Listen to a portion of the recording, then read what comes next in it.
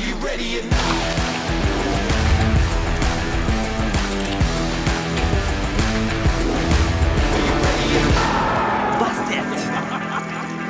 Final table hype. We on the path to greatness, shooting the shot to make it. So moving the target is aimless, cause we got the power to shape shit. We'll catch the energy waving. We go till our bones are aching. Cause the top spot's for the taking, and we on a mission to take it. Are you ready or not? It's about to go off. Turning up on the spot. Yeah, it's gonna be a lot. We gon' sit at the top. Give it all we got. Are you ready or not? Are you ready or not? Are you ready or not? Stamets takes the win here in Barcelona. Jason Mercier, he went with his instinct, he made the call. There's the professional level, and there's the Ivy League. Sebastian Malec coming to terms with what he has just achieved. Nicky Cohen has done it! 2 main event titles! Sebastian Malec has gone from poker fanboy to poker champion. This is why people love the EPT. Hello once again, welcome to Cyprus and the PokerStars European Poker Tour as we kick off our coverage of the 5K main event. Day 2 of the tournament from the Merit Royal Diamond Hotel, Casino and Spa. It's James Hartigan alongside Joe Stapleton. Hello, my babies, but also, hello, my honey, and hello, my ragtime gal. Are you workshopping a new version of your catchphrase? Wish I could tell you, but apparently I am not in control. Huh. Also with us, Griffin Benger. Hello, everyone. Yes, registration has just closed, so the players who competed on day 1A and survived, combined with the players who survived day 1B, combined with the 55 players who've just bought in or rebought, which means around 450 players will be taking to the tables. They'll play into the money today and will follow the tournament through the rest of the week, up to and including the final table on Sunday. And of course, we'll hear from you every day. It's an interactive experience, whether you're using the live chat on Twitch, the live chat on YouTube, and of course, you can stay across what's happening here at EPT Cyprus via X, Facebook, and Instagram. So we will conclude, or rather, we will confirm the final numbers within the next couple of hours. Right now we're looking at a field of 1,284 with 459 returning. These are the chip leaders, and I can confirm that one of the top 10 stacks is going to be at our first feature table. It's the most recent EPT main event champion, Stephen Song. Hello, Stephen Song. GPI Player of the Year 2022. Also a World Series of Poker bracelet winner. After Barcelona, he says Cyprus is his favorite stop, looking to go back-to-back. But it's Viktor Ustimov who is the biggest stack right now, with more than 250 big blinds. We're going to start the action today at the start of level 11. Blinds 1,000, 1,500 with a 1,500 big blind ante. Here's the rest of the lineup on the main stage. And notice, we have a gold pass winner, Guillermo Gordo from Spain. Won his way here via Power Path. Cashed in his gold pass for an EPT Cyprus main event package. And here he is, competing for big cash money. A big fat gold pass for Guillermo Gordo. We got some strong names here. Ivagoras Ivaguru. Love it. Bear in mind that Griffin will give you an approximation of those names. Chances are we'll be mixing things up over the course of today. I imagine what we'll see is a few feature tables as we play 5 full levels on day 2. As we meet the players at our first feature table, Stephen Song is the table chip leader with 174 big blinds at the current blind level. Strong stack for Song.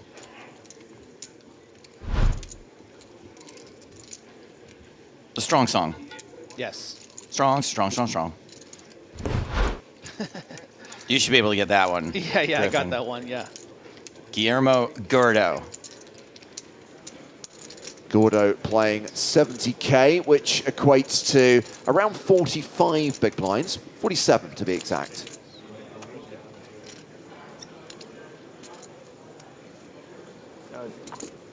Gordo means fat, Griffin. I don't know if you knew that or not.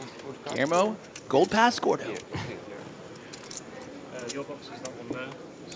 You may recognize the player in seat 3, Halil Tasirak from Turkey, who was a 4th place finisher in this tournament last year. So he made the final table of the first EPT Cyprus, which is also, coincidentally, his only ever EPT main event cash. Pretty cool. Glad we came back here for him.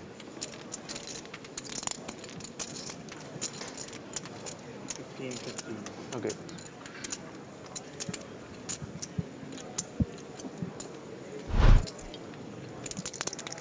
Gotta stay hydrated. Get it down, all of it. Another. More. Leave the bottle. I'm a collector.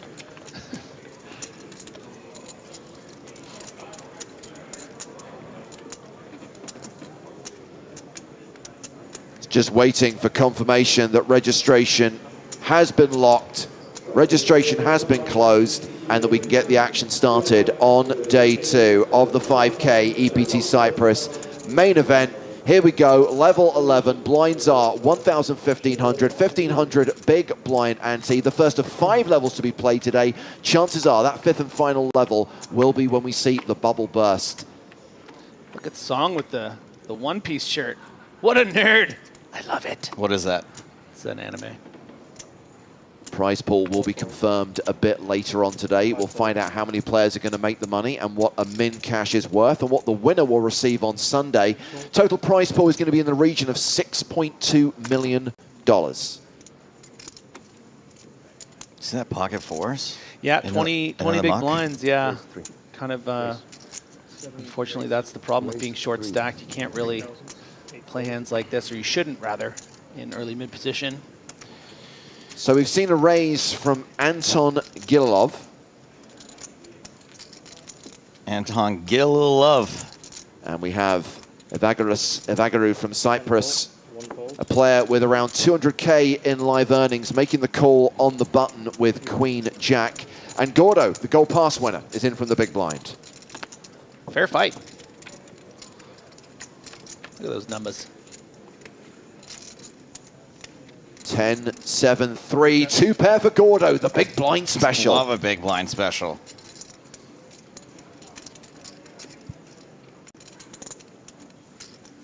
$3,000. 7 bet, 3,000. Nice try, continuation better. 10 call. Call. 3 call. Gililov's C-bet called by Gordo. Gililov with just 7% equity. Yeah, a lot of reason actually to check raise in this spot. You know, unblocking the 10 or over pairs, you get all the money in for the last 30,000. In this case, though, it actually is going to work out quite well in the sense that Gililov just doesn't have anything. It's going to be a tough card to continue on with the 8. Gililov checks it back, and the river is a jack. The board gets straight here. Oh, every time. And if you're Gordo in this spot, Griffin, do you lead river? Do you try and get some value? It's tough. I mean, I think that we could see a small bet here, hoping, you know, your opponent has something like maybe a river jack or something like a 10 that will just call a small bet. And that is what we do see in the form of a, you know, about a 20-25% sort of block bet. Going to be difficult for Gililov to represent a 9 here. Gordo should have a lot more 9s in this situation, calling the flop something like a 9-8, maybe a 9-7, 9-10. 7-4. So Guillermo Gordo wins the first hand of the day. Up over 50 big blinds. Average stack right now is around 84,500. So we are playing deeper than a 50 big blind average. And according to the current tournament stats, we're looking at 450 players in the room. And looks like the final number is going to be in the region of 1285. So down slightly year on year.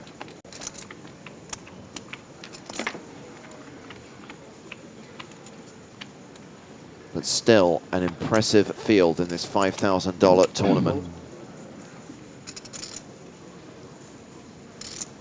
As we see action folded to Grigoli Liklikadze. Isn't that a 3,000. energy drink in the UK? Liklikadze?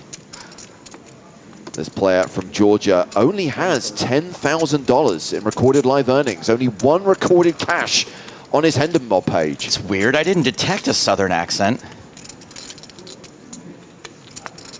Interesting spot here for Belinsky. Can certainly justify 3-bet and getting in for 20 big blinds, but you're never really thrilled if you do get shoved on here, given the fact that this is an early position raise. So sometimes you can elect to flat. Does decide, you know what, let's play for it all. 10 fold. 1 fold. 3 fold. So with Belinsky 3-betting to Fold. 8K with ace-queen action, will fold back around to the original raiser, who is playing fewer than 20 big blinds. You can't fold now. You've already got money in there.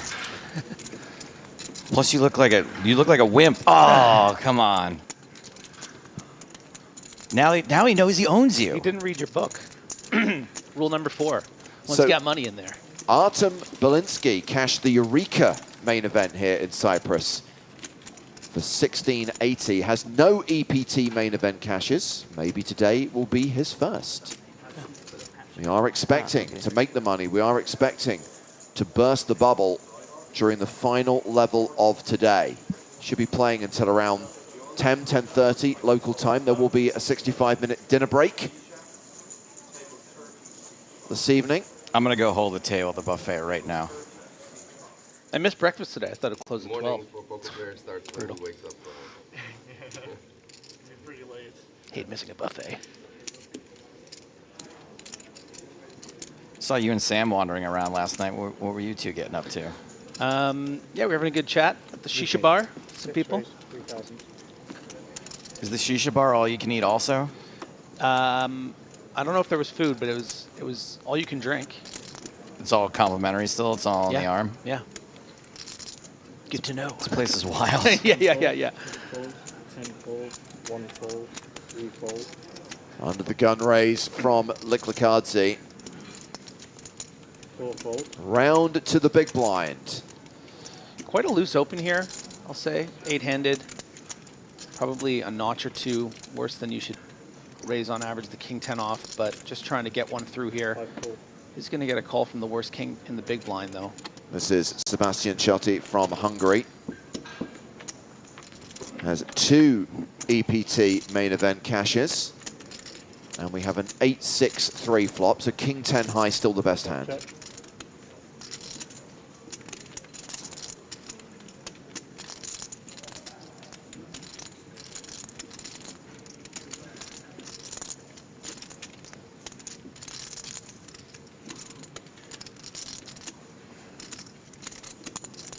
Bet 2,500. Yeah, just hoping to get this one through.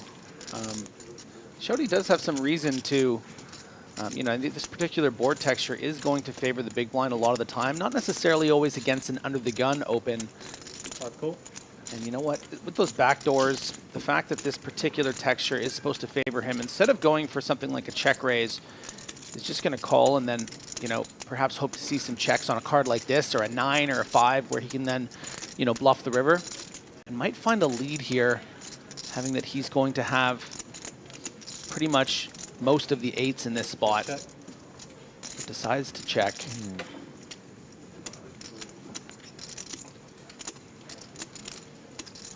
See if we get a second barrel from Liklikadze, or if he chooses to check back the turn, which he does. River card is a 6, double paired board, and this will be a chop if it goes to showdown.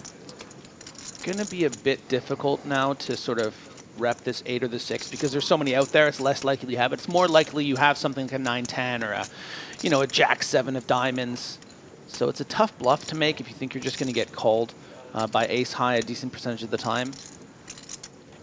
And you do have some showdown value with this king high. Sometimes you'll be chopping. Maybe your opponent has something like a queen jack suited. So yeah, recognizing that too much showdown value, and he's going to be happy to see the chop. Yes, this will indeed be a chop pot. And you know what they say?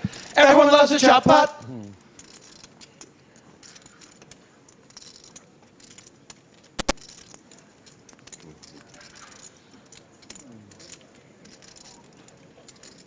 We created an electrical surge with that Yeah, performance. that was so powerful. Did you guys see that? Did you guys feel that? You know how sometimes there's a gremlin in the machine? That's a gremlin fart. Yeah. Oh, it smells too.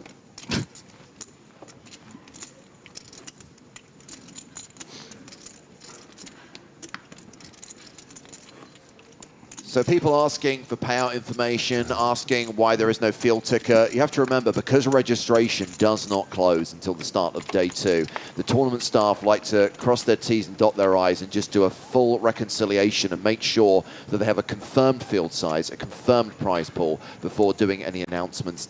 They tend to get everything sorted by the end of the first level, so you shouldn't have to wait too long. 7 folds. 8 raise. Do you think cross your T's and dot your I's is like a universally international expression, or is it more like a British Canadian expression? I think it's a common English language expression, yes. 3 folds. Because sometimes it's like, I have a British father, right? So sometimes I'll grow up with something and then find out that like, oh yeah, Americans don't say this, or you know, like Bob's your uncle. That, I would say, is very kind of colloquial, yes. I say that all the time. Really? Yeah, well, my dad's brother's name is Bob. How is Robert? 6 folds. So we've had the raise from Belinsky, flattered by Lick Lizardi in the big blind, and we go heads up to the flop.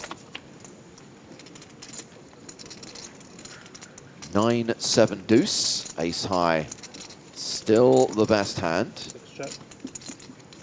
8 check.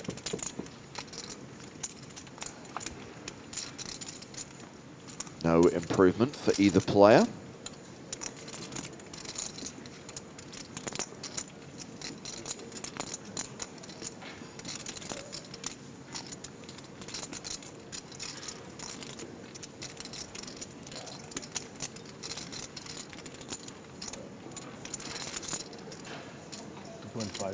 Six bet, 2,500. And now we get a turn lead from Lick Lizardi of 2,500.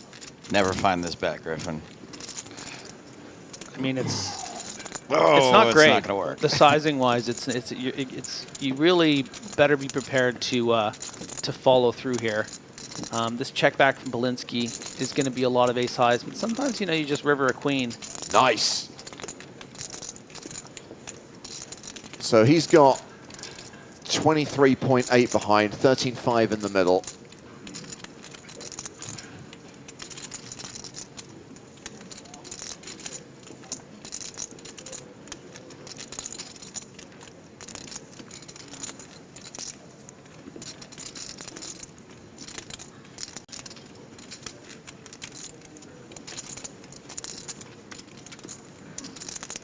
Not the cleanest shuffler, I have to say.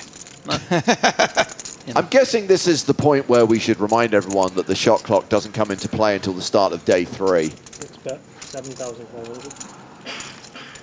So goes for around half pot, 7.5K. I don't care how long someone's going to take, as long as they're going to entertain us with shuffling moves like that. Yeah. Hero call gone wrong, question mark? There are some misses, diamonds. Got some straight draws, your 10-8s and your 8-6s, maybe your 5-6s. And wow, you know what? Wee. It looks like he's not a believer. We don't need another hero. He's going to hate to see the queen jack. It's like, oh, I was right until the river. Unfortunately, it is a 7-card I'm game. shocked when I get called there and my queen's good. Yeah, I mean, the interaction of his 8 in his hand going to be blocking a lot of those straight draws. So maybe a spot where he could have folded, but His instincts were right. It's just it was a random sort of bluff on the turn and just got there. Coming up later today, the second of 6 free rolls that we're running during our live streaming from EPT Cyprus. One every single day with $2,000 in the prize pool. That's $2,000 in Power Path tickets. If you make the final table, the top 9 receive a $55 Step 4 ticket because that's the new price of Step 4. Just watch the stream, and a bit later on we'll let you know when the tournament is starting and we'll let you know the password. 2 things to say. It's available on shared liquidity licenses excluding Belgium, Germany and Sweden. So if you play on one of the following licenses, EU, Bulgaria, Denmark, Estonia, Greece, Romania, Switzerland or UK, you are eligible to compete. The second thing to say Romania. Is you could use your Power Pass ticket to work your way through the steps and potentially win a gold Power Pass like Guillermo Gordo, our feature table, did, and play on an EPT.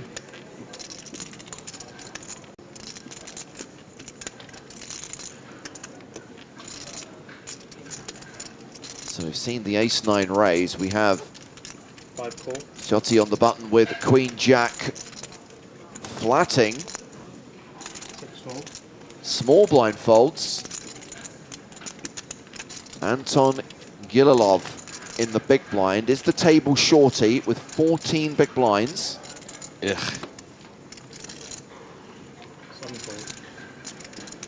He folds.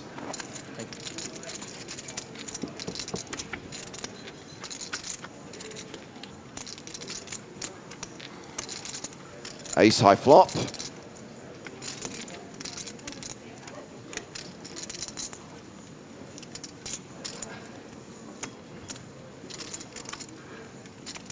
And bet 2,500.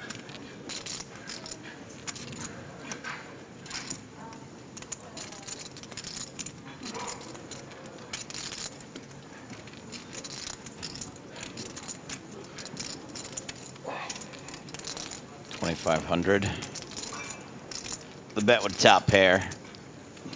Ooh, come on, you're just row. Shawty wanna float. Needs a lot of help. Just do some quick calculations, and no, 7 of diamonds not. It does not help. helpful. In fact, it has Shotty drawing dead.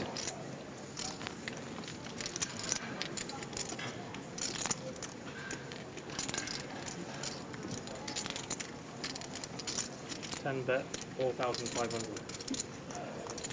Well, it was 2.5K on the flop. It's 4.5K on the turn.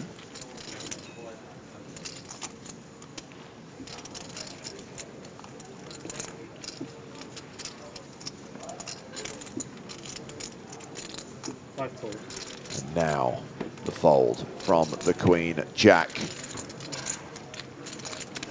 So 15 minutes of day 2 already in the books. 5 hands played at the feature table. Meanwhile, out in the field, around 20 players have already been eliminated. So I imagine by now, my preferred feature table option has already broken. We had Sam Grafton and Felix Schneiders at the same table today. Would have loved to have that on the main stage, but it was literally the second table to break. Sam Grafton finding his way to day 2 with 100,000. I'm surprised that 2 tables have broken already today. It always goes very quickly at the start. I mean, bear in mind, you've got a lot of people who are coming in. Limping into day 2. Well, people limping into day 2, but also people buying into day 2. Exactly. 55 people registering late last night or early today, and you start with 30K, which is what, 20 big blinds at the current level? All it takes is 1 ace-queen. Yeah. And you're back to the pool. 6 fold.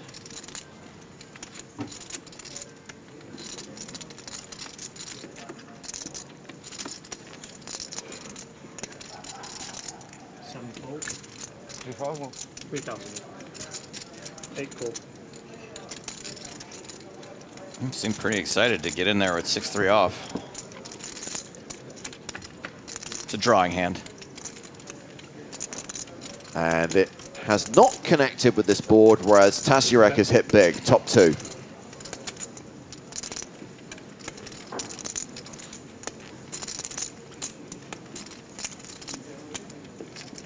you ever read The Tazurek by Alex Garland? No. My overriding memory of Halil Tazurek from last year was he had the Turkish flag draped over his back and over his chair. Right. And his continuation bet of 5,500 gets the job done on the flop. Very confident open there to play his first pot. I like it.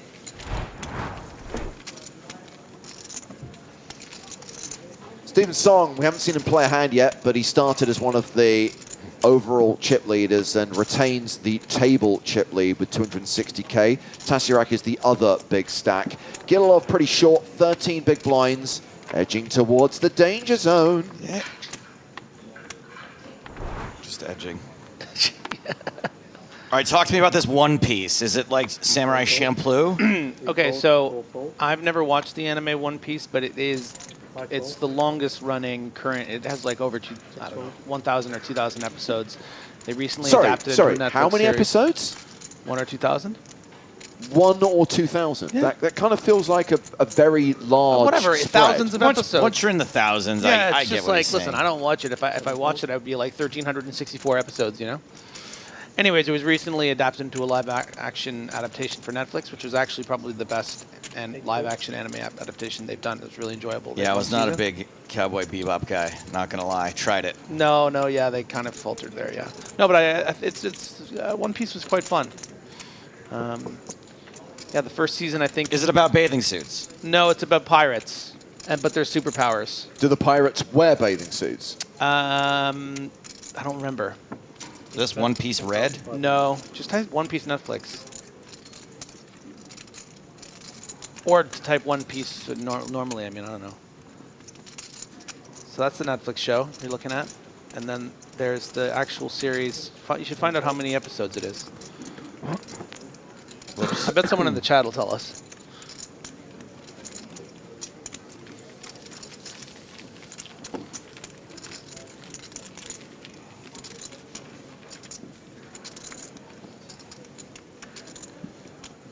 You'd think over 1,000 of episodes, they would have found the piece by now, huh? Ugh.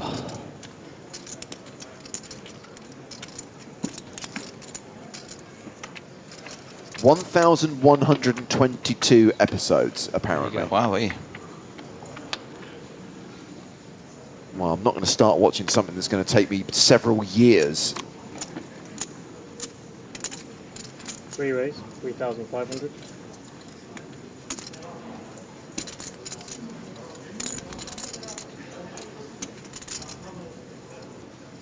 $13 TV specials and 15 movies. Wow. 5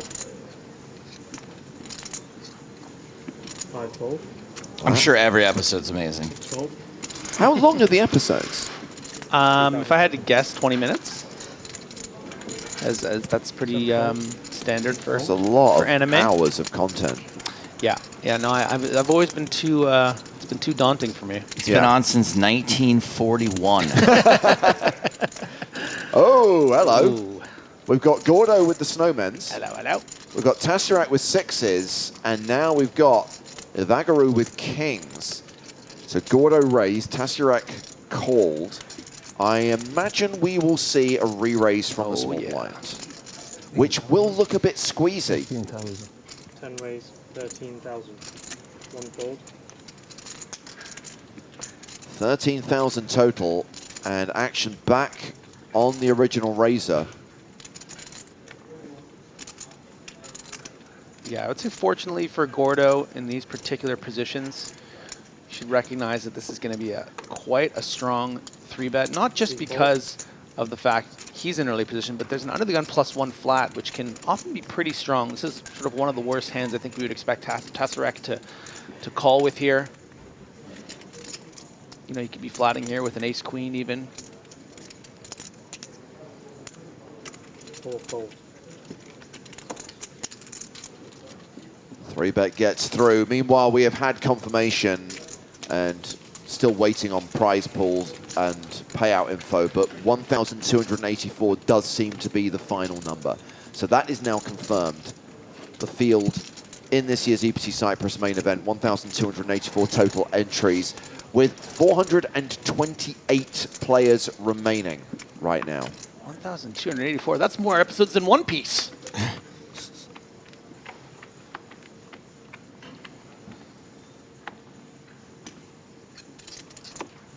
Four fold.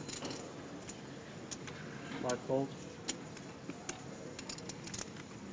6 fold.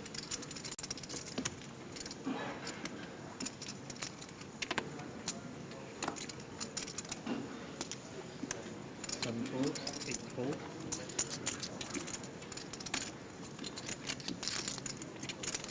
Ace-8 for Ivagaru on the button.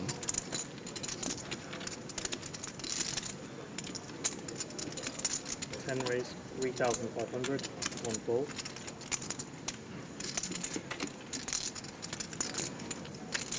We call.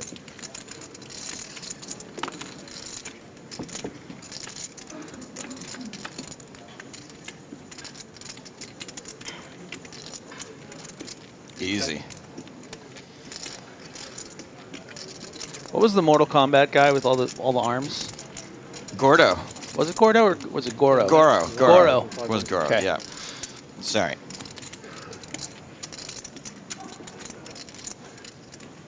Always fascinated that you can take nerdery to a level that What's none of funny us- is that I was going to do a Goro reference, and I was like, no one's going to get that. Griffin. Griffin will get it. Oh, here we go. Full house. He doesn't have a lot of arms, but he sure has a big hand.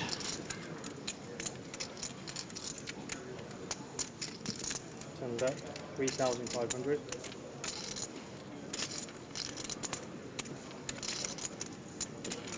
Okay, this is going to be really ridiculous, but the reason I was thinking about Goro is because of Gordo's name. I didn't even notice that Goro. Oh. But that's so when you said that, I was like, dude, like, he has King 10 high, and then I realized the other guy's name has Goro in it. 3 fold.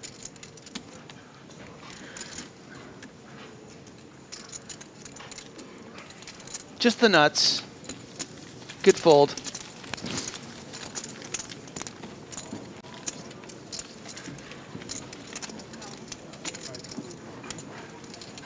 Excuse me. We're getting the drinks in. Nothing like winning a pot in an EPT, and then your drink comes. Thank you. You get to do that Kermit the Frog tea sipping meme. Yeah, exactly. As well. Actually, double espresso. Thank you. Second only to going to the bathroom and coming back and your food's there. I don't like that because it means Griffin's probably eaten off my plate while I've been It's gone. just a couple of fries. I'm sorry I spilled the ketchup. Well, your first mistake was going to dinner with Griffin. Yeah.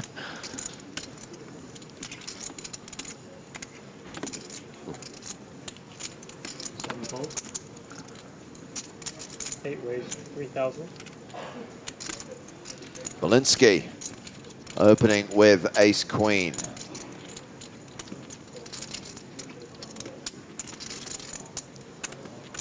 Fold. Folded around to Stephen Sung. He's got that look of like, I haven't played a hand yet. What is this? I'm supposed to be the chip leader. Time to send a message. How does 11,000 sound, Belinsky? 1 raise, 10,000. Oh, that's close. 10,000 is the raise.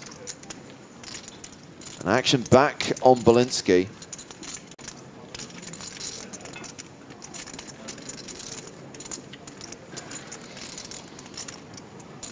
Mesmerizing letters, huh? Like they're moving. And he calls. Does have the best hand, but he's out of position without the betting lead. The flop is 6-5-4. Ace-queen still good. Song does have a gut shot straight draw. Check. Action has been checked to him.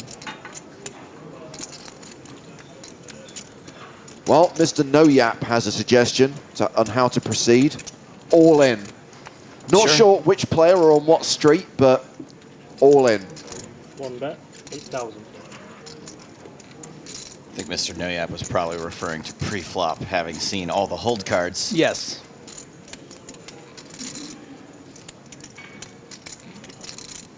Belinsky's going to be a bit too high up in his range here to fold. You know, you would hate to just be folding here and lose to King Jack, but you know what? You're up against one of the best in the world. You're out of position. I really Two don't more blame him. streets also. Yeah, it's just, you don't want to be playing the guessing game against someone like Steven Song. So a bit of a tight fold on the flop, I would say, but I really don't blame him. Steven Song from Connecticut in the USA, $8 million in live earnings, and it was just over a month ago that we saw him take down the EPT Barcelona main event for nearly 1.3 million euros. I didn't know he was from the tri-state area. That was a saga, right? Barcelona final table. That was pretty epic. That was a good one. Barcelona always delivers. Yeah, it really does. Every year. Yeah. Adam wants you to know, Griffin, that there is an Eddie Gordo in Tekken. Ooh, okay. All right. 7 folds. Does sound familiar. I like Tekken. There was one guy, the guy who lays down. Guy who lays Lou? down. Not sure. Lee? 10 folds. Law. Law. So Savage Scorpo asks, how many EPTs does Song have? Just the one. I mean, bear in mind, the tour has been running for more than 20 years now, and there are only 3 players who have won 2 live EPT titles. Vicky Cord, Mike Watson. And the other one. Nikolai Paval.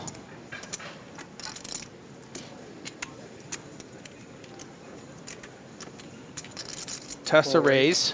13,000. 5 fold. 3 fold. Be careful with those loose opens, dude. Thank you. You better Tazza check yourself before you Tazza wreck yourself.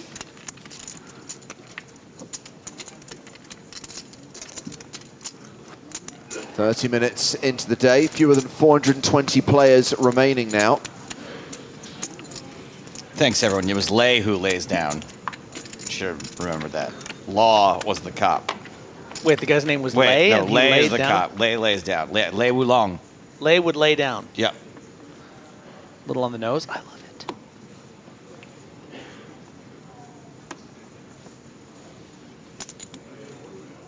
it. Ace deuce for Gililov. 7 folds. 8 folds. Not going to play it. So round to Ivagaru with Jack 7 of clubs.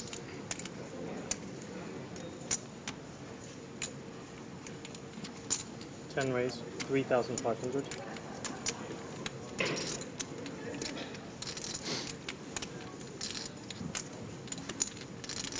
Steven Song, 9-8 of clubs. He's decided he's on. He is calling. Nice of you to join us, Steven. Round to the blinds. 5 fold.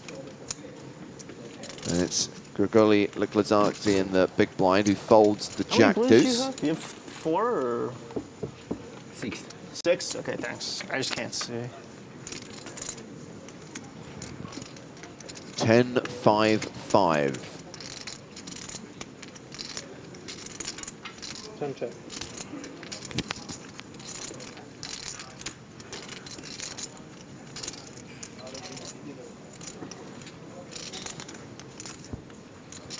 One bet, 3,500. And with no continuation bet from Ivagaru, Song will bet 3,500 on the flop.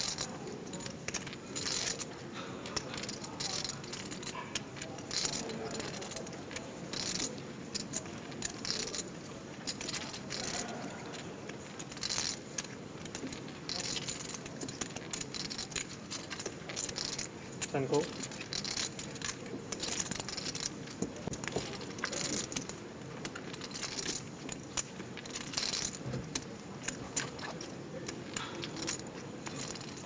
Four on the turn.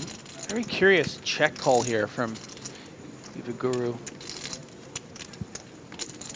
Feel like in a situation like this, it's going to play cleaner either as a c-bet or as a check raise. Kind of capping your range a bit. You wouldn't really play over pairs as a check call. So it looks a lot like you have something like an ace high or maybe a king high with backdoor clubs, but now finds himself a lead, which is a very interesting line. I think this is going to be 7,500. as effective as a C-bet or a check raise. So, you know what? You do you. Lucky chips. Oops. Which ones? The lucky ones, please. The one with the good cards and with the good endings. Okay. I'm gonna try my best. Ah, yes, they look very, very lucky. Black. Thank you. Yeah. Thank you.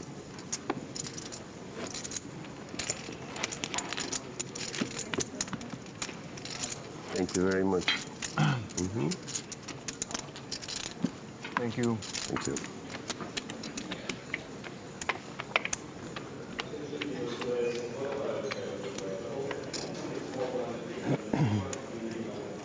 Eight fold.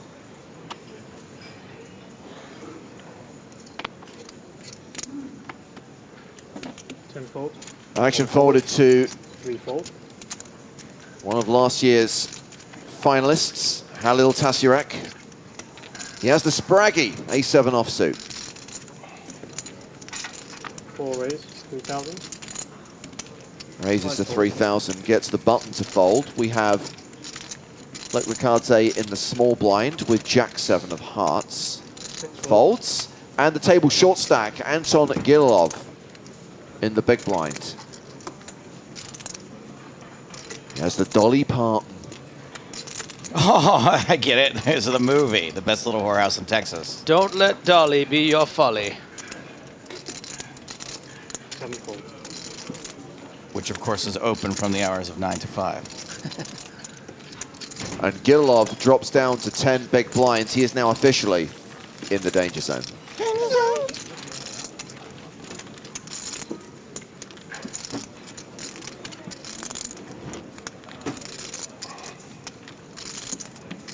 So we track across the room and see all the tables in action. We can see from the clock 410 players remain from a starting field of 1,284. The number will be officially confirmed. The prize pool info will be revealed probably at the start of the second level of the day in around an hour's time. God, the balconies are so cool.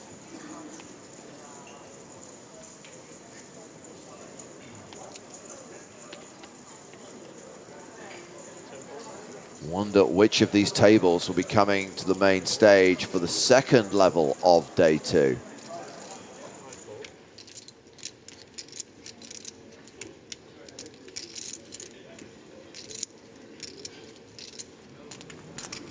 Fold.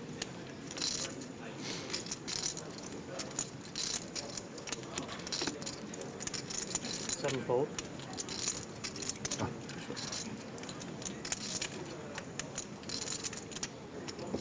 Eight call. Song has opened with ace-king of diamonds. Belinsky has called in the big blind with queen 10. The flop is king jack tray. Ooh. Top pair versus the open-ended straight draw. Yeah, pretty juicy flop here for both players. Drawing to the nuts 2 ways and top pair, top kicker, backdoor nut flush draw. We have a hand.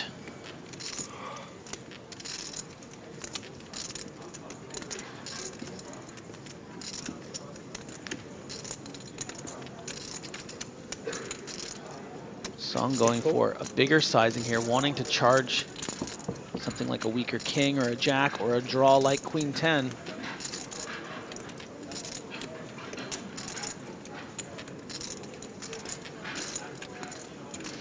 Big check. On a brick like this, I think that Song might find himself pricing Belinsky out simply because Song wants to charge those king 10s and king 9s to the max, right? Get 3 streets of big value. You know, wants to get value from a jack that might get stubborn on two plus streets. So I don't know how king 10 in particular, queen 10, pardon me, is going to react to a big bet. Probably just make fold.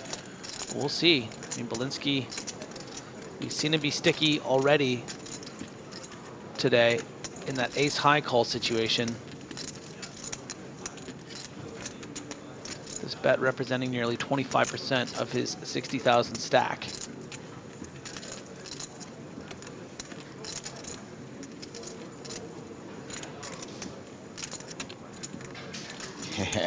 Come on. on. Still chasing. Hope. It's the hope that kills you. He's got roughly pot behind as we go to the river, which is a queen, so he does not get there as far as the straight draw is concerned. He has rivered a pair, but it's no good. Big check.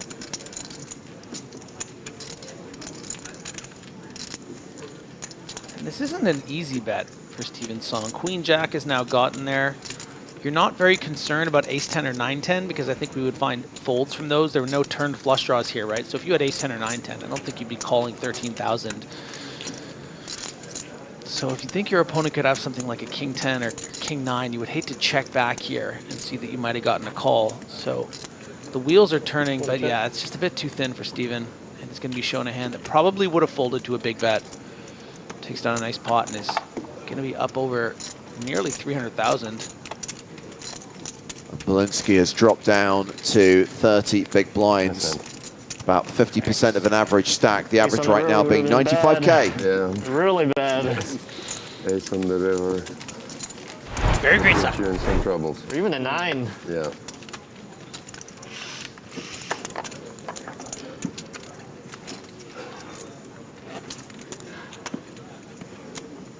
So approximately halfway through the first level of the day. The second of 6 days of this EPT main event that will conclude on Sunday, and we'll follow it live every single day, right up to the moment that a winner is decided, a champion is crowned. And then, once we wrap on proceedings here in Cyprus, it's off to the United States of America for the NAPT. That's right, North American Poker Tour, NAPT Las Vegas, happening in November. 2 days of live coverage. The last 2 days of the main event, but more importantly than that, 3 days of filming on a new season of the big game on tour with live qualifiers running at Resorts World, giving you the chance to earn your audition spot to be a loose cannon. Check out the details in the PokerStars Live app.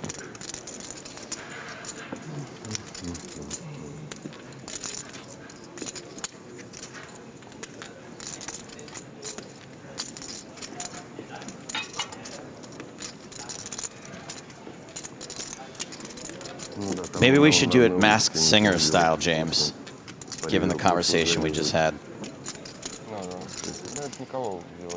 Or The Voice with our backs to the... Oh, yes, yes. And basically, we want them. We press a button, our chairs spin around. And we get to see who it is. I demand a spinny chair for the auditions.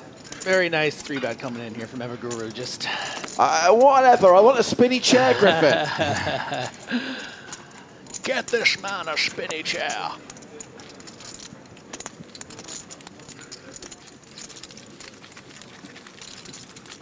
Turning that ace blocker into a bluff instead of just completing. Really can go either way. When did we start calling a bad ace an ace blocker? Feels recent. Pretty sure that was you. 2018, I think it was. No, I'll wait till everyone starts using it, then I'll take credit for it.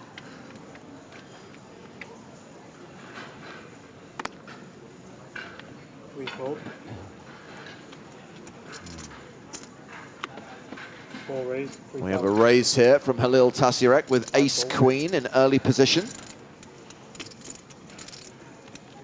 Pocket sevens for Grigoli Leklikadze.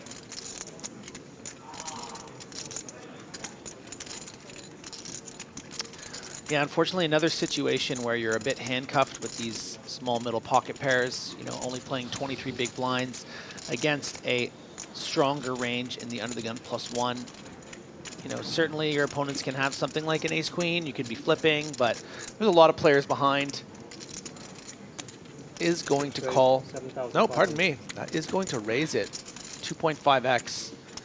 Okay. 7 fold. Fold from Gililov. Belinsky on the button. King Jack offsuit. No, thank you. Small blind. 10-4. 10 fold. 1 fold. Big blind. Steven Song is already folded. Action back on Tasirek. Yeah, as much as this 3-bet with this hand isn't exactly recommended, it does look pretty strong. I mean, I think if Tasirek had something, you know, like an ace-jack off, might just fold to this 3-bet. Ace-queen, I think, is going to be a bit too strong not to continue given this price. You You know, whether he comes back in the form of a shove or a flat remains to be seen, but I don't expect him to be folding. It's such a great situation. Just don't even have to worry about it. Just get it in against this player you have covered and yeah, nice. Cross your fingers. Yeah, and this is why this 3-bet wasn't recommended. You know, if you do decide to play this hand, I think I just would have preferred to see a call. Instead, you've turned these 7s into a bluff without a blocker in your hand. But he can also just shock the world and call. Be like, you know what? Put you on something like ace-queen.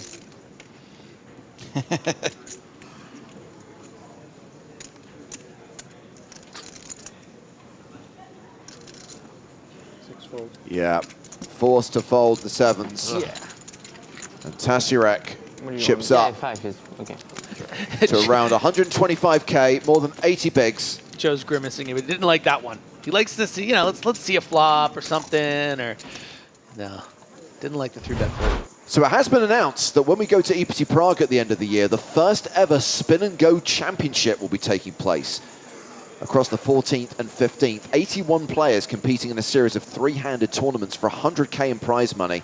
So this is going to be 74 qualifiers and 7 invited guests. Those qualifiers, 17 from Italy, 24 from Southern Europe, 33 from the rest of the world. There are leaderboards, qualification running now until mid-November. If you want to participate in this promotion and potentially win your spot in the first ever Spin and Go Championship. If you win one of those leaderboard competitions, if you earn your place, you will get a package that will take you to Prague, which will cover effectively the buy-in and your hotel and expenses. Cool. Is the final boss Nick Walsh? I think Nick is hoping that if he doesn't qualify via the leaderboards, that he just might be one of the 7 invited guests. Question. Yes. Has anyone seen the spin? How are they going to do the spin? So the prize money will be decided. Part of it is ratcheted, right? So for I think the winner of the overall tournament is guaranteed 25k. Yeah. But some of the other prizes will be randomly decided for some of the preliminary. I want to know matches. how they're going to do. Is it going to be a wheel? Is it going to be digital? Is it going to be? It's going to be a digital wheel. A digital wheel? Are you going to throw darts at balloons? Ooh. Back in the day when we did live Spin and Goes, they did have an actual wheel, like a Wheel of Fortune. Brick and mortar wheel, yeah. I figure in the year 2024 we might be going digital. Everything's gone digital. I don't trust it.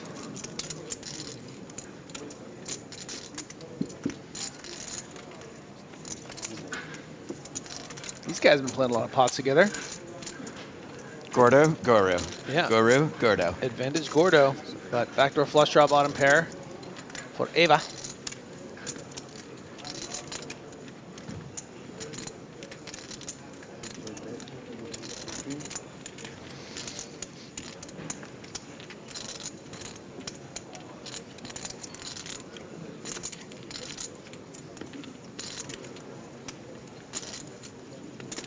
$1,500 apiece. 10 card is the 7 of hearts. Gordo now a 9-1 favorite.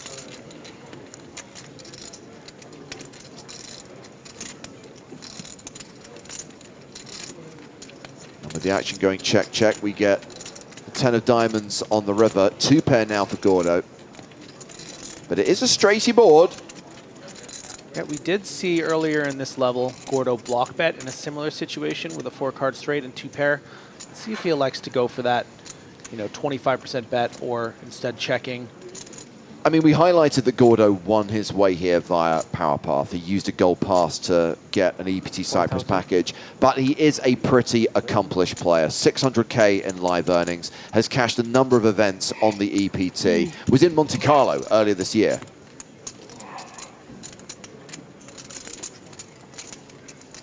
I prefer to think of him as a scrappy underdog who binked a seat.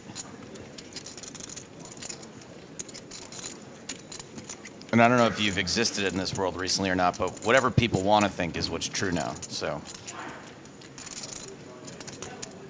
welcome to the world of post-fact society. Yeah, I don't think Eva Guru is thinking about calling here, but does take pause.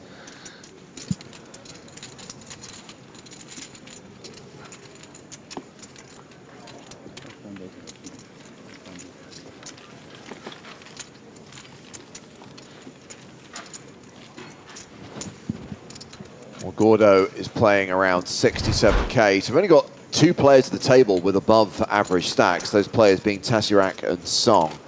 The average closing in on 100k right now with 393 players remaining. Did you gentlemen pop into the players' party the other night? Yes. We did. How was that? It was fun. They had a slot machine, so Joe was in heaven. There you go. I bricked pretty hard though. They wouldn't let me buy back in.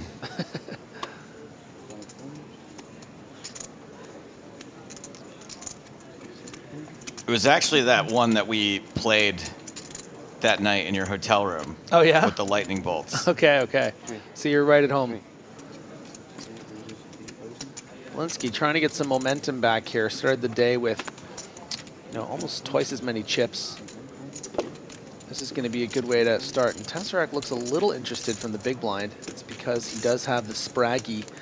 Going to be good enough for a continue from the big blind against the hijack.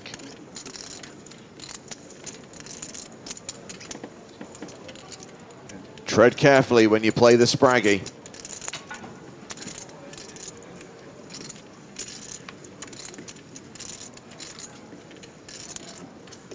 King 10-6. Well, hopefully Tasirak won't get into any trouble here.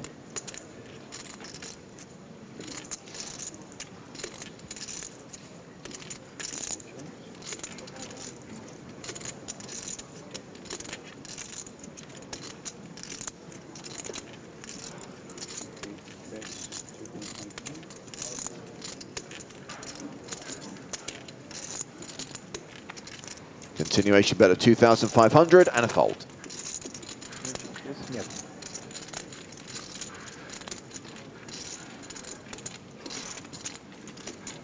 Probably said this last year, but Tasirak looks like he'd be a great hugger.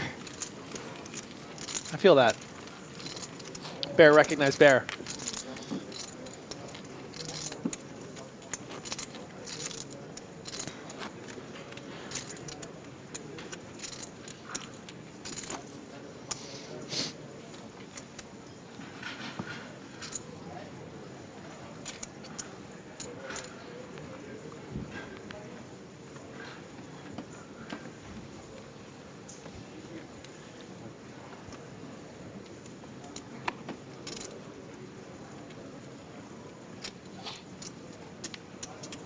Action starts with Liklikadze. He folds. Gililov still hovering around the 10 big blind mark. Passes. Round to Vagaru.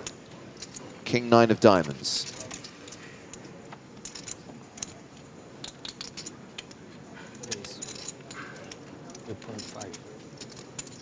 Announces raise. 3,500. Tasirak, Queen 10 in the small, folds. Sotti in the big blind, 4-3 off. Folds.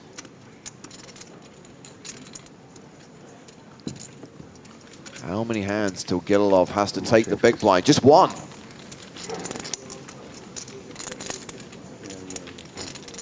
I'm very comfortable with the 10 big blind stack. I know you are. It's my home. Yes, maybe. Now the cards became a little bit better. I had only 2 in the first. Okay. Now it's up till 7. Sometimes I see 7, 10 offsuit, and I'm happy with it already. To survive another half an hour. Ah, okay. Yeah. It's not too easy, this task with my stack. Being card dead, something everyone can relate to. Yeah, right. It will all depend on the cards. Yeah, it depends, yeah. Good luck, I wish you good luck. Thank you very much. Very kind. No, camaraderie. I fold.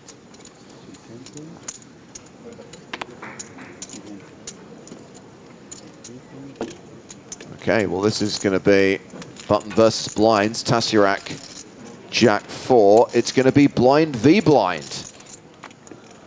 9-7.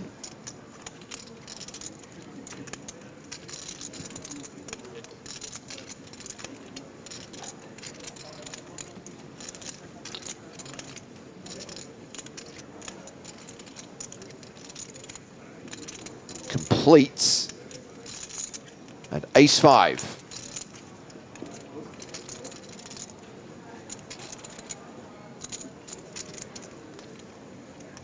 Well, off-brand sourdough. Little Kirkland brand. In. So it's a raise to 4,000. And a fold.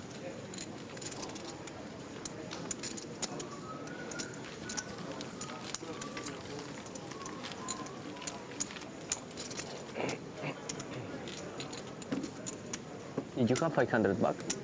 Sorry? Did you have 500 back? You put 2,000. Oh, did you get 500 back? Yeah. No. No. Yeah. You should. Yeah. Thank you. I wonder how many chips I've missed out on over the years because I just don't pay attention to any of that stuff, and I just assume the dealer's going to do it all the time. All ins, everything. I'm like, guys, you can handle this.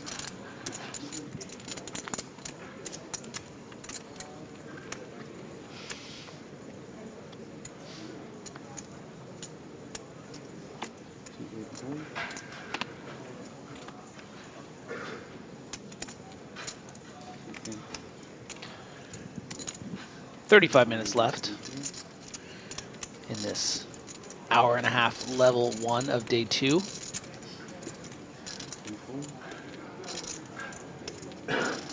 Steven Song, Queen 5 suited, makes it 3,000 and is going to run into the ace of Halil Tazarek. Flats, no re-raise from the aces. I love it. I do too. And Gilov in the big blind with a awful hand. Yeah. And there's so many hands you could just complete there with 10 big blinds. I mean, part of the utility of this aces flat from Tesseract were the short stacks behind, including very primarily the big blinds short stack, hoping that he would find something and shove, and then Song might have something like a king queen and isolate. In this case, though, Song with just the queen 5 of clubs, the big blind getting out of the way, and he's going to proceed a bit cautiously against one of the tougher players on the table, someone who is no stranger to success here in Cyprus, having final tabled last year. Song just immediately recognizing that maybe this isn't the spot for a c-bet. Yeah. Goes check on the jack 4, deuce of hearts on the turn, 2 flush draws out there now. Just a great check from Tesseract too. Recognizing Song might just be waving the white flag, wanting to give him an opportunity, but Song just doesn't bite. Song doesn't want to bet here and just get called by an ace-10 and now finally Tesseract's going to kick that door down and say, all right, here's something. And look at that, Steven Song just fine with it. I was trapping you. Don't tell him. Don't give him the confidence. Oh man! Me to shove it, yeah. But, as usual, I got something like, I don't remember, 3-8 of suit, and it's difficult. Difficult. I didn't find the knowledge in me. There's some information on Tesseract and Karat Turkey. 4th place last year for 358,000. You were thinking for a second what to do. And that's why you folded the 3. Yes, of course. Otherwise you would have shoved. Of course. Of course. Good read. Yes, good read.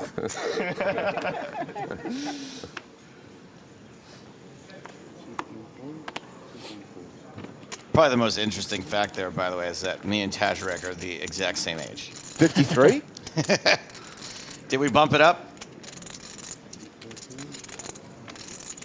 Griffin, I don't know if I told you this or not, but when I first started on the tour, we used to joke around about, we used to give a joke age for me. It was much older than my actual age. I was always, Stapes is this age, I'm that age now. I'm the joke age. Also, the joke didn't really work because only one person ever questioned it, and their response was, huh, thought he was older. Poor Gililov just wanted a little something in that small blind, but it comes in the form of the 7-3 off, technically dominating Belinsky. Yeah, technically somehow worse than the 8-3 he had last hand. Yeah, Belinsky not thinking his opponent is trapping him here, thinking about just making a little raise, see if he can get away with it. It's just a bit tough here. Like, what do you make it? Do you make it 4 grand and then fold for 12 total? And it's going to make it 2,000 more. It's not really a move I would recommend, but given the particular holdings, I think it's actually going to work.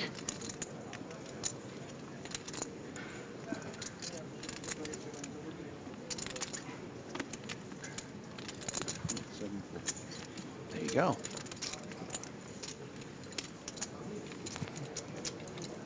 So what's Gililov playing now? 7 big blinds?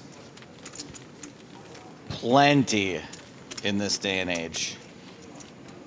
You're not even really in the danger zone anymore until you get to like 3.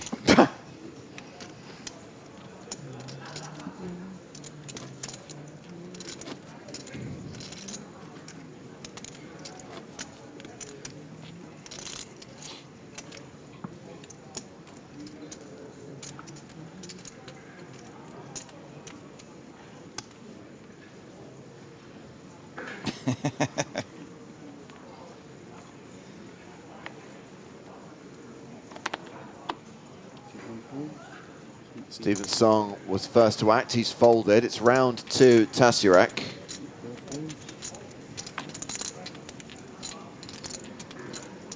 Oh. Didn't someone just fold ace-5? How's this possible? There's 4 different suits for each card. Yeah, okay, yep, sure. Wait. Yes, okay, yes.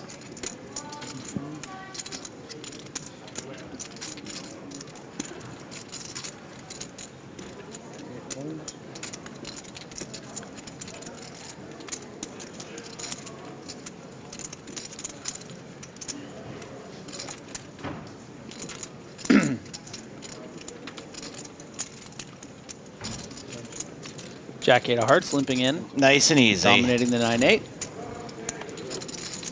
Nobody do anything stupid. Ooh. All spades. So right now, that jack kicker is making all the difference, and Belinsky has the slight advantage, but with the 9 of spades in his hand, Vagaru probably feeling pretty good about his pair. Yeah, quick check call.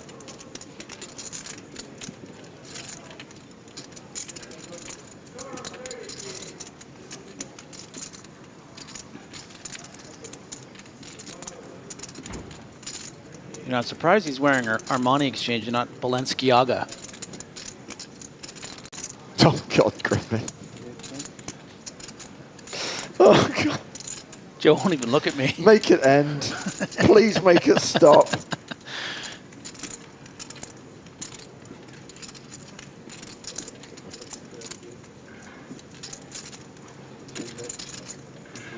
Coming out with the bet again with the 9-8, thinking this 8's probably good a lot of the time. I can charge a hand like an ace high with a spade or a king high with a spade.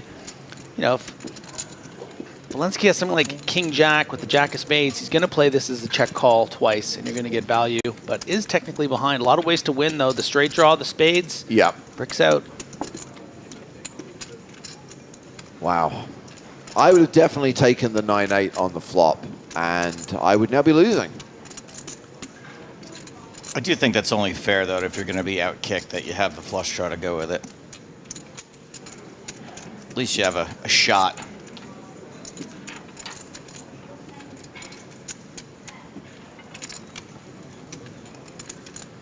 Is Belinsky going to bet? Nope, checks it.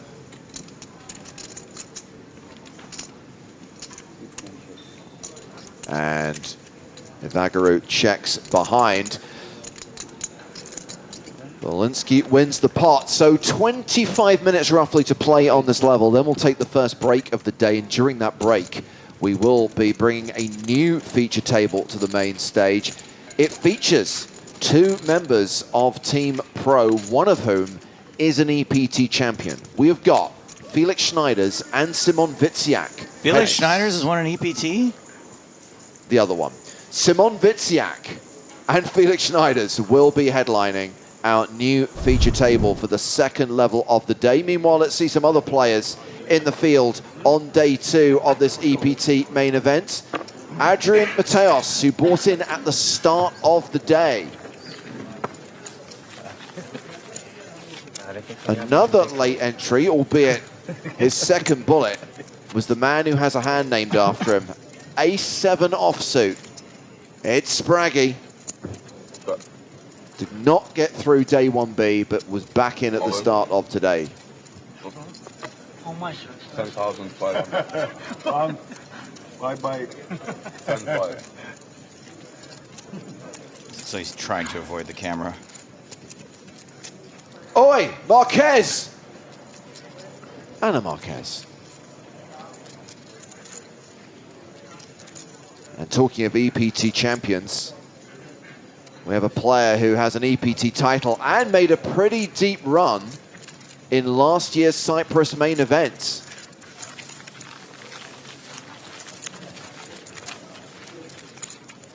Still Anna Marquez.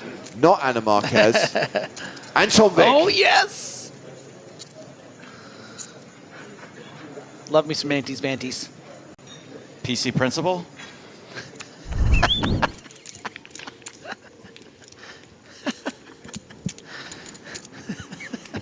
Sorry. We come back to the feature table where Gililov is all in with 5s, dominated by Gordo's 9s. Yeah, just deciding to take the flip equity here for 7 or 8 big blinds. The 5s, a bit tough against the under the gun. You're hoping to get called by something like Ace-Jack, Ace-Queen, King-Queen, win a flip. Instead, you're just absolutely crushed. You never know, but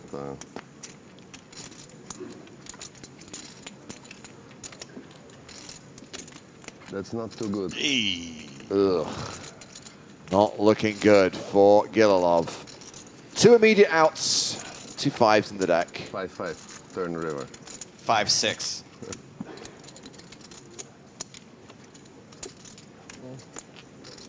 Okay, that's good. Only a 5 saves him. 2 outs, 2 cards he can hit.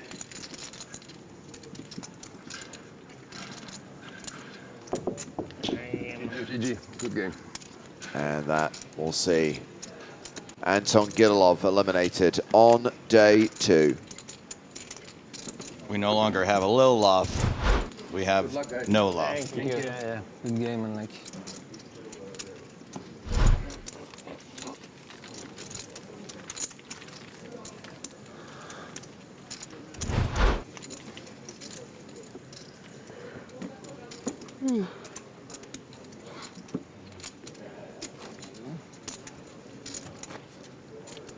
So Gordo playing 82.5, which is 55 big blinds. It's a very good stack, but the average right now is more than 100K. Fun moves, yeah. Yeah, very deep stacked here on day 2. Big blind still just 1,500, so the average, about 70 big blinds. It's that lily white luxury structure. Well, the blinds are going to go up in 22 minutes' time. That's when we hit the break, and that's when, well, see the blinds increase to 1K, 2K. And a reminder, there will be a new feature table for the second level of the day. We have Guillermo Gordo at this table. He's a Gold Pass winner. There is a Gold Pass winner on new feature table as well. A Polish Gold Pass winner who'll be playing alongside Felix Schneiders and Simon Wiciak.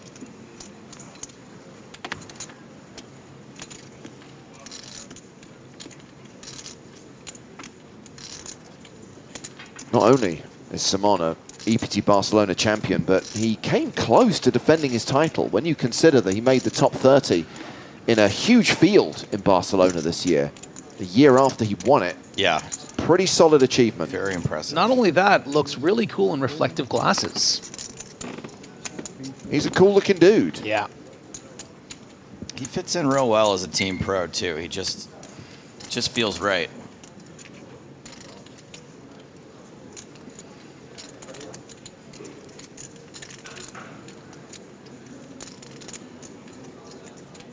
Look, Lucardze opened with ace-9, has been 3-bet by king-queen and folds. He is now the shortest stack at the table with fewer than 20 big blinds. Gotta love getting a cheeky 3-bet through, right? Sizing-wise, in particular, you know, 3,000 the raise, just 6,500 the re-raise, and you know your opponent has something like ace-9 that's so difficult to proceed with, and just makes the fold. So, nice level here for Ivagoras.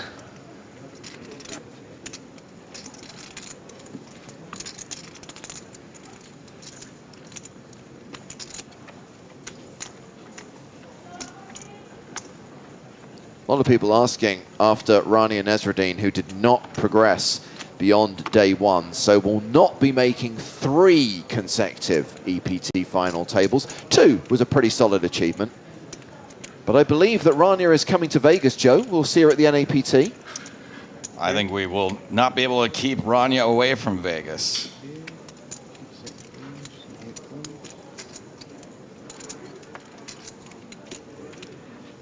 I mean, I was looking forward to last year's event. I've got a feeling that this year's NAPT is going to be even bigger, even better. Well, because people have heard it's good. And so now they're going to be showing up in droves.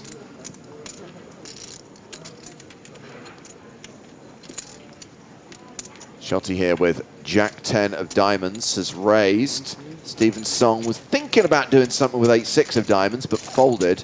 Gordo, King 8 of clubs in the small.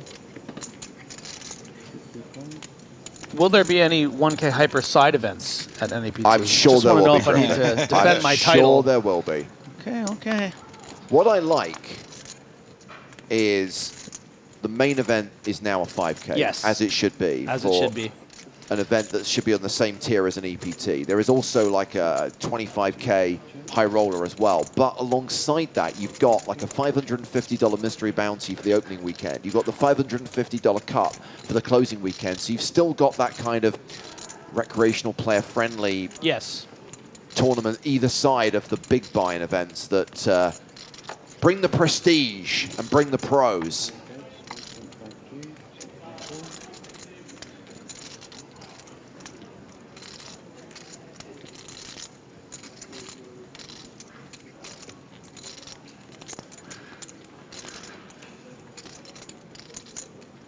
Reminder that our live stream from NAPT Las Vegas will just be the last 2 days of the main event. That's the weekend of the 9th and 10th of November. And that's because the 3 days before that, we will not be streaming, we will be filming a new season of the PokerStars Big Game on Tour. So, very curious.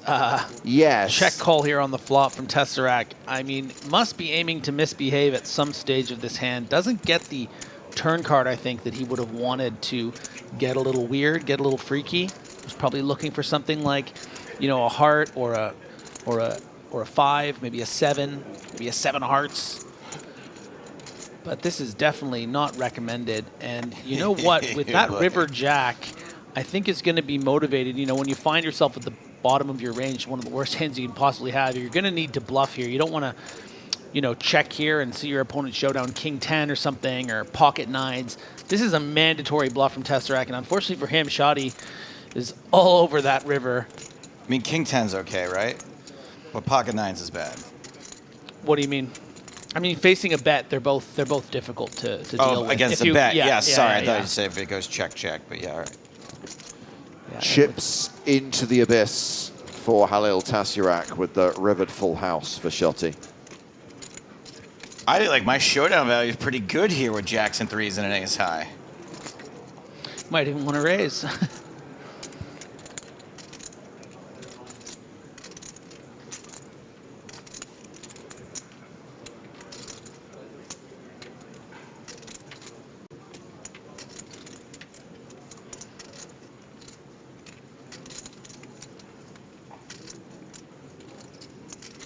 Does he know it's his go?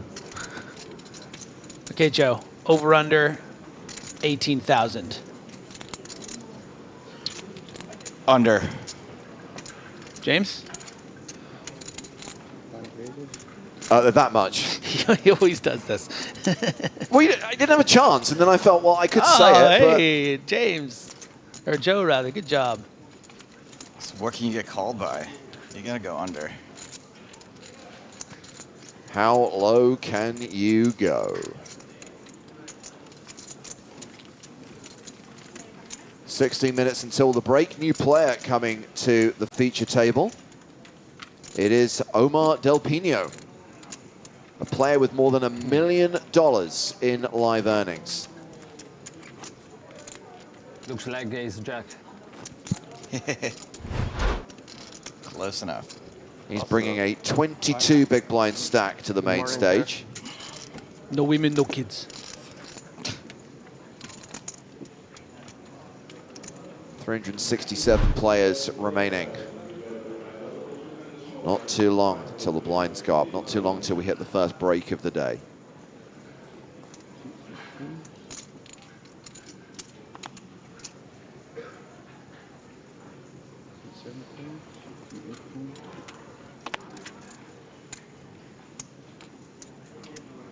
Ace four of clubs for Evagaru.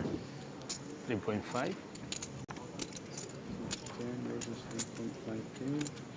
Yeah, I like the little smile of someone who's having a pretty good level and who's able to play a lot of pots. I mean, Evagaru's had a lot of reasons to play a lot of hands. It's nice to just get in there, get involved, you know?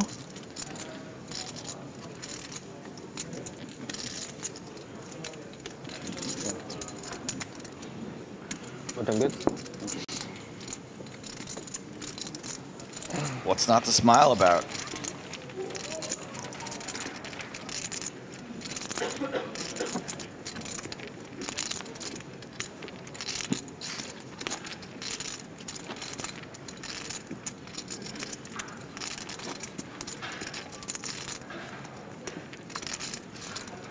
Hello to Philip the Razor, who's just arrived on YouTube. You got that the wrong way around. It's Philip the Razor.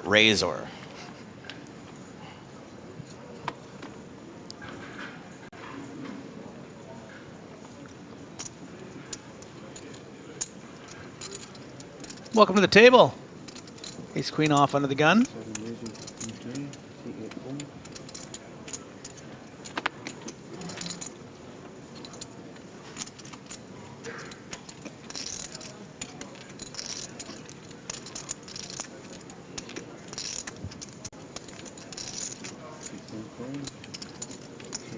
Evagaru calling with ace-7 of clubs.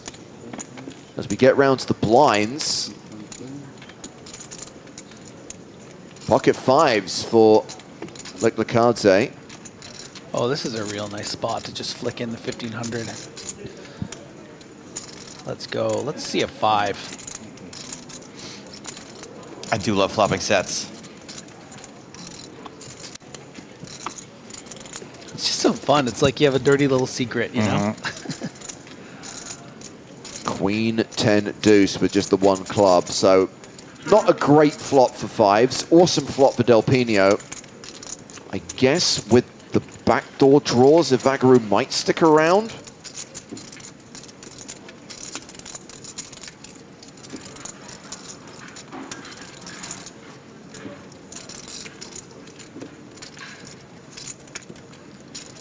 Going to be a bit difficult, I think. I mean, you're up against such a strong range here, continuing on this board.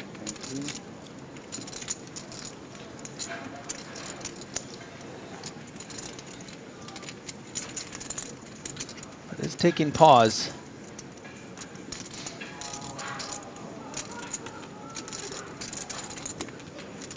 No, thank you.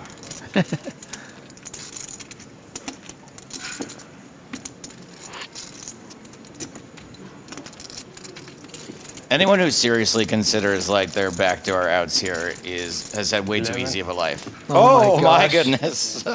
Goddamn genius, Hartigan.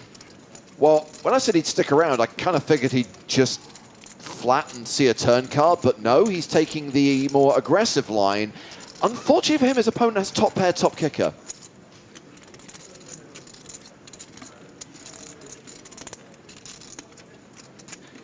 And I don't see Del Pino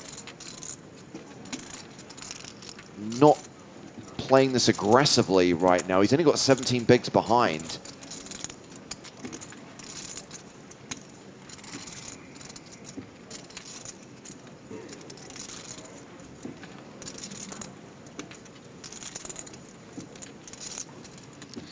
This raise just doesn't really make any sense. No. If you have a better hand than ace queen, you know, it would be in the form of pocket 10s, queen 10, pocket 2s. These hands would all really just call in this spot. You know, you wouldn't want to scare off your opponent who might have something, you know, like a bluffy draw, like a king jack, ace jack, or an ace 10.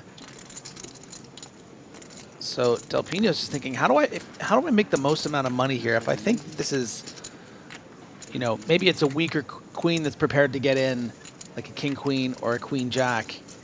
So does decide to stone click it, which is a pretty committing raise. It's very clear he's not folding for the rest. Yeah, this is a pretty poor misstep, I'll have to say, from Evaguru. But I so wanted to see a turn card. Well, he can't now. You ruined it for everyone. You had your chance and you blew it. Copland.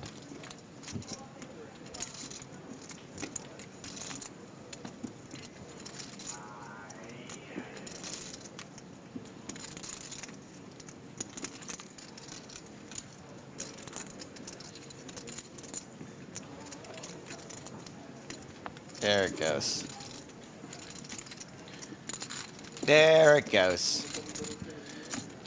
Okay, now you're on timeout, Evaguru.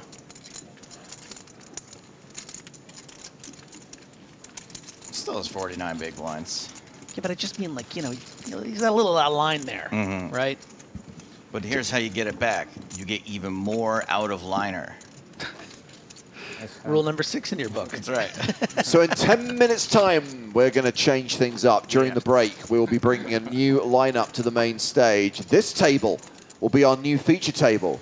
You can see the patch of Simon Wiciak. You can see Felix Schneider sitting across from him. Plus, there is a gold pass winner at this table as well. These guys will be the lineup for the feature table for the second level of day 2 of this $5,000 buy-in EPT main event. And a Viking beard. Serious beard. We do love big beards when it comes to Cyprus, that's for sure. 360 players remaining with 9 minutes left on the clock.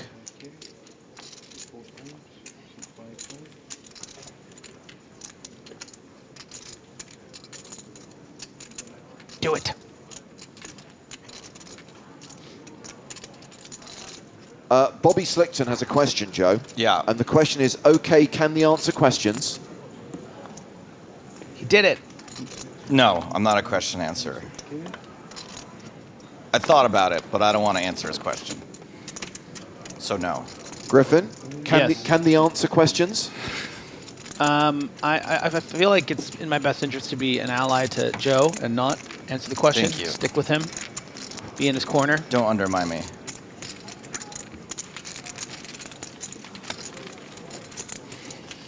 Especially if that question is who has the best sunglasses. Ugh. So in about 8 minutes, we're going to have a break. During the break, we're going to move your chips back to the original table, which is number 2. It's on the first row all the way to the right. Okay. So please take your belongings with you. Don't forget your phones, but I'm going to take care of the chips for you. What do you think about this bold prediction from Mr. Johnny Blue? Calling it now, Stephen Song, first ever back-to-back EPT winner. I think it's absolutely stunning and brave to call Steven Song the first back-to-back winner, given that he won the last EPT. What a choice. What a stunning and brave choice. I would actually be my pick, too. Right? Yeah. I mean, me also. What would be a truly fantastic choice is just saying, like, Felix Schneider's is going to be the first back-to-back winner. Imagine that one coming true.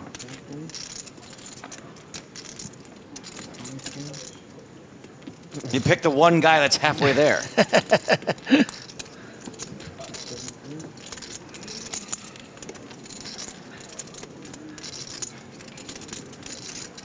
Walensky has, been a little loose defending his blinds, prepared to see flops. He saw 6-3 off earlier, but against the best player at the table, in an early position, electing to let it go.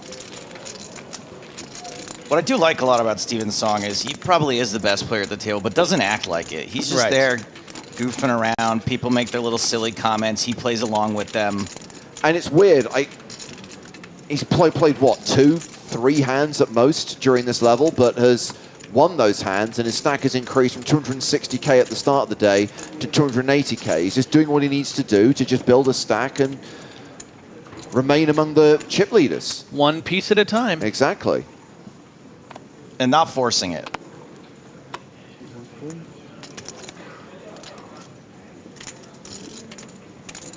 It's not like he raised ace-7 of clubs with one club on board. Yeah. And to answer your question, Happy Letty, yes, Andrey Pateychuk has won an EPT title. He won Monte Carlo back in 2015. After which, Griffin wrote a piece of fan mail to him. He'll get back to me eventually. Dear Adrian, I love you. Speak to me, please, Griffin. It was weird that you included your baby teeth. They were adult teeth. I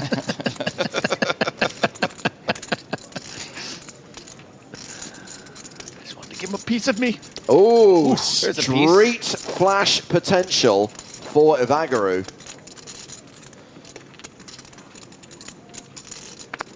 That would be pretty dirty.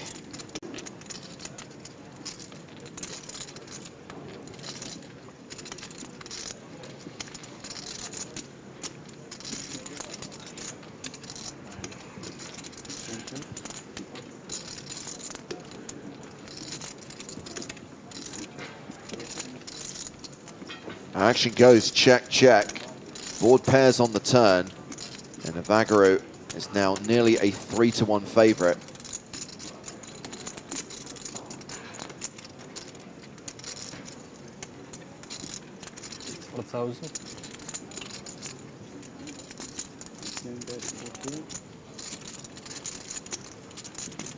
Evagaru leads for 4K. Gordo with the queen high flush draw makes the call. The river is a king.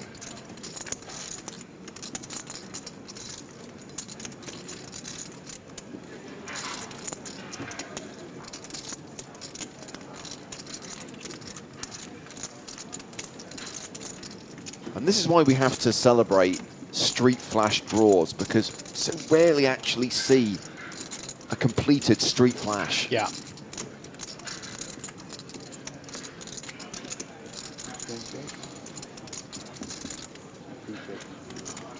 Check, check.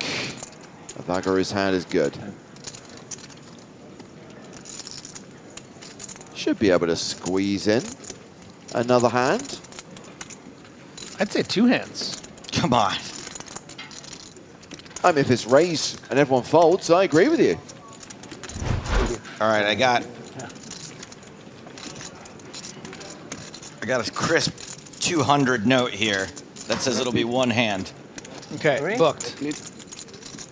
You have no idea what that's worth. No, I don't. You could have just wagered a significant percentage of your net worth. That's true. He's pretty safe that if I have 2 of them in my pocket, that it's not his net worth.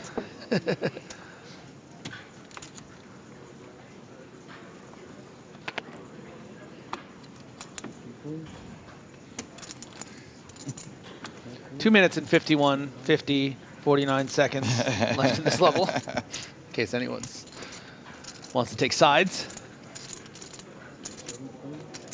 Just put a Team Joe or a Team Griffin in the chat so we know who you side with. Belinsky raising the button. Just put Joe pocket money, Griffin net worth. Evagaru, ace jack in the small. Come on, just 3-bet him. That gets us another hand. Evagaru, activate. I'm sweating this so hard. Yeah, make it bigger, dude. I'm in big trouble. That looks like 9. Okay, that might do it. Okay, Steven, don't get weird. No. Yes. Come on, baby. I needed him to think about it. Come on, baby. Belinsky could just go rogue on me and call or click here, honestly. Remember, there's no shot clock, so Belinsky might take his sweet time over this decision. Who's in the big blind next hand? He's not going to tank for that reason. Five, I heard. 5 double. Yeah, baby. Give me that 200. What is this? Bitcoin? No, it's okay. That doesn't mean anything. I don't know why, but I was like, is this US dollar? No, it's not. What can I get with this? Do you know what it's worth? That is worth about $4. Oh, that's not bad. $5. In fairness, I do need some tipping money. I haven't been tipping much. Favorite hand. Ace Jack. Yeah? Yes. That's what I was using it for, so. Yeah. Strong hand. Actually, I did tip aggressively when I got here with pounds. With big Oh, pound yeah. outs. You know what? I gave someone 10 pounds in the casino the other night, and all my friends laughed at me. I gave 10 pounds to the gentleman who brought my bag up, and 10 pounds to the taxi. You lose more with That's all I had. Last hand. Little more about it. More. Shoddy with the ace-10. Would love to just raise and get it through and then move off this featured table. End on a high note. Maybe even win a nice pot. Where is the raise to 3,000? All right, double or nothing on another hand being done after this one. I'll tell you what. You can double or nothing that. Okay. No, if someone continues in this hand pre-flop, like calls or whatever, you can pick one of the two players. Okay. I don't know if I have it. Oh, do I have another one? All right. Yeah, hold on. So Evagru is thinking about playing. Yeah. Oh, he's in there. Okay. So if someone else joins, you have to pick, one of the three. But looks like the blinds are. Yeah. Okay, pick one of the three. Oh, Gordo's in as well. Okay, I'm going Gordo. Okay. So I'll take Shoddy. Oh, the pre-flop aggressor. with the best percentage. Yeah. Joe, I think you're going to lose 2 in a row, buddy. Oh, yeah. Hold on a second. Well, Gordo's checked.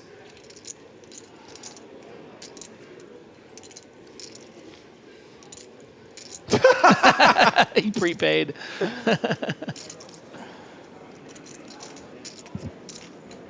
No! Oh. No! Wait a second.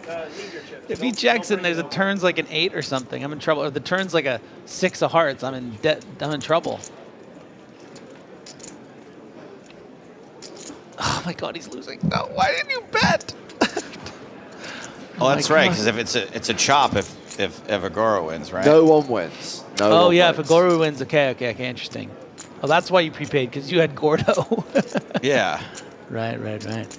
Yeah, but you only need. Yeah, you'll get your 200 back if Evagru wins. I'll just leave that. I think it's about who leads, not who wins. Hmm? Oh, I thought No, who wins the hand. Wins the hand, yeah. Yeah, but I'm going to need a Jack, Ace, or a 10 here. And not an 8. Ugh.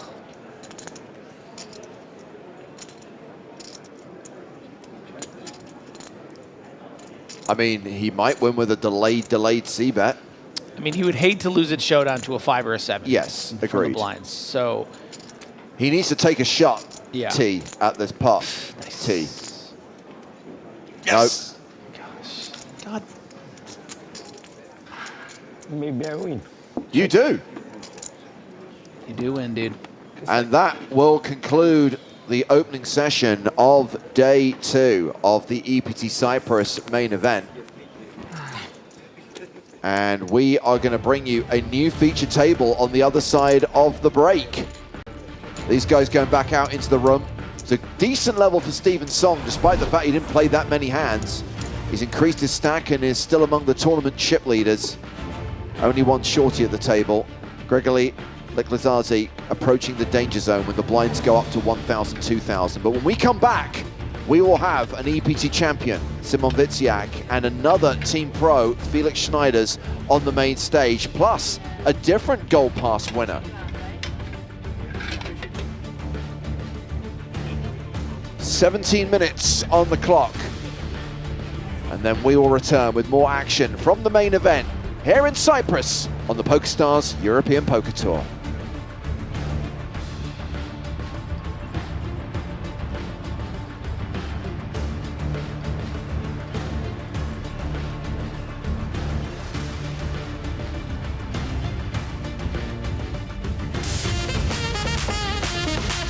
Good evening, everybody. Welcome to the Breakfast Party EPT Cyprus 2024.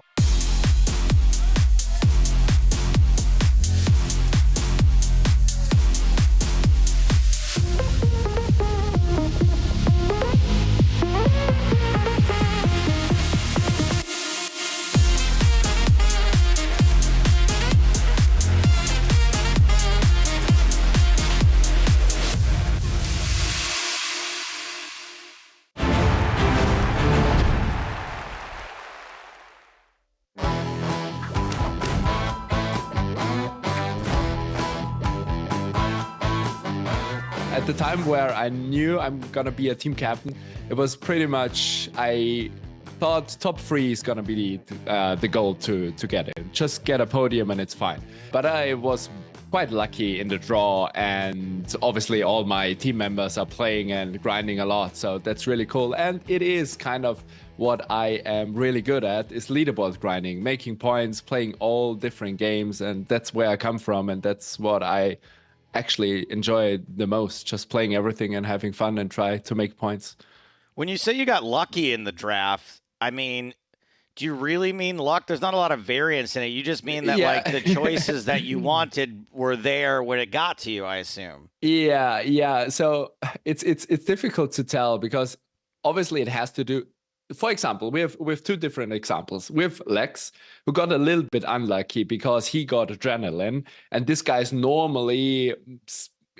makes normally 700 points more, so he's a little bit underperforming, and my guy is a little bit overperforming. So we're gonna get a bit of more points there against the top regulars in the leaderboards, because they are probably just running bad or whatever the reason is, or not playing as much as they used to. On the other hand, we have Spraggy, who just picked very, very bad teammates. So that's no luck involved at all. So it's always a bit tricky. I was just happy on the first day when I see all my team members playing, and that means already that we're doing well. And you sort of caught some. Now, I've apologized a few times on this podcast for your final pick, I believe. Was Wistern, and everyone laughed, and I laughed along because it seemed like the right thing to do, and I'm eating my words because he's performing quite well also, right? Yeah, no, he has almost as many points as I do, so obviously we're doing a lot together, we're good friends, we're having a lot of fun, and it gives us more of a positive mindset and vibe as well for both of us to keep just going. And we both are doing fine, and I know he can play different games as well, and he's not that bad, so he brings the points to the team. And the best part of that pick was I knew that he was playing everything, and that's pretty much the most important part of the whole system. It's just who plays the most gets the most points. Volume. So how is WCoop going for you personally? You said that you and Wistern are pretty much tied for points, right? Yeah. You could probably guess right away. It's not going perfect when I'm tied for points with Wistern. So, now Wistern's catching strays from his own captain. Love it. No, but yeah, the first 1.5 weeks were terrible, but the last week is fine. Now we're getting some runs. Now we're getting some results. So we're still fighting for the first final table. We had a couple of deep runs, but it was really tough the first couple of weeks. But that's a bit sad, obviously, when you try to perform as good as possible yourself. But yeah, that's how the game goes. Yeah, what is your general approach to one of these major series, like a Scoop or a WCoop? Are you literally firing at everything? Are you firing at just the lows and mediums and the occasional high? You know, how many of the 350-odd tournaments are you actually playing? Yeah, so it always depends a little bit how good I'm running. Normally, I'm playing pretty much almost all low and mediums and some highs. But it turned out that I'm not running good and sometimes not playing well either. So I cut out some highs and pretty much focused on most low and mediums. And if I can satellite into some highs and stuff like that, it's good. But yeah, I think I always have to adjust quite heavily there. So it just depends on how we're doing. When you say it's performance based, is that based on like you're just taking an assessment of yourself and saying, hey, I'm not playing very well, therefore I'm making the decision not to play, or hey, I really need a couple of scores here to have the bankroll to play the bigger events, or is it a combination of the two? It's definitely a combination, but more as well. So nowadays, the higher you play, the tougher the fields get. And sometimes the fields are really, really tough and you can get destroyed. And just sometimes you need some confidence booster as well in the lower binds to just feel ready again to test your really, really good opponents as well, because they don't scare away. There's just everyone is fighting back on every pot. So there's quite some tough tournaments. Speaking of fighting back and tough competition, I noticed you posted a video and then an EPT champ decided to chime in and give you a bit of a hard time. Can you explain what video you posted and how Gilly came at you pretty hard? So there was my $55 deep run. 11,000 players started the tournament. It was the mini Sunday Million. Huge run. I had kings, flop top set, and a guy on the flop by flop top set, and a guy check raised me and blasted it and got lucky on the river. And I posted a clip. Obviously, I was super disappointed and whatever. And for me, it was pretty clear that I let him blast and whatever. But I got quite some to not put with the nuts, to put everything in on the turn to prevent busting right away. And yeah, I totally agree that there might be different opinions, and I shouldn't be too single-minded. I should just be open-minded to everyone, that it might have been a good idea to shove turn. Could be a bad one too. I don't know. I take obviously all the hate and the love and whatever people have for me. And yeah, it's just nice that they are commenting on my posts and I get a little boost. So I'm happy with that. Not gonna lie, that's a good attitude. I like this kid's attitude. I'm glad you brought up Gilly though, Joe, because we come to the Dare to Stream competition. And I think I'm right in saying, Seb, that you might be the first and only player to win their spot on Team Pro. Yeah, I think so. Yeah, I think so. And this was in Dare to Stream 2, right? This was the sequel to the original. Wait, Dare to Stream 2? Dare to Stream 2, yeah. So remind us when this was and how you came to take part. So Dare to Stream happened, I think it's almost 3 years ago. So 2.5 or 2.25 years ago, the PokerStars set up again the Dare to Stream challenge. And this time, all the streamers are competing for a PokerStars contract to basically be an ambassador for a year. And yeah, there was just, I started streaming half a year before the challenge started, and I just saw it as my opportunity to get something going there. And I was super hyped to take part in that one. And obviously I've seen the first Dare to Stream challenge. And yeah, I was just super happy, and it's cool to still be around and battling out. I just realized, what if the person at PokerStars in charge of Seb's contract didn't realize that they just forgot to end it after a year, and now they listen to this podcast and they're like, holy shit, this guy's still on the books? What? What? We're still paying him? What is going on? It's time to fix the glitch. Fix the glitch.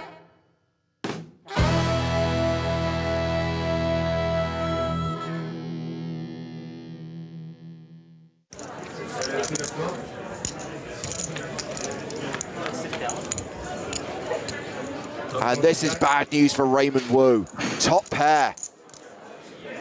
Played that last hand so well. Now he's in a situation where he's almost guaranteed to lose a lot of chips.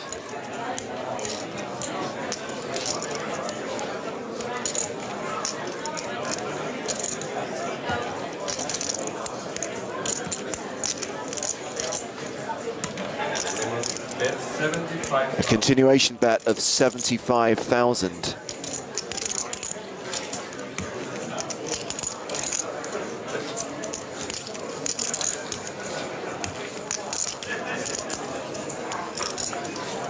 So at this point in time, Joe, just to rewind to October 2009, Dennis Phillips is the chip leader at the World Series final table.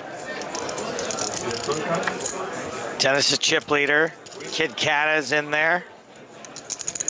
This is the Darwin Moon year, right? Yeah, that's right. And Ivy would have been at that final table also. Yes, of course. Most, if not all of them, in London for the EPT/WSOP-E double bill. As Spindler takes over the betting on the turn, 112,000. Here's a funny story about that final table. When Phil Ivey went broke, I was in the commentary area, which had a delay. That better be 15. And by the time I left the delay world from Ivy going broke to getting into the real world, Ivy was already online on full tilt playing high stakes cash. The glory days.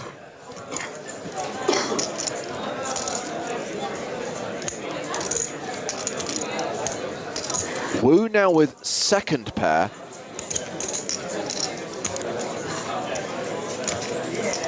And he will call Spindler's bet, this hand going to the river.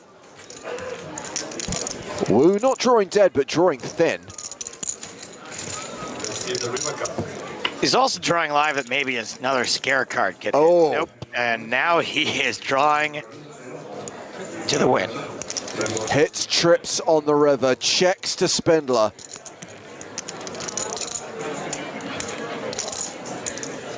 I don't think, I mean, this is a bad card for Benny.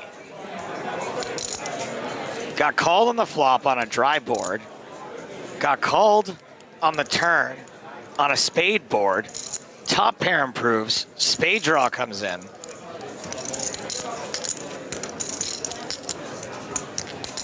Yeah, but you don't tell Benny Spindler what to do. Benny's gonna bet 255,000. 5,000. This move. Oh, Raymond. Is there concern in Wu's mind that he's up against Queen Jack or Ace Jack or backdoor spade that got there? Yeah, for sure. I think there's plenty of reasons to not be like moonwalking around the room before you make this call, but you are going to make the call. It's Benny Spindler. I call. Wu does call. Trip jacks are good. He'll take this pot off Benny Spindler. Benny shows aces. Jack, king. Hey, Benny. Aces versus King Jack. We've seen that hand before. I think last time Alex Gomez was on the receiving end of the bad beat.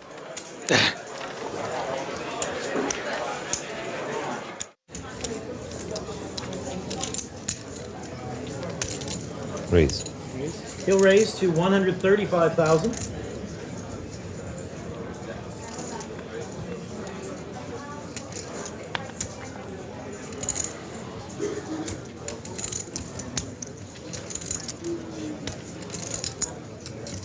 So we've seen a raise from Dominic Cullen in the small blind. Peter Eastgate shoving from the big blind.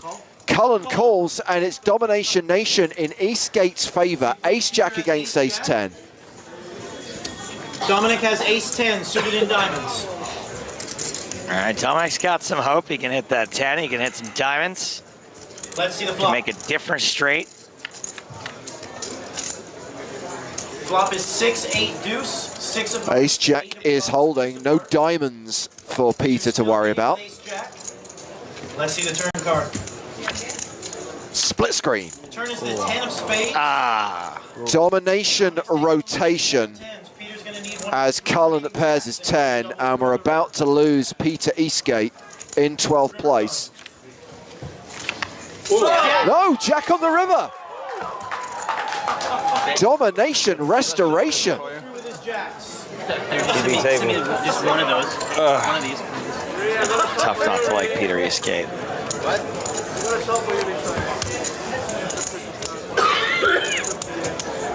Think of how much sooner he would have retired if that Jack didn't hit the river. So horrible. Horrible 10 then. Ridiculous run out, but ultimately the best hand held up, and that sees Eastgate double up and survive. 2, 4, 6. Kareem and Aaron have the blinds. Martin's first.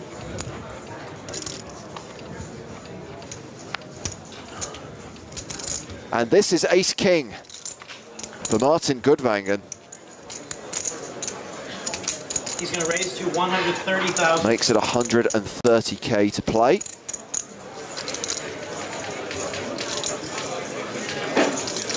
Round to the blinds. Fold it around to Aaron. Gustafsson with jacks in the big. Gudvangen, Gustafsson going at it again. Round 2. He's going to make the call of 130,000. This time, Gustafsson's got a real hand. They're going to go heads up to the flop. And just Gustafsson, calls. yeah, decides just to call and flops a full house. Jack of clubs. Aaron's first. Good thing he already had that hangdog expression on his face. He doesn't have to change it, pretend like he's not happy with this. It's great, just looks so disinterested, and yet leads into the pre-flop aggressor. Chucks out 160k. I really like this lead. You got reputation now for going bananas with 8-4. Nobody's ever leading with a 3 here. Call of 160,000. It just looks so bluffy. Let's see the turn. Turns the 8 of diamonds. I kind of like a check back here. There's really no bad river cards for you. So I check back a lay off the gas a little bit. I think it's really tough for your opponent to have a hand they can call you twice with. You're blocking jacks. There's a flush draw. They're not really going to have a 3. They're not supposed to have hit that 8. I guess you're going to be up against overpair sometimes that can call again. I think this is optimistic. But again, your reputation's as a crazy person. See the river card. So 430k each, and unfortunately for Gudvangen, he pairs his king on the river.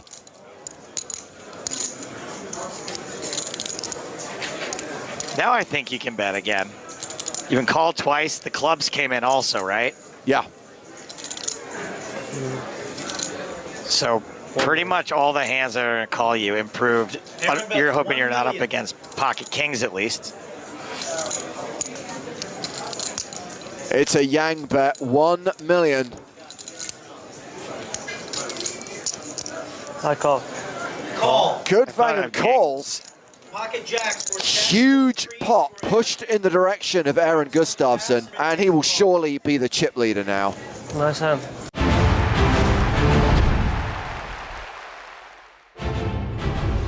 Fast forward to the year 2024, and here we are with the PokerStars European Poker Tour in Cyprus. As day 2 of the main event continues at the Merit Royal Diamond Hotel, Casino and Spa. 1 level down and 4 levels still to play, and we do expect to go hand for hand. We do expect to have world-famous bubble coverage during the final level of the day. For level 2, a new lineup at the feature table, a new lineup at the main stage, headlined by Felix Schneiders. He is one of the big stacks right now with more than 200k, more than 100 big blinds. His fellow team pro, Simon Wiciak, who is a former EPT champion, has a playable 90k, 45 big blinds. Also at this table, one of our gold pass winners, Przemysław Gebrat from Poland, who is the second biggest stack at the table with just shy of 50 big blinds. As we go to level 12, 1k, 2k with a 2k big blind ante. It's James Hartigan alongside Nick Walsh. Hello, hello. Thank you for having me. And Nick, while we're waiting for the action to restart, one of the things we touched on during the first level of the day was the upcoming Spin and Go Championship at EPT Prague before the end of the year. Am I right in thinking that you've been involved in the format? You've been involved in consulting on how that's going to work?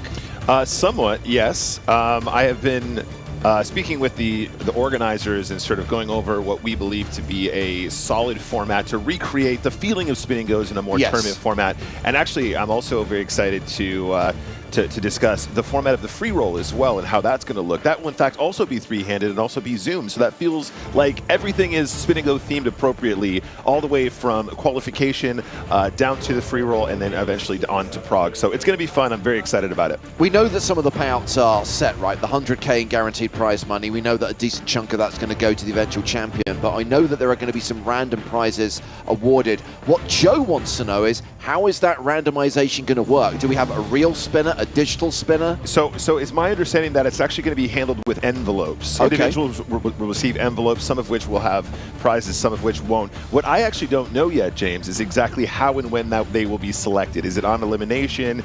Is it during a designated time? Is it round 1, round 2? In any case, guys, if you want more information about that, Google the Spin and Go World Championships. You'll get a little bit more insight into what that means, how to qualify, and also, James, don't forget that if you are late to the game, there are several periods of qualification. Yes. There's actually 3, I believe. So if you guys have missed this leaderboard, it is a very involved qualification process. You will have another shot starting from 0 points. So definitely check it out if you want to get involved.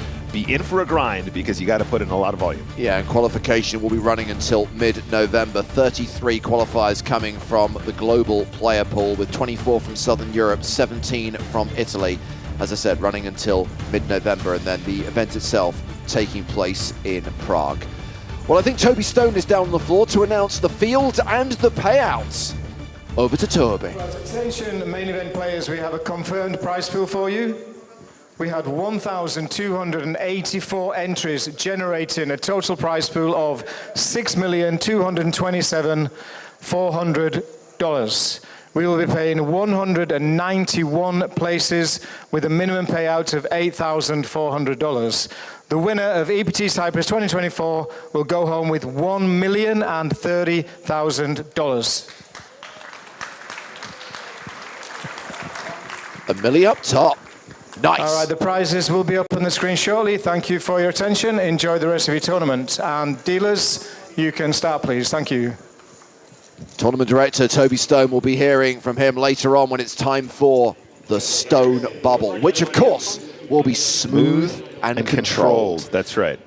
So 191 players getting paid, min cash $8,400, and more than $1 million up top for the winner. This event rather confusingly being paid in US dollars. In USD, that's right. Don't forget it, chat. So level 12 underway, first hand of the new feature table. The under-the-gun player here is Kemal Aslan from Turkey. Queen 6. Fold. Faults. 5 fold. Round to Felix. X-Flix came into day 2 with a decent stack and has increased that stack over the first level. He's raising here to 4,000 with King Jack, and we get the accidental flash of a card from Samir Mukwem. I'm really excited about this, James. We actually don't get a chance to see cards up Schneiders too often, although he has been on the live scene a lot more in recent years. So this is cool, and I hope we get more action from Felix. Huge fan. I was watching Felix's content basically since I started watching Twitch, so it's really a full circle thing to actually work with him on Team Pro now. So Kabrat, the gold pass winner, has flatted with 3s, and Emilien Petavi also calling in the big blind with Jack 10. We are going 3-way to the flop. And it is Ace, Queen, 4. So straight draws for Pitavi and Schneiders. Kabrat still ahead right now with 3s. Schneiders is going to bet 5K exactly on the dime. That's my first prediction of EPT Cyprus.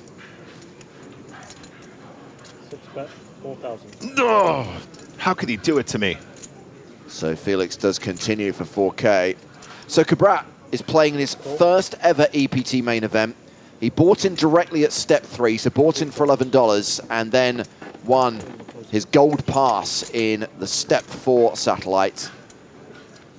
He brought his family to Cyprus. They're here soaking up some sun while he is playing on day 2. Hey, James, can we talk about this float with pocket threes on ace, queen, 4 with one player to act behind? You say float. He's got the best hand, Nick. Yeah, you know what I mean? Obviously a somewhat sus call, I should say. 8 check. And we'll take the check on the turn. So the board has bricked out for Felix. I mean, if you have pocket threes, you're not loving life. And if Felix bets here, tough to call the river with just threes. Yeah, I mean, the weird thing about this is obviously the player in position can still have hands like king 10. Oh la la. I let you win with pocket threes. That's no good. Bad, Felix, bad. Now, how did that happen? James, if he had bet 5K on the flop, I'm not going to say he would have definitely won the pot, but me and Schneiders will be having some conversations later about that massive misstep. So confirmation of the top payouts. Total prize pool with 1,284 entries is $6.2 million. We're looking at 6-figure scores for the top 8 with a 7-figure score for the winner, just over $1 million. And a min cash worth $8,400 with 191 players making the money. And right now the field is at 349. So still a few players to lose before we get anywhere close to bringing you world famous bubble coverage on day 2 of this EPT main event. It's a very good chance Maria will be joining us for the bubble because she'll be joining us live via satellite once she has woken up, bearing in mind that she is 10 hours behind us in Los Angeles. Yeah, that's right. Would love to hear from Maria via satellites. Also, guys, look at this venue. It truly is a fantastic spot for poker. Loving the chandeliers. What you guys can't see is those sort of royal boxes along the balconies. The balconies, yeah, those are really nice. This time I go. Only. You have to look. I have to look. You don't have to. Oof. Oof. I really thought so. Not many bigs. Kamal Aslan here. Oh, he's not going to tell you yes, sir. Yeah, he's got the very bottom of his range here. It was a blind v blind spot. Does make the right fold, although we are getting into almost an ATC calling situation here, James. Kamal Aslan now only 3 big blinds before the start of the next hand. You missed some value there. In fact, might actually be 3 behind with the small blind in now. I promise you first. That's true, yeah, exactly. After. Yeah. I'm going to look for it. I'm going to remind you, don't worry.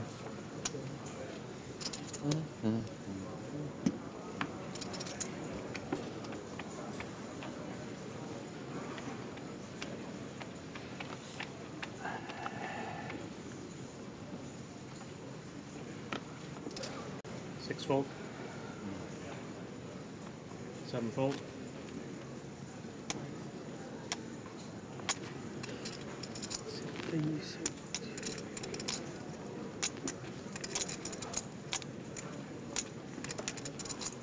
Eight raise, 5,000. Kubrat raising with ace-10 of clubs. Wiciak folds. 1 fold. Round 2. Emilian Pitovi with king-4 of diamonds. 3 fold. Aslan in the small blind. 8 deuce of hearts. Yeah, this is desperate here, James. This is super hyper danger zone territory, but he just doesn't have enough for not even enough to gamble with, you know what I mean? Not even like a 5-6 suited, cheeky 7-8 suited. Georgi Sandev, king deuce. Also a short stack, guy, I should point out. 8 big blinds behind after putting in the big blind ante. This feels like you can still just call, James, and kind of see how it goes here. It is a good price, especially with that dead money from the big blind ante in there. Queen, Trey. Ace high still ahead.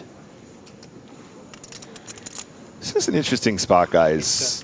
I feel like if there is a bet here, there are some sort of outlandish maneuvers you can make with the king deuce suited. You are blocking king queen. That's important. You do have the backdoor clubs. You know, I'm not sure if in the moment you could find it, but there might be a move facing the continuation bet. Goes check on the turn, though.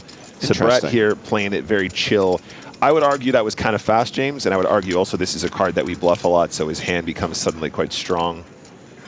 his range, I should say, not necessarily just his hand here, but as we can see, very nice top pair. And now looks at his chips, going to try and get some value. 6,500. So the first feature table, Nick, we had one of last year's finalists. And this guy, Sandev, looks a lot like Jose Gonzalez, who was the third place finisher in last year's Cyprus Main Event. Jose Gonzalez, the musician? No, the guy with the beard. Oh, right, that guy. Gotcha. Does he look like the actual musician, Jose Gonzalez, as well? What does he look like? Ah, overqualified again. Smell them, man. Yeah, feels like that's the right line, though, with a king deuce, but it's a bummer when you only have 6 big blinds behind now in Georgi Sandev's shoes. So Kibrat now playing 120k, and above average stack, 60 big blinds.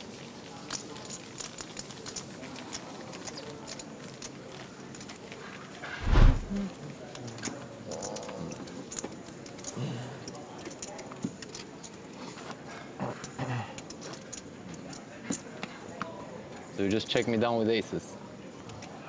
No? But you had aces. No. No. He had an ace. No aces.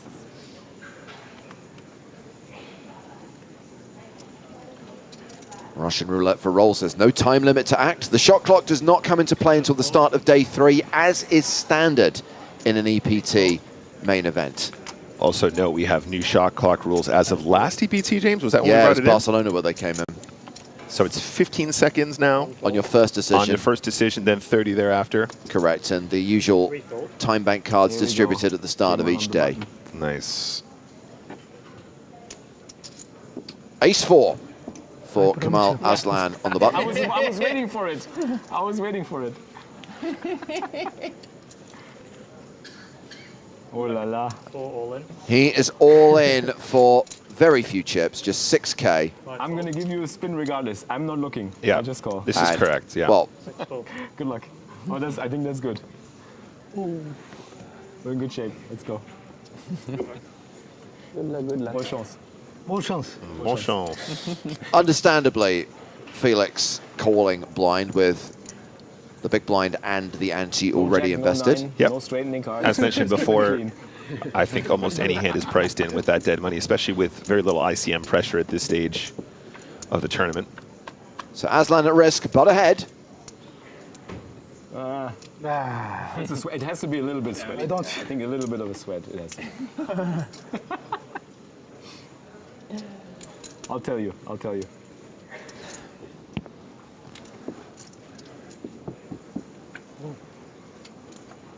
And there is the 10 on the turn to give Felix the straight. Aslan drawing dead and KO'd.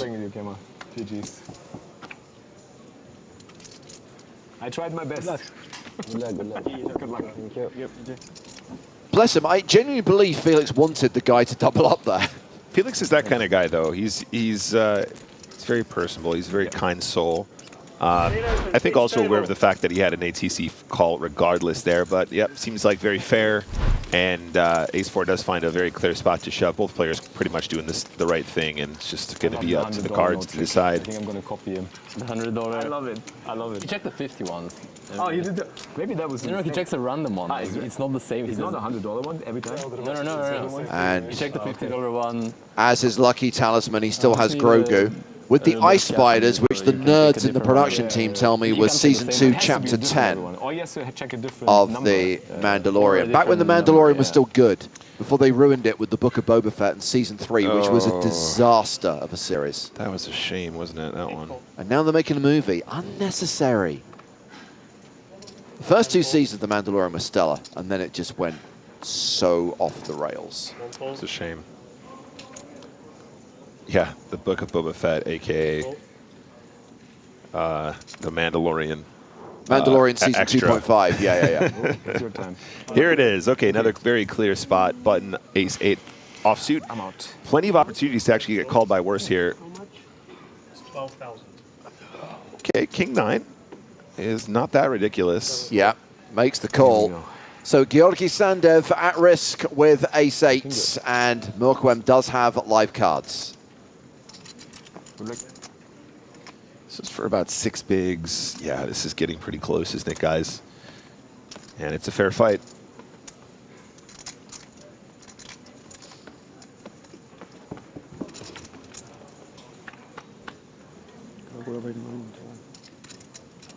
Safe. Queen 5-4, ace high holding.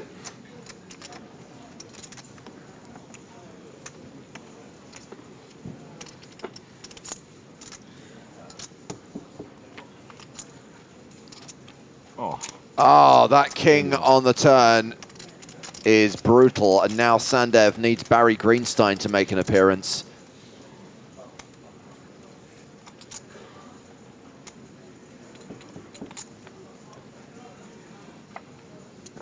No ace on the river, it's 2 pair for Mokuem, and so Georgi Sandev is eliminated. GG's again, fairly standard stuff from both players.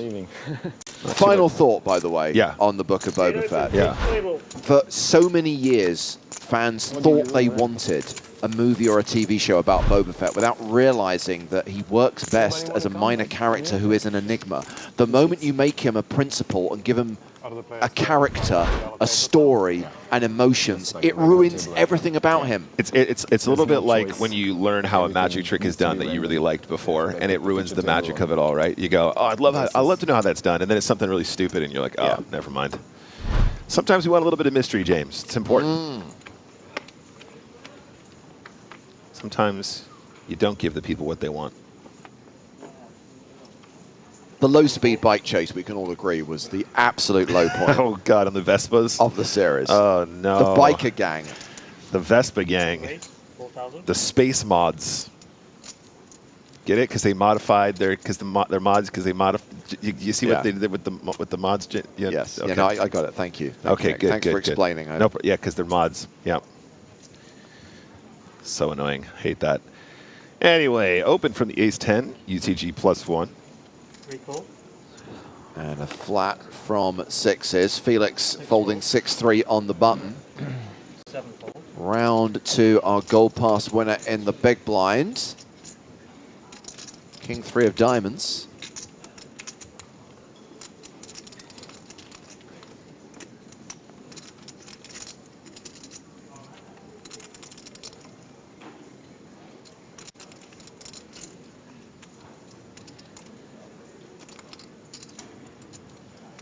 Wonder if he's considering a little tree bet here. Raise 16. Ooh. Raise 16,000. Oh, I love this. I love this. This feels really nice. Ace-10 kind of just doesn't have a lot to do here now. This actually might be a reasonable sort of click back 4-bet with this combo, but I think calling is kind of out of the question at this stage. Without the suited element, that gives it better playability. Don't forget, there's still a player to act behind, so the call kind of invites 3-way action out of position, which really sucks. I think this is very, very reasonable. 6s still got a few big blinds behind to call, but we're getting on the shallower side. 36 big blinds behind Pitavi here. Now is the time to pick a 3. So it gets expensive to try and quasi-set mine. Ah, legit. Way too legit. Yeah.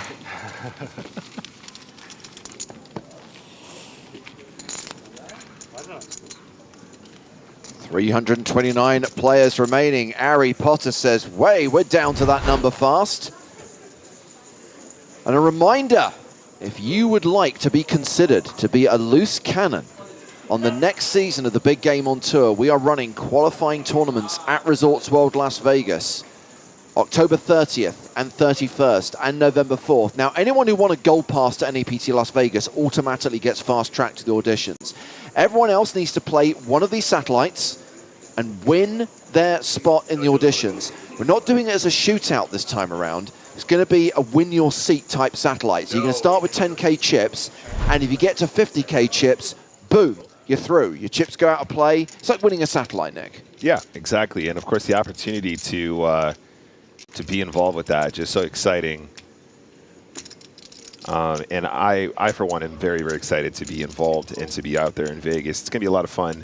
last year I think was a huge success. And if you guys want a good excuse to go to Vegas, why not make it the NAPT? Check. That pizza place that's downstairs from the room.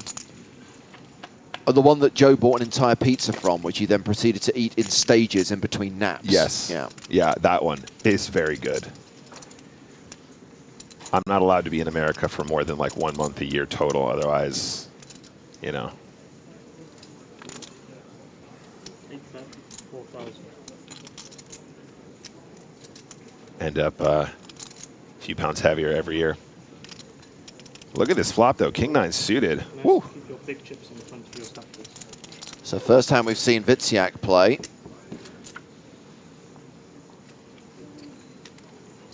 And did have the advantage on the flop, but now a pair of 9s for Cabrat.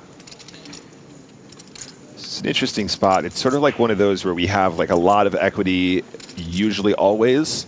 We also kind of have very considerable showdown now as well with the 9. So it's kind of like do we want to continue turning our hand into a bluff and bloat this pot where we might get raised? I think the check is much more reasonable. Your opponent will have worse 9s where you outkick them. Your opponent will still have 5s. They'll have an assortment of things that you're beating with the King 9 on the turn. So why give yourself a tough decision? And now when we see the check on the turn, James, I think Wiciak doesn't have a jack that often anymore. He might not even have that many 10s, because those are combinations that probably like to bet in position. So at this point, there might even be a blocker bet. Try and get value from a 5, value from like an 8-9, something like that. Sure. I think blocker bet might actually be an extremely spicy one, especially when your opponent is somewhat capped by checking the in position. Big bet, 3,000. Yeah, that's what we like. This is exactly what we're discussing here. This sort of quarter pot, sort of blocker bet size. Spicy. Simon, you want to pick? Yes, this one. Ooh, I don't know. Simon wasn't pleased about that. So, Nick, I've just been sent the pie chart, the breakdown of nationalities in the field of this EPT main event. Yeah. So, if it was a bluff, very sophisticated. I'm going to give you a clue. Traditionally, and if we look at EPTs that we've had already this year in Paris, Monte Carlo, Barcelona, France is normally the single biggest slice of the pie. Yeah. More players from France than any other single country. That is not the case here in Cyprus. Would you like to hazard a guess which country has the most representation in the EPT Cyprus main event with 14% of players? Okay, I'm going to go out on... And I'm going to give you a further clue. Okay. There is no player from this country currently at our feature table. Okay. Don't embarrass yourself, Nick. Okay, yeah. Okay, cool. So that means it's not. I'm going to help you out here. Yeah, Germany. It's not Hungary because we just had a Hungarian player join the table. This is Istvan Toth. It's not Germany. It's not Lebanon. It's not Poland. It's not France. It's not Estonia. Hungary. I'm going to say, for some weird reason, it's Spain. Spain make up 5% of the field. So 3 times that is what we're talking here. 14%. Okay. I can tell you the UK is second with 7%, Germany 6%, France 6%, Turkey 5%, Spain 5%. Budapest 200 kilometers. Okay. I'm going to tell you that the answer will probably not be popular with some people. My tattoo artist is Hungarian as well. I think he's from Budapest. All right. Put me out of my misery, James. Russia. Okay. You know what? Actually, before you said the whole flag thing, I was going to go for that, to be honest.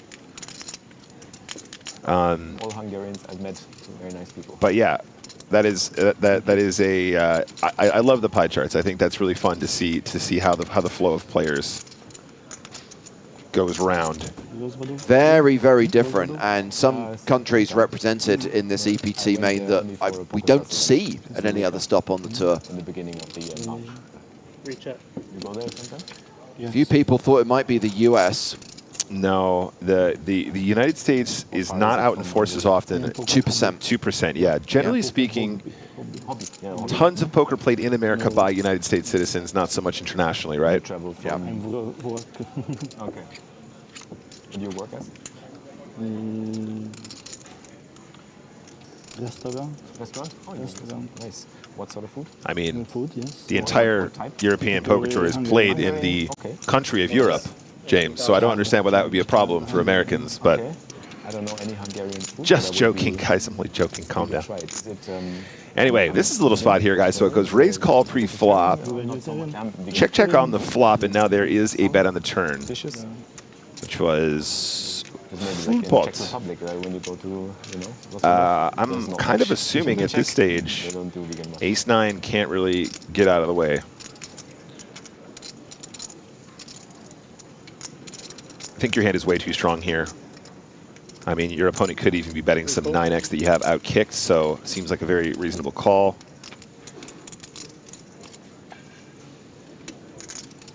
Jack on the river.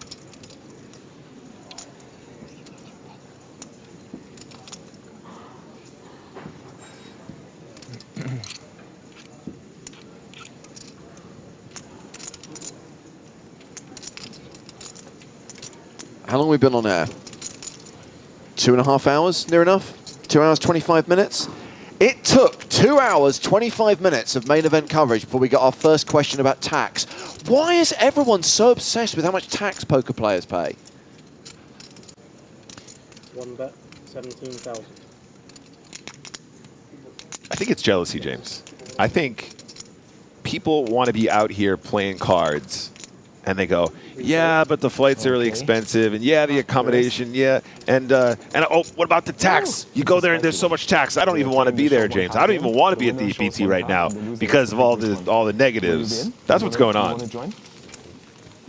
So if you win a hand, the loser of the hand gets to pick one card. Oh, Felix is trying to get some little side hustle going. I thought they already had it agreed. But if he's out, okay, then we start the game. Then we probably start. Oh, okay, they had it set up ahead of time, but he's not interested. Okay, that's a bummer. So that was actually a really good fold from the ace-9, though. There was a little bet and then a fold. Nice fold from the ace-9. It can be very easy to get sticky there. Pitavi has managed to avoid a couple tricky spots so far.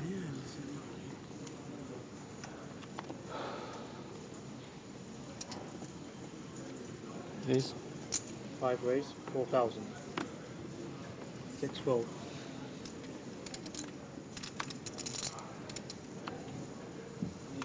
7 fold.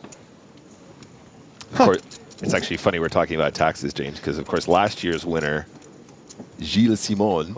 I believe his online handle is Taxation is Theft. That's correct, yeah. which, by the way, he is very keen to point out is an ironic name. Yeah, I know, but I actually, that lives rent-free in my head for some reason. He's one of those players I'll always know by his online handle. So much so that when I meet him in person, I forget his real name. 3 fold.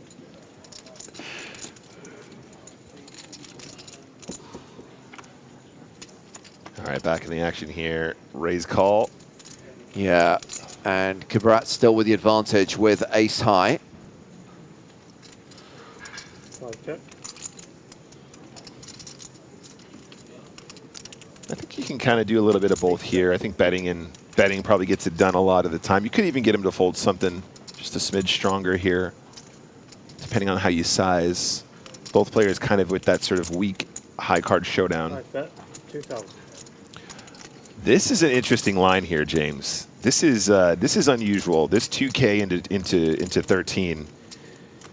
This to me it's starting to feel a little bit like a feeler bet, James, for lack of a better term, because I don't think it's a thin value bet.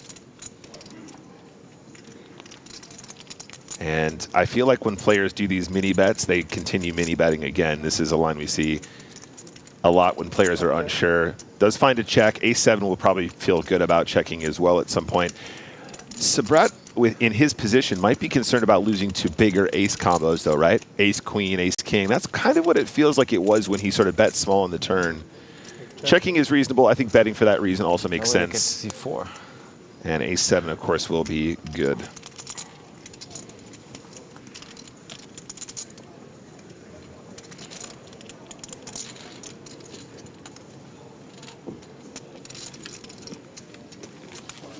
Half an hour played on this level, and we're down to the Ted Rogers. 3, 2, 1. 191 will make the money, and we expect to burst that bubble during the 5th and final level of the day, with play concluding, I was going to say around 10:30 this evening, but we saw in Barcelona how much time the bubble adds to the day. It might be close to midnight. Do you remember how long it was last time in Prague, James? I feel like we got a pretty speedy exchange last year. Yeah, I'm slightly concerned about the bubble this year. I don't know why. Another new player coming in, and I talked about different countries being represented. This is Chakib Miri from Tunisia. Tunisia, yeah. Well, love it. We keep the table somewhat international.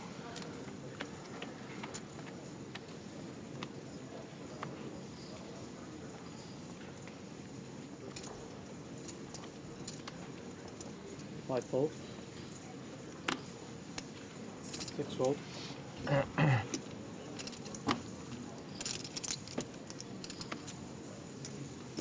7 fold. Vous parlez l'arabe? Oui. Infaq. الحمد لله مليح شكرا. English or German, please. 10 fold.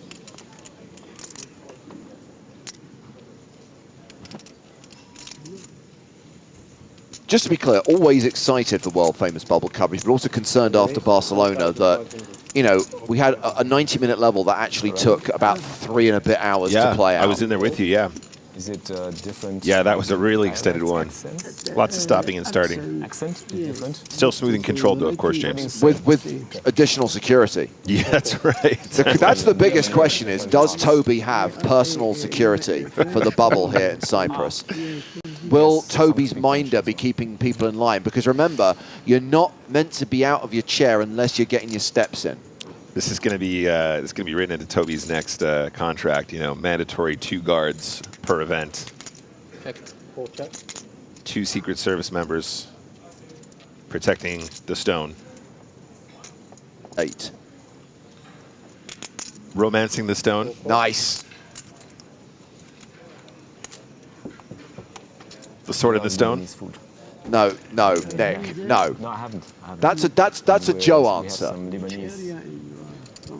Köln, Cologne. What? What do you mean? You know, you've been? Yeah, it's never got out of the city. I've been living there my whole life. So where are we at here? Mary's still ahead, right? We have some Lebanese restaurants there. And when I go to other cities, I also I know with the Lebanese, they always have vegan options for me because I'm vegan. They have like falafel and all these things. And Tabbouleh. Yeah, tabbouleh, shawarma, and even like vegan one. So it's really good.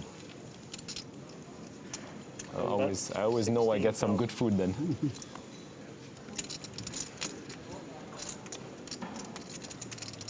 Play poker only?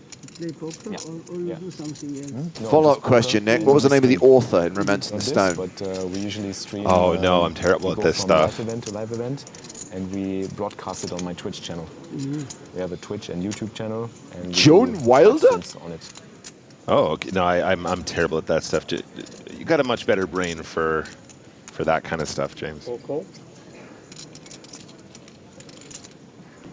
16,000 apiece on the turn. The river. I have a big shipping Another queen. Shipping company. I used to be agent of Hamburg Süd. Hamburg. Ah, okay. Unfortunately sold to, has been bought by Maersk. Okay. Copenhagen. Uh-huh. Got you. Yeah, I'm in Hamburg quite often. Very nice. Hamburg. There's The a new marina is very nice. The new marina is nice. We just came from a poker tournament in Hamburg. They have Casino Schönefeld. Have you been have before? been one Yes? time, yeah. Nice. One check. Book tournament? Yes, a PokerStars tournament. And in Hamburg? Yeah. King High is good. 1,000, 1,100. 1,000. 1,000. Too much people? Too much players? It's very small. It has only 20 tables. So it was like 700, 650 entries. But very nice because we don't have much poker, not much tournament poker in Germany anymore at the moment.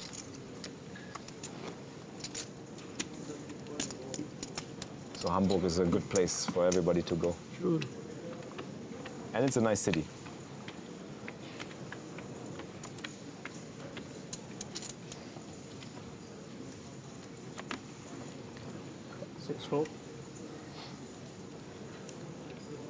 7 fold.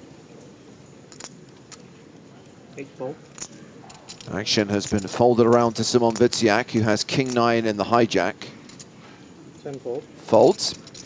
So we've clarified this player is actually John Ander. He is Spanish but resides in Estonia and is playing under his Estonian residency in this tournament. Raise 4. Emilian Pitovi opening here with 9-6 of spades on the button. Shakib Miri with ace-4 in the small.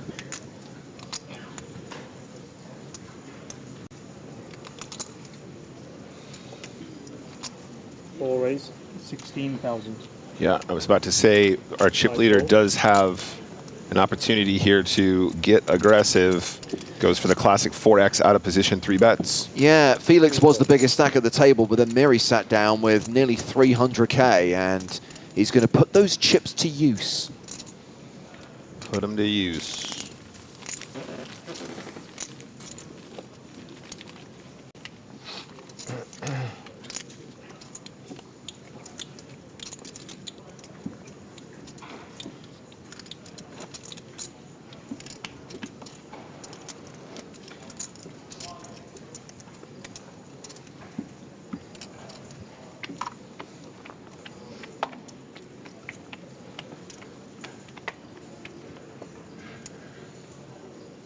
Better with the sliding now on the feature table, huh? The last EPT was a little bit like the sticky felt.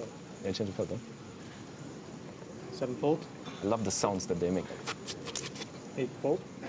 Yes, we did have felt problems in Barcelona, which made it very difficult for the dealers to keep their flops clean. But big blind. that problem's been resolved. Always got to keep the flops clean. So Wiciak is open with Queen 10. 3 fold. Round to the table, chip leader on the button. Miri with 7-3 offsuit. Folds. Istvan Toth. Ace-King in the small blind. And interestingly, he has not re-raised, just calls. Yeah, this is interesting. Off of a 40 big blind stack, just opting to do something a little bit deceptive. Does invite Felix into the mix, though, of course, which reduces your equity immediately, regardless of holding. So 3-way to the flop, which is 8 tray deuce, so top pair for Felix. Blackjack. Yeah, and you know, there you go. This is what happens. You invite more action, invite a little bit more variance when you probably could have taken this down pre-flop. No, 10 bet, 5,500. with no contest, as it were. 5 fold. What was the name of the ice planet in Star Wars, James? Hoth. Not Toth, okay. Yeah, it's a bit of a tricky spot. I think Felix can only call here. I think folding is out of the question. Just weighing up his options. I think a check raise here with Jack-8 feels a little bit unusual because I feel like he'd run into a lot of trouble, but let's see how Felix feels. 6 raise. All right, does decide to go for the raise. 10 fold. And I think under these circumstances might end up working. I don't know how sticky the ace-king feels when it's... They might feel like they're under rep pre-flop, James. Whoa. Now he decides to get aggressive with the ace-king? Wow. And this is kind of the action that I was making reference to. Not necessarily that I would expect him to shove here with ace-king, James, but Didn't expect that. reactivating the action with the Jack-8 does invite chaos. Doing this? It's not nice. You've got top pair, and what draws is he doing this with? Yeah, exactly. That's the tricky bit. He's played it unusually, but this is a very strong line. But also, isn't that the guy that Felix needs to get rid of so he can play his game? Exactly. that does increase your equity. Yeah, this is wild. This is really, really wild.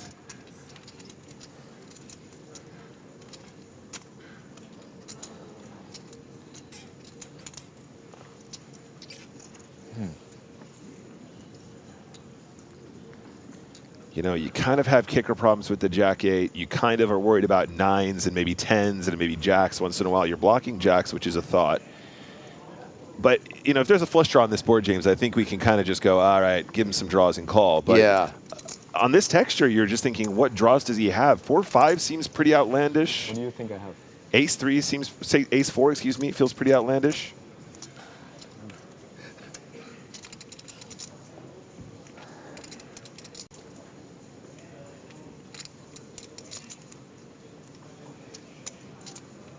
I have a good hand. I hit the board. I'm worried about the kicker.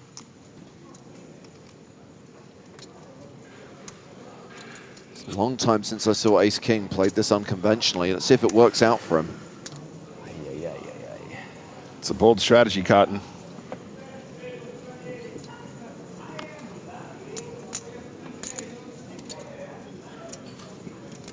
Flatted pre, flatted the C-bet from Wiciak, and then raised all in when Felix check raised. I fold and you show 4-5 or ace-5 or ace-4. It's humiliating. My viewers will hate me. Yes, they will. It's too late. They already do. Just kidding.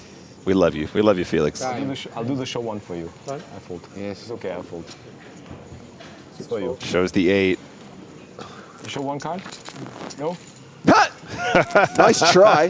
I will look in 30 minutes. Solid attempt, but wow. Unconventional aggression from the Ace-King, and does take it down. I really feel for Felix there. I feel like that hand usually just goes his way, James, but that's what happens when you find the raise in the flop. Definitely can cause complications.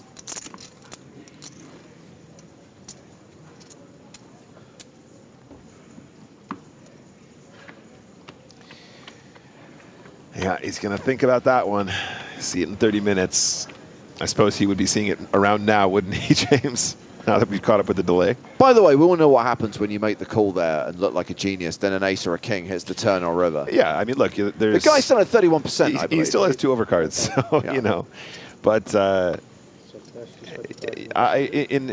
in a way, I feel for Felix because I think probably on another day he just wins that on the flop quite often with the raise. So kind of just runs into a very unconventionally played ace-king, and it's an unusual one. Okay, so we've only seen one of Kibrat's cards, the Jack of Clubs. He's opened under the gun. Petevy with 10s, and what's he playing, around 25 big blinds? Yeah, this is a tricky one from this position. I think there's calling here. There might be some 3-betting. I don't think we're shoving yet, James. I think this is a little bit too deep to have shoves. I think you still want to have 3-bets, and 10s probably is good enough to 3-bet call. Okay. I think a call would also be very reasonable pre-flop. 11,000. Yeah, this is what you'd expect. This seems like about half the frequency. 4 fold. 5 fold. You note the size here as well, guys. If we want to have 3-bets at 25 big blinds effective, we need to size down here, and that means that we have a cheaper way to bluff and then also a more reasonable way to get value when we have our much stronger stuff. So action back on Kibrat.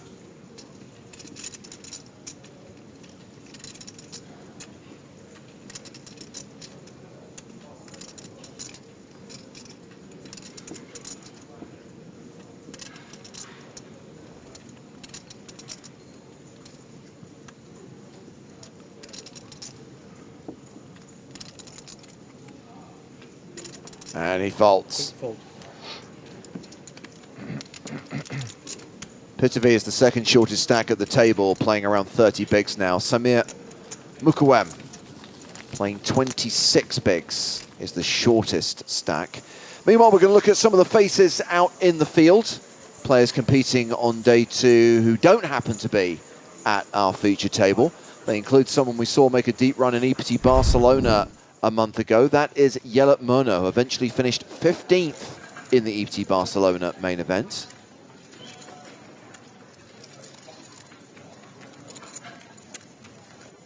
Also out in the field, Steve O'Dwyer, recently married. Super crusher extraordinaire. A player who was on our feature table earlier and the winner of the most recent EPT. Barcelona champion Stephen Song. I'm really happy you decided to come back for this one, James. Love this guy. Love his energy. I know Joe's a fan too, but looking good. Back in the mix.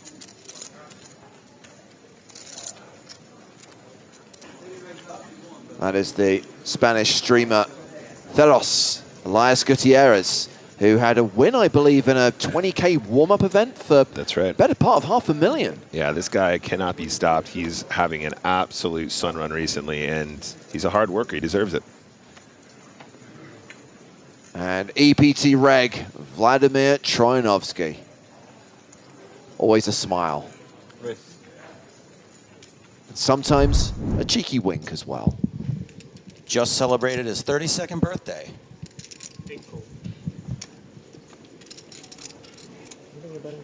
The return of Joseph Stapleton. What's up? Hi, Joe. Celebrat good times. Come on. As 7-5 of clubs up against ace-8.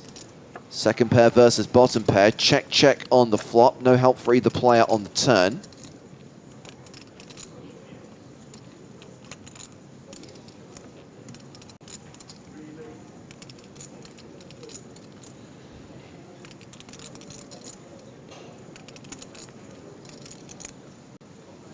Sabrat just weighing the options here. When it goes check, check on this flop, does the 5 want to go for some value slash protection? I can tell you one thing, ace-8 is not folding on this turn. I'd like to have slash protection.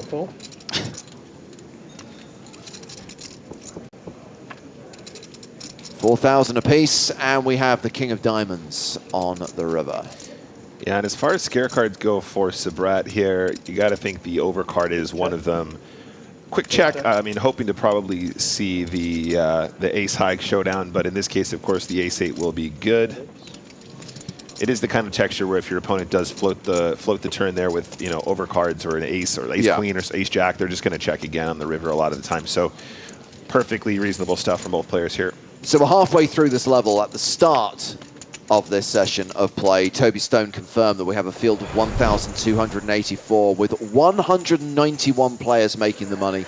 A min cash is worth $8,400. And up top, the winner of this year's EPT Cyprus Main Event is going to get just over $1 million, the single biggest slice of the $6.2 million prize pool. That is a steep, steep climb from second to first place money. 400 grand? That is harsh. Just a little jump. Hop, skip, and a jump. That is frickin' harsh. Yeah, this is exciting. I always love to see at least $1 million for first here. What was the number last year, Joe? Was it 1-3 something? Have to check in. I don't think it would have been that much more. I thought we were in the 1-3 area. Can we get a confirmation on that was last year's total runners? Also, as long as people are looking things up, what's the weather like in Orlando today? Yeah. Just as long as we have the power to do that, even though I have a computer right in front of me here, I could easily look it up. Wait, 1 second. Statric is typing. Nope, never mind. Unrelated. Min cash around 8 grand, by the way. This 5K buy-in main event. Batavi, King 6 suited.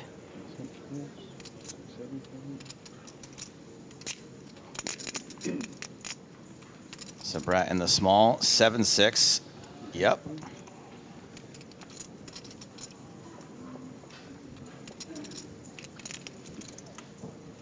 And Simone with a very defendable Jack-9 suited. In with the diamonds.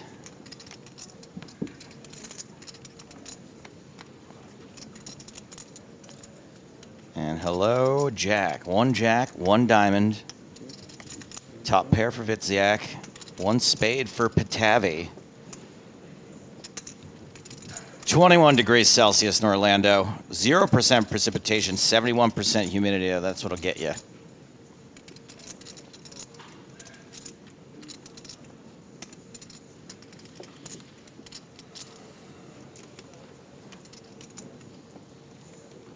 Wiciak checks to the pre-flop aggressor, who is going to feel compelled and looks like is going on the big side. 7,500. into 11,000. Not gonna work.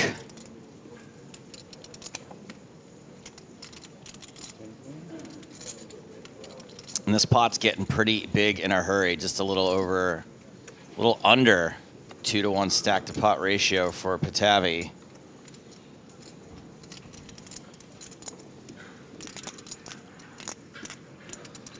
Yeah, and when we check call flop, I guess we continue checking now as well, especially against that earlier position open. Pateychuk does pick up a gutter here. I mean, I don't know if trying to represent 5-6 is necessarily something that's on our radar when we are UTG +1. That doesn't seem like it's part of the range. So it might just go check on the turn now.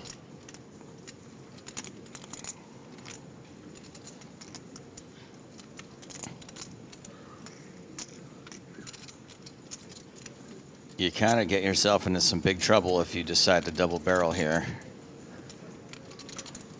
Not leaving many chips. Kind of painting yourself into a corner. Yeah, you're quite right, Joe Pateychuk. Not many behind. Wow, is going to fire. Takes one step closer to the edge. That's 17,000. Leaving himself about a 0.75 stack to pot ratio. Actually, it's going to be less than that when the bet's called. Yeah, and Wiciak with a very reasonable top pair. I mean, at this point, you know, just losing to sort of the ace jacks, king jacks, queens, kings, aces. There's a solid argument here that Pateychuk won't have many sets on this texture, given the fact that started quite shallow to begin with and was opening from earlier positions. Some of those smaller pairs just come out of the range completely at this stack depth. So it does call. And the river is the queen of diamonds. So don't expect that to have hit too many of the hands involved here. And Joe, like you said, kind of set up for this river shove potentially, but when your opponent calls flop, calls turn, suddenly their range gets a lot stronger. The flop call can be all kinds of stuff, right? The turn suddenly becomes a lot stronger.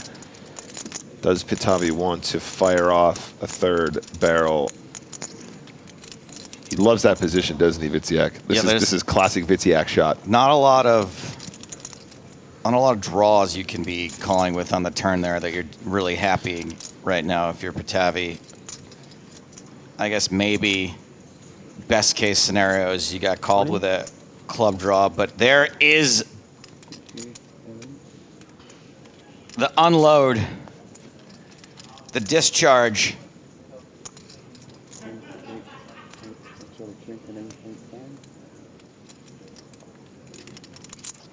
Squeezing the last bits of toothpaste out of the tube. River bet. And yeah, obviously the glasses come up now. No need to hide any more tells. It's a call or fold situation. And at this point, Joe, the issue is he's got a great price in a spot where his opponent is probably incentivized to fire 3 as a bluff, but he's going to have a strong range from that position. It is not going to be king 6 of spades very often, is it, Nick? No, it is not, no. Oh, we all would love to see one. Wiciak does lay it down. Nice move. We cannot share the Yeah. on the river. Yeah. And you have to think, Joe, if it's not an overcard to the board and it's more of a brick and the river shove comes in, do we still see the call from the Jack-9? But nice move there. And kudos to Pateychuk for finding a pretty aggressive move that worked out. Is that river card that relevant? Don't you end up just thinking like you're up against ace-jack? Well, right, no, of course, you're concerned before the river, right? But I think the river just kind of gives you even more reasons to be worried, you know. But yeah, really, really interesting one there, and does make it work for him. Sets, I guess. Well, your team probably will have a report for you. Oh yeah, for sure.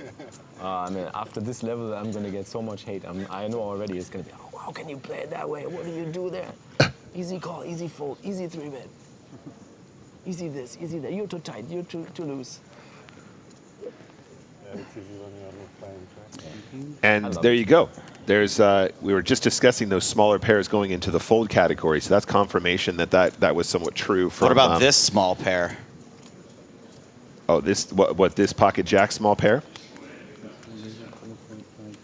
Jacks are going to open here, but yeah, confirmation that some of that analysis might be right. Even after stacking up there, we do see Pateychuk just getting away from the small pair, even at now 44 big blinds effective.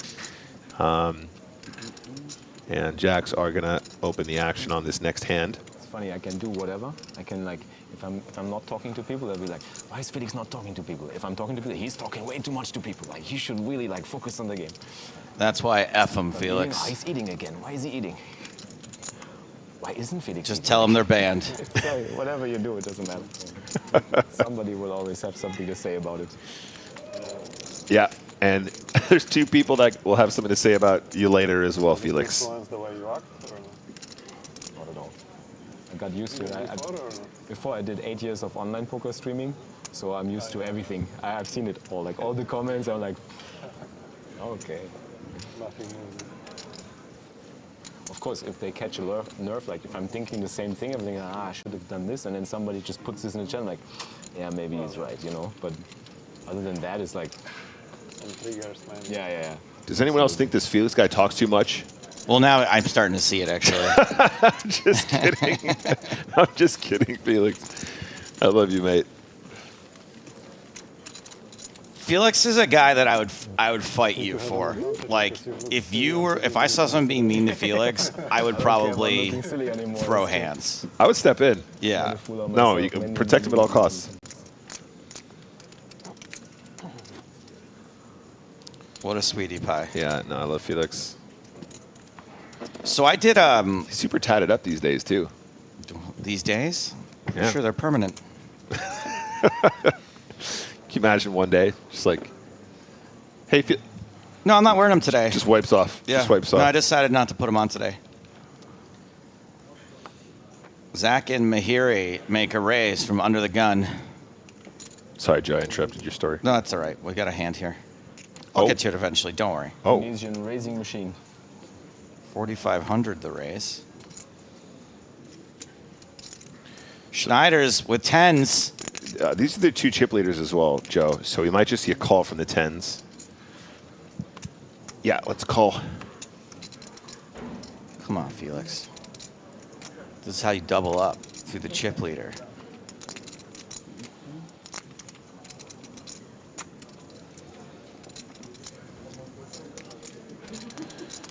Wiciak got a little something. King 10 on the button. I think we just fold most of the time, but Wiciak is going to find the fold this time.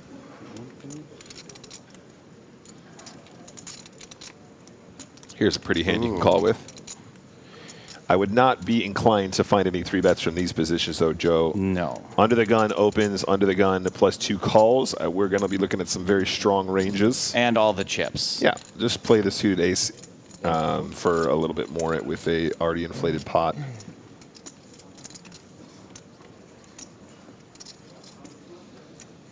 Nine, 5, 4. Top pair for Pateychuk. A dangerous top pair.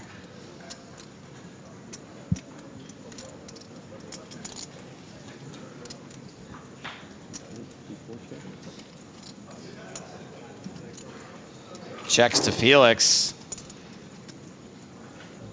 Any desire to protect on this 9 high board? Just value bet, yeah, absolutely. Just feels like a very clean spot to just put some chips in.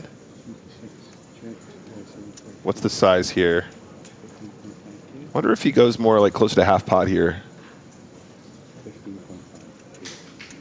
Looks like it might even be more. Yeah, actually. Ooh, wow. I like the size. This is actually very, very cute from Felix. It feels kind of face up to me, but I guess it's not really a problem, is it? Like, It feels like jacks or tens to me. Or you know, something as strong as maybe Jack 10 of hearts, or you know, Queen Jack suited with the hearts or something like that. But yeah, no, this is good. Like, Felix is recognizing this is a texture that's going to hit the big blind often, and probably going to get under the gun to fold equity often as well. So size is up and is accomplishing exactly what you want to do here. Turn 3 of spades. I know what you mean, though, Joe. It's like, I think from a balance perspective, like just above half pot feels like a size you can use with bluffs. More balanced, yes. But you know, at this point, it doesn't. I don't think it matters too much. I would say that it feels like please no turn card. It does, and also it feels like you're going to get a 5 and a 4 to fold way more than you'd like as well, right? Which will be in the big blinds range more than the under the gun, but it's still, I think, a nice adjustment, and I think it's one that gets you paid. Ooh, look at that cheeky glance. Patavi loves to lead.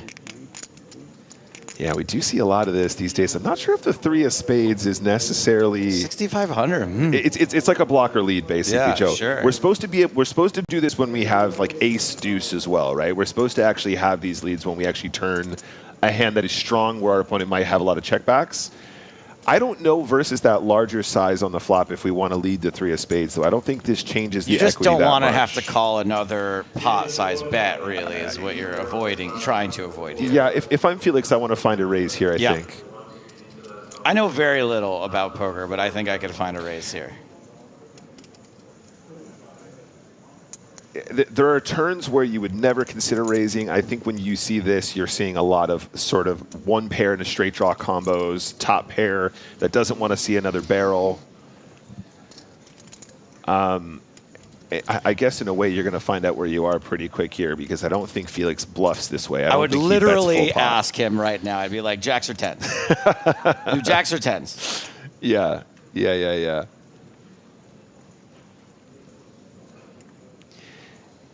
It would have been interesting if it was the 3 of spades. I think those are the kinds of turns Patavi can actually start leading small.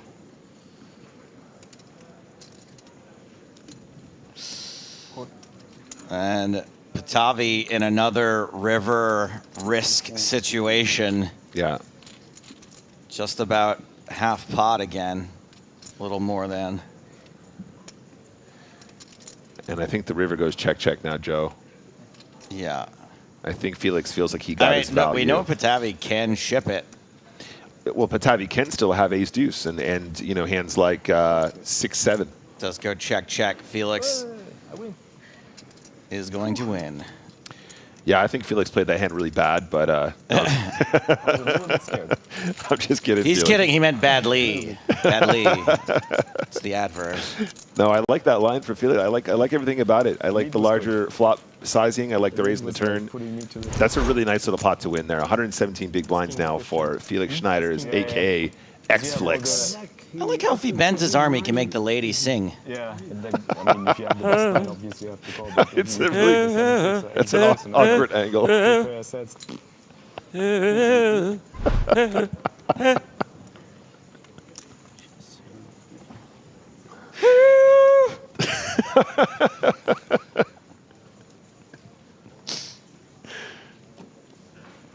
Yeah.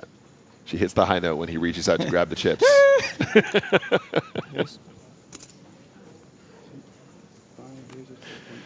Next hand, hand number 51. Toth. I have a toothache. 4,500. Fold, fold. Wiciak, fold. Ander out. Patavi, nuh-uh, in the small blind. Shaka Miri has a 7. One of the best 7s. Top 4-7. Top 4 indeed.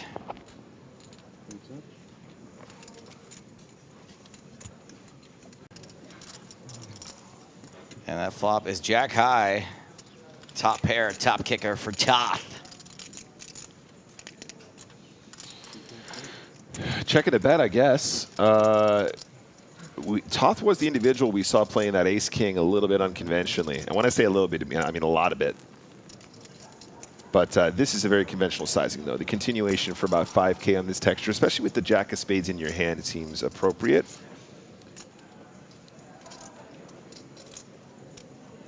Your opponent very unlikely to have sort of a top pair in a flush draw scenario. Of course, almost impossible when you have the jack of spades. And therefore, just the sort of 1/4-ish, a little bit less sizing is fine. 1/3, excuse me. That's what I meant to say. And after those exchanges, that's a look at our feature table chip counts, Joe. Miri and Schneider still on top. Schneider's a little closer to Miri now. After those 10s held.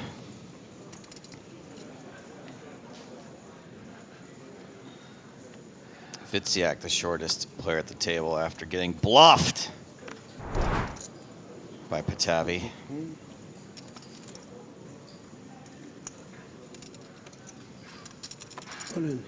All right. So open shove here. Whoa. 26 big blinds with ace-king. Okay. Buddy, just don't get outplayed. Speaking of unconventional, it's one way not to get outplayed, Joe. You're right. This is a semi-bluff since ace-king is a drawing hand. That's true. Also true. 26 big blinds, all in the middle. Yeah, this is going to be ace-king. I would say 92% of the time. And folds the 4 deuce. Shows the ace-king. Small cards. Big cards, better. Friendly poker. Nice hand, sir. Yeah, look, you know, you got it in and you picked up the pot. Correct. And that's fine. I think the issue with that shove, Joe, is just that that means we don't really get to have too many smaller raises in a balanced fashion, because I'm assuming aces doesn't just ship it there. But you never know. You never know. It's been a long time since I've seen somebody open. Hold on, he said commentators. Maybe he says he would have called, but I'm not sure. It's been a long time since I've seen someone open. He only likes bluffing with it. Chip aces. Yes, but if you have to call, no. In a 5K. Yeah. You know, it's the other thing, Joe, is being on that feature table is hard, dude. Especially if you're not accustomed to that kind of extra attention, extra criticism, all of that. No sweat. The human psyche is one that is a social dynamic, right? We have a very strong social desire to not be criticized by our peers, and being on that table is very stressful. And who knows? Maybe for you, I have no peers. Peerless. Oh boy. So Brat running 10s into pocket kings. Yeah, let's find a 3-bet here. Probably just like 1,200. 12K, excuse me. 1,200 would have been neat. Oh. 12.5, close enough. Had to make me look bad as usual. All right.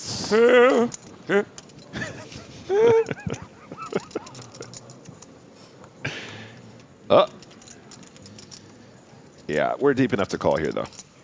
64 big blinds effective, pocket 10s. I think if we're folding this hand to a 3-bet from the button, we might be getting run over a little bit too often. But who knows? We might have some additional reads, additional history. I think generally we just call and just play the hand and just see how it goes. So far, Miri has not shied away from aggressive 3-betting, so certainly the correct sort of player to follow the more conventional GTO line. Just one overcard for the 10s.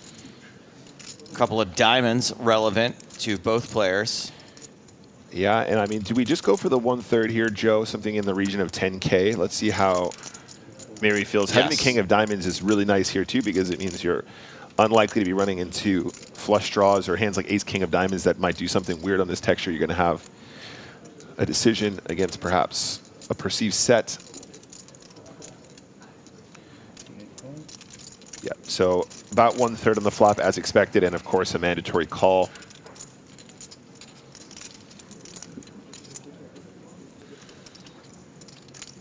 Hello, Ace of diamonds.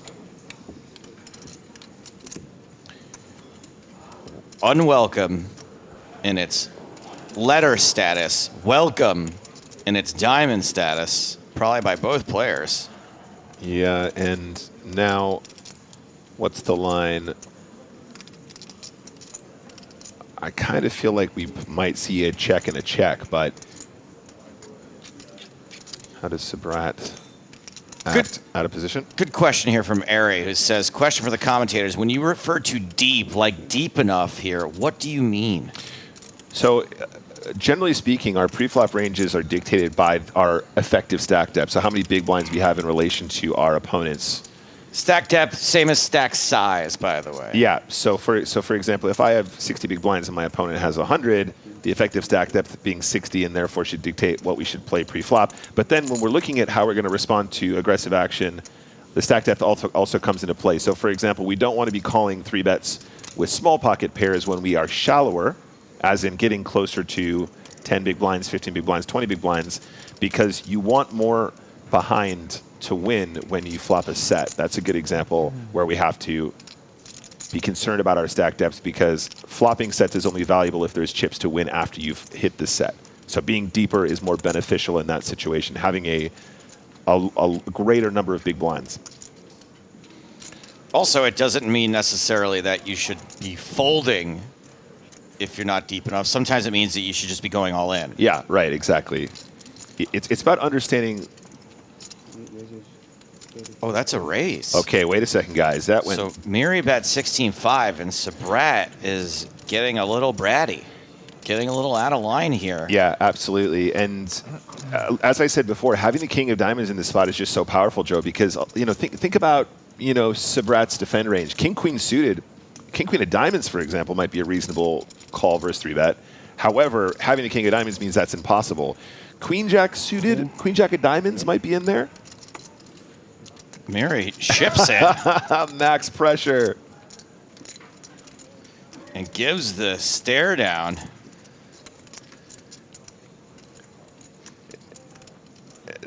This is an interesting one, though, Joe. Yeah, you got to go. If your opponent is bluffing here, you just have the best hand with the nut draw. I think the call actually might end up making you more chips. But as played, nice work, and Miri does take it down.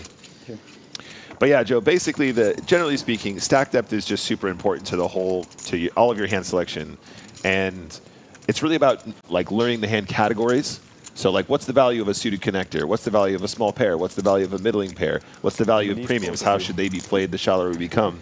And everything is sort of dictated by the effective stack depth. And then, of course, the post-flop action gives us some information on how we should proceed in terms of narrowing our opponent's range down. And that's kind of when we get into sort of the hand reading side of things. Yeah, I agree with you there. That believe me, I probably would have shipped there with the kings. Yeah. Which I know means it's probably not the optimal play. It makes sense because you're going to get snapped there by all the hands that have you crushed, and then you're dead to a diamond. Yeah, I think it's one of those unique spots, Joe, where you're going to have the best hand a lot just with the kings, and then you have the nut draw to go with it. It's almost why right. If you think there's a chance they're just messing with you, are you really trying to get him to fold queen jack of diamonds there? Because he's not. I think the idea is just to let him keep bluffing at you. You have a great bluff catcher. You're blocking a lot of the bigger flushes that make sense there with the king of diamonds in hand. And then, of course, sometimes you just make the diamonds.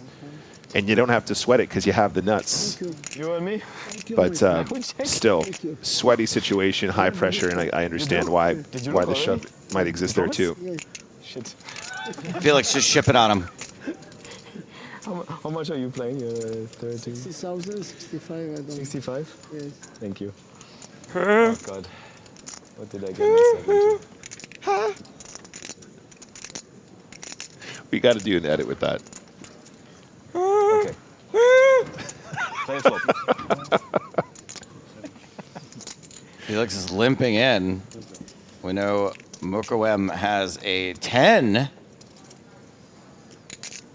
King 8 deuce on this flop. Check. You said you had good cards. Yeah, and at this point, Joe, when we see Mokoem just shoving the ace king there at such a deeper stack depth, or what we perceive to be a deeper stack depth, 10 on the turn. he's the kind of guy that I think is going to play very honestly in spots like this. Pretty right? straightforward. Yeah. Give me in peace. I have good cards too. Okay, I want to see all 5. Okay. I want to see all 5 before I make a decision. No problem. Thank you. Thanks. Felix needs to catch something here. Not that. Okay, you see? No, Did it surely go not. check? Don't check on the river. No, buddy. No, no, If no. you bet, I think. Yeah. I already saw that was good cards for you. Thank you. Oh, man. Dream run out for the 10 to get paid here, even by a hand like Ace-Jack, and does not find a value bet. Needs to find value there. Mandatory bet there. Maybe not raising saved me money, I'm not sure. But.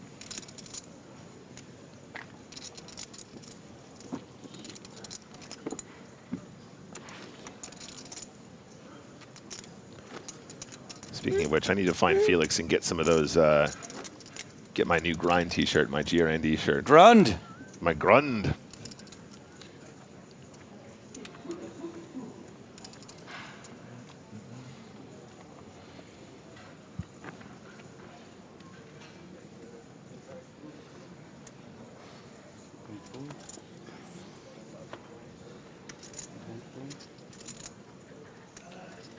A fold, and a fold, and a fold. Chip leader time. 7-6. Not going to play. Toth says nay. Felix, ace tray on the button. 4. Makes it 4,000. Mukawem. Mukawem. Uh-oh. Sabrat, domination. Oh, blockers.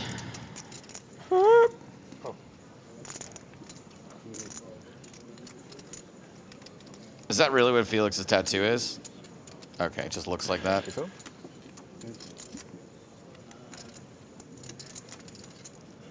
like Felix is more Jedi than Jesus, but Jack high flop. Sabrat checks to the aggressor. Felix knuckles back, or index fingers back. 5 of clubs on the turn. These two are cruising for a chop. Check, check again. 5th Street. It's a 6, 5, 6, 7. Nope. And unfortunately, Sabrat's 8 is going to play. Same. But I think your kicker plays. Yeah, you kicker plays. It do play. Yeah, both players kind of with the same so close strength hand, but the kicker will play.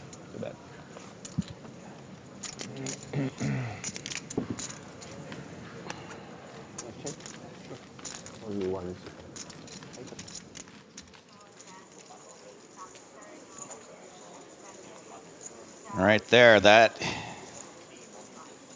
is where the bubble will take place later tonight. Bouncing around the room.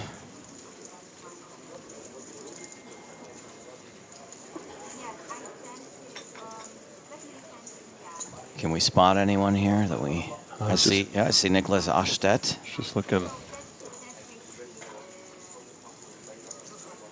So I did this little video out in the field right before play started, where they asked me to go around and ask people like what their toxic hand is. You know, like an ex, you just can't. You're always like, oh, I can't quit you, and every time you regret it. And oh, we got a real hand here. Oh wow. I'll get to the end of that story. Yeah, what was the action? Ander opens. Call from Miri. Wow, we just flats the jacks.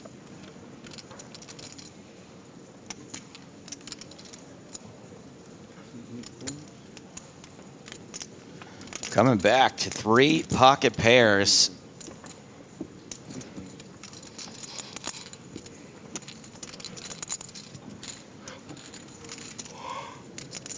Aces versus jacks versus 7s. 9, 6, 4, 2 diamonds. Only 1 diamond out there for Muri. Yeah, and this flop is danger zone here, Joe, for sure. It's for all the hands. Yeah, I mean, look, if you have aces, I actually don't mind just checking into the 2 players here because the under the gun +2 and the hijack range will just end up being a lot of sets. I say a lot of sets will contain 4s, 6s, 9s at the stack depth.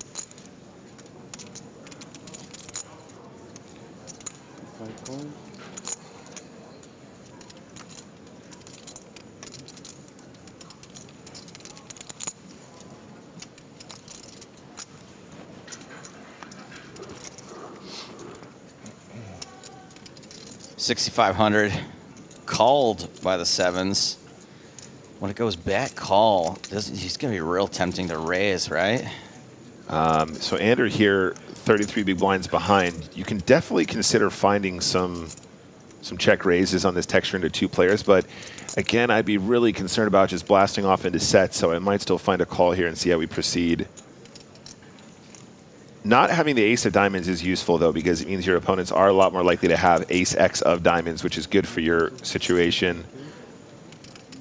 I think there's a call or there's a raise here. That's very reasonable. Obviously, folding out of the question, and there it is, the raise. Okay, I'm going to go out on a limb here, Joe, and say, based on Muri's play thus far, I think he's just going to put him in for the rest with the jacks. Ladoy. Yeah. Was not afraid to just bang in the kings with the king of diamonds on the ace of diamonds turn just now. And this is obviously going to be a run for the aces. The speed at which he did it as well does not give me I have a set vibes, Joe. Not all in, by the way. It's obvious. Now all in. Yes. 2 times, huh? Run 2 times. I mean, you know, you have to think if Muri has top set or middle set, probably not going to find any raises, try and keep the other player in, probably slow it down, make sure that he keeps his customer with a very strong holding on this texture, but as played, aces is going to be a huge favorite, 84%. You can't pay for that. It's too expensive. And I was hoping for a pair to jam. You? Muri with only 2 ways at the moment to end Anders' day. And those 2 ways remain 2 ways after no diamond on the turn.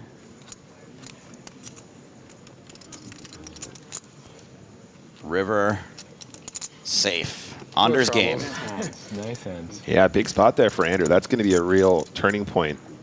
Was in good shape before. That's not to say that he was on a downward spiral, but obviously these double ups at this stage, so close to the bubble, very important, Joe. Anders doubles up to 77 bigs. That's how fast it can happen. You go from having kind of an uncomfortable stack to being quite comfortable. Yep, keeping the faith. And the decision to check raise on that texture, paying dividends. Love to see it.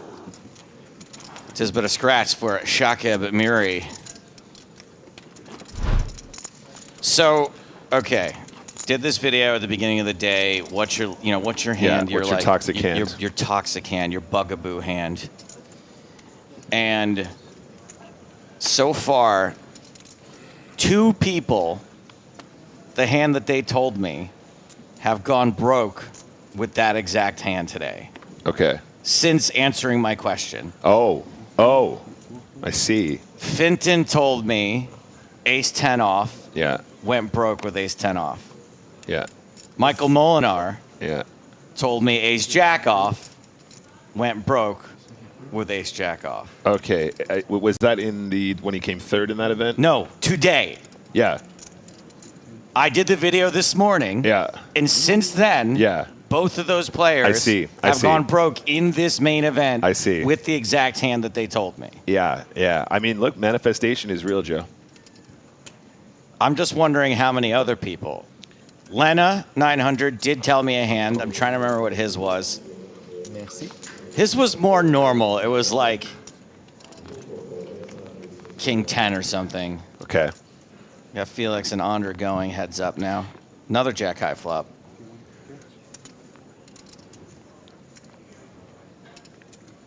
Yeah, see, Ragnarok says ace queen. Yeah, ace queen deep in the tournament is a very common one I hear from people. Look, Joe, never forget, you create your own reality.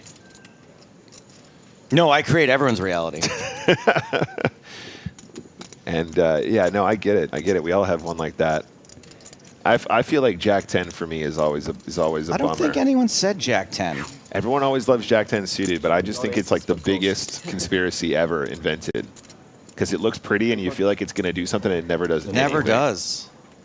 Now, Queen 9 of Hearts, something like that. I feel like I'm always in with that. I'm always connected. There's always something going on. I would have said Queen 9, personally. That's your toxic hand? It's 1 2.5 after or 1 3? 1 5 3. 2.5, huh? 1 5, yeah. It doesn't say, huh? Yeah, true. 2.5. Like, it feels so good to play Jack 10 suited and flop like a straight flush draw, but it just happens so infrequently. Yeah. It's just heartbreaking because also anybody that watches my stream knows Nick, Walsh, and combo draws do not mix. It's easy to miss. You get it all in, you're like, okay, guys, so we got 2 overcards and a straight flush draw. We got half the deck. We got half the deck. Brick, ship it. Deuce of diamonds, deuce of clubs. Okay, great. Thanks for coming, boys. Appreciate it. All right, Toth with the ace-king now. Anyway, there was only one player. I'll put it out there to the chat. Now, I did ask this question in the room, and producer Paul nailed it right away. There was one player who was like, I'm a professional poker player. I don't have a least favorite hand. I'm gonna let you write down your answer because I don't want you to. I feel like you might get it too, Nick. Okay. And by the way, I think that's a perfectly reasonable answer. Like I was expecting more people to say that to me, but even Nicholas Ostet was like, he gave me a hand. So, yep. Yep. Did I nail it right away? Yeah. I shouldn't say it though. Don't say it. Okay. I can imagine him saying that. So to you answers coming in. I'm not going to say whether you're right or wrong. We got Mateus coming in, Spraggy, Tonka, Lex Feldhaus, Helmuth, Ace, Jack, Deuce. Both players flopping a top pair. Patavi once again in big trouble.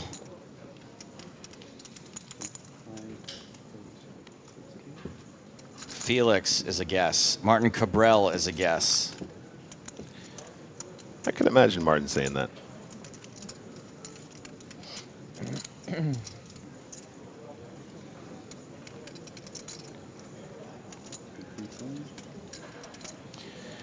Yep, not going to get away right now. Patavian kind of an unfortunate spot again. Just kind of doing the right thing here pre-flop, and then, you know, this is the second time he's defended the big blind with a suited ace, and it's kind of just come a bit of a cold deck flop situation. Had the same setup against Felix just now, making top pair against Felix's tens. His ace-9 versus the tens. But as we see here, 2 barrels is going to be good enough here. And, you know, this is a pretty inspired fold. It is very, very hard to get away from top pair there. In fact, there's a chance we should still be calling there on that turn theoretically, but again, might have a bit of a live read, and in this case does absolutely get it correct.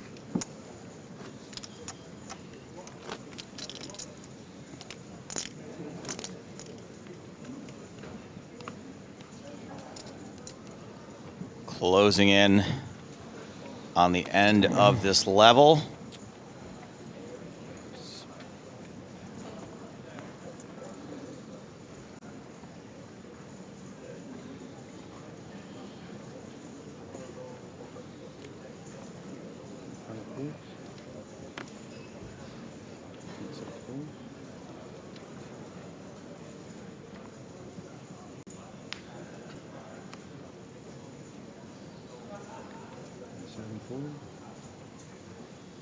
Actions folded around to. I was going to say his first name, and now I regret it. Sabrat. Premislav. We're going to go with that. Premislav. Raises ace-5. Wiciak ditches king-10. Onder with ace-8 in absolute position. And there are 74 big blinds. Sabrat 38. This is actually not an unreasonable 3-bet situation, but it's not going to be super high frequency in my opinion.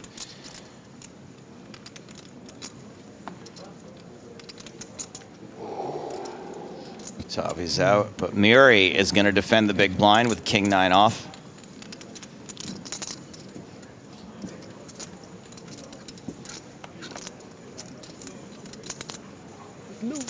And another jack high flop.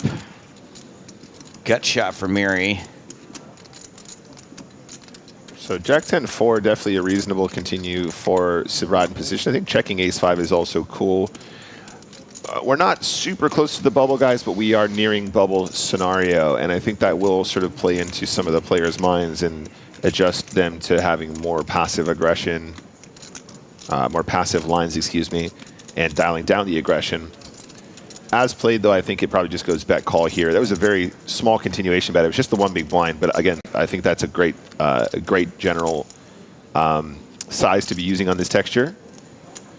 I think that you don't need to size up any more than that. If you want to have your small bet and a slightly bigger bet, if you want to have 2 sizes on this texture, then having sort of one big blind and then closer to half pot on the more wet textures feels good. 3 of spades on the turn. It's a check from Muri. And Sabrat is going to continuing. Yeah. I mean, look, generally speaking, when we pick up equity like a gut shot on the turn, on this texture, we're going to want to fire it again. Targeting some 4x, targeting some straight draws, targeting some 10x. Top pair probably ambitious to get to fold, so that's not what we're really targeting with this size, but I like this line a lot. On the turn here, pot was 15K, bets near pot. This is a great line from Sabrat. I really like this a lot.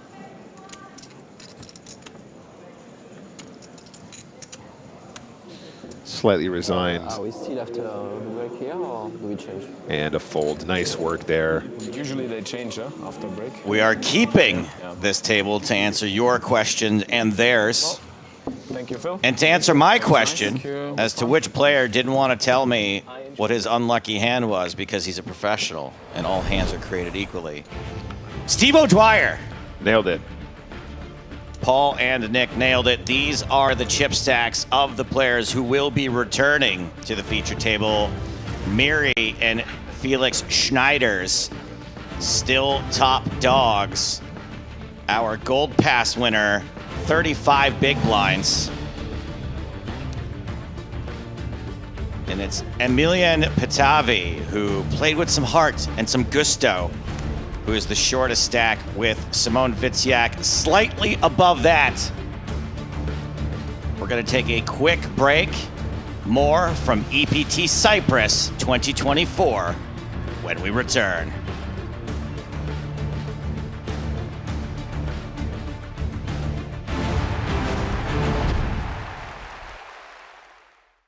Tony raises to 2,000 with a legit hand. The cannon, 10-9, calls. I'm known as the tightest player. You are. The tightest player in the world has joined me and made his presence felt. Daniel with ace-queen. I'm raising. He's out of position, but he knows Tony's likely to call light. 7,000 more. To 9,000. I saw your VPIP. Can I fold that? You may. You may as well. Put that in the pot. That 800 I straddled off, I just donated there. Tony's in, Elizabeth's out. Good luck. What is it? Did I put 9? I'm going to bet 12 in the dock. Oh, we're getting blind bets on the Are you calling the dark? Yes, that's what I'm talking about. 7-6-10 on the flop. Tony hits a set of perfect tens. I should have raised in the dark on that flop. Now I feel silly. You been dark again, Daniel? No, not with that board. Daniel has no idea how much he hates this board. Top pair for Daniel. Worst card ever for Daniel. What did I bet on the flop, 12? 12. He thinks he's good, but he's crushed. Daniel fires 28,000. Tony's just taking a second to daydream about what he's going to do with Daniel's money.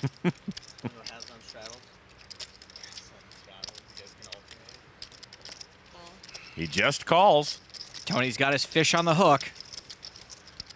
The river. The 5 of hearts. It's really too bad for Daniel because this hand would be so good against Tony in so many other spots.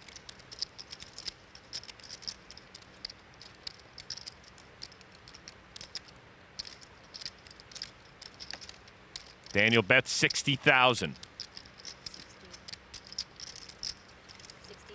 Tony puts Daniel all in, raising to 275 grand. The river may have saved Daniel a little bit, even though he's frustrated. Straight and flush draws both just got there. Not that easy with the G. What's the G? It's not that easy. No, I mean, I put a lot of pressure. You're running good on me today. Running good. I run good too. I've been running good last couple hours. Daniel frustrated. Let's see if he figures it out. I didn't even see that it was a heart, to be honest with you. I really didn't see it was a heart. I might have checked the heart. That 4-3 of hearts is... Oh, that was stupid to check a heart. I mean, Tony's known to have a lot of heart. And commitment. Heart and commitment. Both Daniel and Tony's reps would suggest Daniel will stack off here. He doesn't. Good lay down. thank you. Nice river. The river didn't help me, it hurt me. Oh, you had me already? I had you on the flop. Nice turn then. I had ace queen. Yeah, you were drawing dead. Yeah. It's always nice. Flop top set. Barry Greenstein straddles, so action on Antonio with pocket aces. Always nice to wake up with 2 pieces of ace. Raised to 2,400. Chow folds. 9 high for Rick Rahim. On the button, folds. I'm amazed. Not my kind of hands, just my kind of game. 8-7 offsuit. The loose cannon's out. Queen, queen, uh-oh. Viffer could get in some real trouble here. Just calls, and Barry folds. Does anyone else feel it getting cold in here? The flop. Queen, deuce, 9. Viffer flops a set. This was going to be a cold deck either way, but this is just ice cold. And he slow plays it, checks over to Esfandiari. Antonio's in a very tough spot. Impossible to know he's beat right now. Bets 3,400. Viffer's in a great spot. He's got the nuts right now. Comes over the top to 10 grand. Very difficult to get away from this hand. There just aren't a lot of ways to be beaten, and there are a lot of draws out there that Viffer could be betting. Since Antonio has the ace of hearts, he knows Viffer isn't on the nut flush draw. That may help him a little, but even still, it's tough to get away from a hand like this, especially against an aggressive player like Viffer.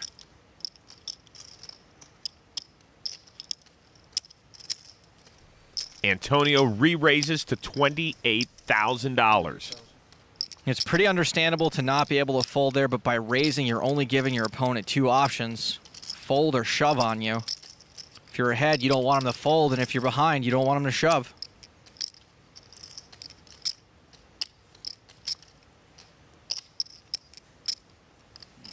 Viffer shoves. Oh, it's so sick. Antonio probably has a pretty good idea he's beat now.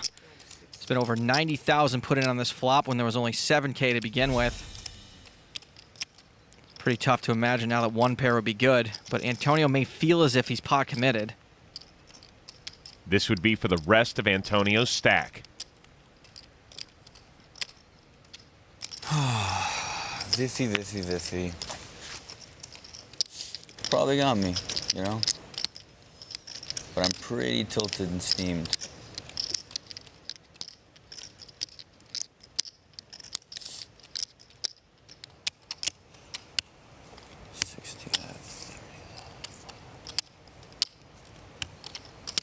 Antonio calls. Want to run it twice?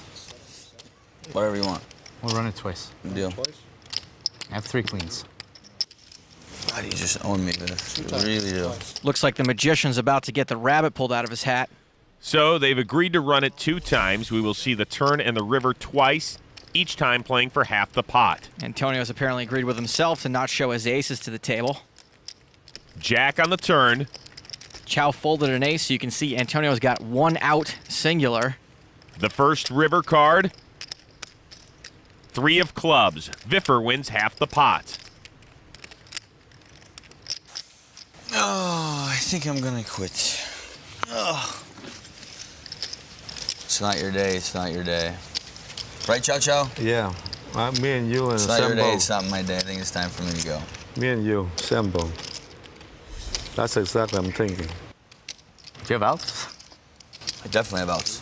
Run number 2, 10 of hearts. It's a very good card for me. Antonio can hit hearts now. Looking for outs, that can't be too bad. Do you have flush? It's a very good card. The river. Antonio is saved. Shit. He's still here. Oh my God. I don't want you to leave here. Oh my God, I'm staying. I was about to quit. Raises to 2,000. Ike on the button. Out of here. Pocket pair for Jason Mercier, who's been awfully quiet so far. It's just a baby pair, but he's ahead of Tony's cutoff range. And calls. Oh, pocket kings for Phil. Raise pot. Raises to 8,600.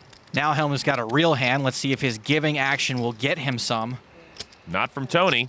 Tony G folds to another Helmut 3-bet. Can somebody please call for cocktails?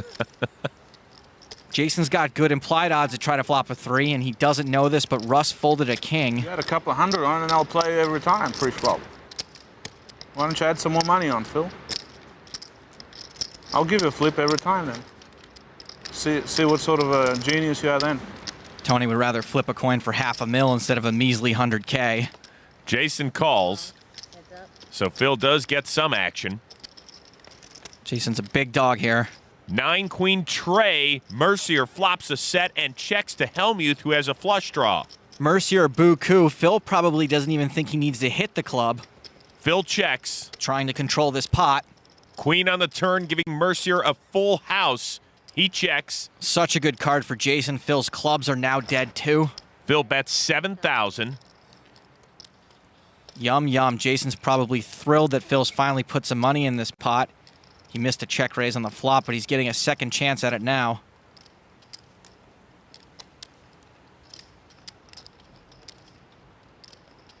Jason raises to 20,700. This is a tough decision for Phil. The board doesn't look too bad for 2 kings.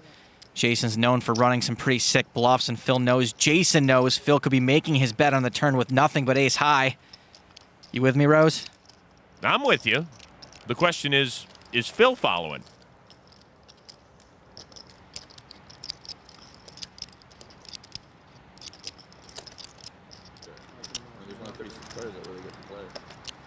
Oh, you got 9s full? Close.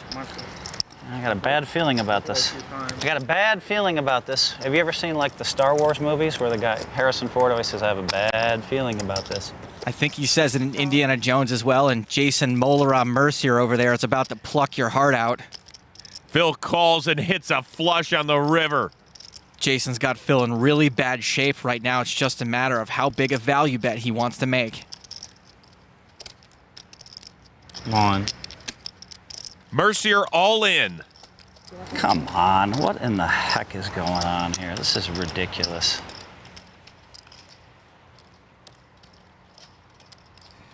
This is what happens to me when I play in these frickin' cash games. Now you're back to yourself. That's better. I couldn't hold it in. I was worried I lost you. God, this is so brutal. Jason's betting big here, having a pretty good idea Phil's got a premium hand. How much is it?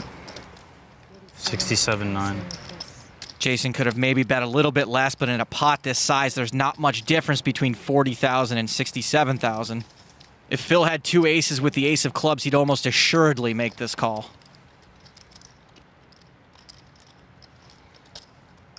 But Phil folds. That's what we gotta show. Phil gets away from it and saves himself almost 70 grand. Donnie with pocket kings. Speaking of straddling, Cowboys. Raise to 3,000. Prahlad. Folds. Right? It's like, I don't want to play that high 5 out of the 6 times. Action over to Phil. Queen. Oh boy, queen. Get the bleeper ready. 9,000. A re-raise to 9,000. Donnie's in a spot where he could make a 4-bet, but he doesn't want to chase Helmuth out if he's getting out of line. We know Phil's got queens, though, and he'll call just about anything. Call. See, that's already a big game. Look at that. He just put in $9,000. That's because there's a straddle on it, Phil. We're not asking for a double straddle, just the one. Both the straddle and the cooler hand are to blame for the size of this pot. A juicy pot pre-flop, which comes out Jack 8 King. A set for Stern. All Donnie needed was for Phil to not flop a set. Phil checks. Donnie's in position, so if he bets here, it will look like a continuation bet. 11,000. Phil calls. I was going to suggest that the king might bother Phil, but it doesn't appear so. Jack of hearts on the turn as Stern fills up. Phil's now drawing dead to someone pulling the fire alarm. Hellmuth checks. Phil put Donnie on a jack. Maybe the second one hitting will save him some money. Donnie's trying to figure out how to get max value. He bets 30,000. These guys both have their hands in their mouths, which, when unintentional, is a sign of weakness. Phil calls. In Donnie's case, it might actually be a reverse tell. Phil just called 30,000, drawing stone dead. The river. The 10 of diamonds. Phil checks. Can't really tell how many that is, the yellows. About 60. You have about 60 left? There's 100K in the pot, and Phil's only got 60K behind. It would probably look stronger if Donnie didn't put Phil all in. I'm all in. There goes Donnie putting Phil all in. At this point, all Phil Hellmuth has is a bluff catcher. I think he knows it. There's no way Donnie would be value betting any hand worse than a pair of queens in this spot, so Phil's either crushed or Donnie's bluffing in his eyes. Why is it just funny to watch him in anguish? I don't know. It's just the sickest stuff. I mean, why do I even come here? I mean, I just ridiculous. This guy probably has ace jack and just hit some miracle jack like it was nothing. Maybe he's just bluffing it all off. I mean, Phil's trying very hard to convince himself he can call. See you, Daniel. He knows this could be a while. Here's my thinking, okay? Can't be shit 35,000 when you want him to call. I think this time he's not bluffing at all. I think it doesn't look like he's bluffing to me. I think he's betting because he thinks Phil is just sick and annoyed and he's gonna call. 52. But I don't think Danny's ever bluffing here. You think he's bluffing? No. Come on in. Huddle up. for long. Oh, 100%. Everyone here. Phil and Donnie have had some history this week, maybe clouding Phil's judgment. Oh, you might be bluffing here. I don't think there's any chance he's bluffing here. Almost like zero chance. Close to zero. He wouldn't have even bothered betting the turn. I think Helmut has ace king. You think he has ace king? He could have ace king. He thinks he has queens. He might have queens. Hey, wait, he did raise less. Actually, he has queens because he made it 9,000 before the flop. Yeah. He has queens because he only made it 9. He always reaches pot. Yeah. I think he's bluffing. Is that the Brat Pack over there?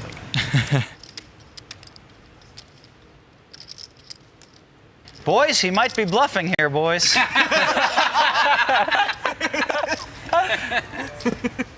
You might be bluffing here.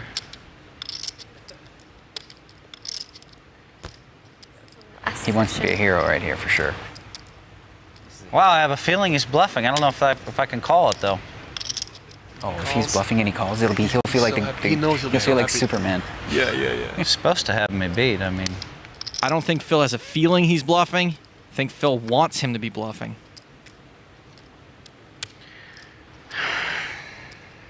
I just also the way that Danny asked how many he's got is so natural and so comfortable. It's like this. It's like, just see what you got. He's like, I'm all in. It's like, so come on, give me a break. You have it for sure. Should I offer Phil insurance? you bluffing, Donnie? Wow, I just feel like you're bluffing. He wants to win today. He wants to win some good money. So like this is his opportunity to be a hero.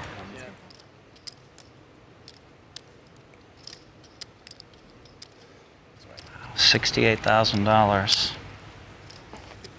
Here we go. This is the call before the storm.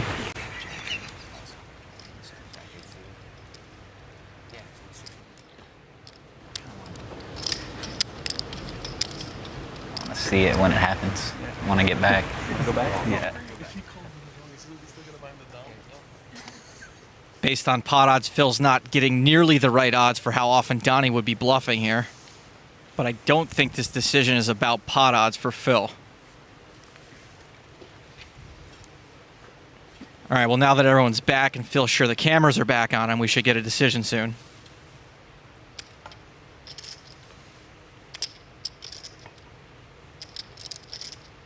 Wow. The last time I made a decision like this, I was wrong. I looked pretty bad. Wow. It's like my hand won't let me fold here. It's so weird.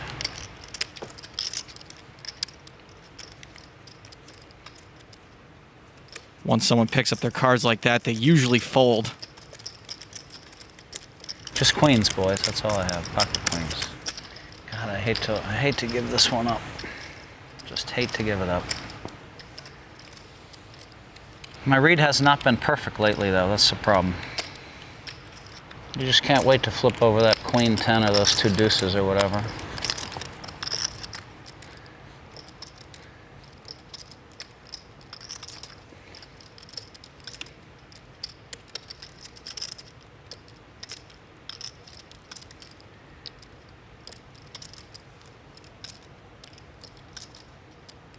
Phil folds. The contacts are drying out.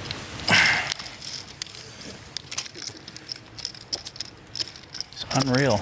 I tried to play two big pots against this kid. He snapped off top two and queens.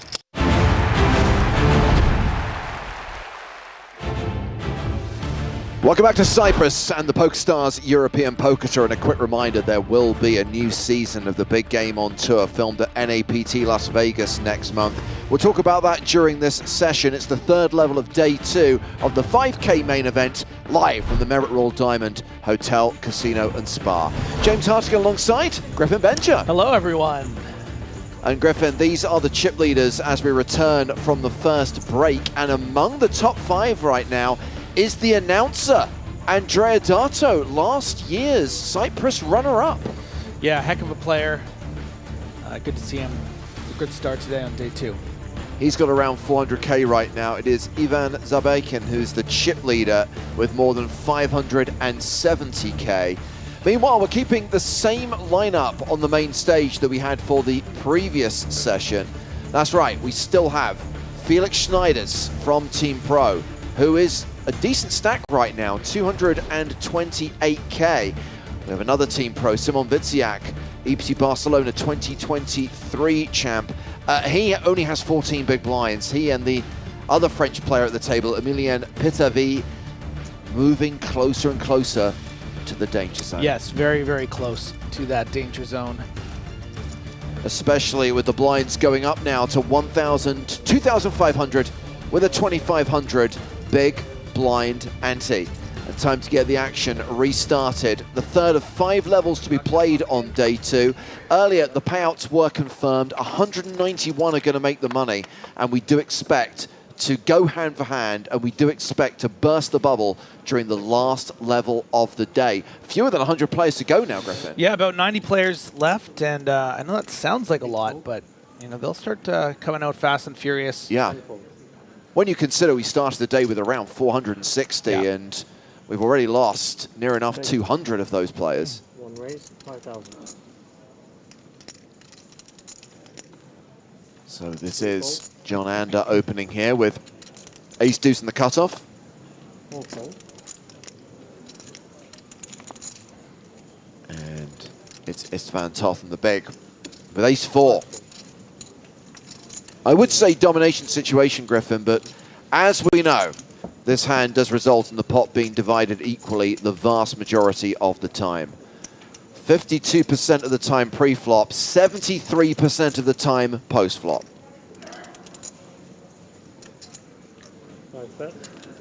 Very Star Warsy matchup here. It's like a bootleg Hoth and a bootleg Andor. Yeah. I'm not sure you're going to get away with that. I'm pretty sure we're still going to get a letter from Disney's lawyers. Absolutely.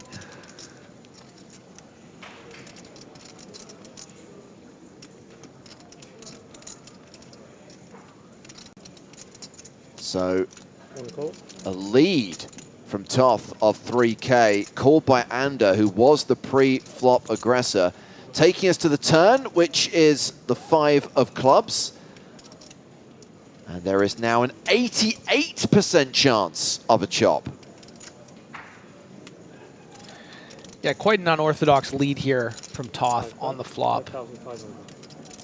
Very irregular. I think Ander's going to be able to play this pretty easily because of the sizing here. You know, this is just 5.5K into about 19, 25% pot bet. You've now turned the wheel draw. Pretty comfortable continuing with the ace deuce.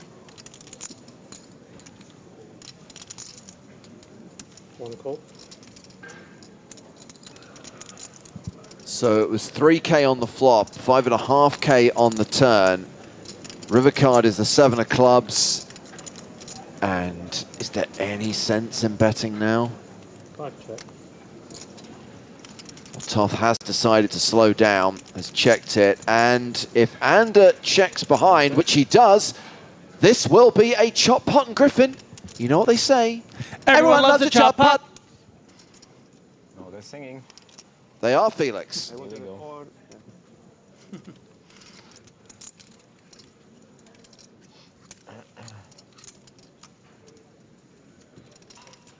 Loves a sing-song, does Felix Schneiders. Karaoke King.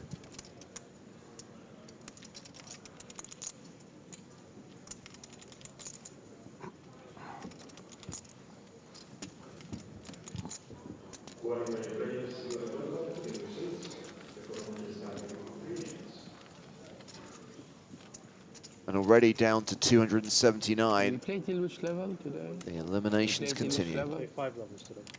5 today. I think after 14 is break to dinner, and then I don't know. Yeah, this is level 13, and after level 14, there is a 65-minute dinner break on the schedule. Yeah.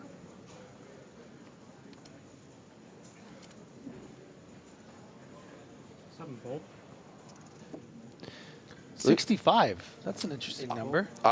I guess it just gives people an extra 5 minutes after their 1 hour dinner break to get down in the elevator and back into the poker room. But yes, sometimes dinner breaks can be like 75 minutes, right? Yeah, I guess they need less time to get back because of the buffet. Yes, Yeah. exactly. Ludovic Costa watching on YouTube says, everyone loves a chop pot except dealers. Ludovic, what part of the word everyone do you not understand? Did you see the smile on this dealer's face? Did you see how delighted he was? Did you see how jubilant he jiggled in his chair when that pot was chopped? Yeah, actually the song is part of the dealer's contract. They wanted this. This is really important to them.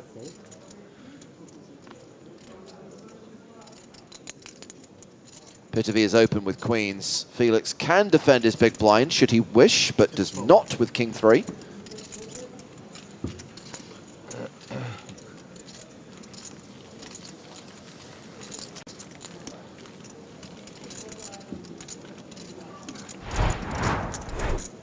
Confirmation of the top payouts in this year's EPT Cyprus main event. Total prize pool 6.2 million, min cash 8,400, and up top more than $1 million.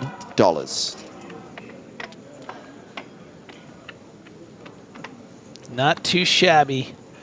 Making millionaires every stop. And we will probably be paying min cashes today once we get to 191 players. If you would like some prize money, talking to you at home, we do have a free roll coming up a bit later on today.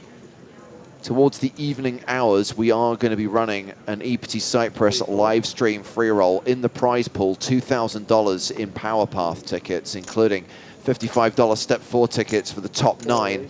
Keep watching. When it is time, when we are approaching the start time of the tournament, we will give you the all-important password. Please note, this is only available in certain licenses. I'll rattle them off quickly. EU, Bulgaria, Denmark, Estonia, Greece, Romania, Switzerland, and UK.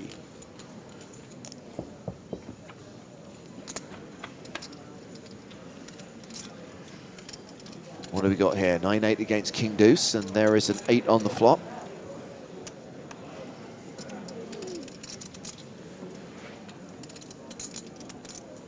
Full bet, 5,500. 5 call. Oh, it's the cute little card protector. It's a little elephant. It's a little white elephant. Oh, cute. Yes, BMX44, Step 4 has been reduced to $55 as of Monday. If you still have any 109 Step 4 tickets, you can currently exchange them for 2 $55 Step 4 tickets. 5 check. Is that $1 profit? Shh, don't tell anyone.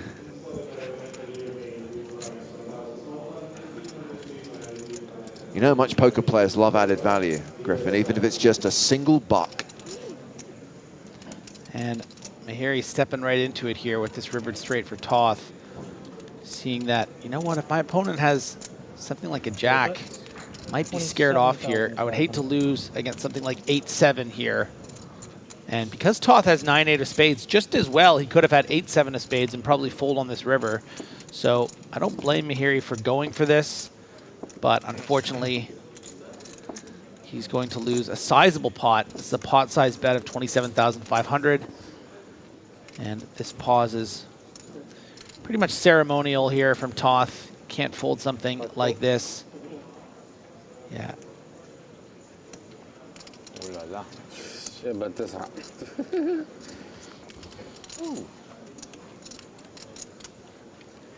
Why is king go?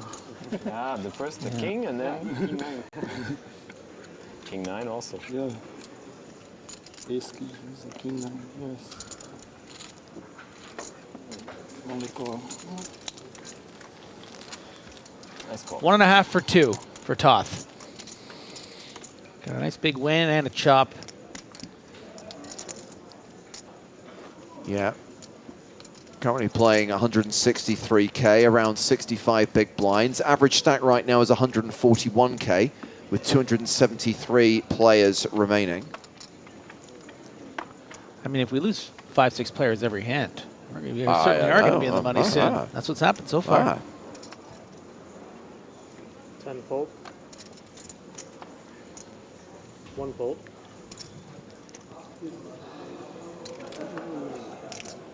2 fold. 3 fold. 4 raise. Mahiri prepared to jump right back in here with ace-9 at the hijack. 5 fold. 6 fold. Now, what is Felix Schneider's? It appears like it's Yoda, but there's like these little creatures on him. Interesting.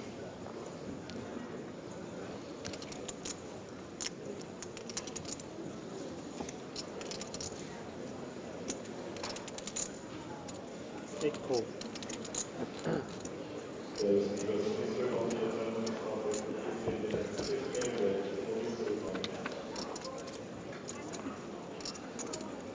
King 4, ace high, still good.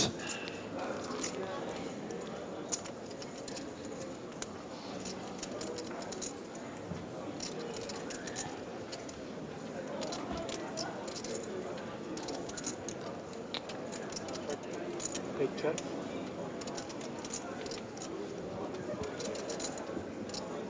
Small check.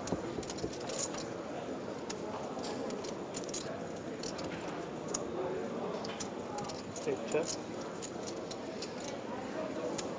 So check on the flop. The 8 on the turn hasn't changed anything. 500. 8 small. Miri makes a delayed continuation bet and gets a fold.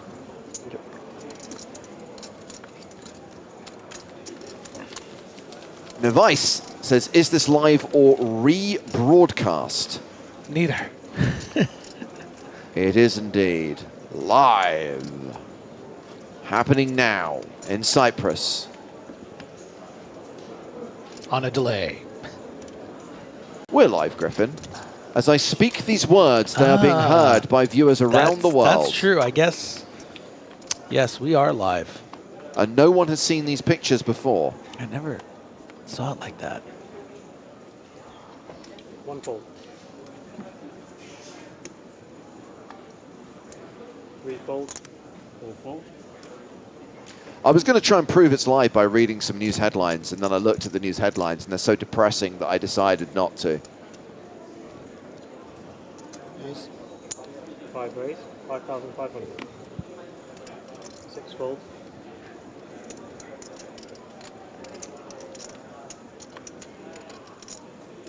Toth is open with 5s. Samir Mukwem not going to play Queen 9 suited on the button. Kabrat, gold pass winner, folds Jack 8 in the small. And Simon Wiciak folds 7 deuce in the big. A little bit frustrated right now, looking for a spot, looking for an opportunity, down to 12 bigs. No, not you, but 7 deuce. It's the bluff. I have 5 deuce. Mike says, are you guys in Cyprus also the amazing commentators? Oh, you flatter us, and flattery will get you everywhere. Yes, we are in Cyprus, all but Maria, who is at home in LA, but Maria will be joining us live via satellite later tonight for world-famous bubble coverage.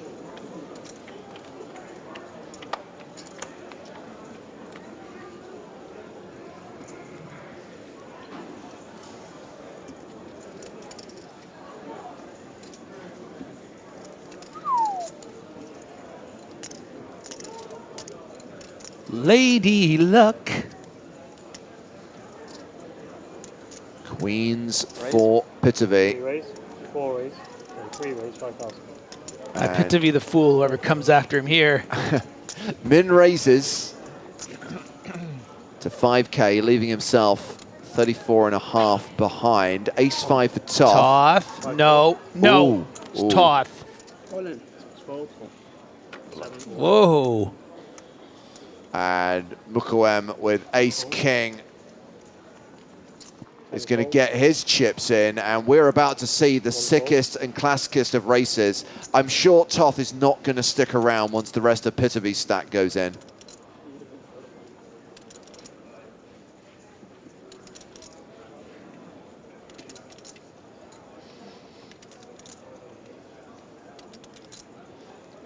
Cal says Phil Hellmuth is one of the commentators. I just know it from the voice.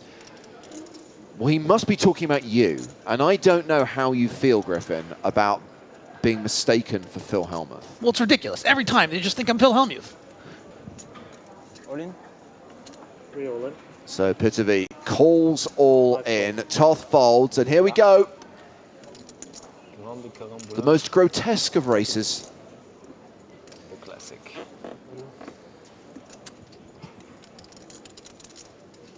No one is happy. Yeah. Queen and she is Mother of coin flips. The mother of coin flips. I like it, Felix. We're stealing that one, Griffin. In this instance, Pitavy is not in bad shape, considering we saw an ace folded.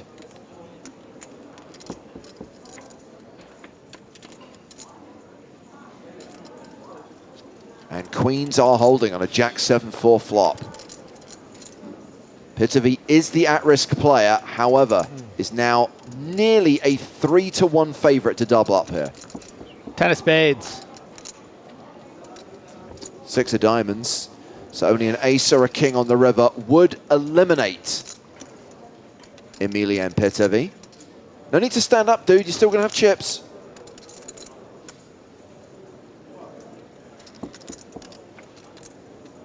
The river is a 3. More than a double up for Pitavy, courtesy of the dead money that Toth contributed to the pot, Griff.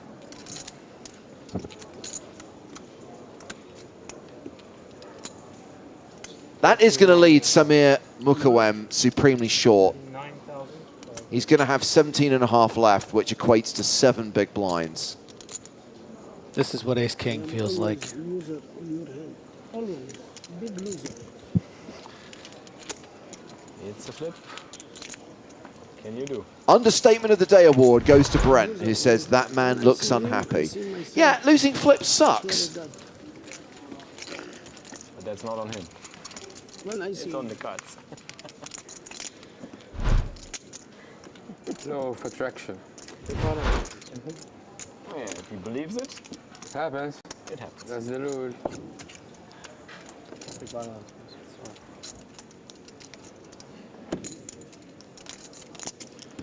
Doing my work. Samir, not a Doing very my happy work. camper. Doing my work. May have sounded like directed a little bit of the misfortune to the dealer, which is not something I recommend. No. Irrelevant. Snowmans, Num Num. Mary opening with 8s here. Felix continuing to grund up a stack, has ace-queen.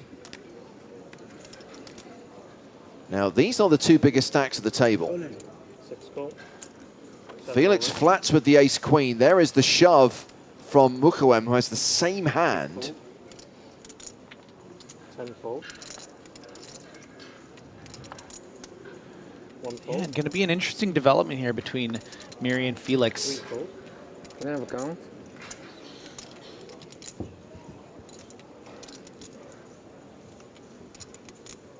This all in for about 7 big blinds. Schneider's could be relatively strong here, flatting early position. Your hand's too good to simply fold and is going to decide to ISO. Really put a lot of pressure on Schneider's. Yeah. So the all-in was for 17.5. Miri has now 4-bet to 35,500. And ace-queen now does not look particularly strong. And hopefully Mukawem will just not be told that ace-queen has been folded and his outs have been significantly reduced. I kind of want to tell him. Oh, to be fair, he did abuse the dealer, so yeah, he deserves whatever he gets. So, yes, ace-queen flipping against 8s. We will see.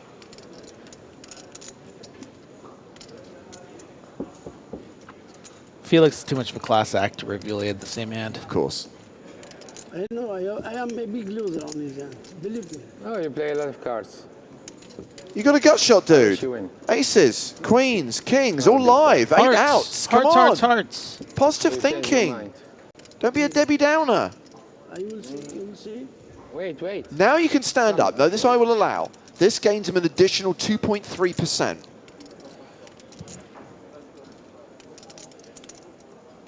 Three of spades. Don't call for outs when you're ahead. I know, I told you. Believe me, on his hand, terrible. Take care. Who was it that said earlier on that blaming the dealer is the same as having a go at a gas station attendant if they don't sell you a winning lottery ticket? It's so bad form.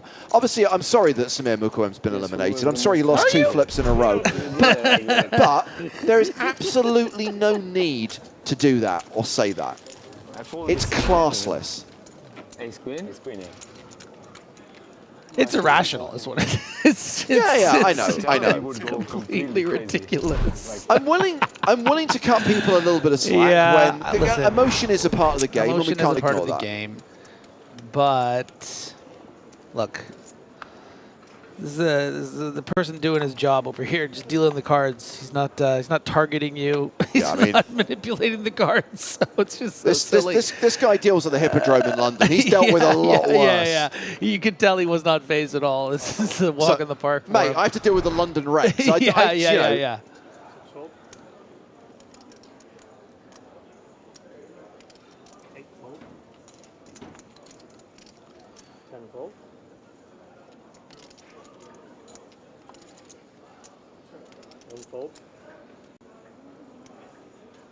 Navarro asks, what is the current payout? $0. That guy who walked away just got $0 because we do not make the money until we're at 191. Right now, there are 261 players remaining. 78KB watching on Twitch says, I would blame Joe and not the dealer. That's fair. That's absolutely fair.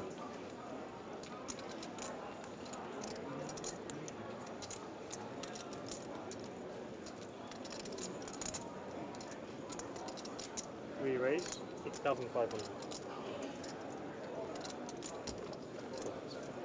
4 fold.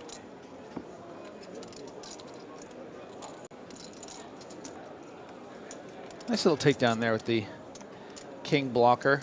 Batavi electing to play it as a raise instead of a limp, which I think would have been a bit more standard, but the chip leader on your left might be coming after you with hands like a 5 deuce, make it a bit difficult. Start of this level, he was one of the short stacks, but had that big double up and is now playing more than 35 big blinds. Reasonably comfortable right now, but still below average, which is 150K.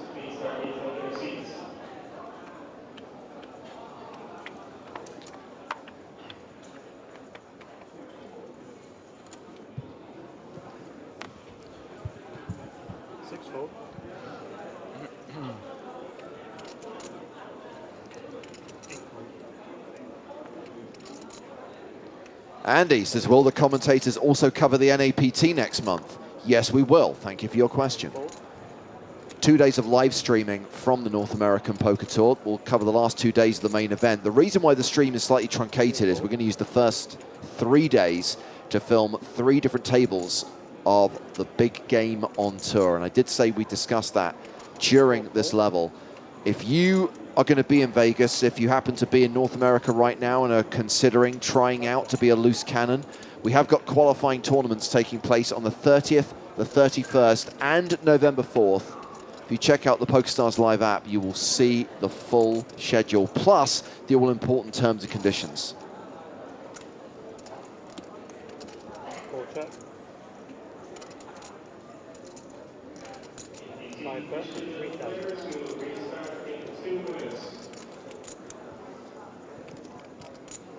So this was unraised pre, right? This is blind v blind? Yeah, I'm starting to see a bit of a trend from Toth that, you know, maybe he's not really knowing what he's supposed to do. He just sort of bets. I mean, this situation here, limped in pre-flop. You shouldn't really imagine he's going to get many folds on the 6-6 deuce, but just decides to bet the 7-3. Has now turned equity with that 4 on the turn, and that would be a great opportunity for him to continue the story. I just hope he does it with a big enough bet. I don't think 5.5 is going to be enough. You also have to consider that Miri has some chips to burn.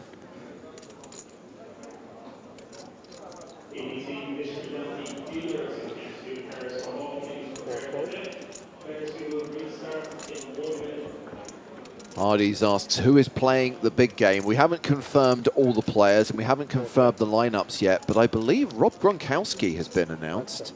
Really? Gronk. Come on. Is playing the big game.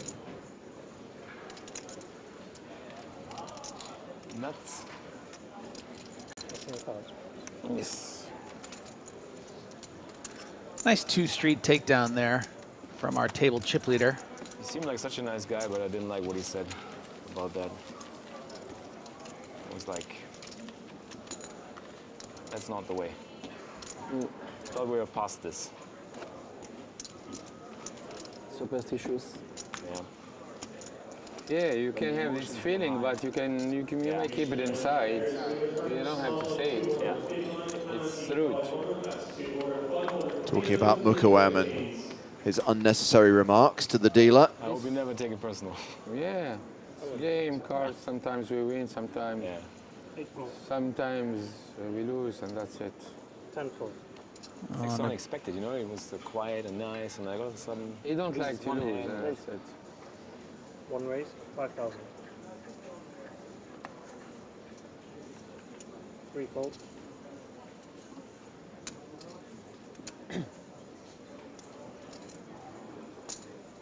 Four raise, 15,500. 5 folds. I think you're dealing me beautiful cards every time. 6 folds. Miri flexing those chip leader chips. Look at this. 3-betting with the 6-4 of hearts against the very playable 8-7 of clubs for Ander. But, you know, as we sort of get closer and closer to the bubble, do you really want to start jousting out of position against the chip leader? No. We'll find the answer in a second. Oh, so I thought you were asking me. If I was in this position, no, I would not. I mean, he does kind of look like a younger version of you. So let's see what that guy does.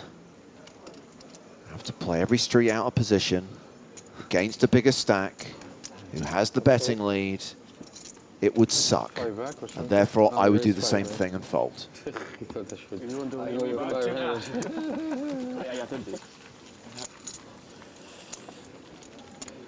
You actually didn't look that much like you, but you both have glasses. So you all look the same to me. Just the same way that everyone has a beard, they all look the same, Yeah, right? exactly. Yeah, it's like, oh my God, that guy looks just like Griffin.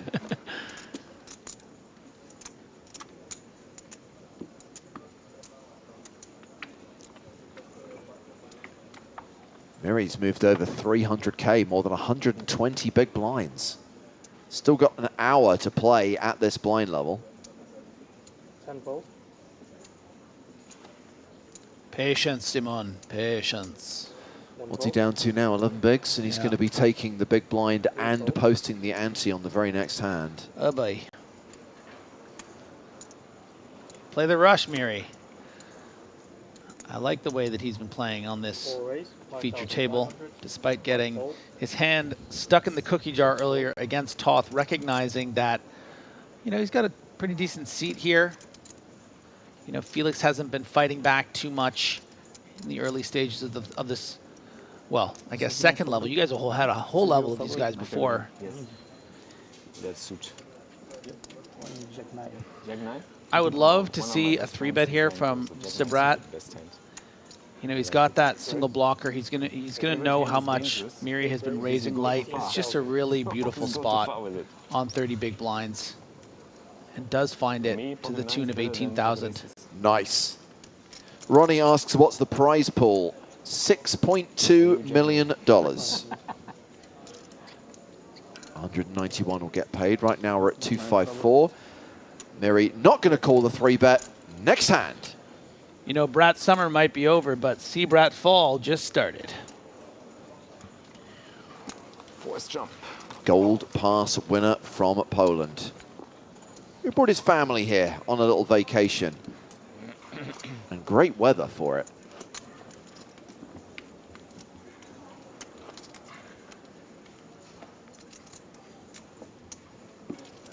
Don't know what the weather's like in Montreal at the moment, Griffin, but I was quite happy to get away from London weather for a week, yeah. It's getting cold. We just have 6 more months of it. 1 fold.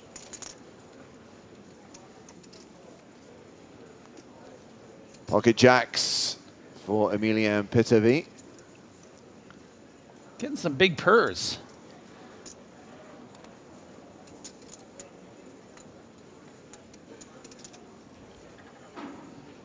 Raise.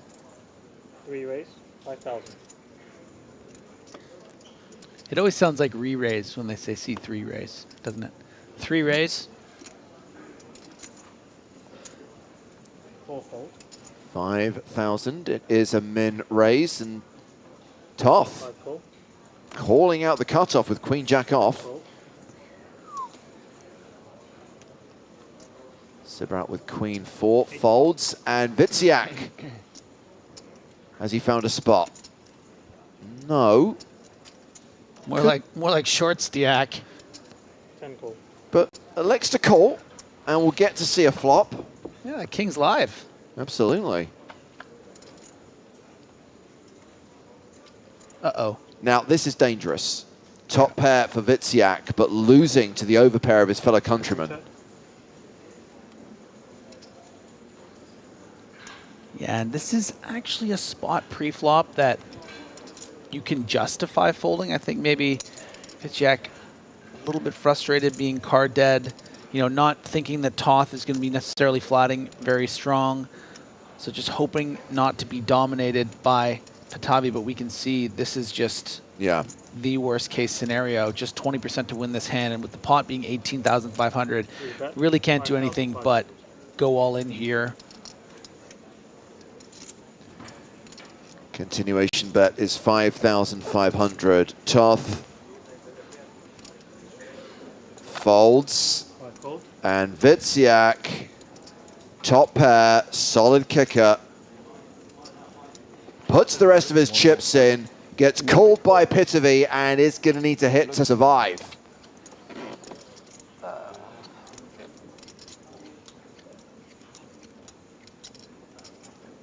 King or a 9 required. Simone does have that dog in him. Will somebody let the dogs out? Who?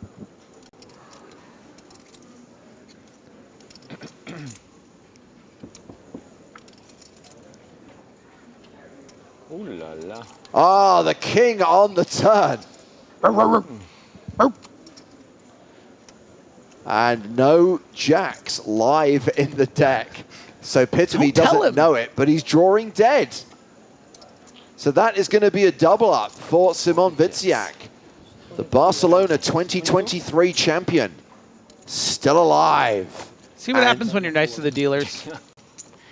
And he and Pateychuk are pretty much tied, 25 big blinds each.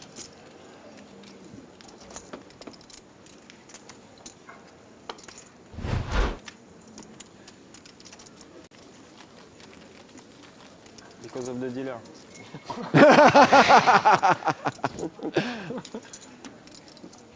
Too soon, too soon.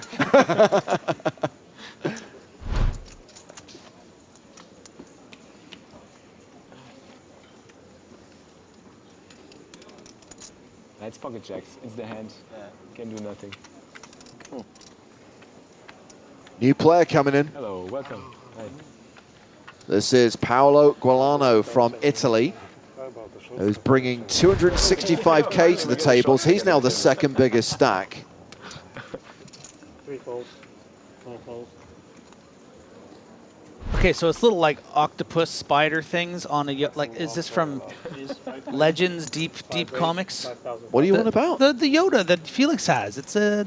Okay, I need to know. Griffin, those are the ice spiders from Chapter 10 of The Mandalorian, one of the early episodes of Season 2. Okay, and that's Baby Yoda. Back when The Mandalorian was still good. Okay, and that's Baby Yoda then. Yes. Okay. I had this conversation during the last level. Ah, okay. We've Sorry. done the whole We've done it Mandalorian all. going off the rails, Book of Boba Fett being a crock of you-know-what. No? City? I actually kind of like Boba Fett until they made it just a Mandalorian. Anyways, we don't have to. No, there was nothing good about that series. Nothing. Bari. 15,000. Okay, nice. 10 folds. Just the old pocket aces. Just aces. If I know anything about Toth, he will not be folding.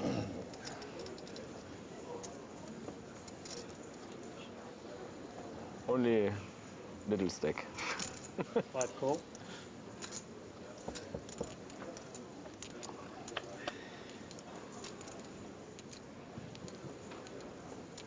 King, Jack 10. So Toth has flopped top pair. 5 check. Yeah, I mean, you'd much rather see something like King Jack Deuce or King 10-4 if you're in Sabrat's seat. But with 36,000 out there, 8 check. an interesting check back. Perhaps not wanting to find a situation where you would get raised here and then feel like you have to commit your whole stack. 11,000. I don't mind playing this defensively as long as you are prepared on a brick river to potentially raise if the bet size from Toth is small enough. In this case, the bet size is so small in the turn that, I mean, you have to imagine you're good. Maybe you want to get more money here from something like a Queen Jack or a Queen 10 that would call a raise. Perhaps that's what Sebrat's thinking about. But is, it appears, going to play it passively and sort of evaluate how he's going to get more value on the river as long as it is a brick. A non-brick, of course, being something like a king 9. Yeah, that's pretty bricky. Sorry, we're keeping you up. And yeah, he's coming out with that exact bet that I think Sebrat can pounce on. Pounce like a limber cat. Yeah. And yeah, that's going to be a decent pot for the gold pass winner. Wow. Yeah, and perhaps deducing that, you know, maybe my opponent won't be willing to call a raise unless I'm beat. So a bit passive there, I think, from Sebrat, but plays it safe and is now up to nearly 130,000 chips. Was raise call pre-flop? Raise 3-bet call. Are you 3-bet? Check, check. Didn't miss. I missed it. So you need to use your box for your cards. See the box? It's for your cards.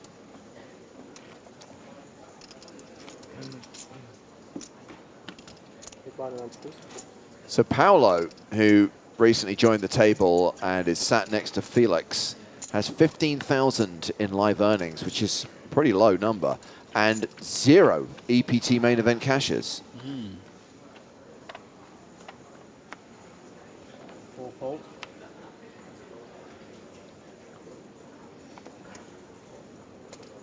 Five-fold. 6-fold. 7-fold.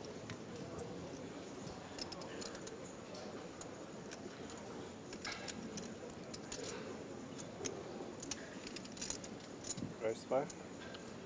8 raise, 5,000. 10-fold. Sebrat opening with Queen Jack. 1-fold. Round 2, Pitavi in the big blind. King 4.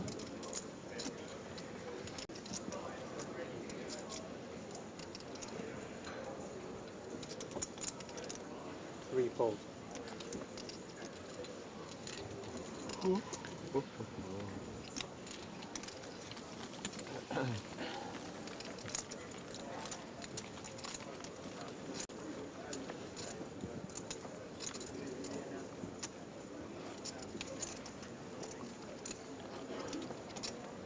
Just need to do some quick number crunching here, Griff.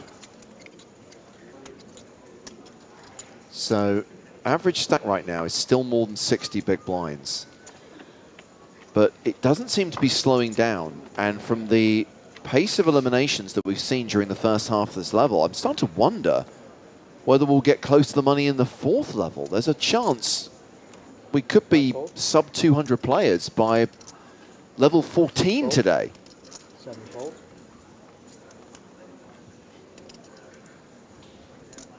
8-fold. Level 14 being the level after this one. 10-fold. 1-fold. Ace-5 the hand for Pitavi in the small blind. Sam asking on Twitch, what was the buy-in for this? 5,300 US dollars. Deno, how many players are ITM? 191. 3-fold.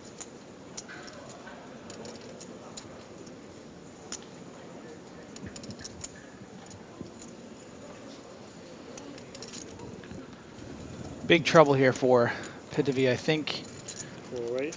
you know, you can expect the table chip leader to be ISOing your limp a lot of the time here with some weak holdings. The dynamic that's been established from the previous blind on blind was when Pitavi raised and Miri just folded. I think Pitavi has too many chips to limp shove, but you know, if he was suited, we might see that. Yeah, it does it anyways. You know what? Expects to be ISO'd light and just runs into the kings. Very unfortunate here on 20, you know, 22 big blinds, 24 big blinds. Oh, we talked about the big comeback he was making. The hand with queens, winning that flip against ace-king, and then, of course, he had jacks cracked by Simon Wiciak, and now he runs into these kings in this blind v blind situation. I guess we could see an ace on the desk. It has been known to happen when a player has kings. Yeah, I mean, theoretically, I really don't mind this limp shove because we're going to expect to see a lot of weak ISOs from the chip leader, but the problem inherently, I think, is the sizing. It was very strong sizing. It wasn't the kind of size that Miri wanted Pitavy to fold pre-flop, just 6,500 on the 2,500 big blind. So that would have been alarm bells for me, and now needs an ace or backdoor cards for a straight. Yeah, this is pretty brutal, you know, getting close to the money too. This is tough. Will Barry Greenstein make an appearance? No ace on the river, and Emilian Pitavy is dispatched by table chip leader Chakib Miri, who's up to nearly 360k now, nearly 150 big blinds. Best poker player, French poker player. Really? He's the number one. What's his name? Called Emilian Pitavy. Simon Wiciak High stakes online. saying he's an excellent high-stakes online cash player. Right now, in France. Makes me even more happy I won that hand against him. He plays high stakes? Sorry? He plays high stakes? Oh yeah, really high stakes, yeah. He's the best. Oh, no, MPT. It's Emilian Soon. Emilian Soon on ACR. It's KH99 on PokerStars. I don't know if you see. Oh, he's playing high stakes.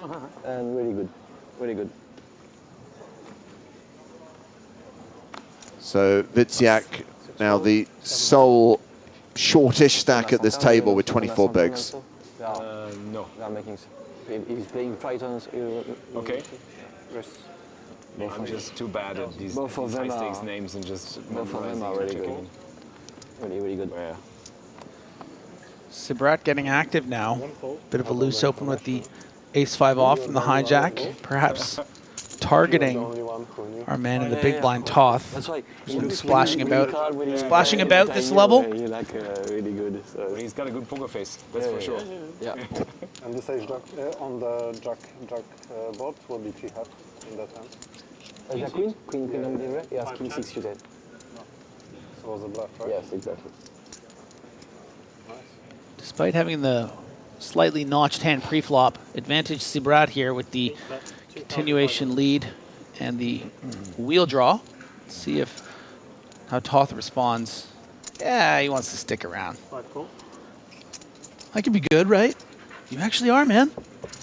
Didn't get the memo about the Spraggy. Well, this might work out for him. Of course, this could still end in a chop. Right now, the 7 is playing.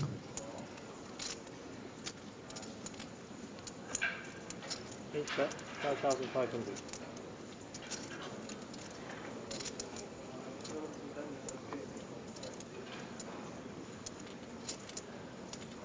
$5,500, the second barrel from Sabrat, called by Toth, and the river card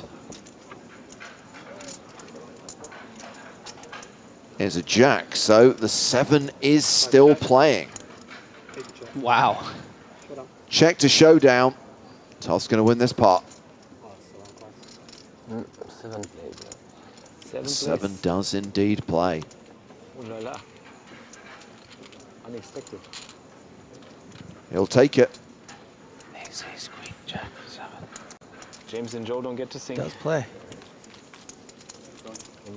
So we are halfway through the level, and we've talked a couple of times about the NAPT, the North American Poker Tour, returning to Resorts World Las Vegas at the start of November, 1st through 10th. 35 tournaments taking place, plus a new season of the Big Game on Tour being filmed. You can check out the full tournament lineup in the PokerStars Live app, including details of the free qualifying tournaments, which could earn you an audition spot to be a loose cannon on the Big Game.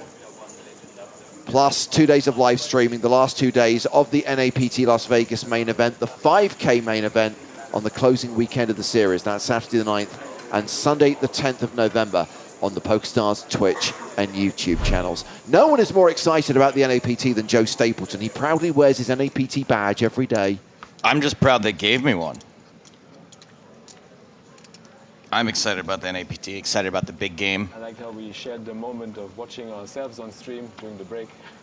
It's like, You know what it's like, though, is that, first I was worried about last year's big game. Is it going to live up to the original? Is it going to be good? And it did. Yes. But now I'm like, is this year going to live up to last year? Vicious cycle. It is. It's the always on my big blinder. It's the vicious cycle of a performer, really, in general, is that every time you do something good, you're like, well, how am I going to live up to that? Last year, we didn't have a Super Bowl winner.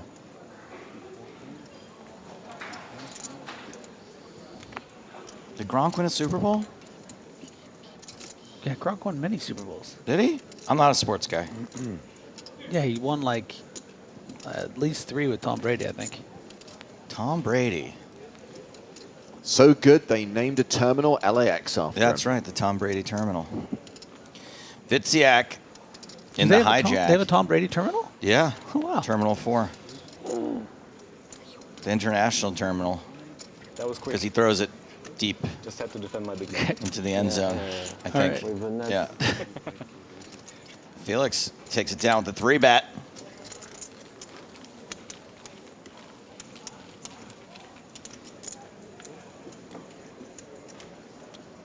I like how mischievous and wiry Felix is. I'm liking the chip stacking energy. If you notice the lady tattooed on his arm, she sings, depending on how he moves his arm. I'll show you. Okay.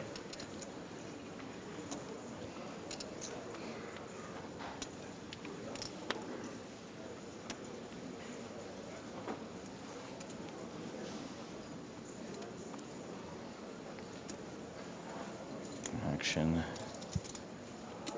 on Sabrat. Ace King.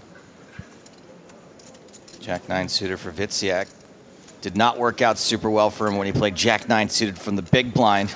Got bluffed. Oh, yeah? Last level?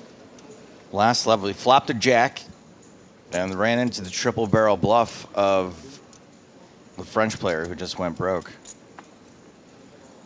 And What was the run out? the run out, I mean, it was a queen on the river. So Jack High and the River Queen? Yeah. Jim. Wiciak is 3-betting this time. Yeah. Probably a bit frustrated with being card dead, recognizing that Sabrat's been playing a lot of hands lately. Just trying to get one through on him, but the timing is a little off. And Wiciak's going to be very disappointed to see all those chips go in. Or the words, the dreaded words when you're 3-betting with Jack 9 suited and your short stack. I have to pee. No. They're coming in a second. Here, listen. 3, 2, 1. Ah, there you go. 3, 2, 1 were the words? It was all in, man. Oh, all in. It'd be funny if you'd said something else and you understood all in, and you just did you say all in? Oh, of course I did. Like, yeah. Yeah, of course I did. I said all yours. I'll change my mind.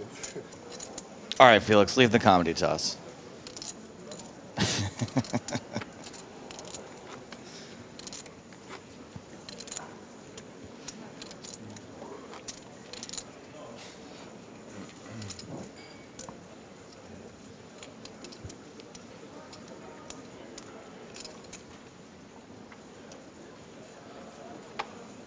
Felix has got that Grogu deep into the table, over the betting line. Yeah, I don't know if you're allowed to do that. I guess it's sitting on the button. Simone, King 10 suited.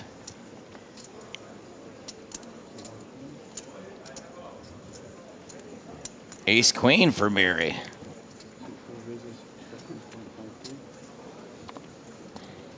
Makes it 15,500. Getting aggressive.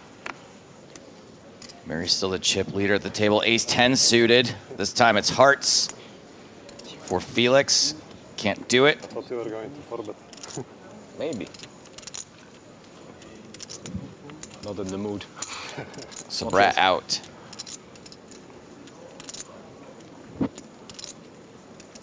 Back to Simone. A considerable portion of his stack. Piano, piano.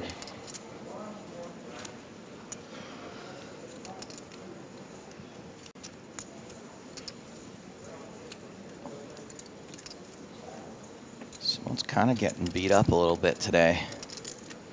Just doing a lot of zagging when zigging is required. Well, but before he got here, Joe, he was actually had it all in for 20% on the flop. And, was able to hit a card, so I think he's still just grateful to be in here, considering how short he was in that situation and got the nice lucky double. I know this feeling. It always feels like people are bluffing you, right? Or we could just have hands. It always feels the same, like someone... Chip counts. We did note that Miri was still chip leader. Paolo Gualano showed up with a pretty big couple of stacks. Sneaking in there between Shakib and Felix. Pretty significant drop-off from there for Sabrat, Ander, and Toth.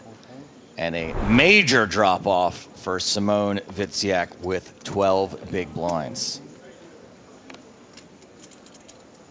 And Ander, pocket queens, under the gun.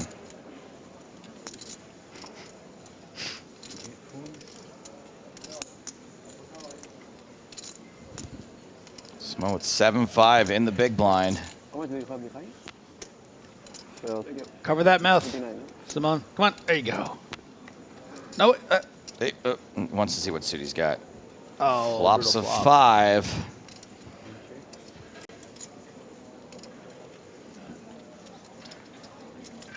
Checks it on over to the pre-flop razor.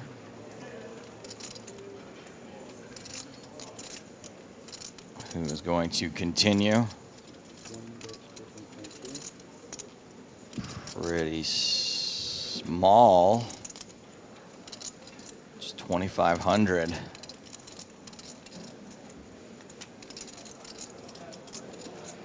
And I'm sure Wiciak is a bit of two minds here, right?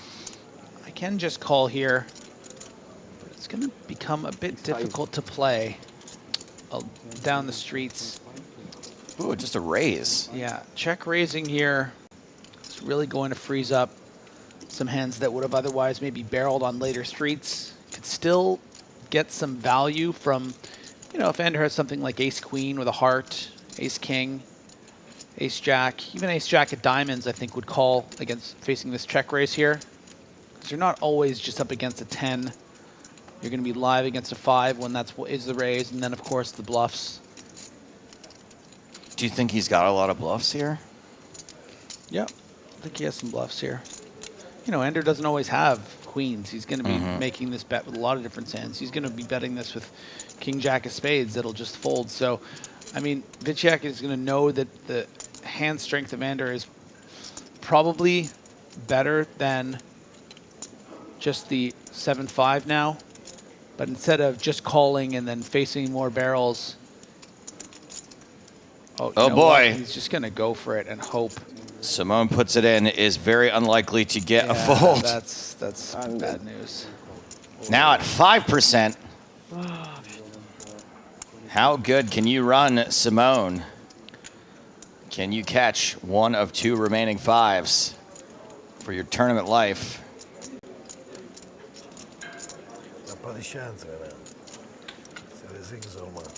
Doesn't seem to believe it this time. Both 5s are live.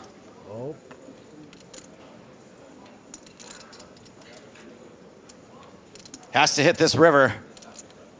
Thank you. Close, but no C5. And that's going to do it for PokerStars Team Pro EPT Barcelona champion Simon Wiciak. And wowee, that a Spraggy? just a tag in. We just exchanged one ambassador for another. Come on. Spraggy was already on his way to this table. See, we're never going to shake the conspiracy theorists that say that we put people on the feature table now. This is made-for-TV stuff. And look at him with that nice stack of blues. He's in there, Spraggy. Have a go. Matches his jumper. Now we are changing feature tables at the break anyway. So we're only going to get Spraggy for around a half hour. Organization, that's why. So there's too many of us. Unless we decide to put him at the next table too. Ha ha ha. Just kidding, it is random. Which box is mine? Why are you winking at me? Do you know the numbers, maybe? What is that? Of how many ambassadors we have on the team? At least one too many. I have no idea with all the different countries. Which one? His name is, it rhymes with Donka Palbert. I'd say 15, I guess. Nah, way more than that. Way more? Yeah, with all France and Spain and everywhere else. Brazil. Papo. I'd take the over on that as well. Whiston. Don't forget Whiston. Who's Whiston? Good question. Wistern, if you want to know more about him, most recent guest on the Poker in the Airs podcast.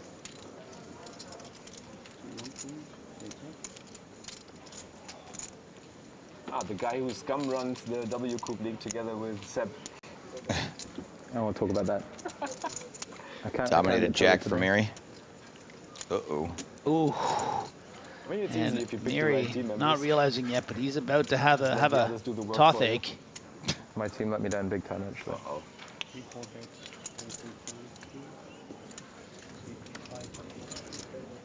Mary bets 5,500. Easy call for Toth.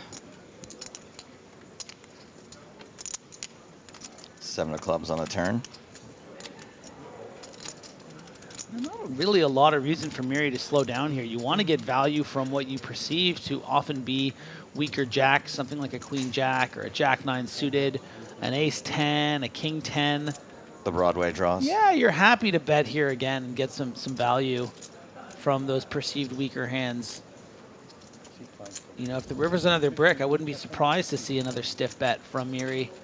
So this is looking like a real pretty spot for Toth at that 95%.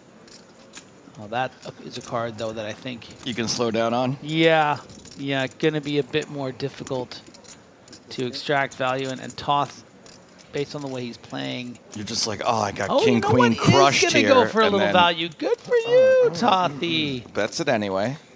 Oh, yeah, Tothy crisp. Good job. Nice value. Whoa. Oh, can you believe how bad I'm running? Ah, just chip leader all day. Like a Toth to the flame. We're almost international table. We're actually international table now. Can't tell which of your jokes was better. It's a bit of a Toth up. Hungary, Germany, Italy, Poland. At least you didn't say which one's worse. That's a change. Does it count?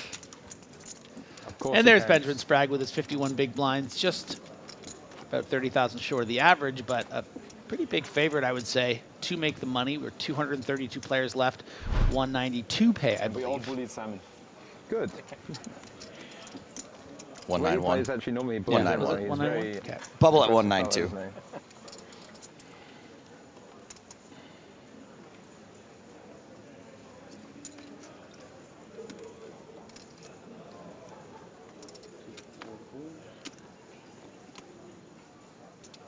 Toth with ace-8 of clubs.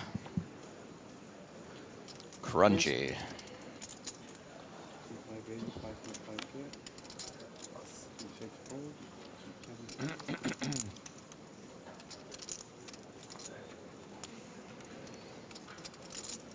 Set is Brat. King 5 of diamonds. No.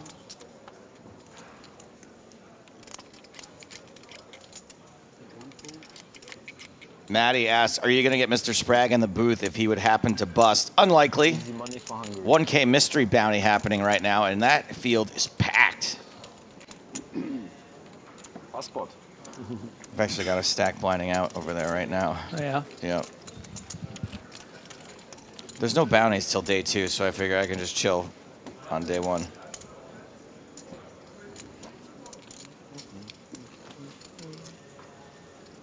You played a lot of mystery bounties in your time? Just 1. I feel like you're the type that would get into the money with no bounties. Well, I did the other hilarious thing you can do. I played like a maniac because of like bounty equity, not realizing that they didn't kick in until after the money. That is exactly how you would play it, yeah. And I was like, cool, where do I go? I like busted someone in like the 3rd hand. Yeah.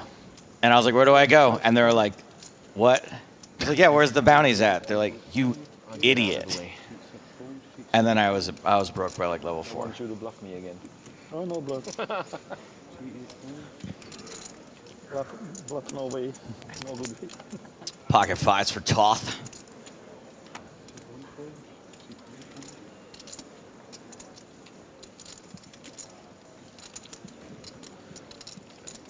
Mary is gonna go to war again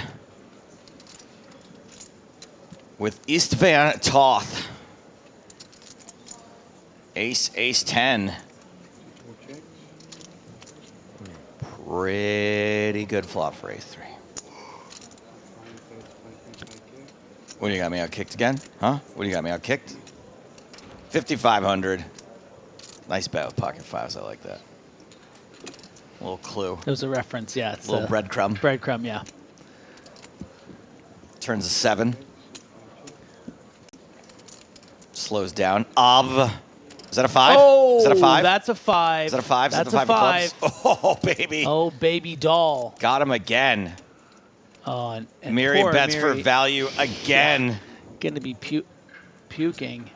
And it's no good. Raise. He is going to feel like, is he out kicked again? In a way, yes. And, yeah, just poor sizing here from Toth, in my opinion. The stone min.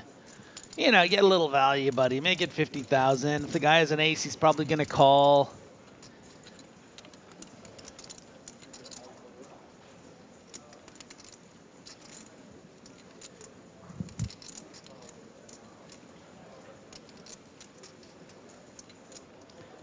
He's not loving it, but with the price he's been given here, surely has to just click that call button and be seeing the bad news. And I'll tell you what, he's not going to be happy. Just got kind of coolered King Jack to Ace Jack against Toth. Are you, I mean, you just have to call just in case you're like chopping? I mean, it's just... In case you're it just feels a bit random, like 4. what, like he just has like... This is a hand that I fold live to that player 100% of the time. I just go... Sick. For that amount. It's never good. Just never winning. It's the beginning of a long friendship between the two of you. Yeah. Between the one of them. You got me dominated all the time. All the way up to 213,000 and a big smile for Istvan Toth. Is that a big smile? No, he had one a second ago, I feel like, and then the timing was not great.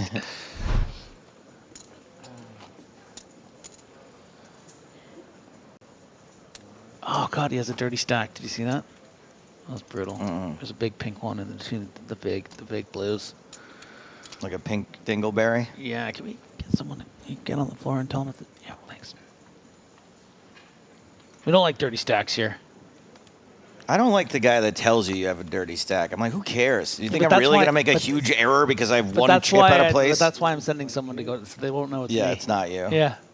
And by that point, I've it's seen like the everything. same guy that tells me my shoelace is untied. Like, who cares? What adult trips over their untied shoelace? Nobody. Someone did that I actually got to me it. at the airport the other day. And I knew it wasn't on. Because Yeah. I'd gotten off the plane and I'm like, I got can it. figure that. I know, yeah, exactly. Yeah. I know. I feel the laces hitting up against my Yeah, ankles. I Like get I it. know this is how I It's want a to choice. live. This is a personal choice. Schneider's racing King 9 suited, flatted by Sabratted. Ace 9 of hearts. Just Poland and me. Felix. Oh, was it? Oh, Uh-oh. 9 high flop. Boy, this keeps happening. Are you trying to sing for his arm? No, that's his arm singing. That's his arm tattoo. Schneider's checks.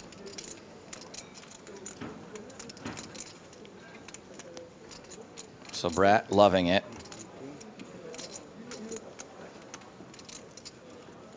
That's 5,500.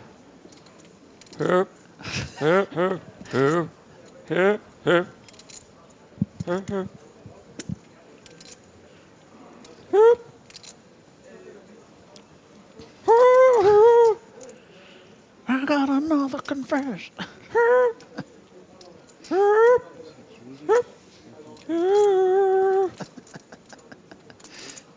Felix raising to 18-5. Perhaps just electing to take this check raise line because it's, I mean, Fun. easier to play. It's not the hand selection I would go with particularly.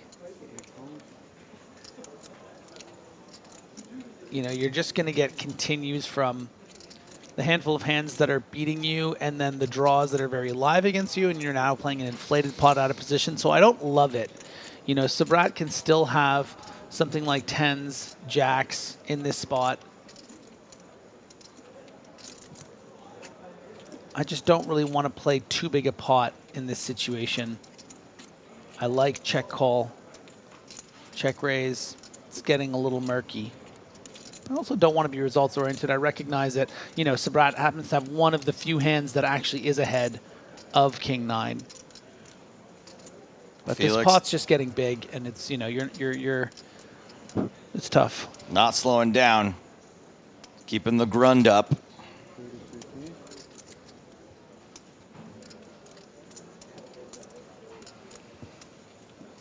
That's 32,000. I mean, there is a version of the way this hand goes down that Sabrat folds the best hand. I mean, Schneider's isn't really representing King 9 so much as he's representing, you know, pocket aces, kings, queens, jacks.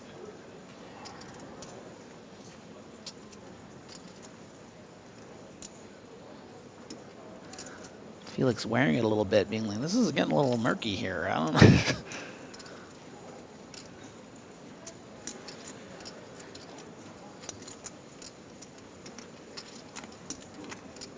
Can you ever overplay this and convince your opponent you've like flopped a set of sixes here? Now this pot ballooned to 117,000. 8 on the river. I don't see a lot of value in Felix shoving here. Maybe sometimes your opponent has something like Jack 9 suited, 9-10 suited, and calls. 2.5. Instead's just going to put out a blocker bet. You know, perhaps wanting to prevent his opponent from bluff shoving with missed spades and the like. And then some. Oh, he only bet 2,500. Wow. It's always a good thing to say. I think queens, kings, and some. By the way, if he folds for this minimum bet, I will be leaving the booth. I'm letting you know. Yeah, you can't fold. I have a 9. I have a 9. Ew. Oh, okay.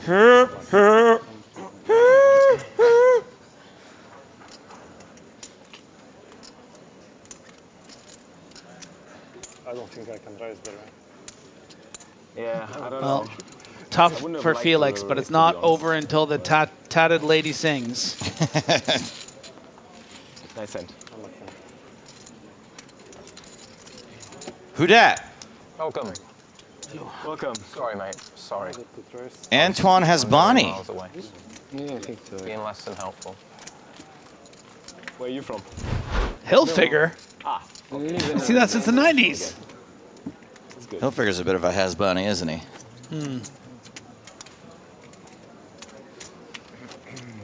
87 big blinds. Very healthy stack. Antoine.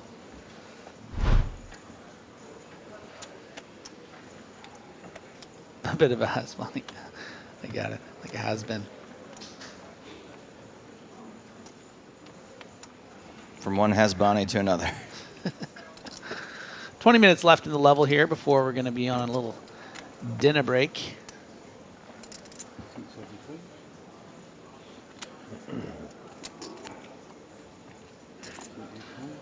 Felix, second lowest at the table now, but still 61 big blinds. This is this table's pretty thick. It's thick. Thick. You thick? Benjamin, you naughty boy, wanting to get involved. Big blind against Spraggy. This is a nice little game flow open, actually, if I'm being honest. Bit of a, and what I mean by that is just, you know, win. Pardon? Beautiful. Yeah, Great it's timing. just like, I mean, look, if you can get past Miri here, you have Toth, who's, you know, a bit of an amateur player. You have Felix in the big blind, who's just lost a big pot. I like the open. Nice recognition from Ben. So I don't know if you can see my dad out there. Griffin, there he is. My real dad, Hossein Ensan. Yeah, legend of the game. World Series of Poker main event champion, Hossein Ensan. EPT champion. EPT champion, Hossein Ensan. And genetic champion of me. At this table with Nicholas Ostedt. Wow, that's a lot of chips there for Lena. Yeah, we're going to need a cart to bring those up to the featured table, Yeah. Griffin, because that's who's coming up here. No way. After the next break.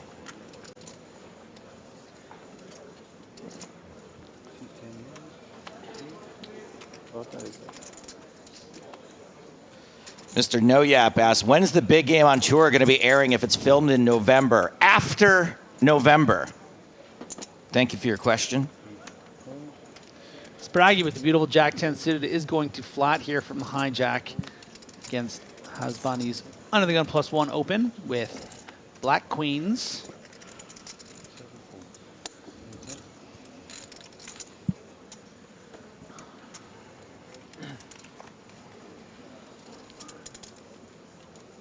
Oh, baby doll. Wow.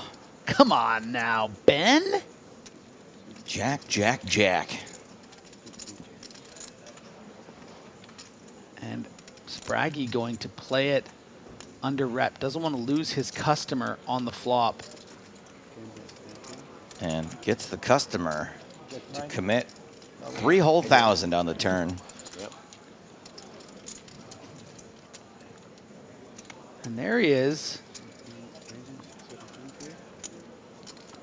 17,000.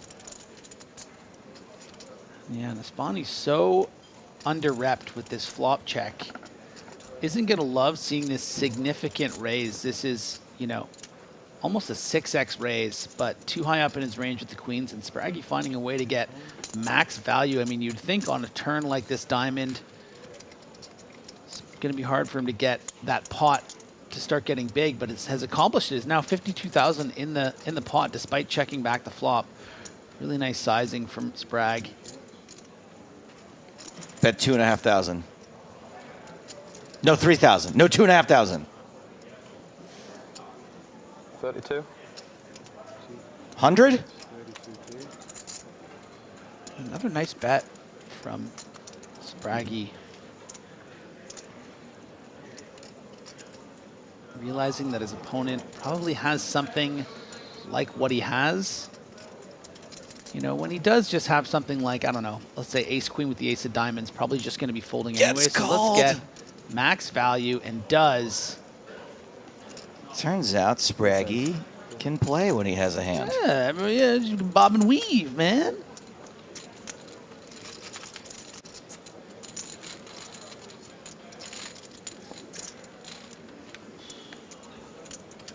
Nice one. Oh, yeah, right into that Team Pro. Go right in there. I want to see it.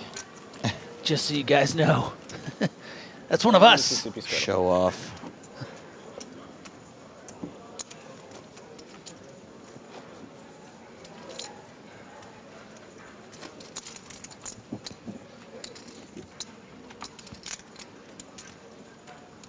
I've got Spraggy protection.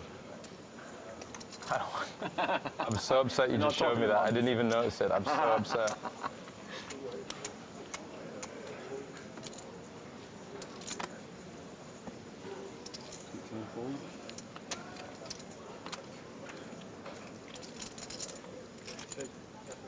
Raise. Raise is 5K. More fold.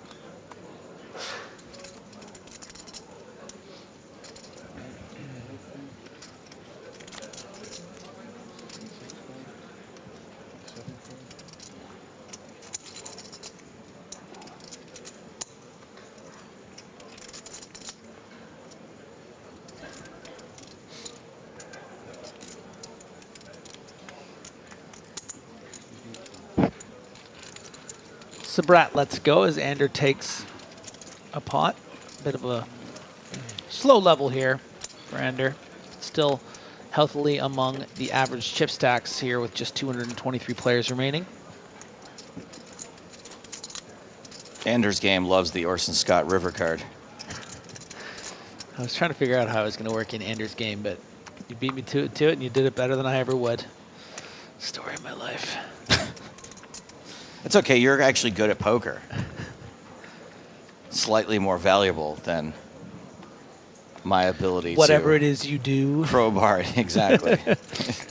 I don't even know how to describe it.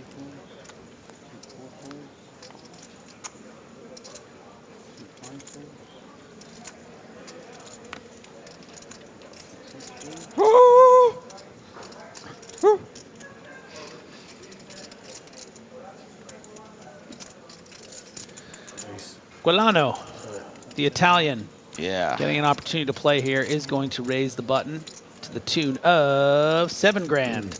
7-6 at Tomatoes. Hey, it's a pretty stiff open. Almost 3x. Gonna make a nice marinara. Hasbani with the king 3 suited in the big blind is gonna be his Huckleberry. That's funny because he's got trees. Trees for Lebanese, tomatoes for the Italian. Ace, king, deuce, pair of kings for Hasbani.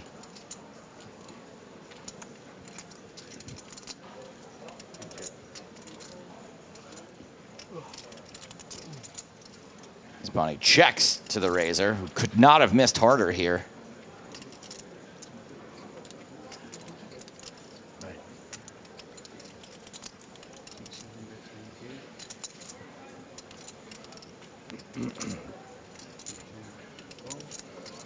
Bets 9,000, gets a call out of Hasbani. And it's another tree on the turn. That's tree, not tree, the way Fintan says it.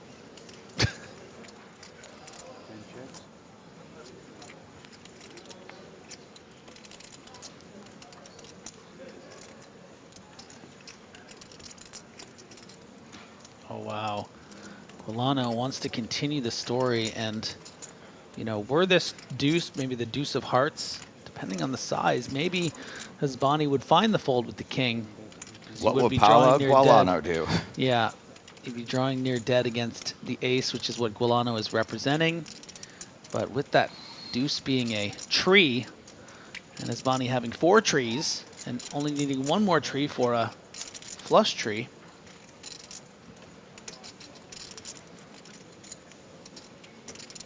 Queen of Hearts on the river. and this is where Guilano really needs to attack here. Because even if he deduces that Hasbani can have an ace, it's really tough to call a big bet here, but you're going to have to bet, you know, half of Hasbani's stack, I think, to really convince him to fold something like an ace. Now, we can see, of course, Hasbani does just have the king, and that's not going to be... That's not a lot. A lot. But it's tough with the king. I mean, do you just think this guy's doing a random bluff? The last time you faced a river bet to the tune of near 30,000, which was what happened with Spraggy when it was 32, you called and you were wrong, right? Yeah, and you paid the guy off. In this case, do you really think that this is just some random bluff? MCD Art says, what will Hasbani do? He'll figure it out. Nice. That's really good. It's on the shirt, Paul. His shirt. He'll figure. Yeah. Okay. producer is very confused at that one. Oh, and this is just such a big moment for Hossein. I mean,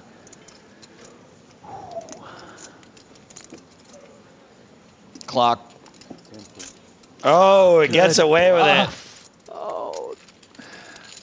To know he's probably watching this right now on his dinner break. I'm sorry, man. I'm so sorry. Come here. The tomato bluff gets it done. It's not your fault. It's not your fault. In about 9 minutes, we're going to have a break. When you come back from the break, please go back to table number 22, which is in the middle of the room, where you are, okay? I will move your chips for you, but please take your belongings and don't forget your phones. Parla italiano, scusa. Good news. Scusa, tu parli italiano, sì? Relief. Short and sweet for me. Ah, ok. So far. Okay, kids, enough play. Go back to your seats. You've had enough up here. Time to get some new entertainment on the stage. That was a pretty sexy bluff. I'm not gonna lie. That was nice. I You like like that. that? I like that. Yeah. Yeah. Listen, he had 7-eye. These are tough boards to bluff on. You know, just went for it. He's that impressed me.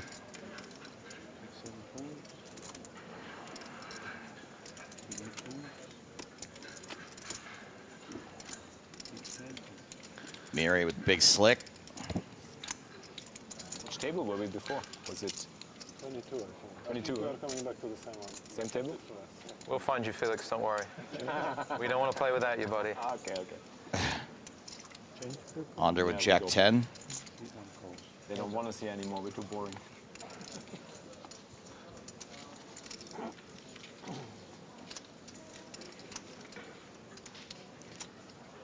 Under does defend and flops an open-ender.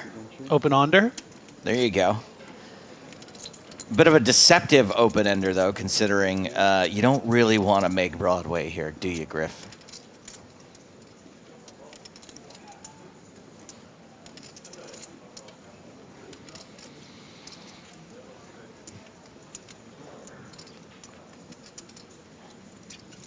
Bet of 5,500 called.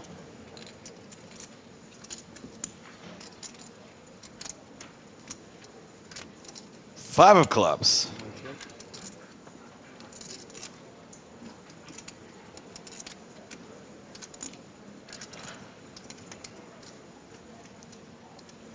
Under checks.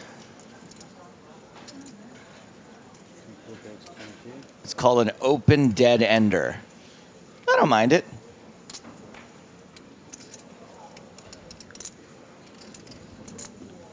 And does not get reeled in. Nothing good. Miri is still the #1 stack at this table.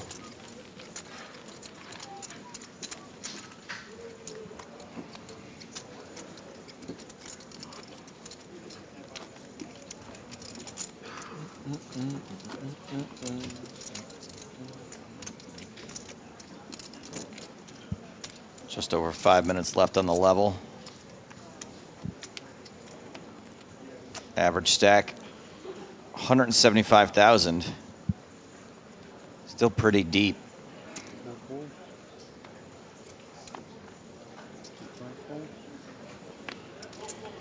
Tritona asks, is that Spraggy? No. Thank you for your question. That's Sabrat. Thank you for your question. Hossein, 6-4 suited on the button. His turn with the tomatoes. Ooh, another hand for Onder.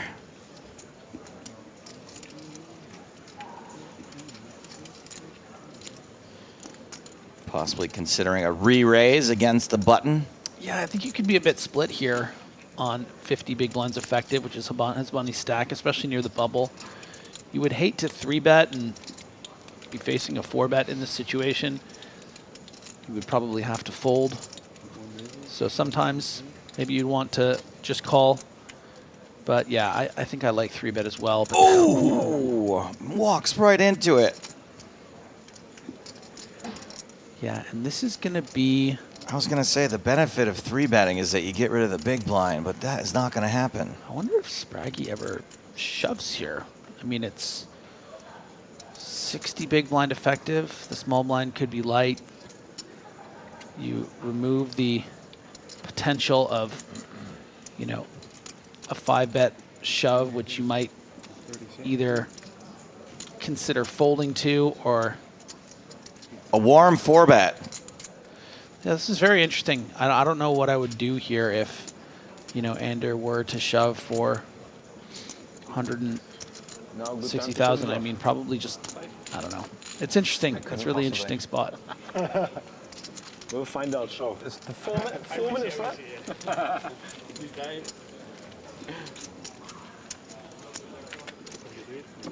We played the show 1 game, but then one player opted out and we couldn't continue.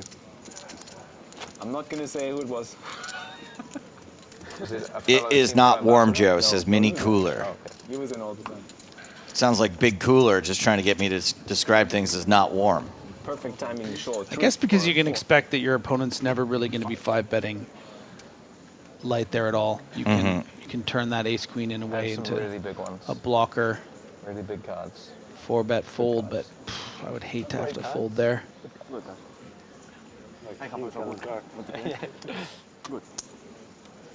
Toth getting involved. Queen Jack under the gun, offsuit. Oh, the call. Let's mix it up. Oh, where's James? Someone get him on the. He has a name for this, doesn't he? Under the Gibbons. Oh, yeah, you're right. It is a Gibbons. James, where's James? There's a Gibbons, James. I'll tell him later. Do you know what constitutes a double Gibbons? Limp under the gun +1? Nope, it's a limp under the gun and then calling the raise.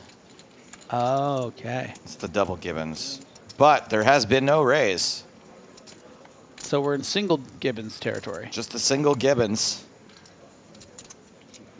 Jack 9-6. Does everybody catch a pair here? Yeah.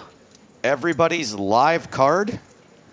Everybody catch a pair tonight. It is Toth, the initial raiser, who flops best, bets 5,000.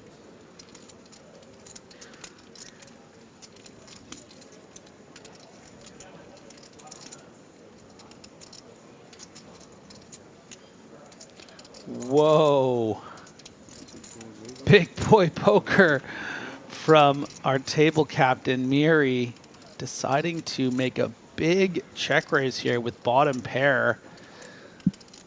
This is very ambitious.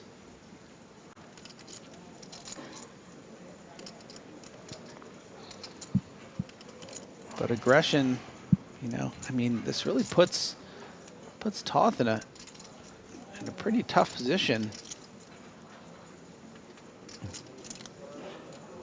Jack 9 is a hand, right? That a big blind's going to have sometimes. Forced out the best hand and forces out two better hands. Really nice work there. Show the queen.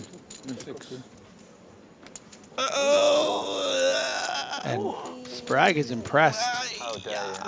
How dare you? And yeah, Toth might be wincing a little bit. I mean, we will be the same table. But that's hand. Thank you. And that was a cute little conversation about how he really wanted to get one over on Toth there. It had nothing to do with Spragg. And collateral damage. Yeah, really got Toth to fold the best hand. I mean, Jack 9 you would raise. That's the problem. You knew you couldn't have that.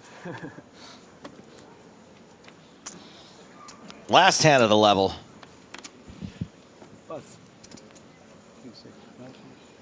all right, you want to bet 200 that it's not the last hand?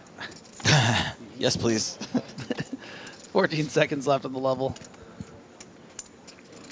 before these I really need that money back. Very hungry poker players rush off to that delicious buffet and stuff their faces. It's not dinner break. It's just a break. Oh. Enjoy your break. What do I know? Thank you, Phil. Enjoy your break. Thank you, guys.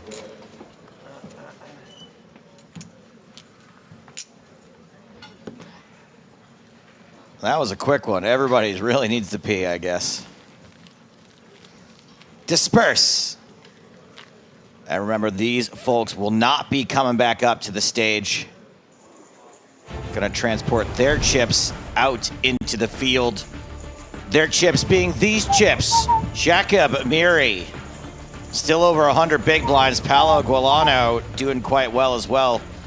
Benjamin Sprague, Isfan Toth, and Sabrat all in the 60-ish big blind range. Felix Schneider's with 50, Onder with 46, and Hasbani with 41. So no verified short stacks. I think Sprague is due for a deep run in the EPT. I'm feeling like a 13th place finish. I think so too. And as long as we're saying goodbye to Felix, over the years, the grind community's produced a few names, Flushy being one of them, but here in Cyprus, a teacher in Hanover got his moment in the spotlight thanks to PowerPath. Check this out. I'm Andrey, I'm 37. I'm from Hanover, from Germany, and I got the silver pass, yeah. I'm teaching mathematics and physical educational sport, yeah. School break now, and I try to do this because I want to come to Cyprus. It's my holiday, yeah. Like 6-7 years ago, I saw the streams of Felix, and he helped me, and the community helped me to become a better player. It's a very friendly community. People in the chat box support me, and yeah, it was cool. Sometimes they come to my table, and yeah, at the cup, the whole table said, "Oh, who's the famous guy at our table?" Yeah, it was fun too, yeah. Ace Queen. War das jetzt der gegen den auch die Achter verloren hat? Nee, das war... I was Thursday in the stream and did commentary. The cup was very good, and the main events where I had the ticket, I cashed both. So top 5% in both was very good, yeah. Und was hat André? Das reicht. André hat Neuner. Neuner reichen. Neuner reichen? Neuner reichen? Neuner reichen. Neuner reichen. Reichen. Everything was good. I don't know what was best. Nice weather, nice poker room, nice deep runs. I hope I can go to an EPT event again, yeah.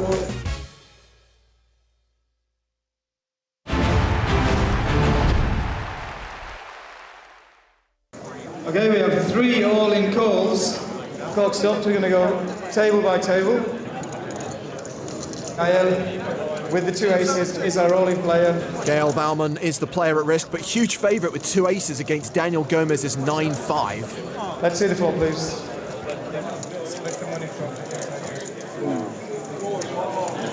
The flop is 9, 10, 4 to rainbow. Gomez has some equity, more than he did before the flop, actually. On the turn, please. The turn is a queen. Baumann has to fade 9s and 5s. On the final card, please. The bubble's not bursting in. It's a king. Aces hold.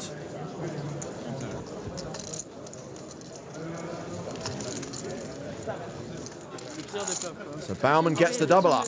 We have another all-in. Remember, there are 2 more all-in hands. This is insanity. Tournament director Toby Stone races across the room. Please tell me this is Martin Finger versus Finger Martin.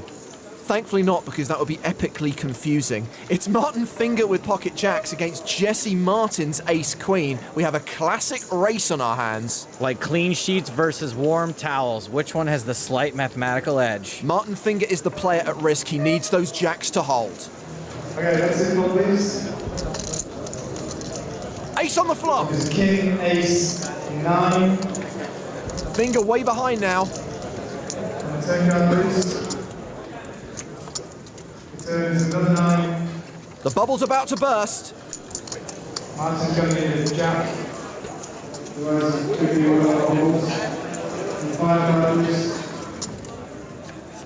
It's a 7. We have just lost Martin Finger. Martin Finger finishes in 97th place. He is our bubble boy, but we do have another hand. And remember, hand-for-hand play, these all happen at the same time. If we lose another player, if we lose Andrew Pateychuk here, they will actually chop the bubble. Pateychuk ahead, but at risk to the same guy who gave Maria Ho a speech for taking her time to make a decision, in case you're wondering who to root for. Yes. Flop is King, 7, Queen. Michael has hit a pair of kings. Mikhail Petrov takes the lead. Badaka on the verge of elimination. Turn is at 3. Andrew's going to need to see an ace. Otherwise, there's going to be one of 2 bubbles here today. And the final card, please. He's trying the walkway maneuver. It's risky. It's a 3. We just lost 2 players. Congratulations, boys. You're all in the money in EPT Grand Final. So, Andrew Badaka and Martin Finger will actually share 96th place prize money. Adam Levy, who went out in 98th place, is the true bubble. Thank you. Thank you. As we lost 2 players from separate tables, Michael and Martin are going to split 96th place. He means Andrew and Martin. Share? Blinds 2,000, 4,000 with a 500 ante. Action at the feature table is on Seathal Hansen. Pretty hand. Raises with Queen Jack suited. From under the gun +1, he makes it 10,500. Action folded around to Leo Fernandez. Ace Jack. Yes, I am Leo. I am contemplating what to do. He's in late position. And he's going to play aggressively from late position, 3-betting to 23k. And this is actually kind of turning his hand into a bluff. Joseph Bakar in the small blind. Decides to fold. As does Lucas Berglund in the big blind. Action back on Hansen. Pretty good hand to take a flop with. Well, those blue chips are worth 5,000 each. The purples are 500. So that is a 4-bet to 46,500. Is there anyone at this table who doesn't want to turn his hand into a bluff?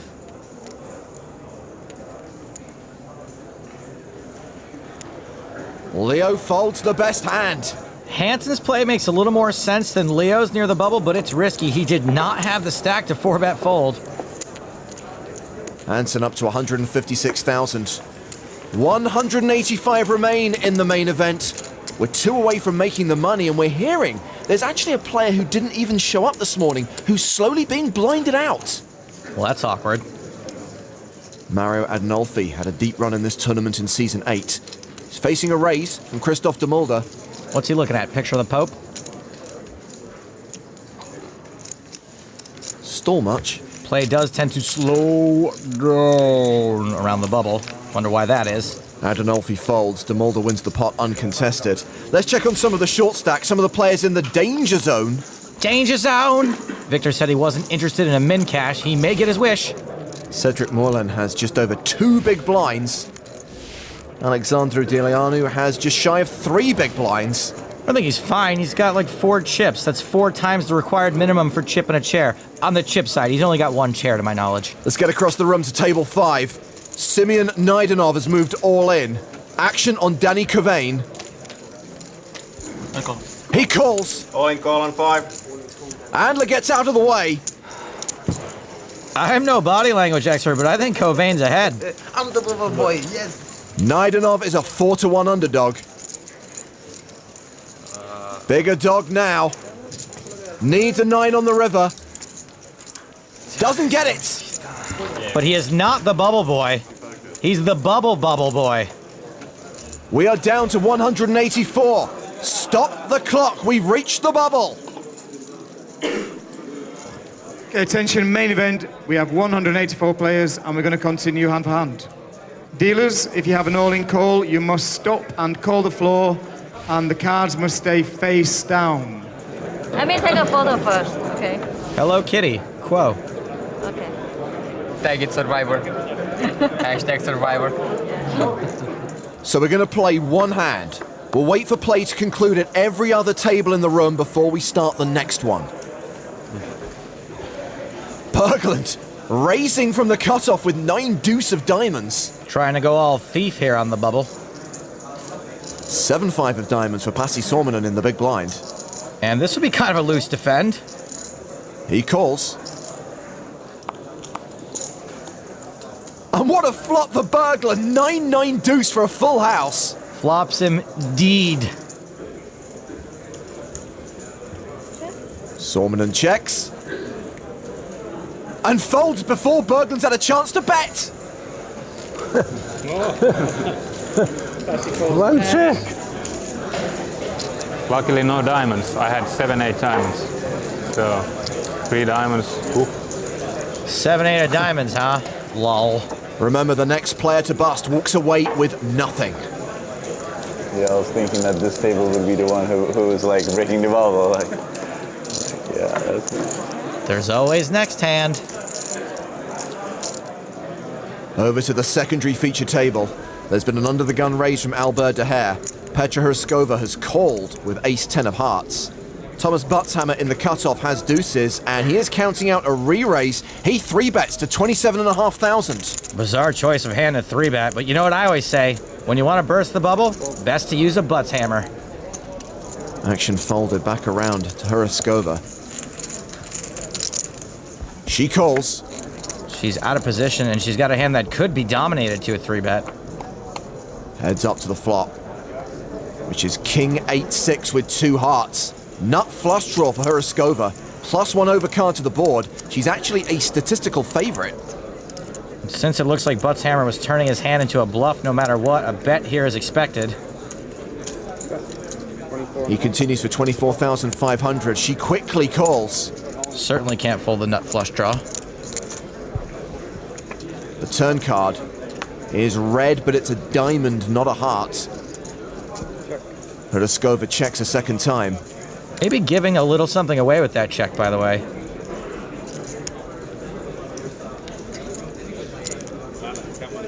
Buttshammer not slowing down. He bets again, 44,500. Now Petra's getting 4-1, so again, she will not be folding. These are 2 big stacks going to battle on the bubble. A needlessly huge pot with 2 super deep stacks, thanks to the Buttshammer 3-bet. Hryskova calls again, 212,000 in the middle. The river is the king of spades, pairing the board. More like Petra Briksova. She checks again. Buttshammer checks behind. Who would have thought that deuces would be good here? She might literally blast out of her seat when she sees this. Ah, you got Buttshammered. But to be honest, I kind of agree with her on the play. He's now up to 386,000. And we're just waiting for play to conclude at all of the outer tables. Attention players, as soon as the last hand is finished, I will pause the book. We have 3 tables with an holding call. 3? What happens if more than one person goes broke again? They will chop 183rd place prize money. Buka, let's see your cards first, please. Buka shows 2 9s for a pair of 9s. Cedric shows Queen 7 for a pair of queens. You have to show. It's an all-in, yeah. And Nils shows Ace 5. Our all-in player has doubled up. We don't lose a player on table number 12. Look at them all congratulating him. We're all in this together. Not really, but still it's cool. Well, as Toby heads across the room, don't forget there is a player who didn't show up today and is now close to being blinded out. Yeah, but do the players know that? Jan has Ace King, so Russell is our all-in player with a pair of jacks. Let's see the flop, please. We got a race here.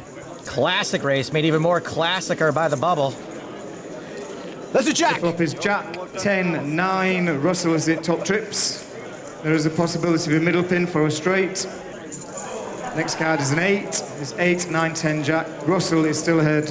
And the final card, please. Oh, and they can chop too.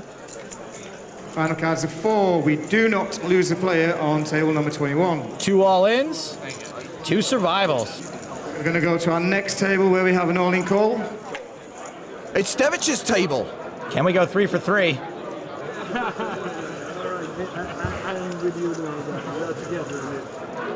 Mihails is our all-in player, but there is no flop. Mihails has Ace of Spades, Queen of Clubs, and Alexander is our player with a pair of 9s. Another race. The flop is 2 3 King, and the turn is a Jack. The final card, please. It's a 10. Gets there. Rivers are straight. He's the real champ, the real one. Have to win this tournament. Thanks, guys. This is the sweetest bubble ever. 3 players were all in, no one busted. I know. No. 10 on river, always. There's the anti-railing you come to expect on a gigantic bubble. Alexandru Delianu now has just 2.5 big blinds. Yeah, but what about that guy that's not here? Well, they've called the tournament director over because he's still absent and he's about to be put all in the big blind. He said he did not show up the entire day. The whole day? Yeah. He just did not come. Okay. Easy money. Maybe it's just pocket cheese. Attention, main event players, we have a very unique situation over here. We have one player who hasn't showed up today and is going to be all in on the big blind. So he will be eliminated in this hand.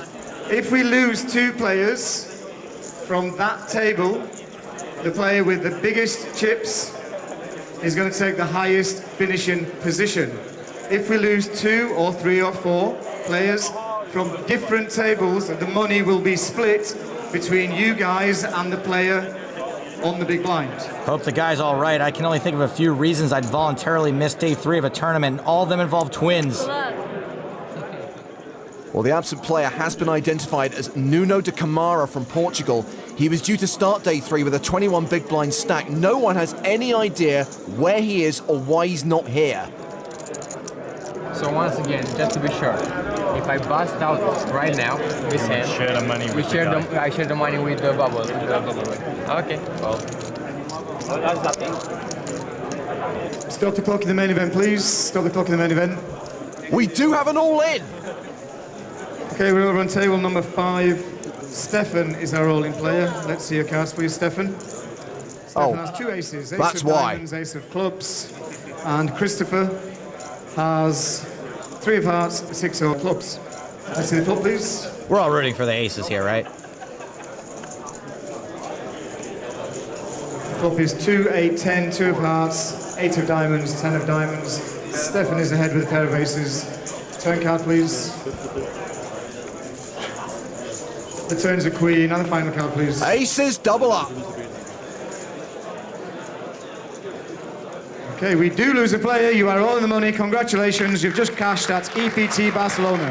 Weirdest bubble ever. We win. It's already done. We win prize. Congratulations, everyone. For the first time ever, literally everyone in the room is happy.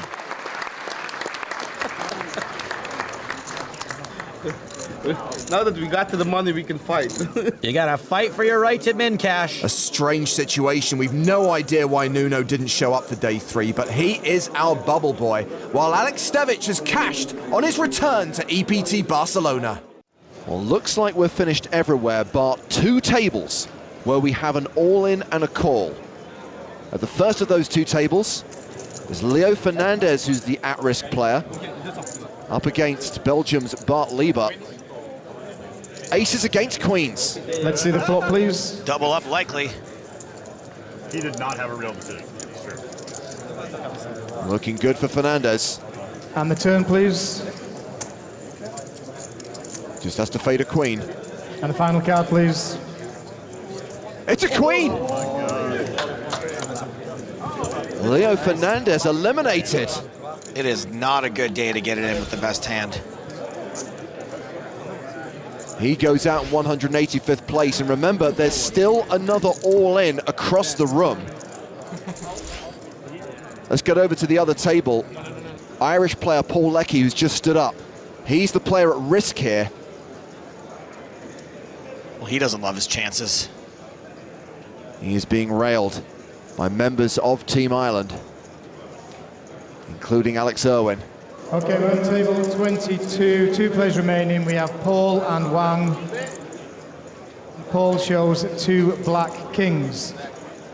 Wang, can we see your cards, please? And Wang shows 2 black aces. Horrible cooler on the bubble. Leckie's suits are covered as well. Let's see the flop, please. Flop is a 3, 7, 10. Paul Leckie has 2 outs. And the turn card, please. The turn is a 5. He needs a king on the river or he will bubble. He needs the Lek of the Irish. And the final card, please. And the final card is a 6. It's over. Players, congratulations. You've all cashed in the biggest 25K in the history of poker. The bubble has finally burst. Smiles all around the room, but spare a thought for Paul Leckie. Unlucky. It's right here, man. In the money. Great result for all the Platinum Pass winners who've turned $0 into more than 25 grand. Good job, Shorty. Good job. Thank you. Way to grind it out.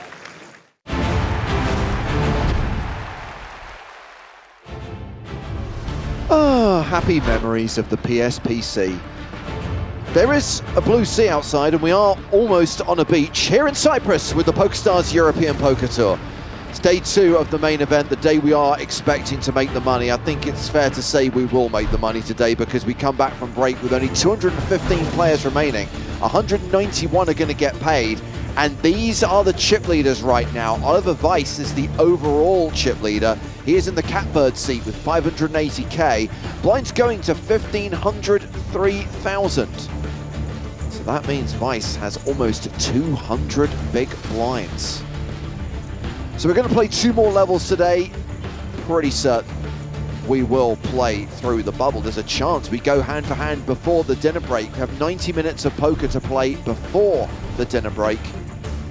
And then we'll probably start paying players. A min cash worth $8,400. Up top in this year's EPT Cyprus main event is more than $1 million.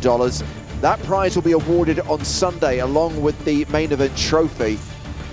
Make sure you join us every day this week, up to and including Sunday, when you can watch every single hand live from the final table. And very soon, I would say probably within the hour, we'll give you details on today's EPT Cyprus live stream free roll, awarding $2,000 in Power Path tickets. Ooh, must be nice. You can get some very soon, courtesy of the PokerStars TV broadcast. New feature table on the main stage. By the way, it's James Hartigan with Nick Walsh. Hello, hello. Thank you for having me. Lena 900 on the main stage. Ooh, Nick, it is Nicholas Odstedt, who is a big stack right now. Top 15 and certainly chip leader at this table with 300k, 100 big blinds. We also have Hossein Ensan. He is an EPT champion. He is a World Series of Poker main event champion. And he's always champion of our hearts. The kindest eyes in the game. So yes, blinds are 1,500, 3,000 with a 3k big blind ante. This is level 14 of the EPT Cyprus main event. Clock's running, let's go. Go. Go. Deal. Come on, go. You shuffle? Yeah. You shuffle? Before. This is weird. Look at Lena's stack right now. Holy shit, they are large. 7-fold? Yeah, man. What a life. 10-fold?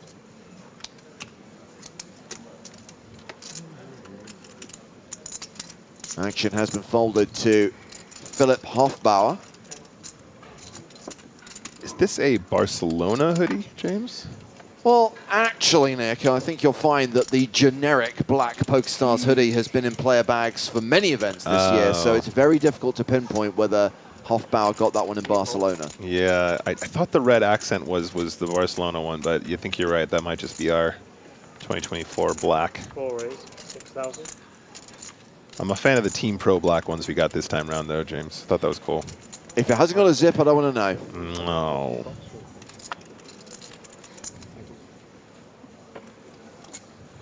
So Ensan has raised the button, and we seem to have some problems reading a few of the cards here. We've only got one of Ensan's cards, and we've only got one of Kedlatart's cards. Ketelar. Quillo. Let's just call him Adrian. Mr. Q. Well, we know he has a pair of 7s. We don't know if he has the best hand right now. Action has just gone check, check. Turn card is an 8. Sweet hello. stretching it.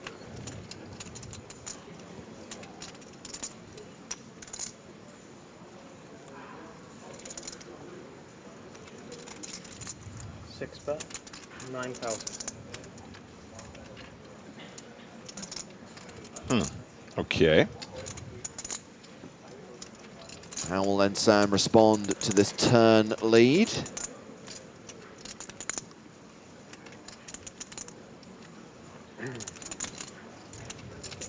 Four raise. He'll raise. 21,000. He normally finds himself stuck in the aggressive gear, Hossein Ensan, and sometimes it works out for him. Yeah, this is interesting. Obviously, we're cards down here, or 50% cards down, I should say, really. Just going to go on a limb here, James. I feel like the big blind here with the 7 is going to have like 2 pair plus when they find a lead on this turn. If they have a hand like 6-7 or 7-9, I feel like they just check the turn out of position again. So the lead to me is leading me. We have a 7-8 here, maybe an ace-7, maybe a king-7 plus, maybe even a set of 7s. 4 of hearts, a relative brick, though, under these circumstances. Check, check. Was so I we right? are going to see all of the cards. Was it king-7? Oh, he's so good. Good prediction. Solid prediction. Let's go. And that we'll see. Ketelar take down that pot. Now 28.5K to his stack. Second biggest stack at the table. Closing the gap between himself and Nicholas Ostap, Lennon 900, who is the table chip leader with 300K. Ensan has dropped down to 20 bigs. That's right, Dakota Wood. Joe's dad is at our new feature table. Joe's real dad, the guy Joe wishes was his dad. Yeah, absolutely. Mr. Q, 98 big blinds now. I think you guys already highlighted this, though, but we have quite a few big stacks on this table, guys. Yeah, we've got 3 players with more than 275K, 3 players with 90 or more big blinds. Yeah. And no one's super short, but Ensan and Hofbauer have 20 bigs each.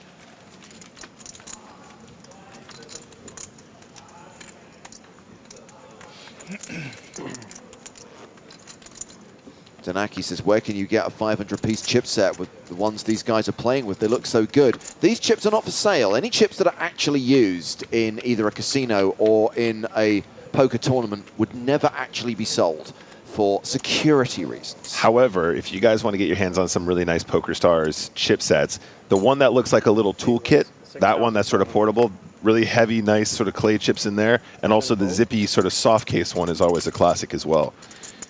You can get those on PokerStars store as well, gang, but they're actually very, very high quality. Can confirm, have played with them before. Like a heavy chip, James, you know what I mean?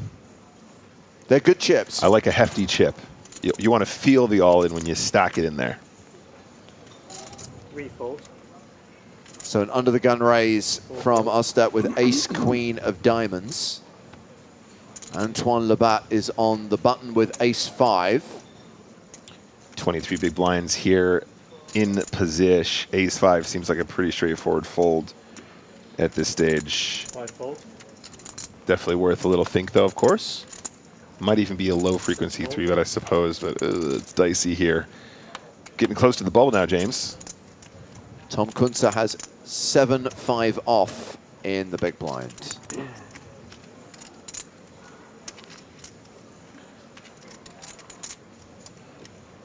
You want to play out of position against that guy, do you? Good luck with that. Yeah, smart play. Good decision. So the year Lena started wearing these I think, well, I forgot the name of them, but this particular pair of Ray-Bans, James, was the same year that I bought them. In fact, I think it was Barcelona when he started donning them. So I in some way feel connected to Nicholas Estet. Do you also have tens of millions of dollars in online winnings? See, that's where I'm trying to find some parity. I'm working on that, though. It's a work in progress, James. Did you make the World Series of Poker final table this year? Not yet, but, you know, never say never.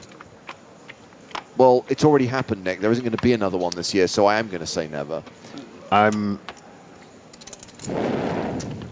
Well, okay, good point on that, but...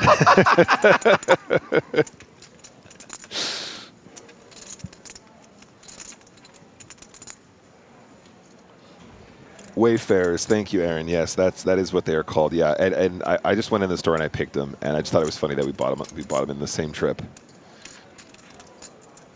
Good point from the curveball over there. It's the white tea glasses combo. That is the recipe for success. Yeah.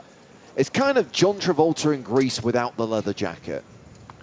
I feel you, man. Yeah, no, it's a good look. 5 fold.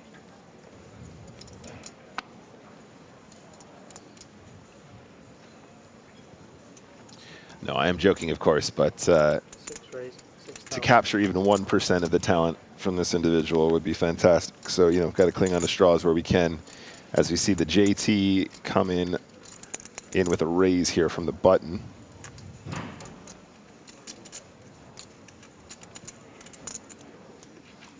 Fold. 10-6 off. These are the spots where Nicholas is like, yeah, I'm going to defend this pretty much no matter what. He's got the stack to do. He's got the talent. And let's see how this goes down now, James. This is a really interesting spot now with both players making second pair. Jack 10 is probably good enough to c-bet here, I think. Solid kicker, second pair. Definitely getting action from spades. Definitely getting action from straight draws. 5x needs to call 2. And, of course, out-kicking some of the 10x combos that will defend button versus big blind range.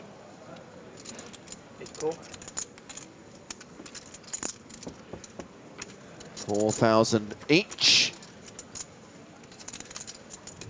And Kittila is now a 4-1 favorite to win this pot outright. Yeah, and it's probably going to be about 50-50 whether or not you want to barrel this turn now.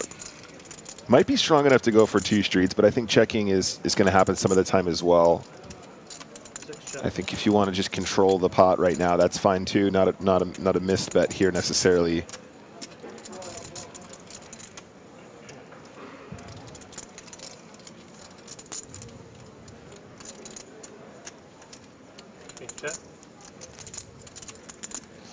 Value bet this river? It's tricky because I think that Lena will end up here having a queen once in a while. Some of those straight draws contain queen X, and therefore it's a little bit tricky. I'm not saying you can't find it sometimes. I think there definitely might be a very cute little value bet here once in a while. I think what's interesting is whether or not Lena would value bet a queen had they made it, given the check on the turn, right? Does find a cute little bet here, which I think is really nice. So it was 10K into a pot of 24.5. Is that right? Correct. Yeah, nice work here. Very, very nice poker. Extract that value. Well, that is going to see Adrian Kittila leapfrog Nicholas Odstedt on the leaderboard. Kittila now playing 318,500, 106 big blinds, as Nicholas Odstedt drops below the 100 big blind mark, but is still a big stack, one of 3 big stacks on this new feature table within the first 10 minutes of level 14 of the EPT Cyprus main event. 213 players remaining. World famous bubble coverage coming at you later this evening. 191 are going to get paid in this tournament, sharing the $6.2 million prize pool.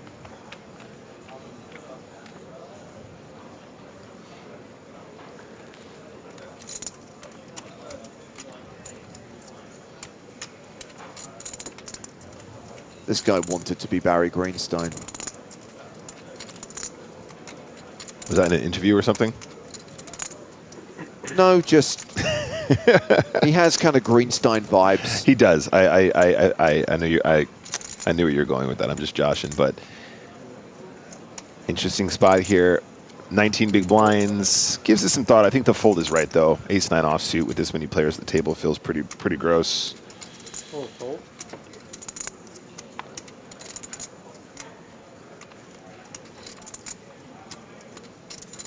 Labatt with 10-8 of hearts, playing fewer than 25 big blinds.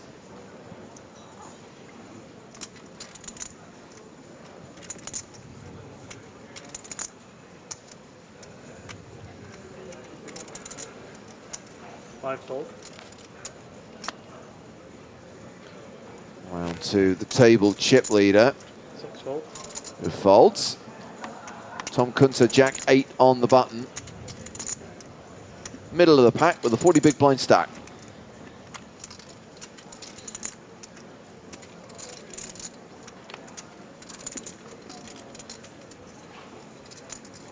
Yeah, it's just going to be in the bin, I think.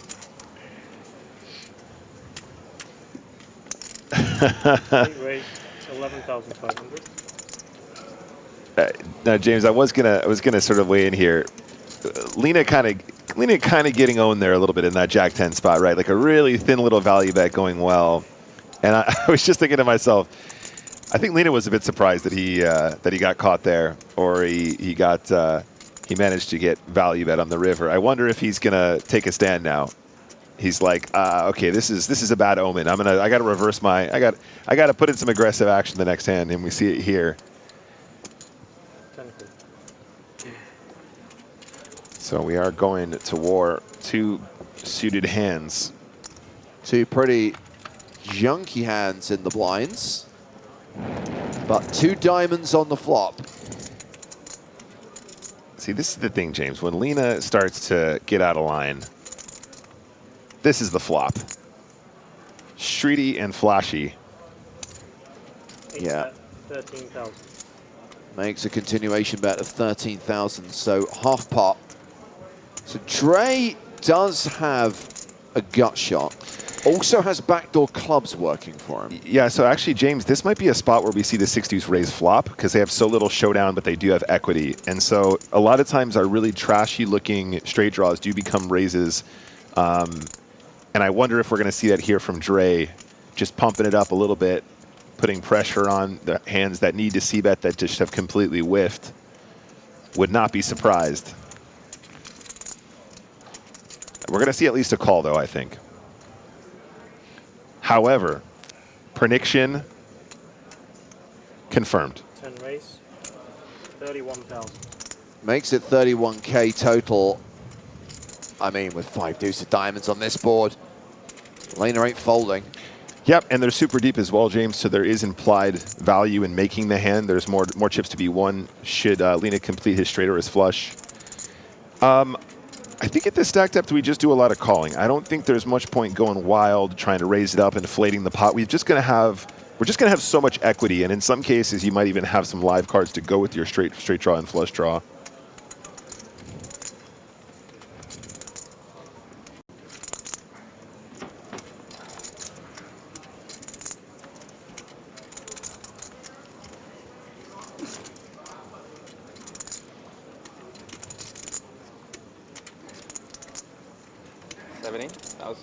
Re-raise. Never mind. We are going to see some raising. 3 bets to 70,000. Oh.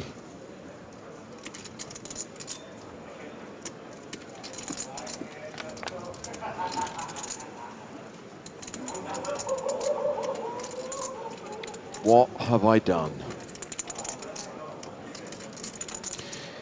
Yeah, and I think it's a weird one now because it's a very small raise again, James. So calling in and making your gut shot does feel like an interesting prospect when we have such good pot odds. See, this would be my mindset right now. Well, I could call, see a turn, which is going to be a club, so I end up calling another bet, and then I completely brick the river, and I've lost like 150,000 more than I need to. Yeah, absolutely. You still have position here, so honestly, Dre might be tempted to just call and see what happens, but it is still a gut shot, James. You're right, and this is still not like feeling fantastic, is it?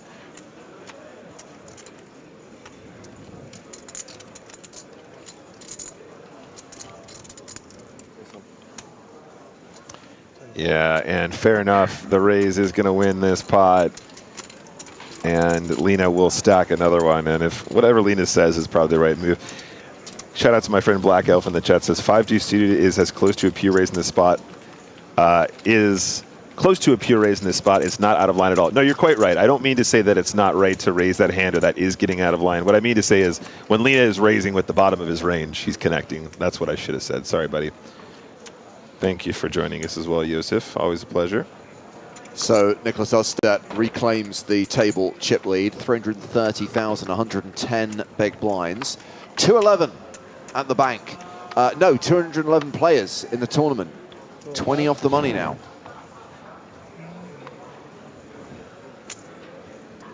Do you know what a 211 is? If a police officer like Inspector Callahan of the San Francisco Police Department were to call in a 211, what would they be talking about? Domestic disturbance. It's an armed robbery. Oh.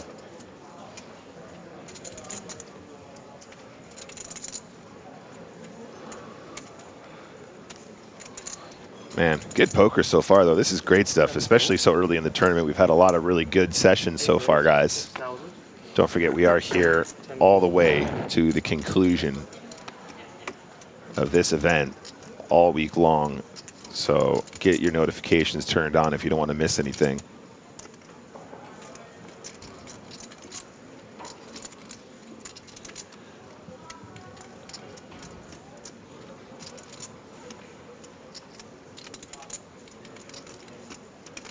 Just prod me when Hofbauer's folded. Just going to take a quick power nap. 3 folds. No.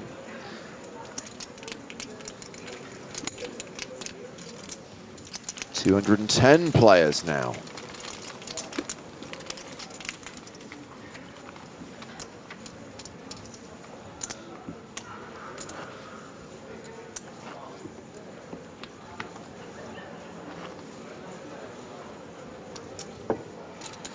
So we're paying 191, James. Is that the? That's El Buble? Yep. Probably go hand for hand around.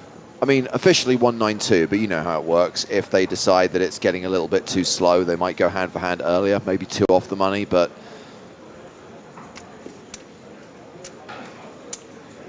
what is undeniable is that we will be on the pure bubble at 192 and we will be in the money at 191.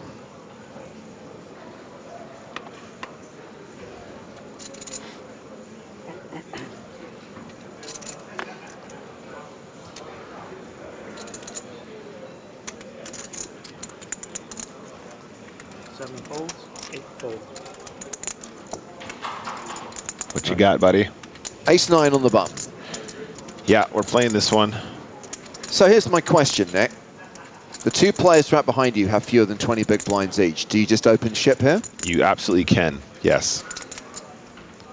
And in fact, under ICM conditions, that actually might be the best line. 10 raise, 6,500. On the flip side, just the min is fine too. These spots always confuse me, James, because in all honesty, you know, I need to do more study when we're near bubble but not quite bubble, right? Yeah. Because you could say, right, we're just going to ship, we're going to max folds. People are sweating the almost bubble, and that might be an appropriate way to proceed. But at the same time, people, if they're going to feel that way, are also probably not inclined to 3-bet bluff you that often off of a 20 big blind stack. From those positions. So, you know, is this just more effective? Is the min raise more effective at this stage in the tournament and people just stay honest? I guess it depends who's in the blinds. So, Ensan 360? decides to shove from the big blind with a7, putting Dre to a decision. Yeah, and so this is why perhaps we do want to default, right? So this is basically almost like we started discussing why we might do this, and this is exactly why it's a dangerous game to find the min versus the shove. Not to say it's a mistake, but this is exactly what can occur should you open the door to allow your opponent to have the last bet.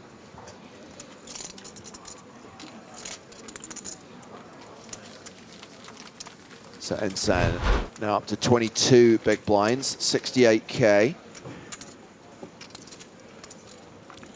I imagine if we were closer to 15 effective with the 2 shorter stacks, I think we probably do just see the shove there more often. But you see, I would have shoved on them because I hate playing post flop.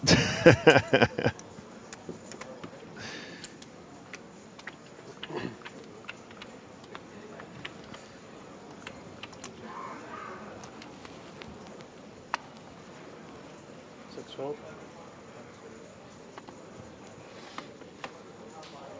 Exactly. I'm a great believer in playing results. So when Rezan says shove is better because he would win, exactly. Yeah. Can't argue with the chat pros. Although, I would encourage you all to save it for the Chat Pro Poker Show. Link in chat now. You should come play one of those one day, James. I think you'd like it. 10 raise, 6,000. Sounds like your idea of a good time hanging out with chat pros. You do realize that the combination of those two words, chat and pro, sends a shiver down my spine.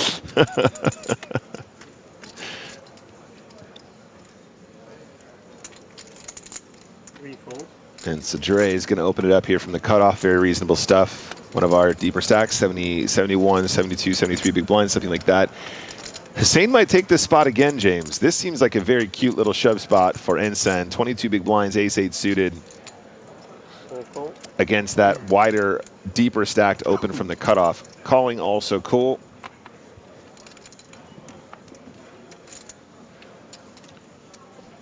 Interesting to see the Ensan shove from the ace-7 off button versus big blind, and now the flat from the ace-8 suited, but I think they're both fine. And Lavat here, only 21 big blinds behind, not really a hand that plays well multi-way, probably just does bin.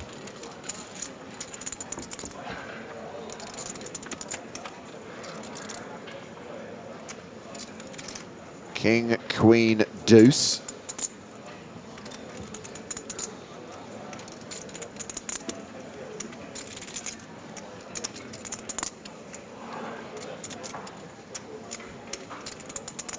Check.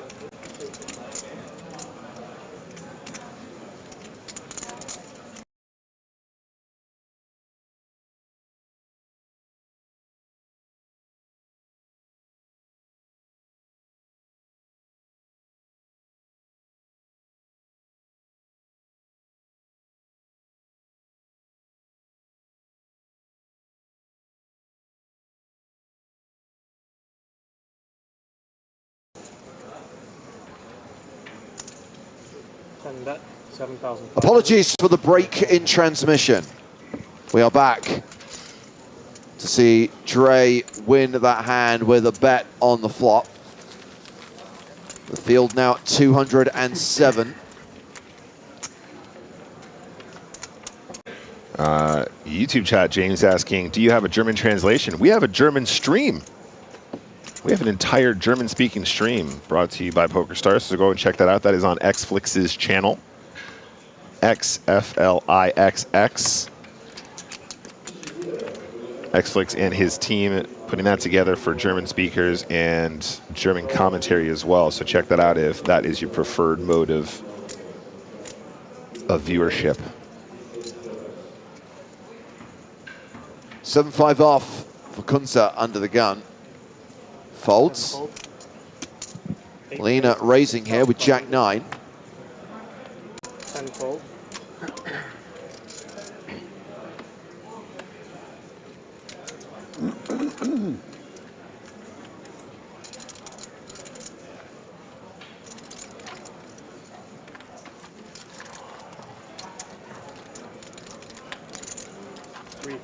Bauer folds Jack-6. Ensan on the button. Jack-7 throws it away. It's Labatt small blind.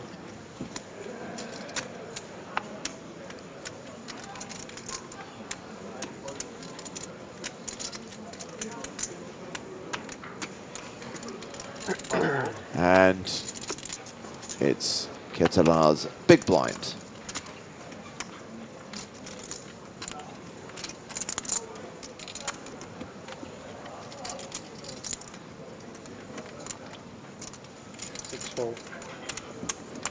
And as we get ever closer to the bubble, expect more of this from Nicholas Ostad.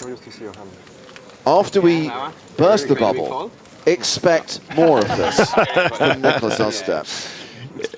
He is really like that, yeah. No, I like that.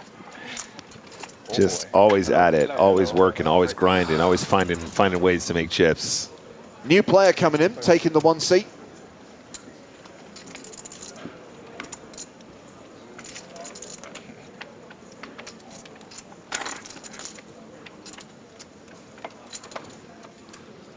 Brandon Leitz.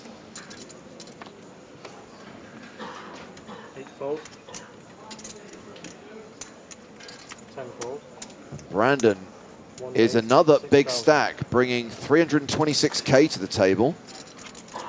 I like the pajamas.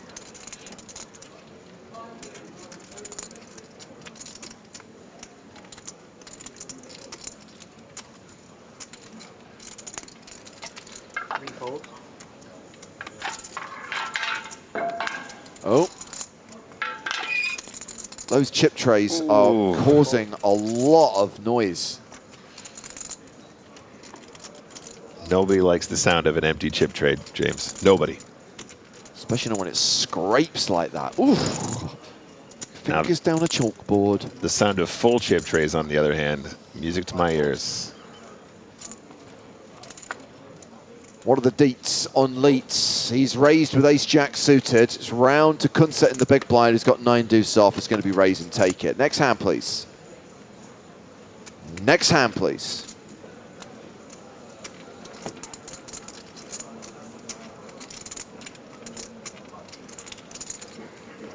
Thank you. 7-fold. John Delano, exclamation mark squeak. Haven't seen that one in a while. Good shout, buddy. Yeah, we will be in Prague at the end of the year.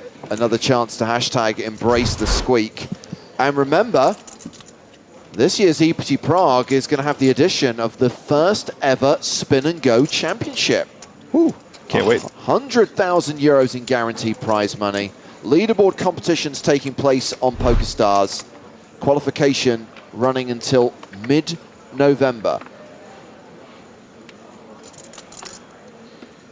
Yeah, all jokes aside, dig in the outfit from Brandon Leitz does bring a lot of chips to the table as well, James. Man, 111 big blinds, 333,000 plus. Looks like he's out here doing the work.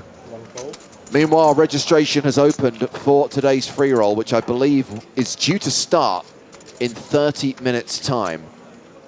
So if you are in a part of the world that's eligible to play in today's free roll with $2,000 in Power Path tickets in the prize pool, you are going to need the password for that free roll. 2 important details about the password that you need to understand. Capital letters, uppercase, required. Uppercase characters. Second, spelling matters. It's the online handle of a well-known poker player, and they do have 1, 2, 3, 4 A's in their name. The password for the free roll is Tonka. He recently won 5 W Coupe titles during the 2024 World Championship of Online Poker. So we have made Tonka the password for today's free roll, but that is Tonka with 4 A's. So that's T-O-N-K-A A.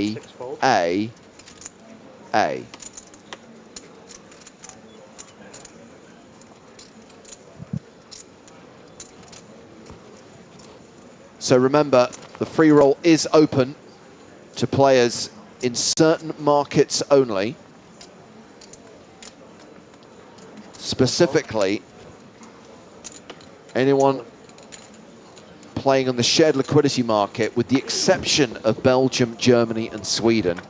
Again, I'll very quickly run through the licenses that the free roll is relevant for, as we see Dre outflop Nicholas Ostedt here. So you can play in the free roll if you play on the following licenses: Belgium, Germany, Sweden. Sorry, they're the ones that aren't included. The following licenses: EU, Bulgaria, Denmark, Estonia, Greece, Romania, Switzerland, and UK. Cool.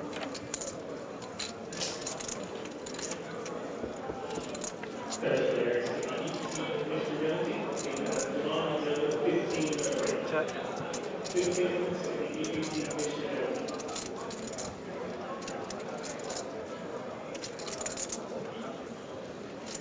Check. Dre does check it on the turn. Here's a helpful little hint. We've posted the tourney ID in the chat on both Twitch and YouTube, but also if you search in your client for EPT Cyprus, If it's available in your part of the world, it will come up. You'll see it, and you'll be able to register. If you don't see the tournament, chances are it's not available where you are. Yeah, absolutely. And before anyone says it, if it's not available, it's not because PokerStars doesn't want to give it to you. Take it up with the Gov. The Governor. BMX44 says, and Canada, yes. Canada can play, not Ontario. You're on a separate license. But the rest of Canada, you play on the PokerStars EU license. I know it's weird. You're not in the European Union, but just go with it. Understand that you get to play. 9,500. And having check turn, player in position does find a bet.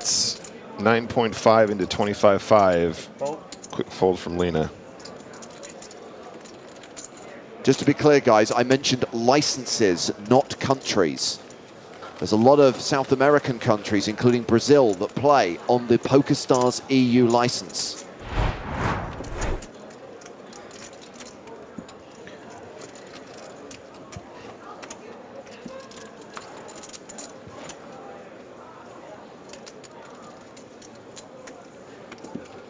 Not going to be before break is time, is it? Nope.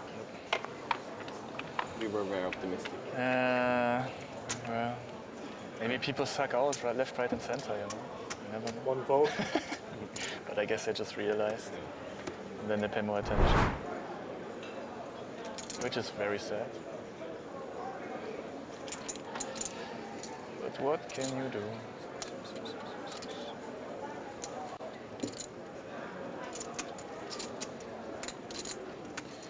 Hofbauer here, only 16 bigs. I can't tell if Hofbauer's expression is related to the quality of his cards. Like, if he got dealt aces, would his demeanor change, or do you think he'd still have that kind of dour? Yeah, I think that's the default poker face, is what we're seeing there. 7,000.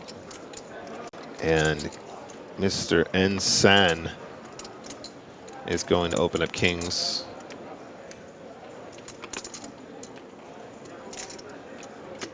Five fold.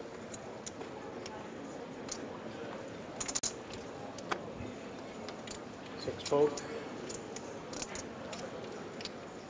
Rounds the button. Tom Kunze.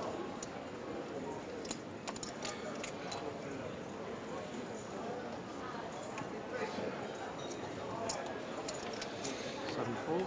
Eight fold. And now round to the big blind, Samuel Dre with ace-8 of hearts. Yeah, and you have to imagine this is a hand they're going to be playing. Hossein Ensan opens off of a 20-ish big blind stack here from +2. I don't think this is a spot where we do anything other than call, but Take us off the next break because we're such a fucking boring. see what Dre says. Yep. Then we won. Very pretty hand to defend in the big blind for just a few, a little bit more than a min raise. When you have kings, always an ace on the desk. Yeah, this is a rough spot for Hossein because the big blind defend range is going to be so much stuff that doesn't contain an ace, as well as an ace combo. Like we see here with some suited aces, and even some offsuit aces don't mind appeal once in a while too. I know what you're talking about, Nick. When you have kings and there's an ace on the desk, your opponent always has an ace. Well, you say there's, no, the saying is there's always an ace on the desk. That doesn't mean your opponent always has the ace. When I play, they always have the ace. Okay, fine. That's actually what I like most about this place. And Ensan's better at poker than me, so he knows this guy has an ace. Yeah, this is a rough one. Hosein's going to be aware of the fact that he has the best hand here a lot. Kings actually might be good enough to go for 2 bets. How many times were we here already? What? And I think he might feel the same. 26.5 in the middle. The bet is... Ooh, Ensan, no. 9,500. 9,500. He is going to invest an amount which makes it approximately pot to shove river, which is what you're supposed to do in these situations if you do decide to bet turn. And I think ace-8 just calls again.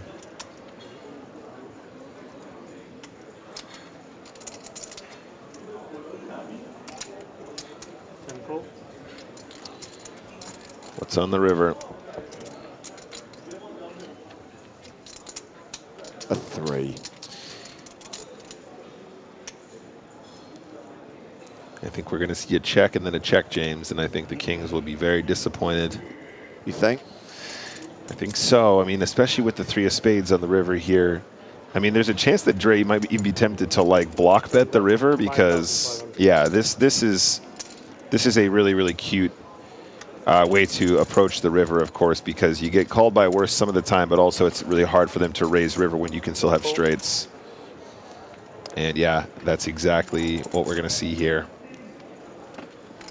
Frustration from Hossein Ensan, who's down to 11 big blinds now. Ensan in the danger zone. Danger zone! Hofbauer, right to look miserable. He's got 16 big blinds. Nicholas Ostad remains the table chip leader with 110 bigs. And we're at 206 players. We are now only 15 eliminations from making the money.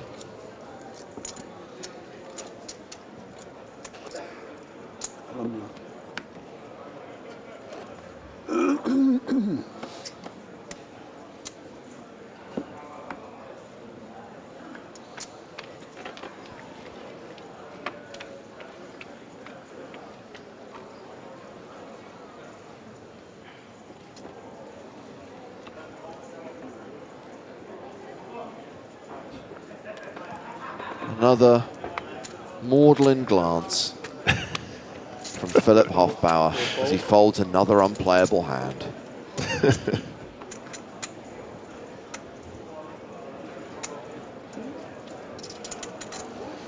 Labatt not going to play the 8-7. Jack 3 for Adrian Ketelaar. He's third biggest stack at the table. One of 3 players with more than 300k.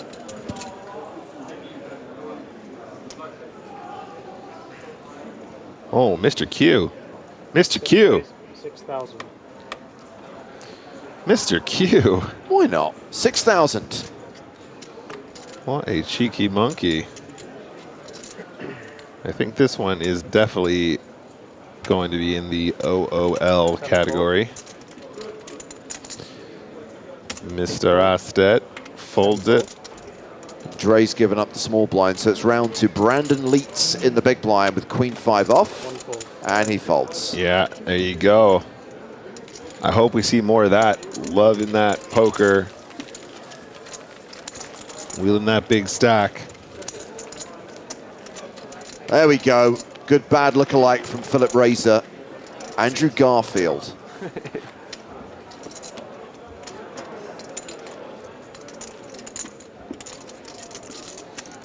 I need to look this one up. I don't know that guy.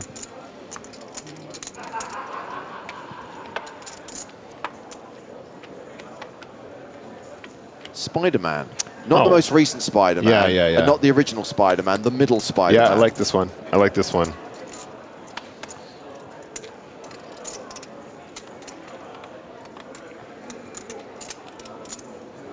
Played the guy who got screwed over by Mark Zuckerberg in Social Network.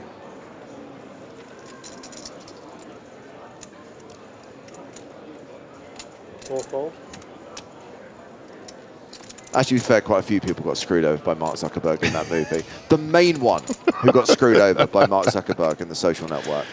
All right. All right, come on, let's see it again. Let's see it again. What do you got this time? Perfect. Pump it up. Let's go. Show him who's boss.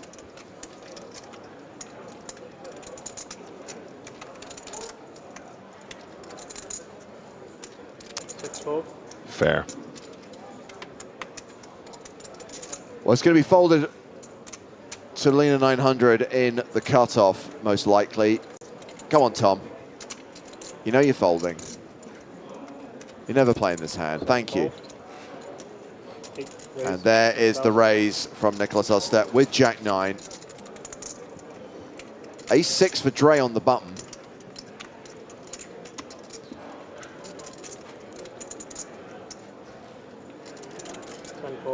One fold.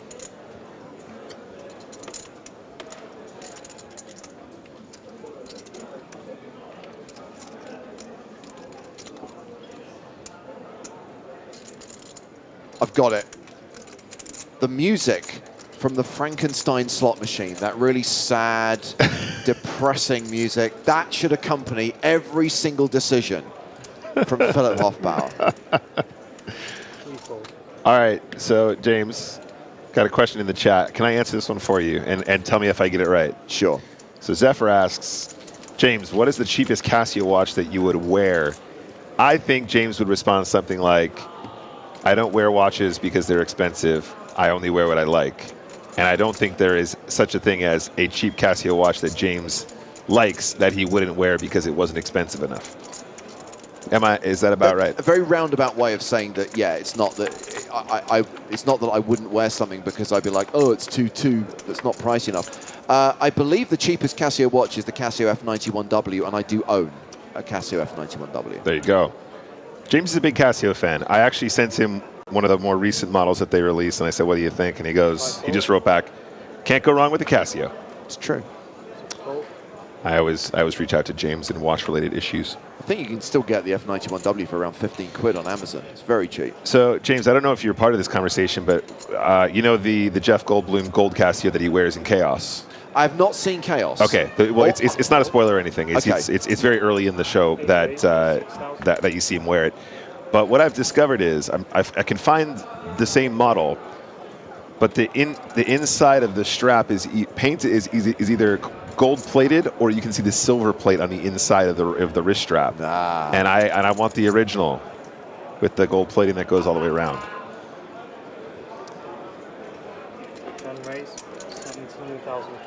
Oh, we've got a 3-bet here from Samuel Dre. 6,000 becomes 17,500. Cue the music.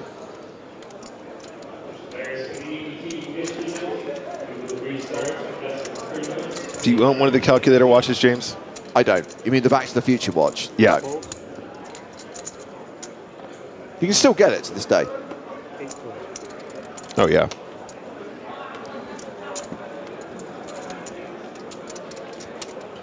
So that 3-bet gets through. And Samuel Dre chips up to 289K, just shy of 100 big blinds. We are going to check on action at one of the outer tables, specifically our former feature table. It's Spraggy involved in a hand against Shakib Miri. And on the river, we see the action on Spraggy. He's announced 3K. He's put out a 5K chip. So the board here is ace 10, 10, 9, 5. Doesn't look like a flush is possible. So ace 10, 10, 9, 5. And Spraggy betting 3,000 on the river. Action on Miri.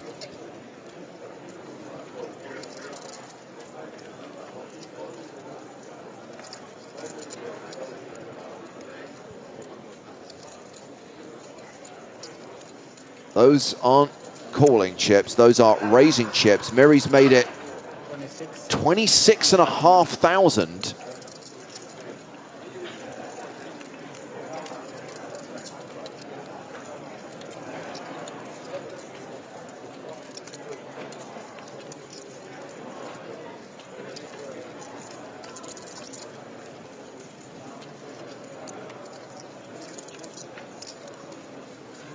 I mean, Spraggle's river bet was small compared to the pot.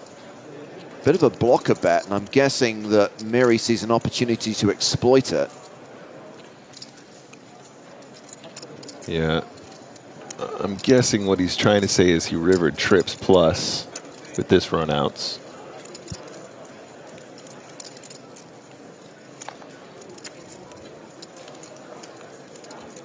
And if you are going to have that smaller size, just being aware that that might induce aggressive action is an additional layer to the onion.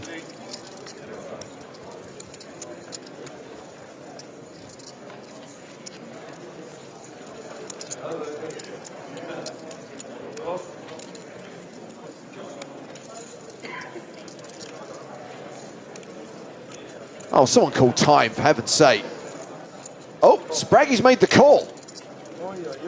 And Miri snap mucks, which means Spraggy wins the pot. All right, let's go Spraggles. Woo!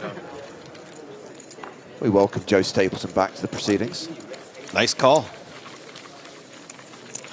I was really ready for Spraggy to be wrong in that spot. Just seems like when it's zag time, he zigs. When it's zig time, he zags. But I'm glad he zigged in a zig spot.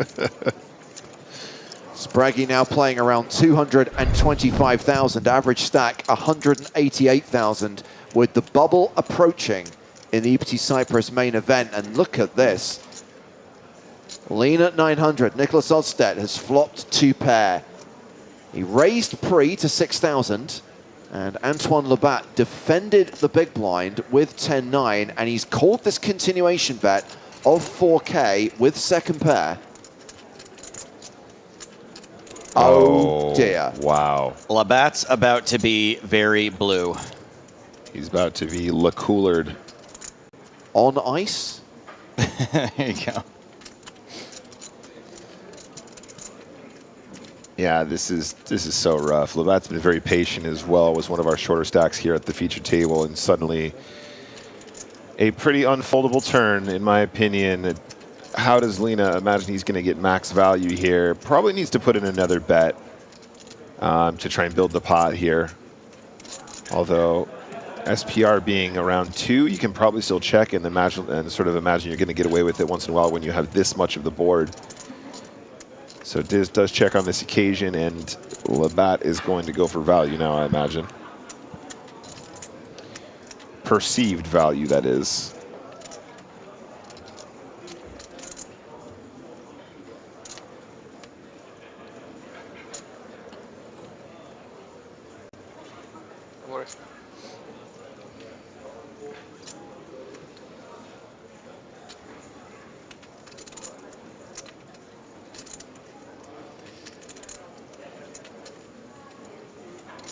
Is there any chance you don't do all of the damage here?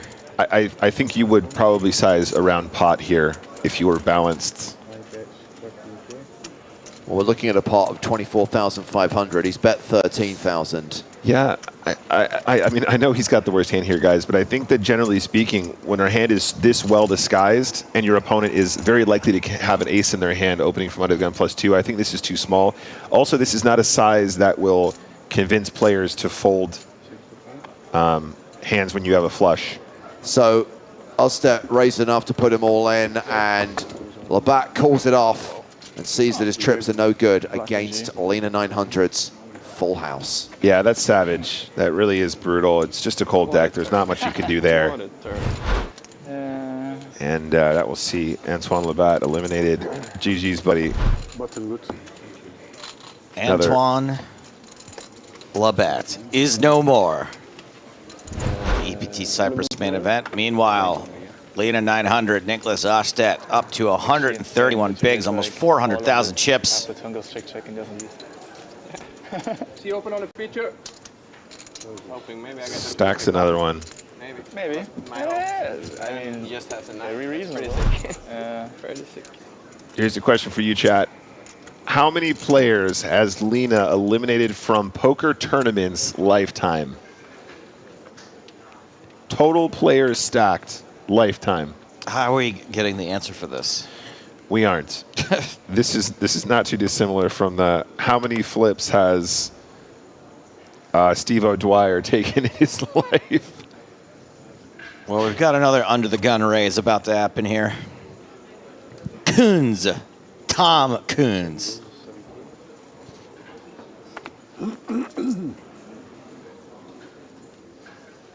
And Nicholas, under the gun +1 with a suited King Jack, is gonna re-raise. I guess one advantage of re-raising is that you maybe stop yourself from getting re-raised later, right? If you just flat the King Jack suited there. Hofbauer folds 9-8. Ensan out.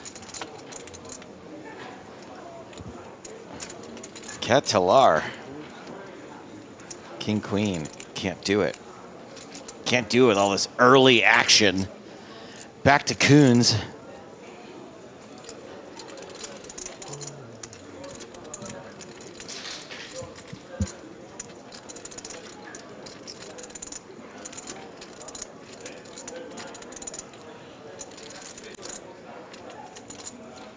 Probably can't fold ace-jack suited, right, Nick? A little too strong to fold?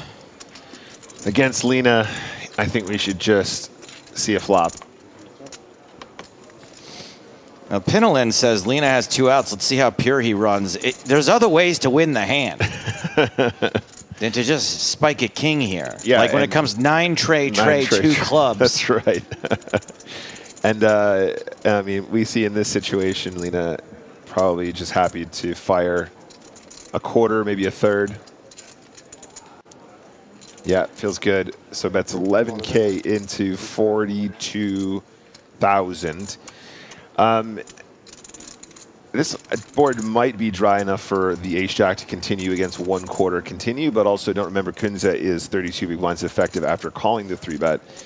And so this is still going to be a considerable portion of their stack that they're going to be afraid to continue out of position with. So let's see how Kunze wants to continue. And right there, that is how you do it. And Lena spikes the 2-outer to take it down. Just one of the best in the world. Just another day in the office.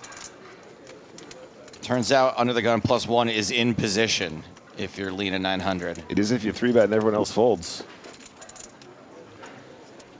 Pretty good stuff there. That will see Tom Kunze to 30 big blinds now after putting in the big blind and the big blind ante. And Lena's tower just continues rising. And he is back in action. Ace-9 of clubs. Kaboom. 6,000. Ace tray for Dre. Can't do it. Took away the option to be the initial raiser. Holds around to Hofbauer. Is this the guy that James was saying is unmitigated sadness? I don't want to put those words in his mouth, but yes, he was saying it was a somewhat dour look. Maudlin? Yes. Yeah, he seems all right to me.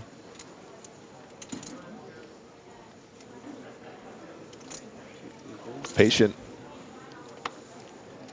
Patiently awaiting the money that we are 12 players away from.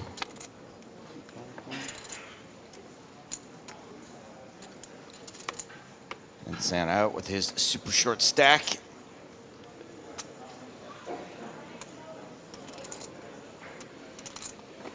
Kunze versus Ostedt again, potentially.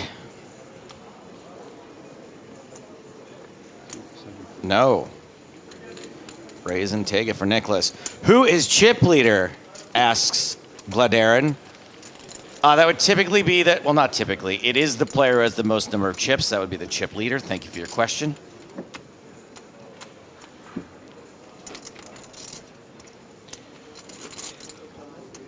Haywood Jeblom says slow guys should be banned and removed from property. This is a little harsh. Yeah, I mean, we reduced the time bank from 30 seconds down to 15, and it's still too slow.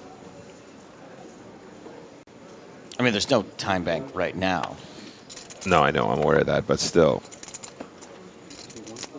Can't win. Get over it, is what I say. I will admit that the sorts of hands that he is taking his time with are probably not the sort of hands that you need this much time with. I would agree with that. I think it's still fine, though. We're playing a 5K, guys. There is a cushion, a buffer, in my opinion, as to how long you're allowed to take when you're at this point. And he's right there. He's right on the line. Here, Joe, here's another question. I'll take this one if you don't mind, buddy. Sure. Any notable personalities at the table? Yes. Thank you for your question. There you go. Thank you.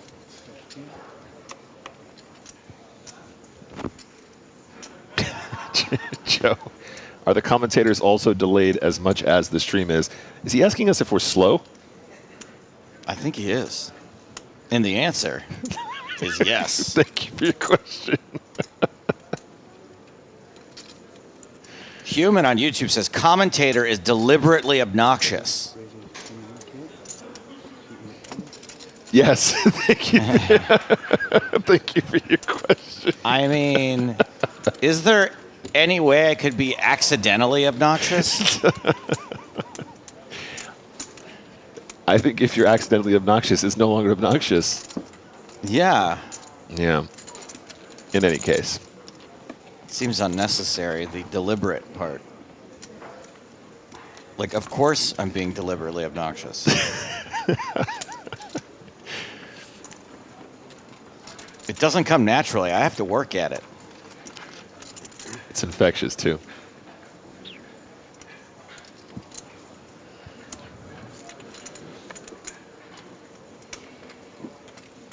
Leats. Give me the leats.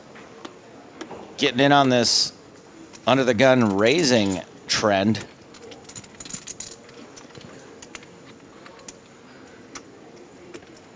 There you go. No, ban him from the property. No, ban him and remove him from the property. Remove him from the property. Yeah. This is fine, guys. This is fine. This is a reasonable pace, honestly. Had a pretty critical moment in the tournament, guys. Very close to the money. I don't think any of this is particularly egregious. This is a real decision now for Kunze, of course. 3-betting is definitely in the realm of possibility. I think when we're this close to the bubble, I think flatting is also an option.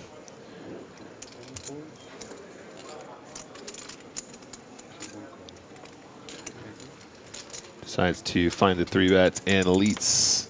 Okay. Calls, all right, Just cool. decided I'm swinging at this pitch. Oh, my days. This is an interesting one, guys. A tale as old as time. Top pair versus a draw. Yeah. And now... Probably a pretty disguised draw, I would imagine. It is. I'm not sure 5-4 suited conventionally would open and call a 3-bet here, but it's if you're going to take a shot, it's a pretty hand to do it with for sure. If you want to see a flop. You drill the 6 here, you can get a lot of chips.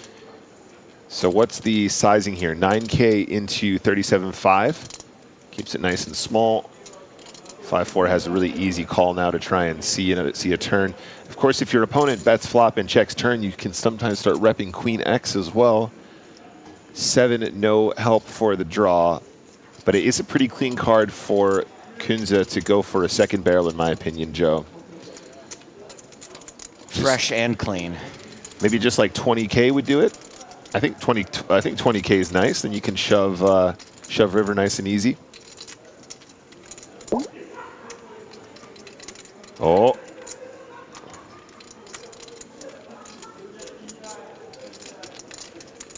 $10 from the money. I suppose there's an argument for maybe just shoving turn now as well if you want to max folds. He's got 78K behind, 55 in the middle. Does he just do the 20 as suggested? Is the prediction accurate? Oh, Yo. My days. It's absolutely stunning. Nostra Walshmus. Love when a prediction comes in. With the prediction. Walstradamus, I think is better, actually. And that is just about as clean a run out as you can ask for with the king-queen.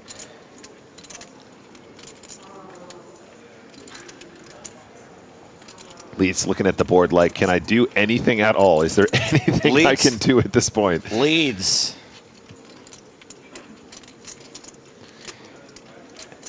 And my assumption is we just shove now.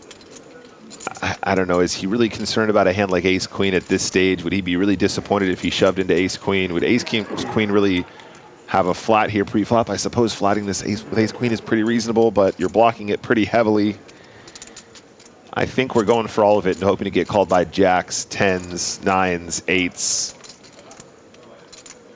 Yeah. And queen jack suited. And also queen jack suited, sure. All in, 58,500. 5 high gets away from it. Yeah, nice work. Like it a lot. And that is a nice little pickup when we're getting closer to the bubble. And Joe, you heard that little poppy noise. I did indeed. Tell us about that. It just means we're getting closer and closer to that cash, to that money bubble. The money is at 191, which means the bubble is at 192.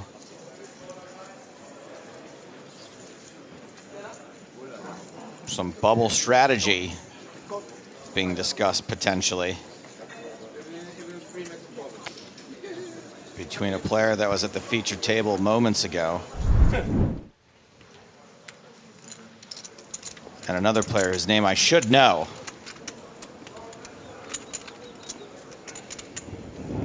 And that's on me, and certainly not on anyone else to have just randomly cut to that without any explanation whatsoever.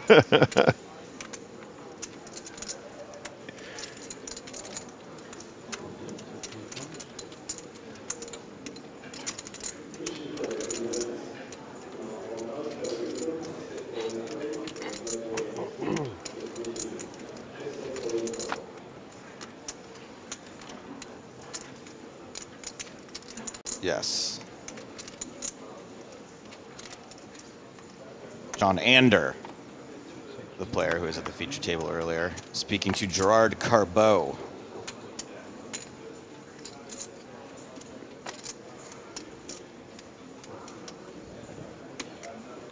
Pocket aces for Ketelar.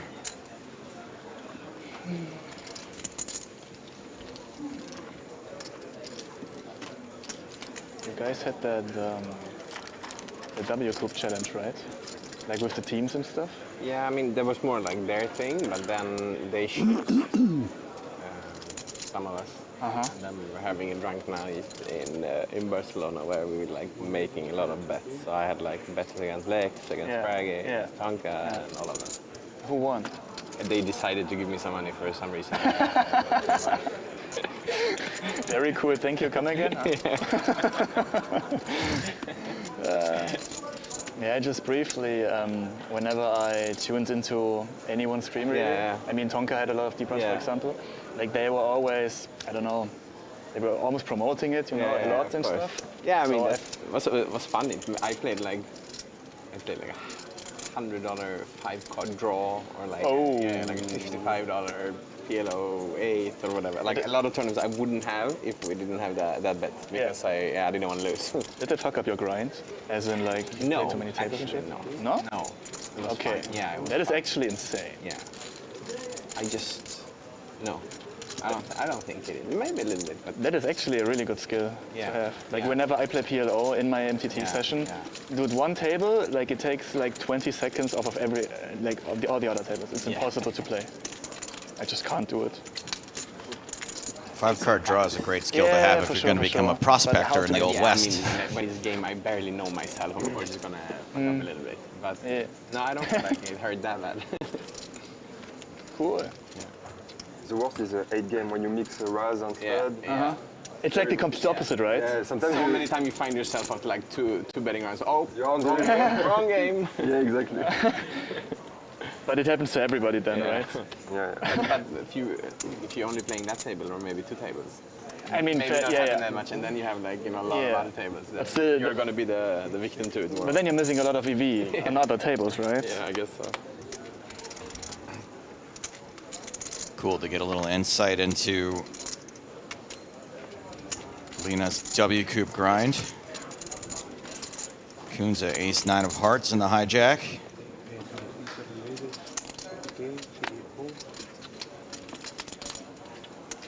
Like 150.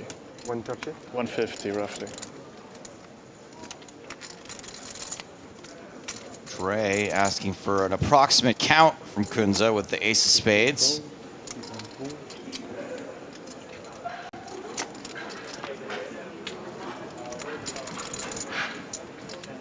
Hoffbauer.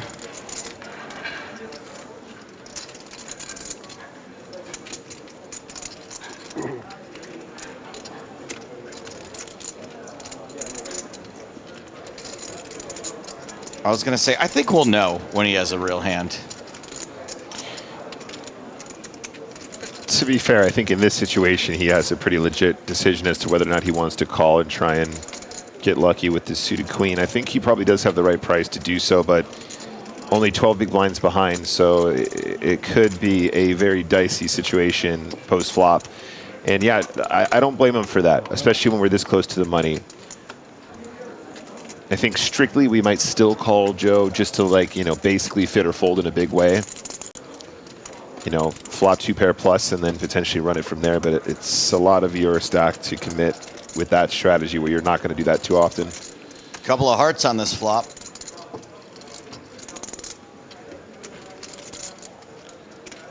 So just to catch you guys up here, Kunze 49 bigs, Dre 91 behinds.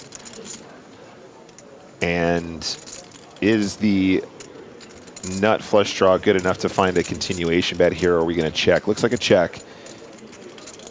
We can't see what Dre's other card is, but does have position regardless.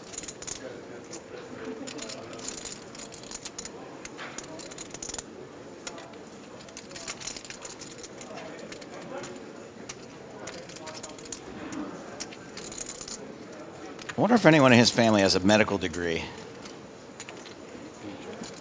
Must be awkward introducing people as, hello, I'm Dr. Dre. Dr. Dre. No, no, no, not that one.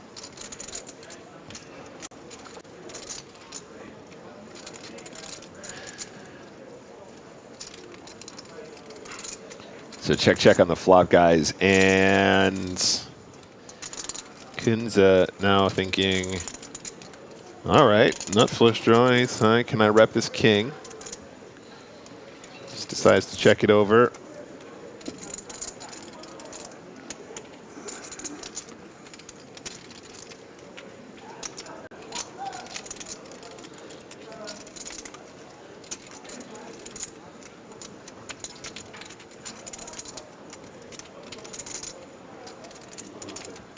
Huh, no betting.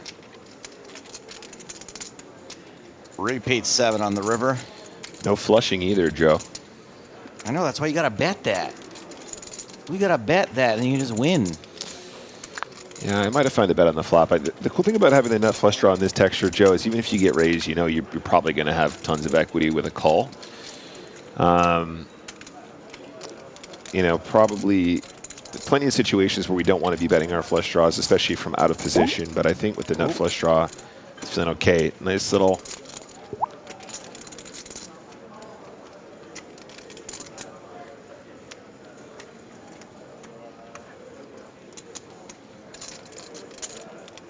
Finally, some aggression. Into 19.5. Dre bet 17,000. What if Dre has ace-7? No, can't have it really. Ace-7 of spades is probably the hand that wants to call into position here, so that doesn't make a ton of sense. Ace-Jack probably bets the flop. Ace-King probably bets the turn. Also probably 3 bets pre-flop. It's going to work. But I think that might have been a little bluff there, Joe. I mean, it's getting close. Yeah. Last time people were... Yeah. Just have to jinx it, you know? Yeah. Still not gonna make it. Probably not. But no, guys. Hey, it's getting close. Some shorties on the table. Always nice. You played together before? Or what? Timur Kurbanov. Okay.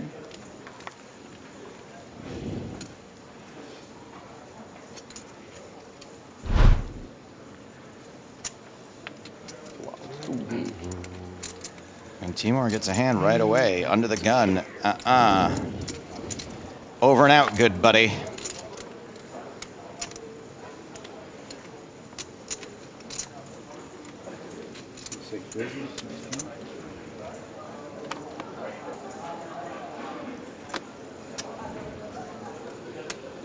Catalar. Ace-8 off. Ace-2s for Coons, no thank you.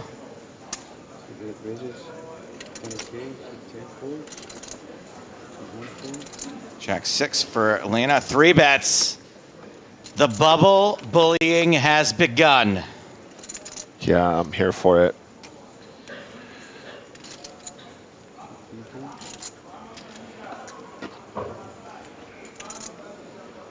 Do you fold if I bet? Do you fold if I bet? On the river? Nah, flop or turn. Depends the size. They're just discussing the ace-9 suited spot, Joe. Okay. That's good enough, thank you. I think that's a good response when people try and get information from you, Joe. They go, "Hey, would you fold if I bet the flop?" You go, "How much?" Yeah, right. What's the bet? Situational. Yeah, I don't for turn. Maybe we have the same hand. Maybe? No, I don't think so. He wouldn't bluff that on the river for sure. I mean, I'm curious what you have. Okay. I will set my spies on it, you know.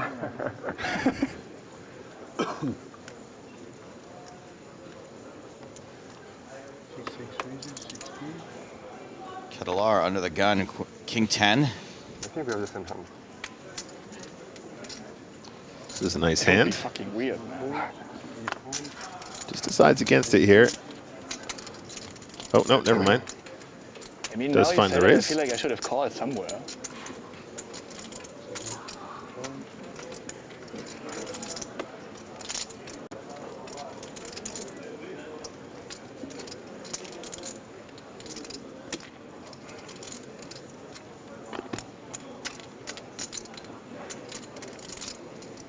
Lisa's in with just the jack of hearts that we know of.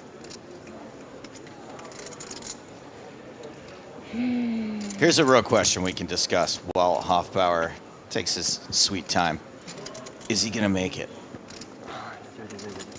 Is he going to make it with 11 big blinds? Is he going to make the money? Is he going to outlast 5 more players?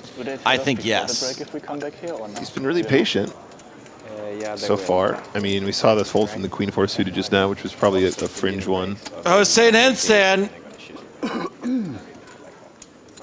not going to play it safe to make the money.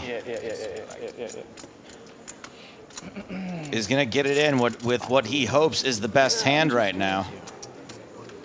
I mean, you probably have more Ketelar than me. It's actually my first EPT. Asking for a count. I've only ever been on like WSOP ones. Yeah, in Vegas it was quite sick. Like there was days. Like I was playing 10 hours straight. Yeah, 10 hours a day. Yeah. Some days it was In the main? crazy. Yeah, in the main. Yeah. Even brighter lights than this, and you know, I know. no phone. It was I like how Lena's talking about I mean, the World Series of Poker main event. Like I with Hossein Ensan right at the table. So it was both of us, like every day. So we always got in. He's got a little experience with that as well. He does. So Ketelar has made the call. Pretty cool then. And so is Leeds, so Ensan could potentially triple up, but does have quite a bit to fade. Oh, wow. I was the guy who donated everything to Aspen, basically.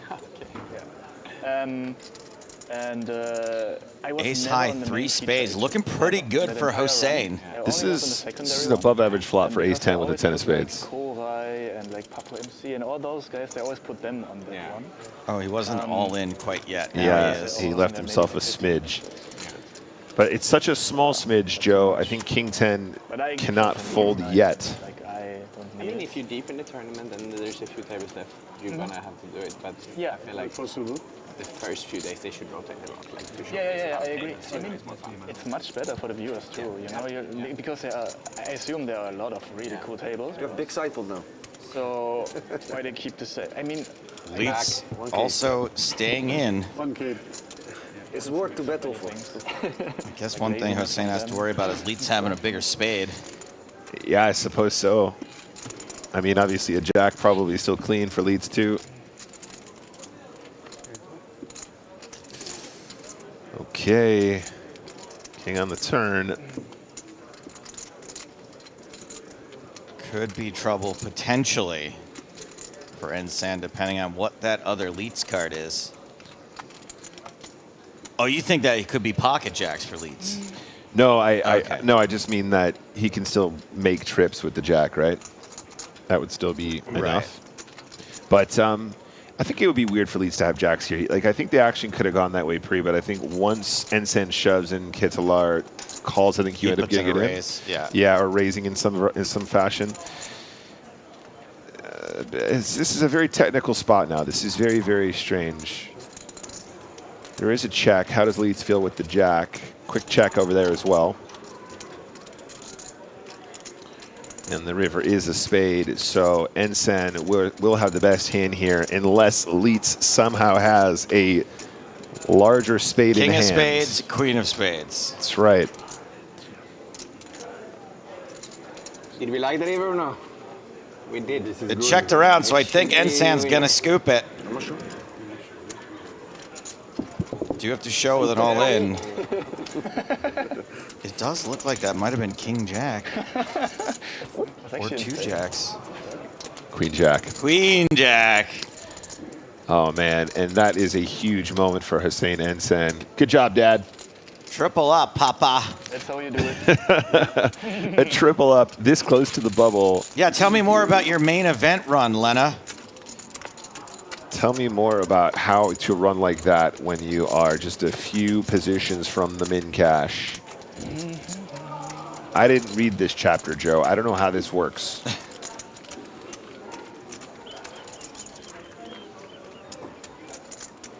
So just over 10 minutes left on the level.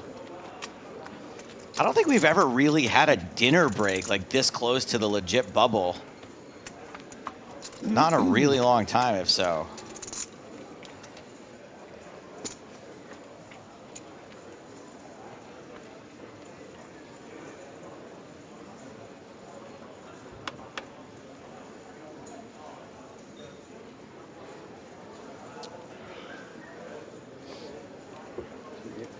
And here comes Bubble Bully Nicholas.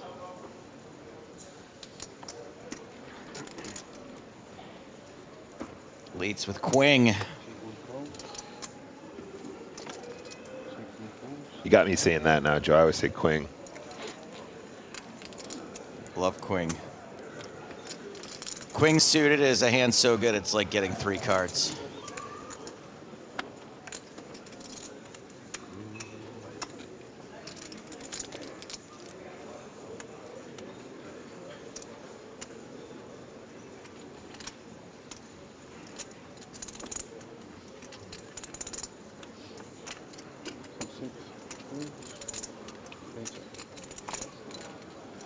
So just the 2 of these.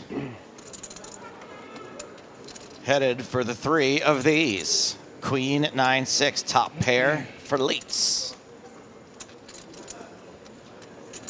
He's so good. Look, he's so good. He is really good. He knows exactly So when to speed good. up, exactly when to slow it down. Turn jack.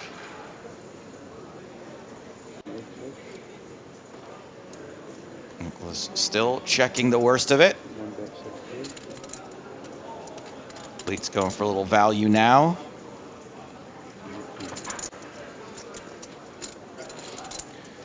As that folds. Very, very studied. Always knows how to behave in these spots, and you know those are just as important as the winning pots, Joe. Right? Just going, ah, no, this one's not mine. This ain't me.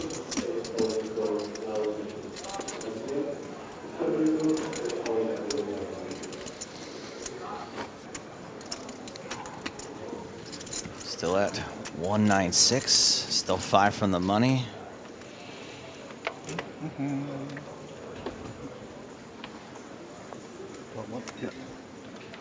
Rad Showtime says, I remember Joe making that 3-card joke 7 years ago. I tried using it and got the same response. Crickets.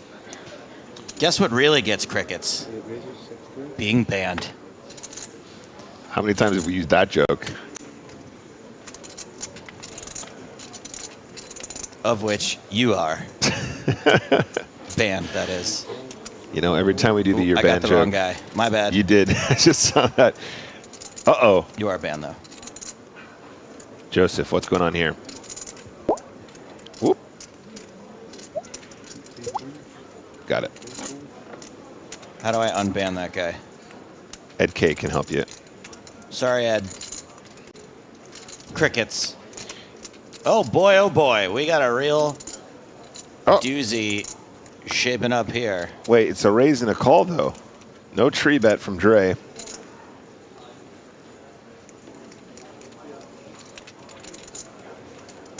Pocket five, so deep. So tempting. Yeah. If you don't think you're going to get squeezed. Oh, boy. Oh, my goodness. Sweet, sassy Molassie. Kunsa has 47 big blinds. And there's a lot of dead money out there, Joe. Can't rip it on the bubble. Just chilling, and I like it. This is probably where I go as well. And this is going to be a spicy one. What's on the flop? 8, 4, 6. Overpair to the board. What about now, Nick? How do you win this hand with 2 10s? Still terrified. Still terrified. Dre's also in an unusual spot here. Does actually have a well-disguised hand, but against 3 opponents probably will check this flop. Does check. Turn. 4 spades. And if you were happy to have 10s, Joe, I think this is where you feel happiest in this hand so far. It's time to start betting. And my turn size is 20,000.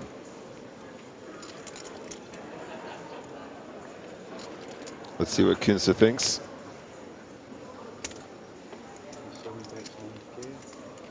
Did he make it 19? 9. Well, 9, okay. Did I catch a 9er in there? This is on the smaller side. I mean, I guess my thought process is that we really want to punish the spade draw. Speaking of punish.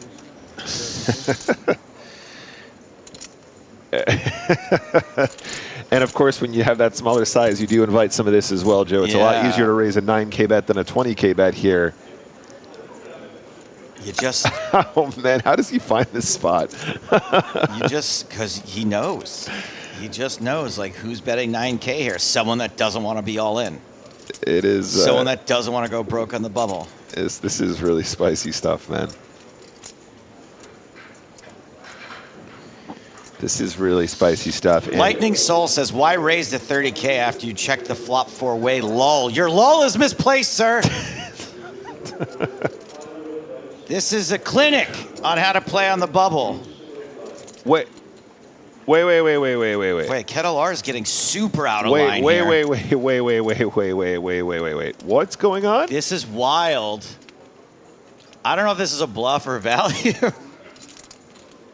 What's going on here?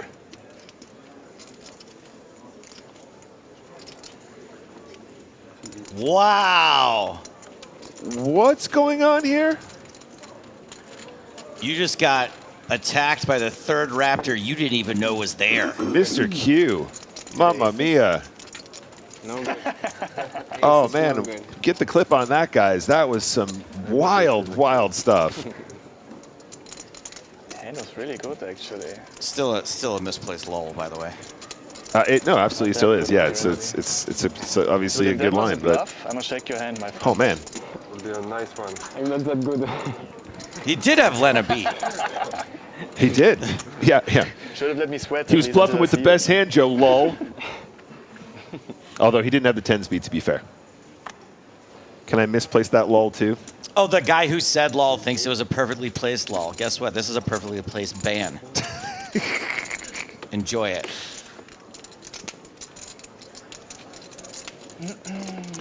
Man, we have not been neglected of interesting situations so far, guys. All the sessions I've been involved with, Joe, have been very exciting, and that was really a special one. Really strong pre-flop. It was the. You're right. It was the. Yep, me too. It was waiting in the grass. He was like, "Watch this. Yep. Pump it up again." Everybody's all distracted. 9K, 30K. How about 80? Oh man. I'm not voting. No, I guess. And Hoffbauer's got to get it in, Not voting. despite. But river maybe. And all the chips here. a lot of tanking, a lot of reasonable stalling. Yeah, and this is the moment. After we cash, maybe. Got about 12 bigs. And at this point, under the gun +2, we're just going to put it in here this close to the bubble. That makes a lot of sense.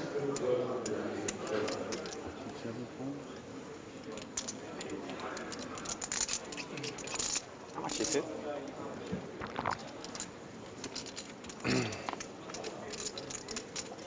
Man, you really don't want to call here from King Jack.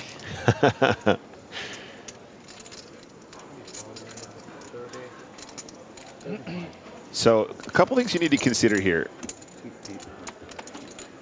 Joe, is the, what does that shoving range look like in a vacuum? Then how is that adjusted by the fact that we're this close to the bubble? Sorry, for those of you in the UK, that's what does shoving look like in a Hoover? Thank you. And I think all rows point to a very strong range, basically, is what I'm saying. So even if King Jack is close, it gets a lot further away when you consider that we've had a player that's been very patient, playing relatively tight, waiting for good spots, and of course now just a few spots away from the buble. We're gonna wanna probably call tighter.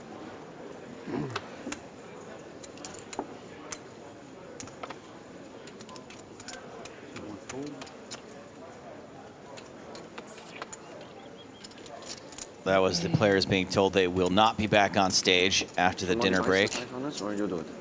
They're going to get to play the bubble without all these cameras. Granted, there'll still be cameras for world-famous bubble coverage, but Well, now we go over there again. just not these.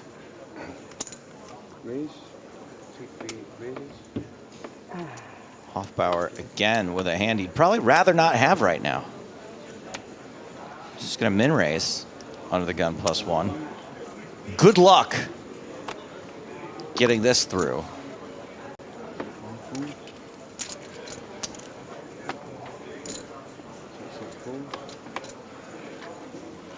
You're gonna think?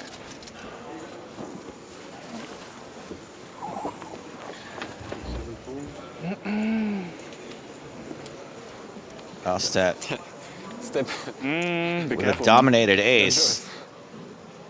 Folds.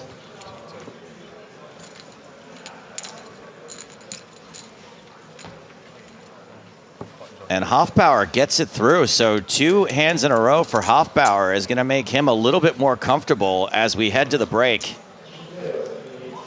12 big blinds. Hossein Ensan is going to take 18 bigs to the break after tripling up during that level. So there are still 3 hands in play right now.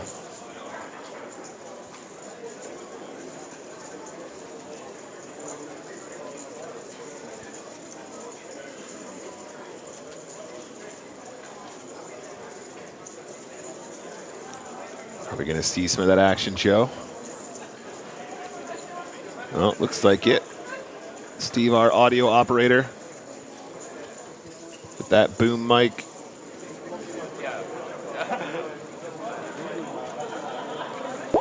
Is that MIDI? We have another elimination. So we're 3 from the money.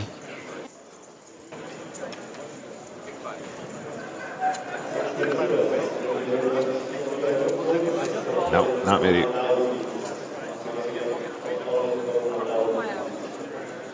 I feel like we should maybe be seeing some of the hands that are in play instead of this conference. There we go.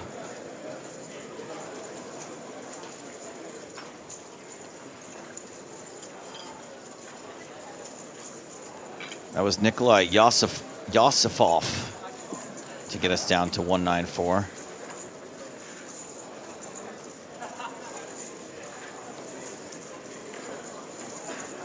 And anywhere that people are still sitting. Okay, yeah, right in the center of the screen there. Clearly a hand still going on.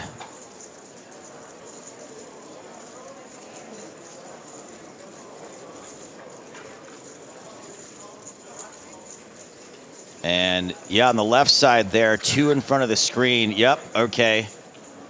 This is Andrey Lubietsky in seat 2. Bernard Binder in seat 3. I realize the board's slightly out of focus there. That's a 9-king-7-4 board, 2 clubs.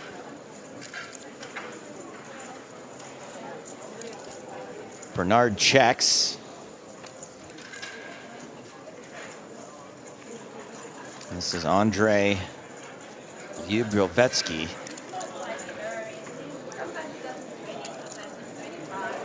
These clip-on shades, Joe? I think they're just weird. That's a bet of 40,000.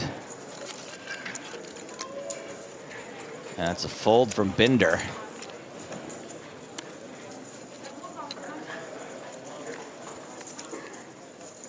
And I think there's at least one more hand.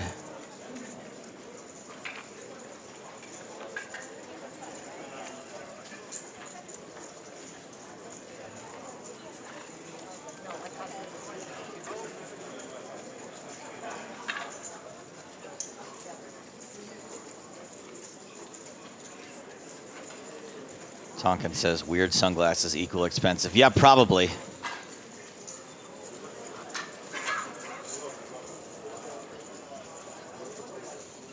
Looks like we've got Felix giving an interview. Where's his hand? Oh, the Anton Wigg table over there, right under the big screen.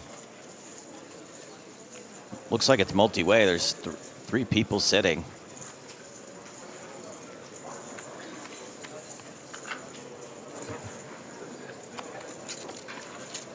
And it looks like the hand is over. Anton Wigg not out of the tournament, just going to dinner. I actually had it. No, I was not pushing. No. I'm gonna do. I have like 3 lines. Tobias Eichen. My body, Edgar is dealing. He's learning the first check. He's not stealing. I can't pronounce it. He's passing up the table. The winner of that hand. If you put a stick for me this hand, I will have more butter. And is that going to do it? Are we finally sending these players to dinner?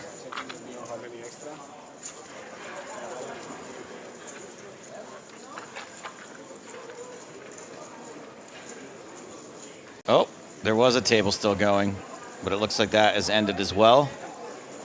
On the left side of the screen there.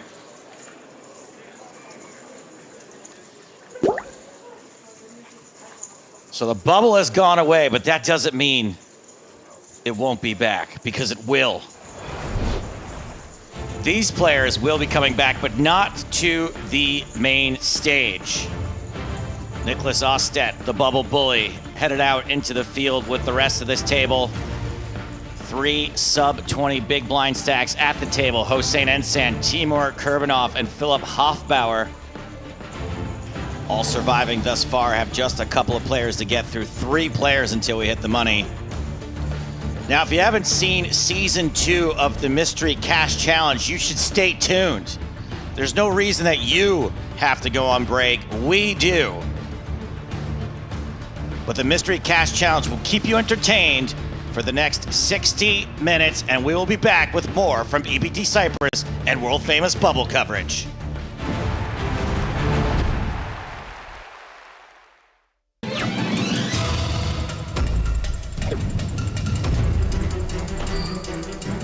Brazil is definitely on the map of the world's biggest poker stops.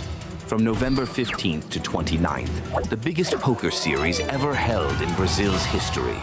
Brazilian Series of Poker Millions 2024 in São Paulo, Brazil. $12 million in guaranteed prizes. And a huge new addition, BSOP Millions Championship. $5,000 buy-in, $2 million guaranteed. $400,000 guaranteed to the champion.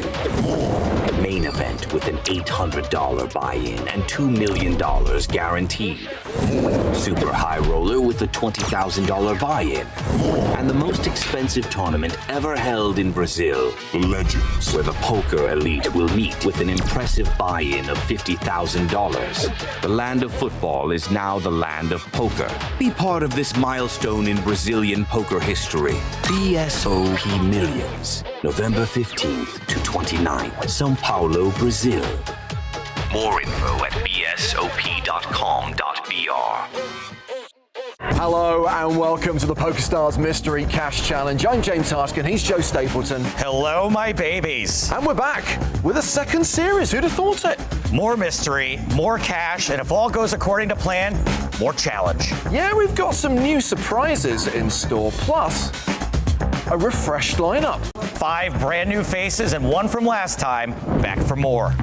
Yes, it's take 2 for Tonka and debut appearances for 2 of his buddies. Guys know that Parker's the bump up specialist, right? Stop saying that, dude. He's really good at bump up. He's literally making this shit up. With Sprague and Lex in the mix, it's definitely a softer field than last year, so the lineup is looking pretty good. My ideal goal in life is to make Parker as miserable as possible at as many different points in my day as I can. I think you're playing great. I think I'm playing great too. What do you mean?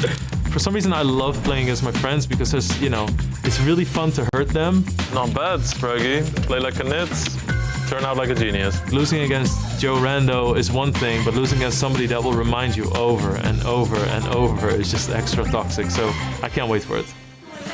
In addition, we have Wolfgang Poker, who has a hand on YouTube with more than 100 million views. I think my biggest achievement is having the most subscribers in the poker space. Choo-choo! A lot of people say that they watch my videos and they start playing poker for the very first time, and just knowing that I'm getting so many new people into the game, that just brings me a lot of joy. Plus, TV poker star Olga Yemelcheva. I'm all in. Poker is my main source of income, literally, but for me, poker is more like a lifestyle. I'm enjoying my life, traveling the world, winning tournaments, of course. And Barney Boatman, an EPT veteran who won the Paris main event for 1.2 million euros. Barney's done it. Boatman the Goat Man. I'm still on cloud nine since winning in Paris. It's way the biggest result I've ever had. Okay, here are the rules. In every episode, we play 10 hands. The first 9 form the qualification phase. Win a hand, you earn yourself a token and can enter the 10th hand. That is a bomb pot, and the winner of this hand gets to pick a mystery prize. Suffice to say, there are more rules and challenges involved, but we'll explain those along the way. Thank you very much. Cheers. Cheers, buddy. Cheers. Cheers. With your coffee. Everyone's bought in for 10,000 euros. The blinds are 25.50. We're playing pot limit pre, no limit post, and it's time to get the action started. Wait, this is for real? We're starting? Yeah, and since it's for YouTube, you won't believe what happens next. Sound on, watch to the end. I'm screaming. Olga, 8-3 off, folds under the gun. Poker player destroys 8-3 offsuit. Wolfgang with 10-4 of clubs, passes. Wolfgang, you gotta play that hand or 10 people will unsubscribe. Lex is out. Barney with ace-9. Well, it's now or never. He raises to 150 euros. Tonka re-raises. Spicy. Being reminded it's pot limit. What happened there? 525. It's pot limit. Yeah. 525. 3 deuce has become a bit of a meme. The dirty diaper, they call it. Tonka's rep is wilder than the dude who spent most of his life stuck in Jumanji, so you can't fold to a raise. Barney calls.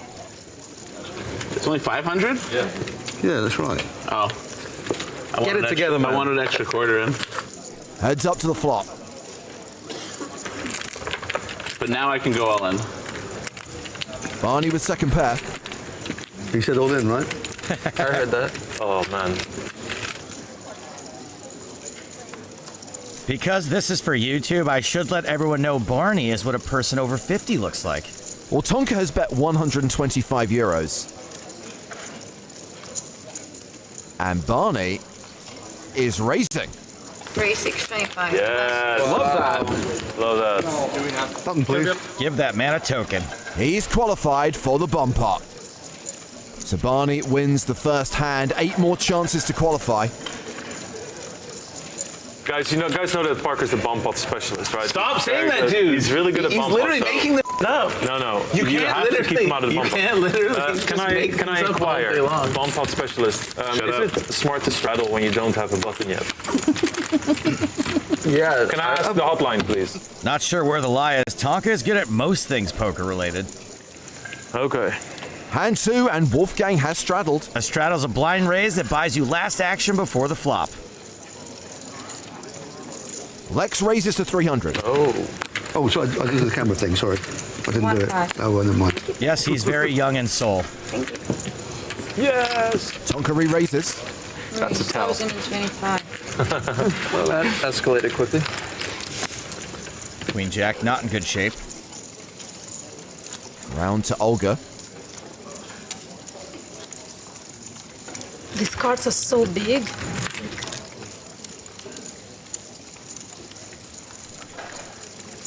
Wolfgang folds. Back on Lex.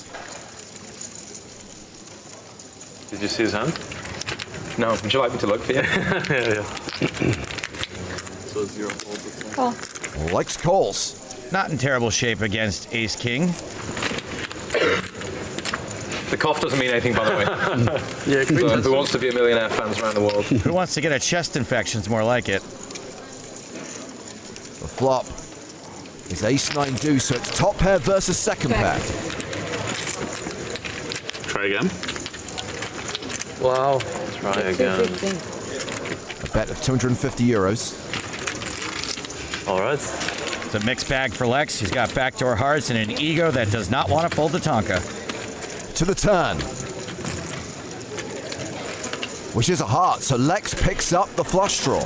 This is exactly the sort of turn card Lex was looking for. Checks to Tonka.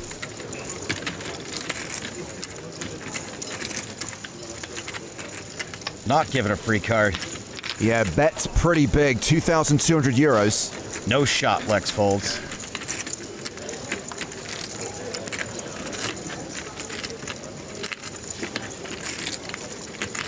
Is he thinking about doing something crazy?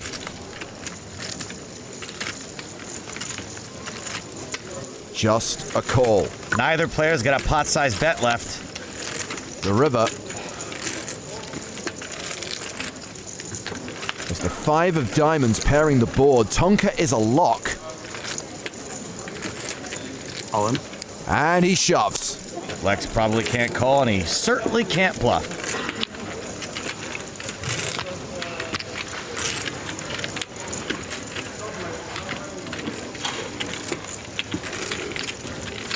It's token time for Tonka. Oh, Lex, no. You let the bomb pot specialist in. You can pick one. Doesn't matter. Why? May I have a look? He doesn't want to know. He doesn't want to know. He already knows. Picking one doesn't matter.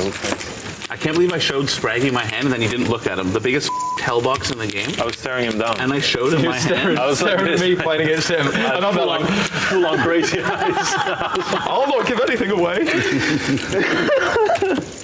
So Tonka has qualified for hand 10. Time now for hand 3, and Lex has straddled. That means Barney's first to act. 8-7. He calls. Ooh, a limp. I've already won one, I'm good. Actually, remember those new twists we were telling you about? Olga with King Queen.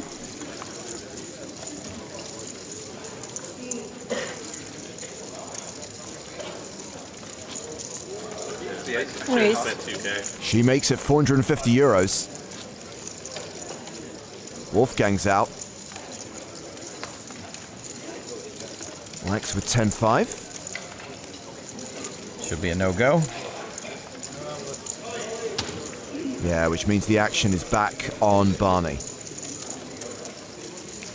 It's my first time playing pot limit. Pot limit? Yeah. Pot limit, hold them. Yeah, me too, actually. Barney's an online guy, so he's used to it. I really didn't. Exactly, yeah. I really didn't like the idea of it last year, but it does make sense because, like, towards the end, if you don't have a token, you might just like go all in, you know. And it's just like it can be fun, but like it could also just be boring if we get like 3 hands in a row where like someone just jams 3 and we. Just... It's almost as if we put some thought into this. Oh, thank you. Olga earns a token, so we'll be seeing her in the bomb pot. My name is Olga Yermotyeva, but everyone knows me as Olga. Olga, actually, I've known around the scene for quite a long time. We first played together. She reminded me just now in Deauville over 10 years ago, I think. Yeah, she's a force. I haven't played with her yet. So, you know, it's cool to be on the other side of the table. I'm very nervous. I'm very excited. I know that this experience will change my life probably. My goal for today is to have fun at the table, to show everyone that poker is a really entertaining activity and you can beat anyone at the poker table. Olga is having a hell of a year. We were pretty lucky to get her, actually. So I've got 6 more hands to get a token, right? Yeah. Action will start with Barney. The 8 of diamonds. And the Jack of diamonds. He's raised it to 150 euros. Ace King for Spraggy. Pot. Pot it. I like how he tried to calculate and then he just went. I gave up. I gave up. I'm not a maths guy.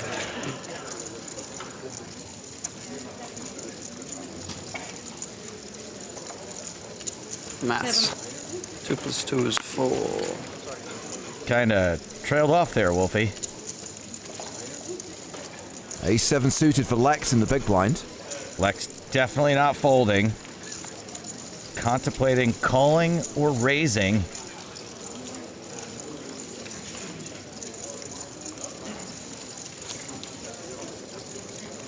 Not exactly moving at warp factor 9, are you, Captain Pike? Fucking clock, Jesus. No, your club, Jesus. That's your nickname. There he goes. Whoa. He tried to steal a quarter? Yeah. Oh, Lex. A re-raise to 1,400. The 4-bet will be saying bye-bye to Barney.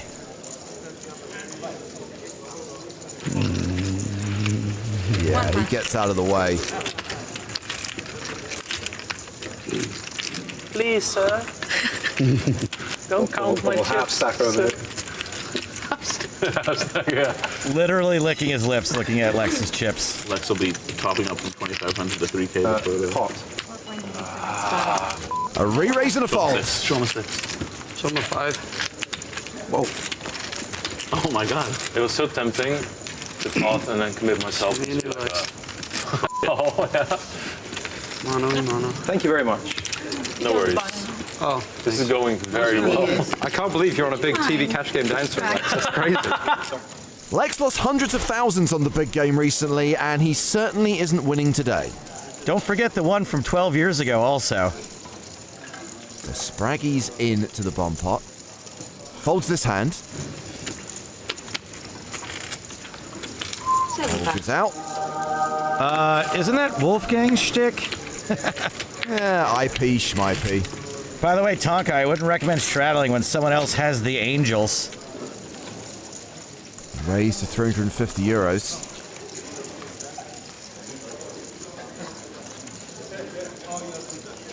$8-4 for Barney in the big. And he re-raises. Barney getting OOL. That means out of line. I'll have me some wine.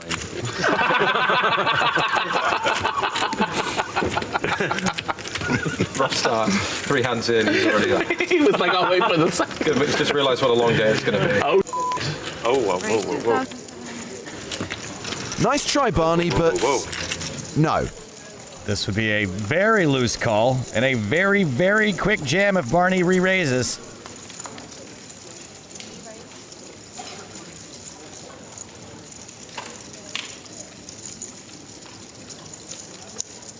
Act like you have a tough decision. I'm making a real tight laydown here. Oh. Yay. Wow, everybody has a token. Yeah, it's over. Everybody has a token, that's right.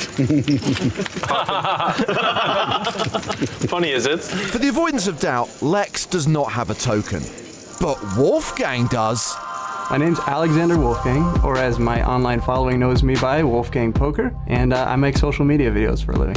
What he's doing is amazing. Coming from content myself, it's just absolutely mind-blowing. Haven't met him before, but looking forward to getting a nice low roll in on him and maybe sneaking into one of his reels. I'd say confidence-wise, I'm definitely a 5.5 out of 10. Normally when I'm playing games, I'm like an 11 out of 10, but there's some big names tonight, so We're gonna have some fun, and hopefully I can prove myself worthy.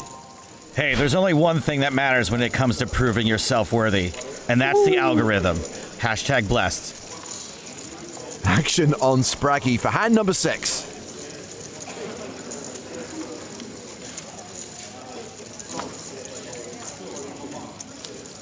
Four more. Four more? Yeah, including this one, yeah. 10-6 for Olga. She's out. King 5 for Wolfgang. Nope. Wow. What do you think Lex is playing from the button here? 100? Pretty wide. I'd say pretty wide, which isn't going to benefit him, I'll tell you that right now. Let's see. All right. Nice. We reeled one in. Was really hoping for a call. Look at that. Wow. You do the commentator job as well? As well as being the best player at the table? We're right here, Barney. Come on. All right, no more wine for Barney. 3-way to the flop. Yeah, do that job. Ace, 7, deuce. Misses everybody. I'm on the button, I have the ace. And I will put a hefty bet out, because that really serves my strategy here. On you, sir. Thanks for the sir. It's hard to know whether this is good or not. Maybe I'll just... Look at Barney, all trying to play off this Mr. Magoo-like image. I'll clear one off and find out on the turn. Oh, nice. In that case, I'll fold. You're playing great.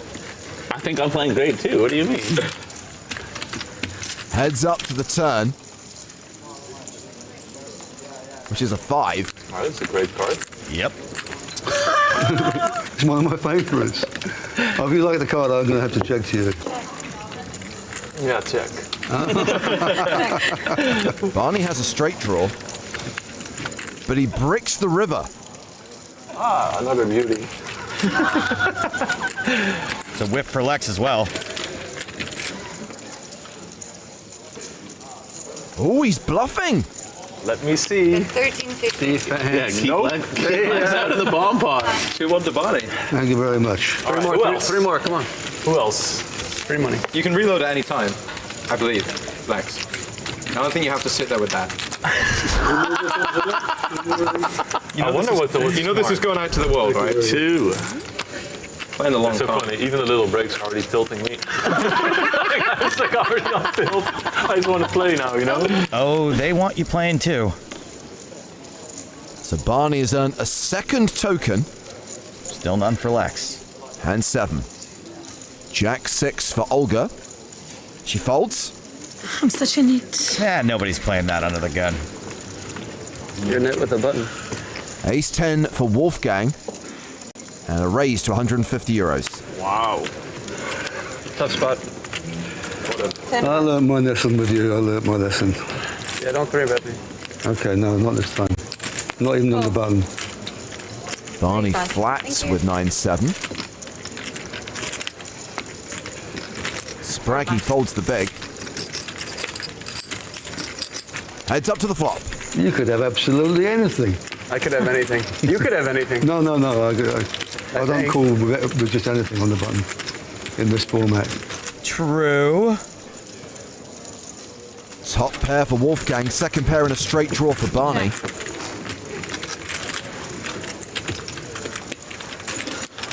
Looks like Barney's gonna fire right in a top pair. 300 euros. The youngest player at the table versus the oldest. Gen Z versus Book of Genesis. Wolfgang with the best hand.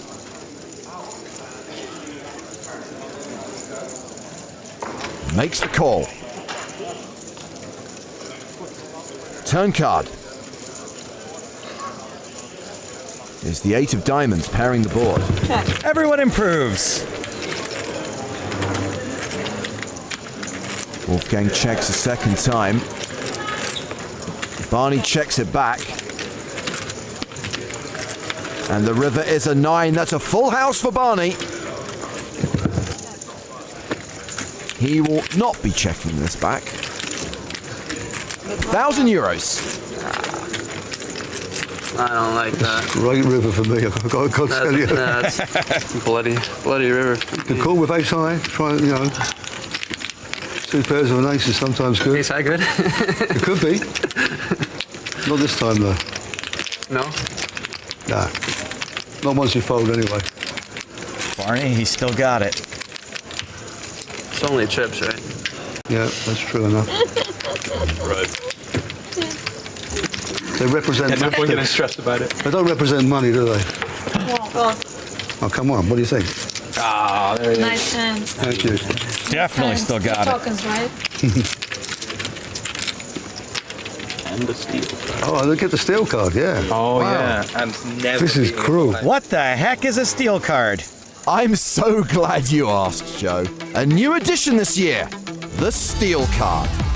It's earned by winning at Showdown, and the player who shows the best hand, in that example it was a full house, gets the Steel Card. But later on, if someone wins at Showdown with a better hand, for example, 4 of a kind, they would get the Steel Card from the other player. And if you have the card, after 9 hands, you can take a token from another player. So they can potentially block players from entering the bomb pot. I get it. Exactly. So really you need 2 tokens to be safe. Or 4 tokens if you want to play Time Crisis. Well, everyone has a token now except Lex. He's first to act because Wolfgang has straddled. Wow. Jack 10 of clubs. Pretty solid hand. All right. Things can get kind of spicy here with people trying to hoard tokens or block others from getting them. 375. You both have tokens. Is this the last hand? Stolen as well. Okay, so Second to last. black hands. Well, we've seen Barney call with 6-3. See, Lex has already given up because someone else is going to be miserable. He knows he's not winning. It's quite sad. Spraggy's out. Is this some kind of power move, like shuffling those? Yeah. Yeah, he's got so many. Oh, haven't you got any? Shuffling the shit out of me. 375. Yes. Well All played. right. Very well played, Wolfgang, so far. I check in the dark. Check in the dark. 3-way to the flop, which has a 3 on it. This flop is all Barney. But Lex is going to continue with 650 euros. Like the American version of Kath and Kim, this isn't going to work. How's that for a reference you'll get, YouTube?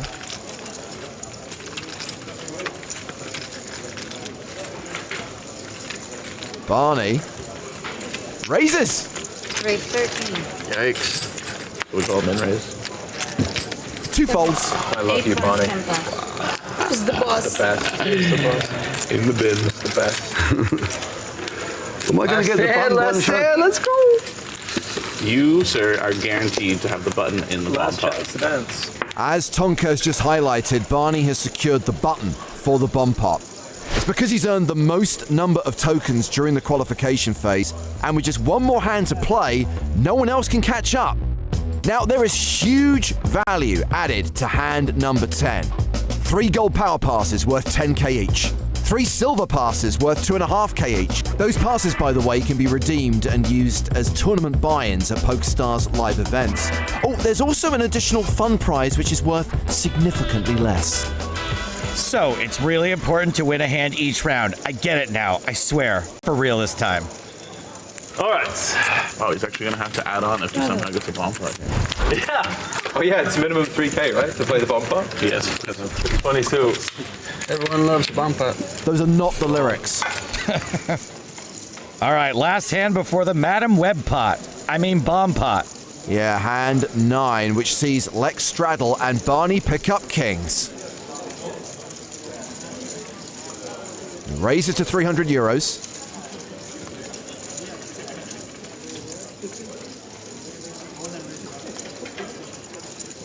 Round to the blinds. 8-7 for Olga. She's out. Wolfgang with ace-6. Probably the worst ace.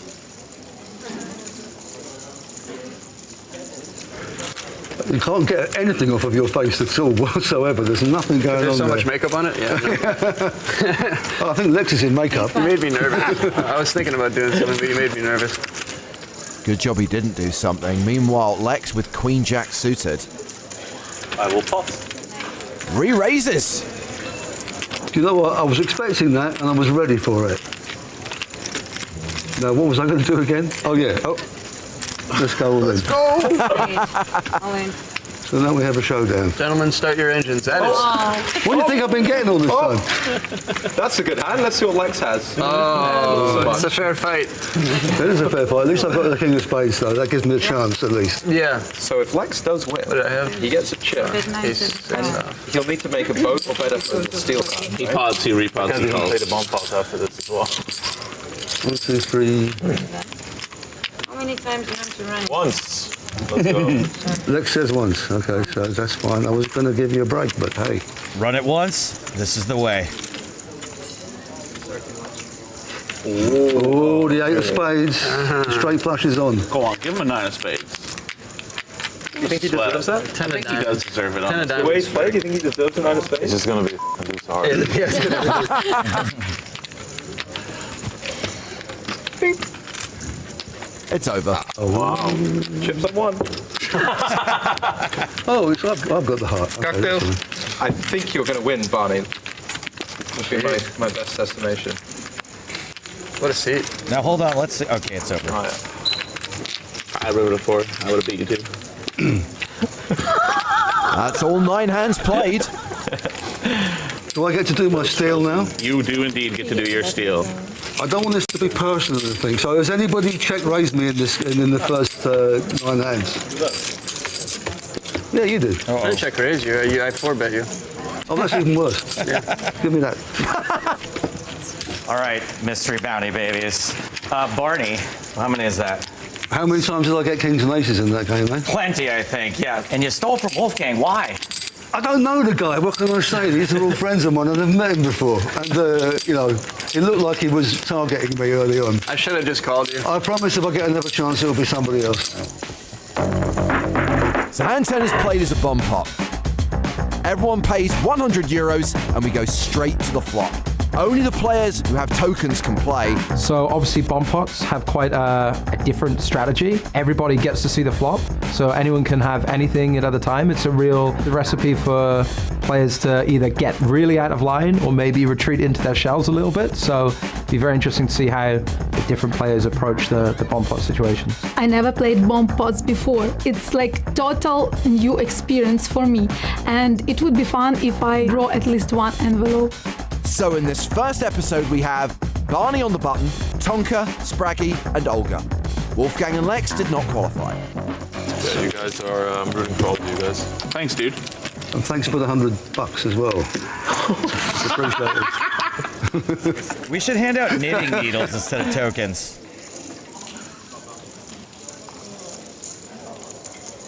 Well, pretty junky hands for everyone. Tonka's got the best holding, Queen 7 suited. And the flop sees Olga take the lead. Oh, that would have been me for sure. Pairing her 4.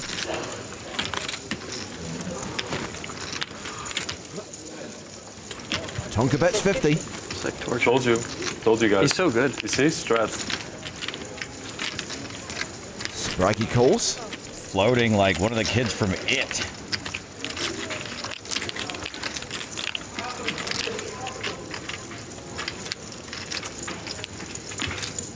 Looks like Olga knows she has the best hand. And really, who can play back at her? She raises to €350. What's Barney thinking about with 10 high? Well, well, well. Someone can play back at her. Re-raises to €700. That's gonna mess up Spraggy's plans. Olga's maybe too.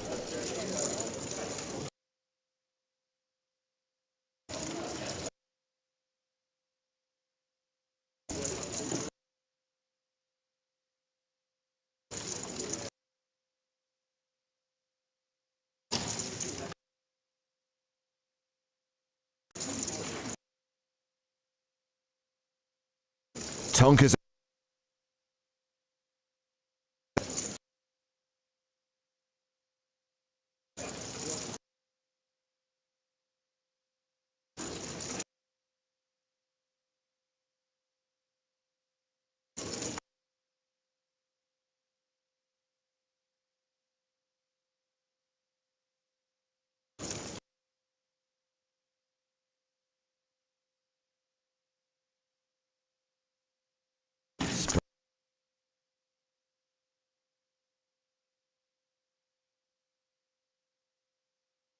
It's your go.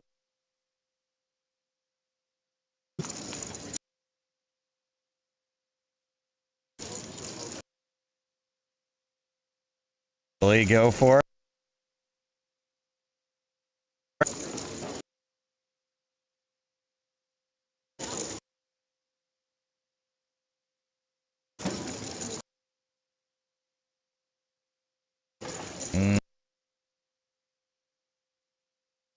Nope.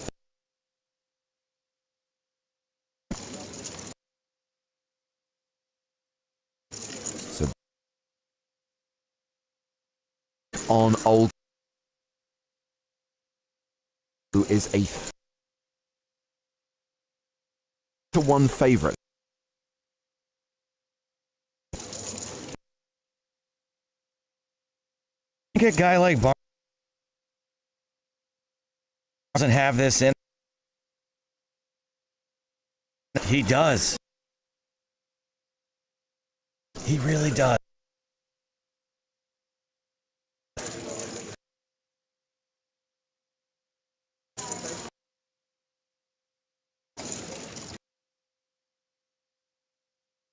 She calls.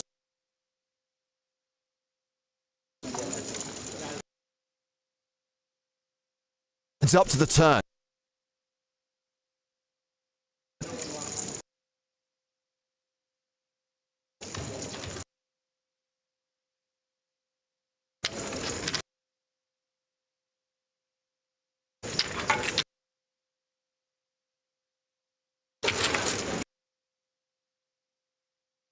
Queen of Hearts, and Olga is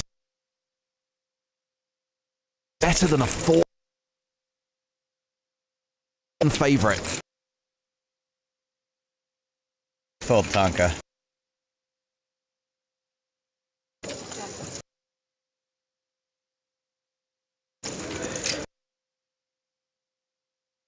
Checks.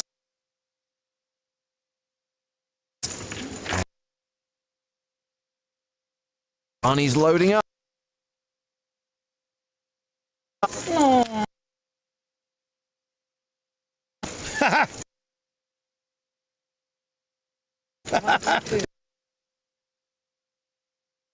To tell Olga.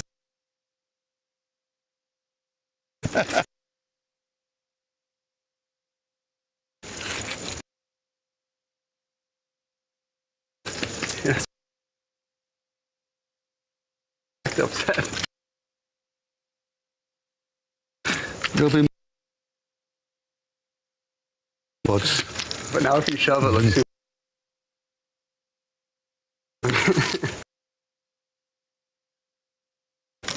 Maybe she's upset. She's going. Barney.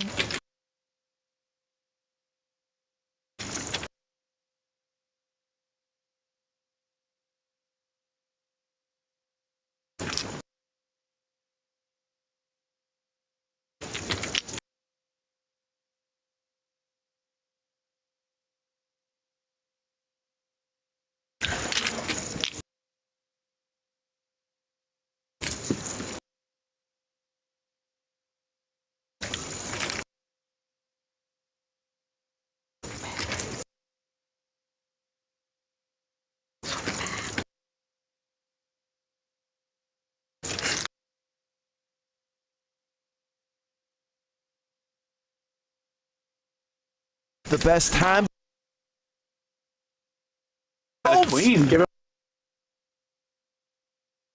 Money, show us a Hamburger. big number. Sure. This is what.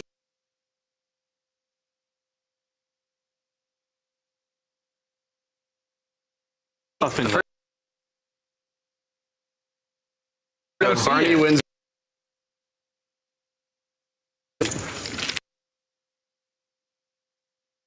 Barney Bowman Show. Episode 1. With a YouTube clamoring.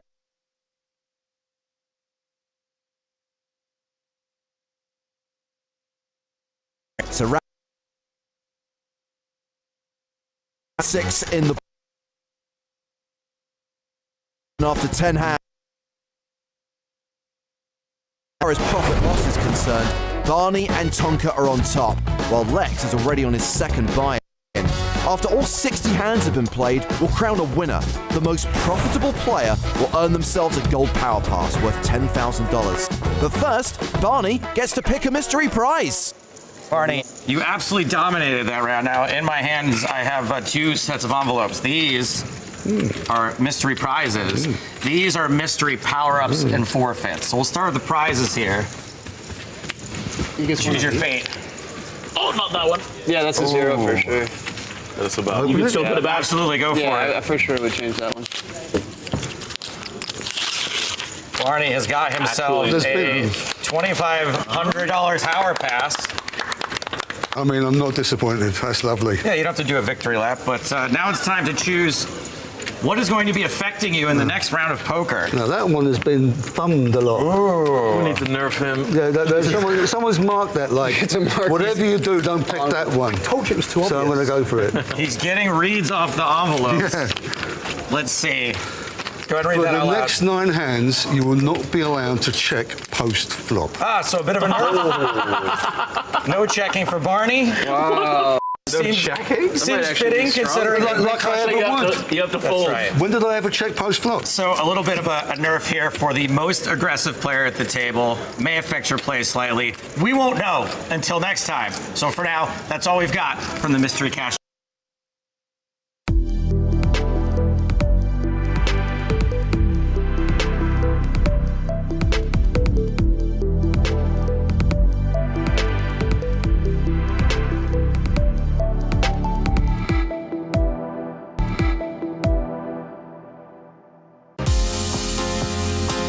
This is EPT Cyprus. PokerStars bringing you fun on the beach. We are on the beach in Cyprus, and today we had crazy activities just there, just behind us. EPT, PokerStars here in Cyprus. We have 4 teams. 3, 2, 1, go!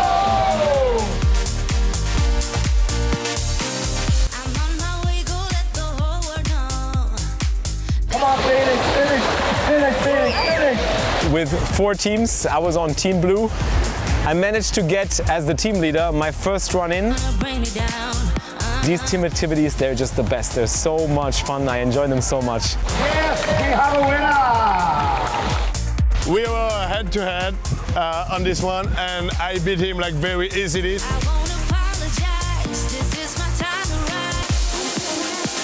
We have 4 teams, but 1 team came to the top. Let's hear it one more time for Team Green! This course has really helped me actually just detach from the poker and just chill a little.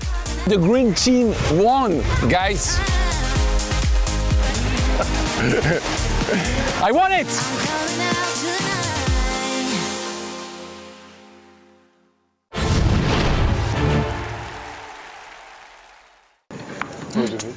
But you had aces. No. He had an ace. No aces.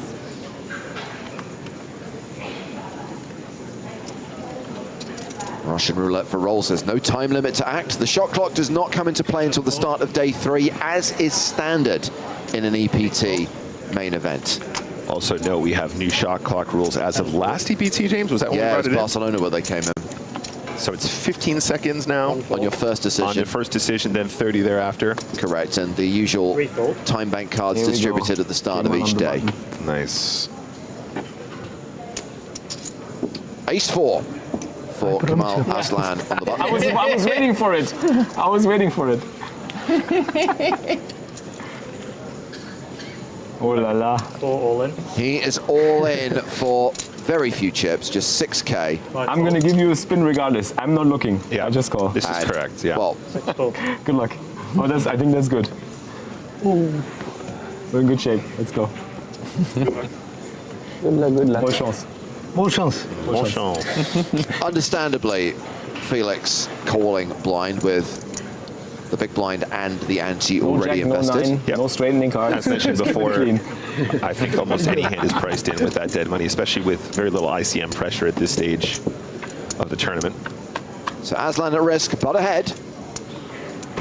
It's a sweat. It has to be a little bit sweaty. I think a little bit of a sweat it has to be. I'll tell you.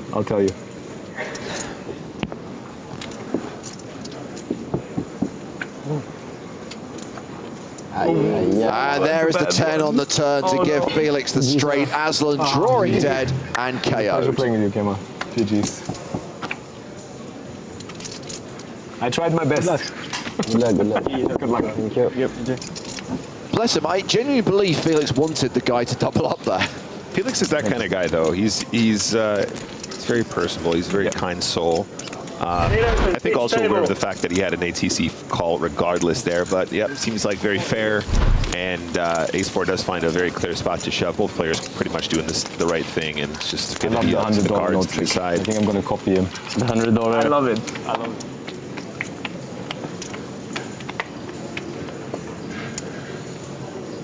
It's better with the sliding now on the feature table, huh? The last EPT was a little bit like the sticky field. Yeah, change the field, huh?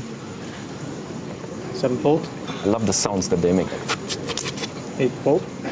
Yes, we did have felt problems in Barcelona, which made it very difficult for the dealers to keep their flops clean. On my big blind. That problem's been resolved. Always got to keep the flops clean. So Wiciak is open with Queen 10. 3 fold. Round to the table, chip leader on the button. Mary with 7-3 offsuit. Folds. Istvan Toth. Ace King in the small blind. And interestingly, he has not re-raised, just calls. Yeah, this is interesting. Off of a 40 big blind stack, just opting to do something a little bit deceptive. Does invite Felix into the mix, though, of course, which reduces your equity immediately, regardless of holding. So 3-way to the flop, which is 8 tray deuce. So top pair for Felix. 5 check. Yeah, and you know, there you go. This is what happens. You invite more action, invite a little bit more variance when you probably could have taken this down pre-flop. No 10 bet, 5,500. with no contest, as it were. 5 fold. What was the name of the ice planet in Star Wars, James? Hoth. Not Toth, okay. Yeah, it's a bit of a tricky spot. I think Felix can only call here. I think folding is out of the question. Just weighing up his options. I think a check raise here with Jack-8 feels a little bit unusual because I feel like he run into a lot of trouble, but let's see how Felix feels. 6 raise. All right, does decide to go for the raise. 10 fold. And I think under these circumstances might end up working. I don't know how sticky the ace-king feels when it's... They might feel like they're under rep pre-flop, James. Whoa. Now he decides to get aggressive with the ace-king? Wow, and this is kind of the action that I was making reference to. Not necessarily that I would expect him to shove here with ace-king, James, but... Didn't expect that. Reactivating the action with the Jack-8 does invite chaos. And now you're doing this? It's not nice. You've got top pair and... What draws is he doing this with? Yeah, exactly. That's the tricky bit. He's played it unusually, but this is a very strong line. But also, isn't that this guy that Felix needs to get rid of so he can play his game? Exactly. that does increase your equity. Yeah, this is wild. This is really, really wild.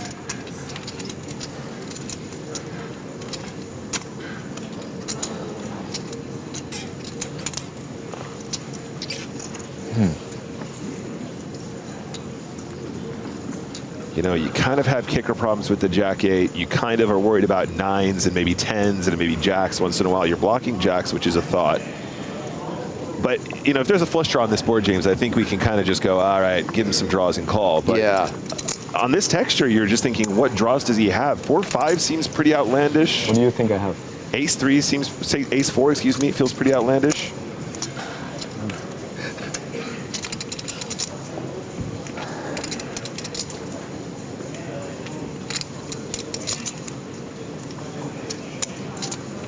I have a good hand. I hit the board. I'm worried about the kicker.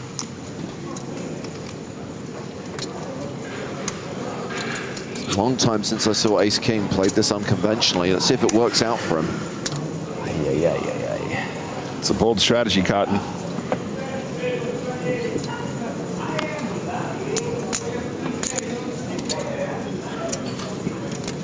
Flatted pre, flatted the C-bet from Wiciak, and then raised all in when Felix check raised. Fold and you show 4-5 or ace-5 or ace-4.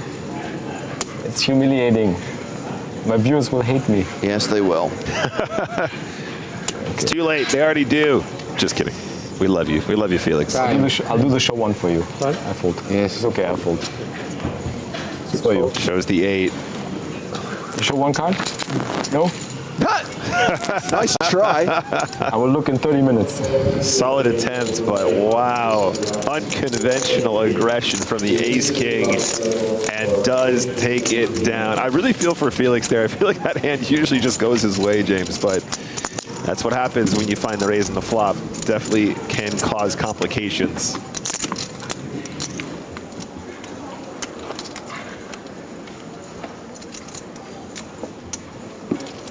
Don't know what the weather's like in Montreal at the moment, Griffin, but I was quite happy to get away from London weather for a week, yeah.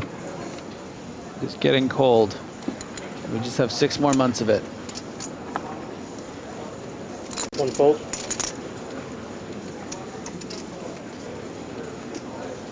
Pocket jacks for Lucien Cohen. Getting some big purrs.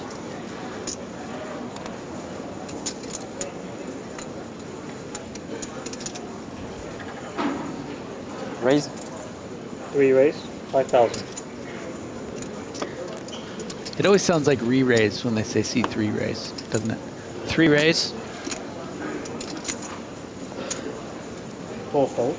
5,000. It is a min raise, and Toth 5 call. calling out the cutoff with Queen Jack off. Sitter out with Queen 4 folds, and Wiciak has he found a spot? No. More like short stack. 10 call. But elects to call, and we'll get to see a flop. Yeah, King's live. Absolutely. Uh-oh. Now, this is dangerous. Top pair for Wiciak, but losing to the overpair of his fellow countrymen. Yeah, and this is actually a spot pre-flop that you can justify folding. I think maybe Wiciak a little bit frustrated being card dead, you know, not thinking that Toth is going to be necessarily flatting very strong. So just hoping not to be dominated by Patavi, but we can see this is just the worst case scenario. Just 20% to win this hand, and with the pot being 18,500, really can't do anything but go all in here. Continuation bet is 5,500. Toth folds, and Wiciak, top pair, solid kicker, puts the rest of his chips in, gets called by Pitavi, and is going to need to hit to survive.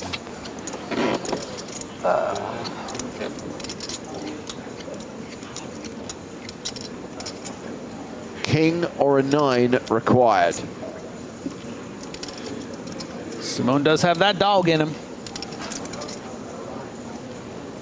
Will somebody let the dogs out? Who?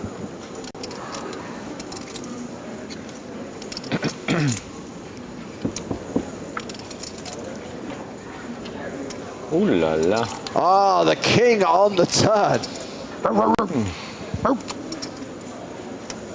And no jacks live in the deck. So Pitavi doesn't know it, but he's drawing dead. So that is going to be a double up for Simon Wiciak, the Barcelona 2023 champion. Still alive. See what happens when you're nice to the dealers. And he and Pitavi are pretty much tied, 25 big blinds each.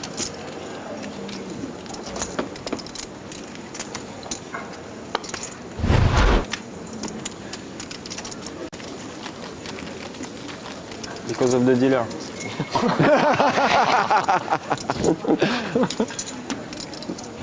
Too soon, too soon.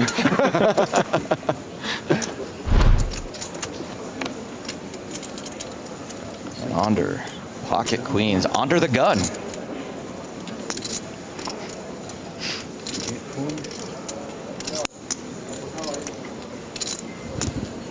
Simone with 7-5 in the big blind. How much do you have behind? Cover that mouth. Simone, come on. There you go. No, He wants to see what suit he's got. Oh, Flops of flop. 5.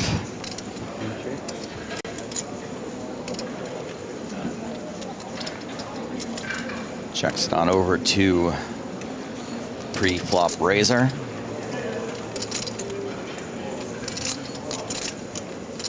Who's going to continue?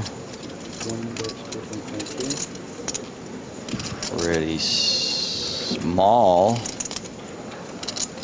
Just 2,500.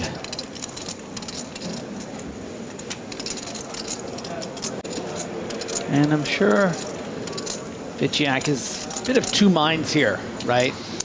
I can just call here. It's going to become a bit difficult to play down the streets. Ooh, just a raise. Yeah, check raising here. It's really going to freeze up some hands that would have otherwise maybe barreled on later streets. Could still get some value from, you know, if Andrew has something like ace-queen with a heart, ace-king, ace-jack, even ace-jack at diamonds, I think would call against facing this check raise here. Because you're not always just up against a 10. You're going to be live against a 5 when that's what is the raise, and then of course the bluffs. Do you think he's got a lot of bluffs here? Yeah, I think he has some bluffs here.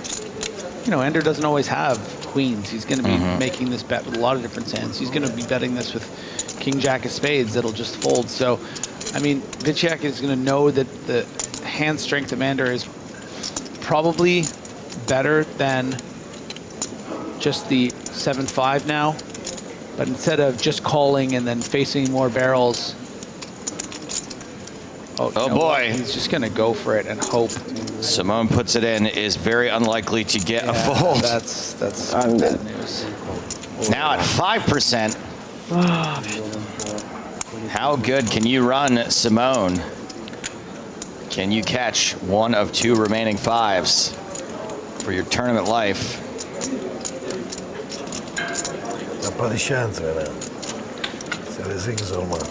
Doesn't seem to believe it this time. Both 5s are live. Oh.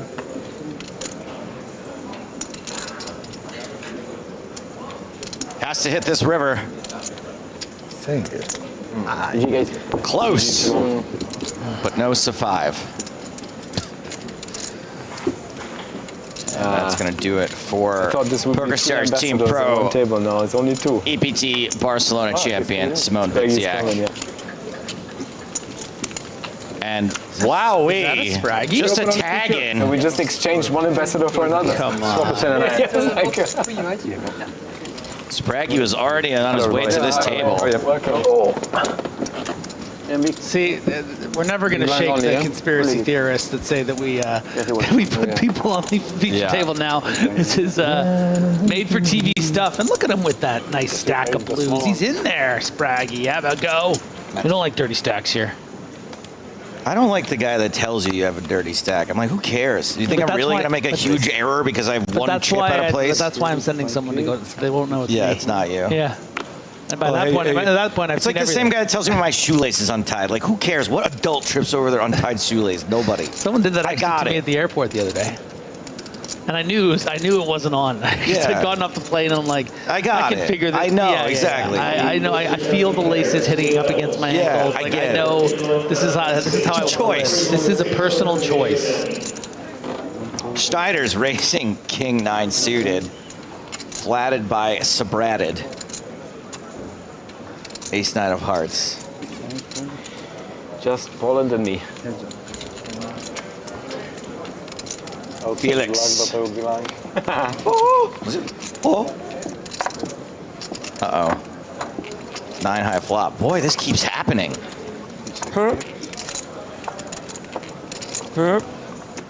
Are you trying to sing for his arm? No, that's his arm singing. That's his arm tattoo. Schneider's checks.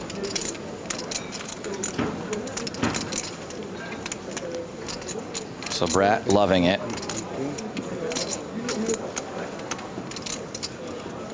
That's 5,500.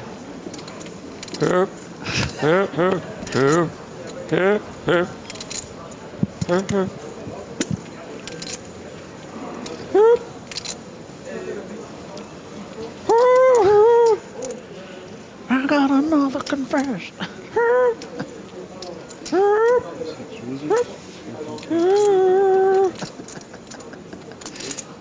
Felix raising to 18-5.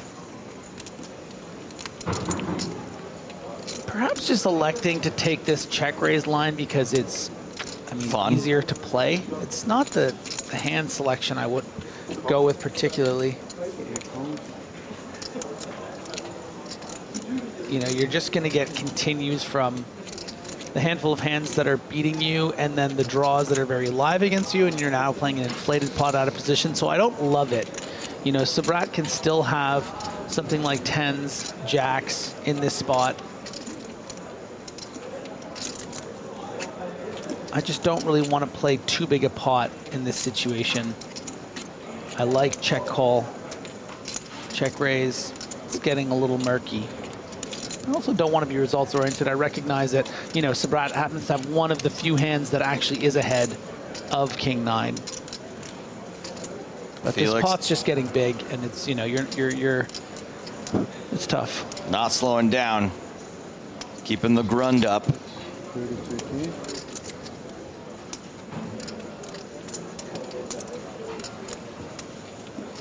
That's 32,000. I mean, there is a version of the way this hand goes down that Sabrat folds the best hand. I mean, Schneider's isn't really representing King 9 so much as he's representing, you know, pocket aces, kings, queens, jacks.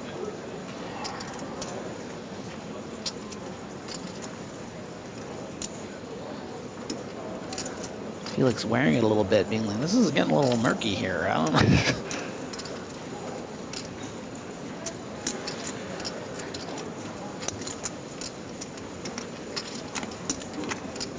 Can you ever overplay this and convince your opponent you've like flopped a set of sixes here? Now this pot ballooned to 117,000. 8 on the river. I don't see a lot of value in Felix shoving here. Maybe sometimes your opponent has something like Jack 9 suited, 9-10 suited, and calls. 2.5. Instead's just going to put out a blocker bet. You know, perhaps wanting to prevent his opponent from bluff shoving with missed spades and the like. And then some. Oh, he only bet 2,500. Wow. King is always a good thing to say. I think queens, kings. And some is. By the way, if he folds for this minimum bet, I will be leaving the booth. I'm letting you know. Yeah, you can't fold. I will call. I have a 9. I have a 9. Ew. Oh, okay.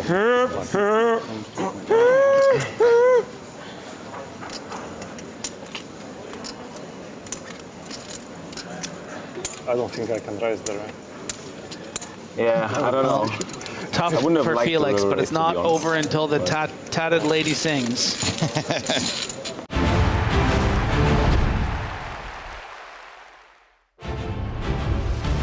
Highlights from earlier today here in Cyprus on the PokerStars European Poker Tour, where main event day 2 continues. It's the evening session and it's world famous bubble coverage because we're at 194 right now and 191 will get paid. So the players are returning from dinner break knowing that they are only 3 eliminations away from guaranteeing themselves a min cash.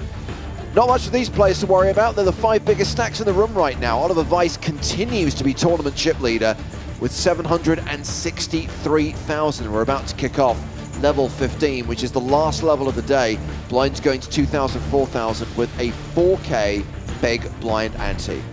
James Hartigan with Joe Stapleton. Hello, my babies. And Joe, this is the new lineup at the feature table. We have Artur Martirosian, a former EPT Main Event champion, the guy we saw finish second in yesterday's 50K Super High Roller, and a fair few Brits, including an EPT runner-up, Stephen Warburton, second to John Juanda in Barcelona back in 2015. Warburton. Guy Taylor, we've seen him make a deep run That guy. on the EPT.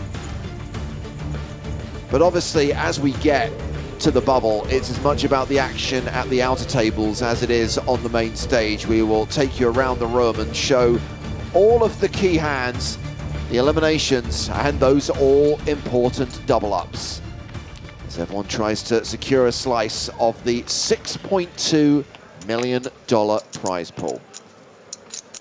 Well, a couple of people to introduce you to. Joining us live via satellite from the United States of America, we should have Maria Ho. Hello, Maria. Hello. The technology is just about working. Do you get the best Wi-Fi signal in your bathroom? Is that what's going on? Oh, do I sound echoey? Just a little. Yeah, that does not sound like the clear, crisp Maria that we're used to. 4, 8, 8. I wonder what's different. It does sound like the Maria that I'm used to. She's usually talking to me from the bathroom.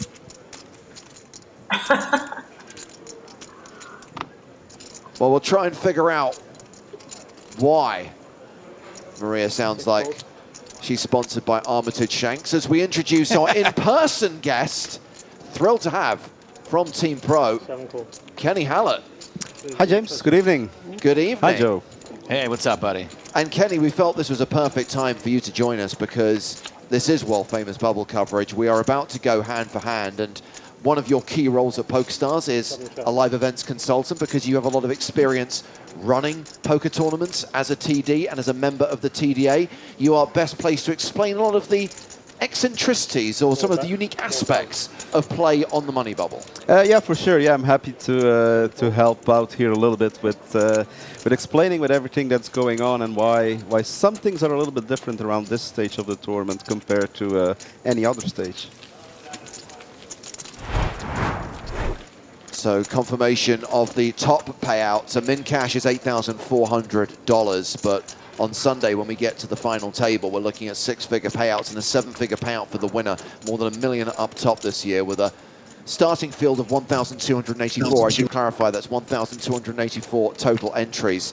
And as we've highlighted, 194 players remain. So first question, Kenny, is how many bubbles have you run in your time? 10-fold.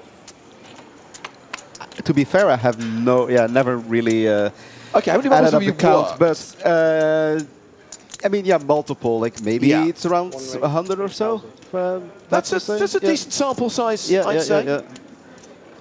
So you've got plenty of experience, and I'm sure in your time you've seen different TDs, different operators do it in different ways, because again, there doesn't seem to be a standard set of rules that every tour, every live event follows. No, there isn't.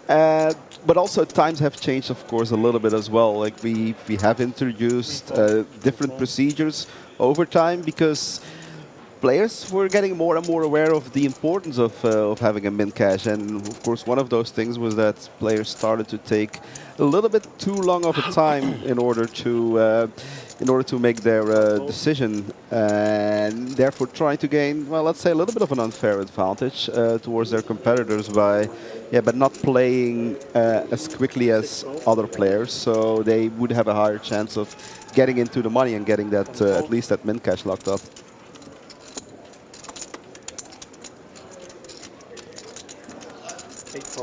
Well, let's fire up the satellite one more time and try take two with Maria Ho, live from LA. Maria Ho. Nope. Hey, guys. Almost convincing. Would have been convincing had there been an echo. So one of the questions frequently asked, Kenny, is when will they go hand for hand? And the official answer always is on the pure bubble, one off the money. But as we've seen, sometimes you have to be flexible, and sometimes hand for hand is called early. Do you just have to kind of see what pace they're playing at and make that adjustment if you see egregious stalling? That's one of your factors that you take into account if you want to go hand for hand a little bit earlier. There's various factors in there, but if you're noticing that the clock is getting called on multiple players on multiple occasions, you will be inclined to go hand for hand a little bit earlier. The bigger your field is, sometimes the bigger you want to go hand for hand, or sorry, the earlier you want to go hand for hand a little bit more as well, because more tables in play means more players can bust. And one thing you definitely don't want to have is that all of a sudden you're 2 away from the money, 3 players get knocked out, and you have no idea who they are, and then you have, let's say, 200 players left while 201 players were getting paid. So those are things you always need to take into consideration, of course, when you do want to start your procedure. Sometimes it can be, depending on other factors, let's say you return from break and you're 2 players away from the money, you might as well go hand for hand straight away, or you just broke a table with 2 players away from the money, you could go hand for hand as well. Like, those are all like small factors that might influence your decision, but you're always going to go hand for hand at least 1 player away from the money. We've got a hand in progress here. It was Artur Martirosian who raised it pre to 8K, called by Okonomidis in the big blind with the ace-8. A c-bet of 5,000, which has been called. It is a domination situation, and Martirosian remains the favorite. Isn't it the Okonomidis that allowed Indiana Jones to go back in time in the most recent movie? Do you know what? I still haven't seen it. Oh, whoops. No, I don't worry. It's my choice, because I'm like, do I really want this franchise to be ruined any more than it already was? It's all right. I mean, by the Kingdom of the Crystal Skull. It couldn't be worse than Crystal Skull, and it's not. That's true. That's true. Oh, domination rotation. The 8 on the river. Wait. 8, 9, 10. Okay, yep, you're right. 10 check.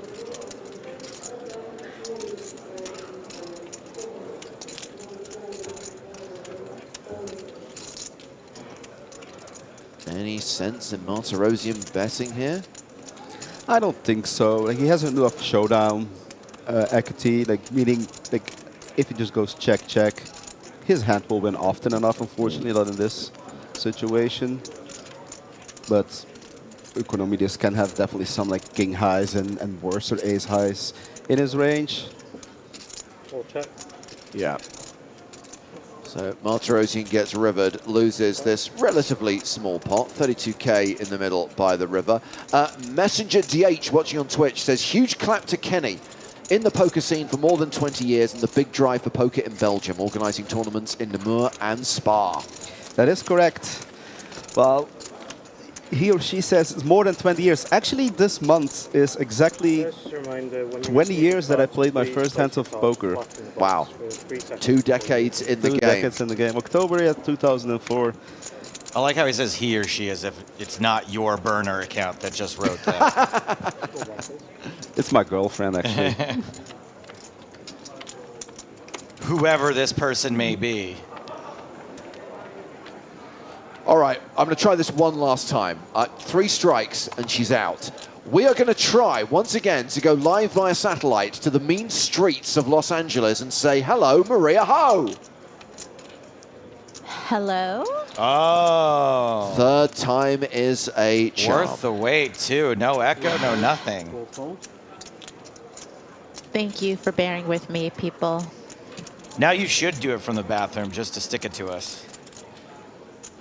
I mean, who doesn't love some good acoustics, reverb? No? No, it sounds crystal clear now. So you've obviously joined us at an auspicious moment, Maria. We are approaching the bubble in the EPT Cyprus main event. 194 players remain, with 191 making the money.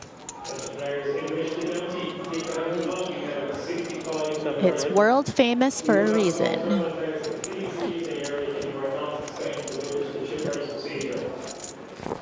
We see Wang here going all in from the cutoff for just over 7 big blinds, with 3 away from the money.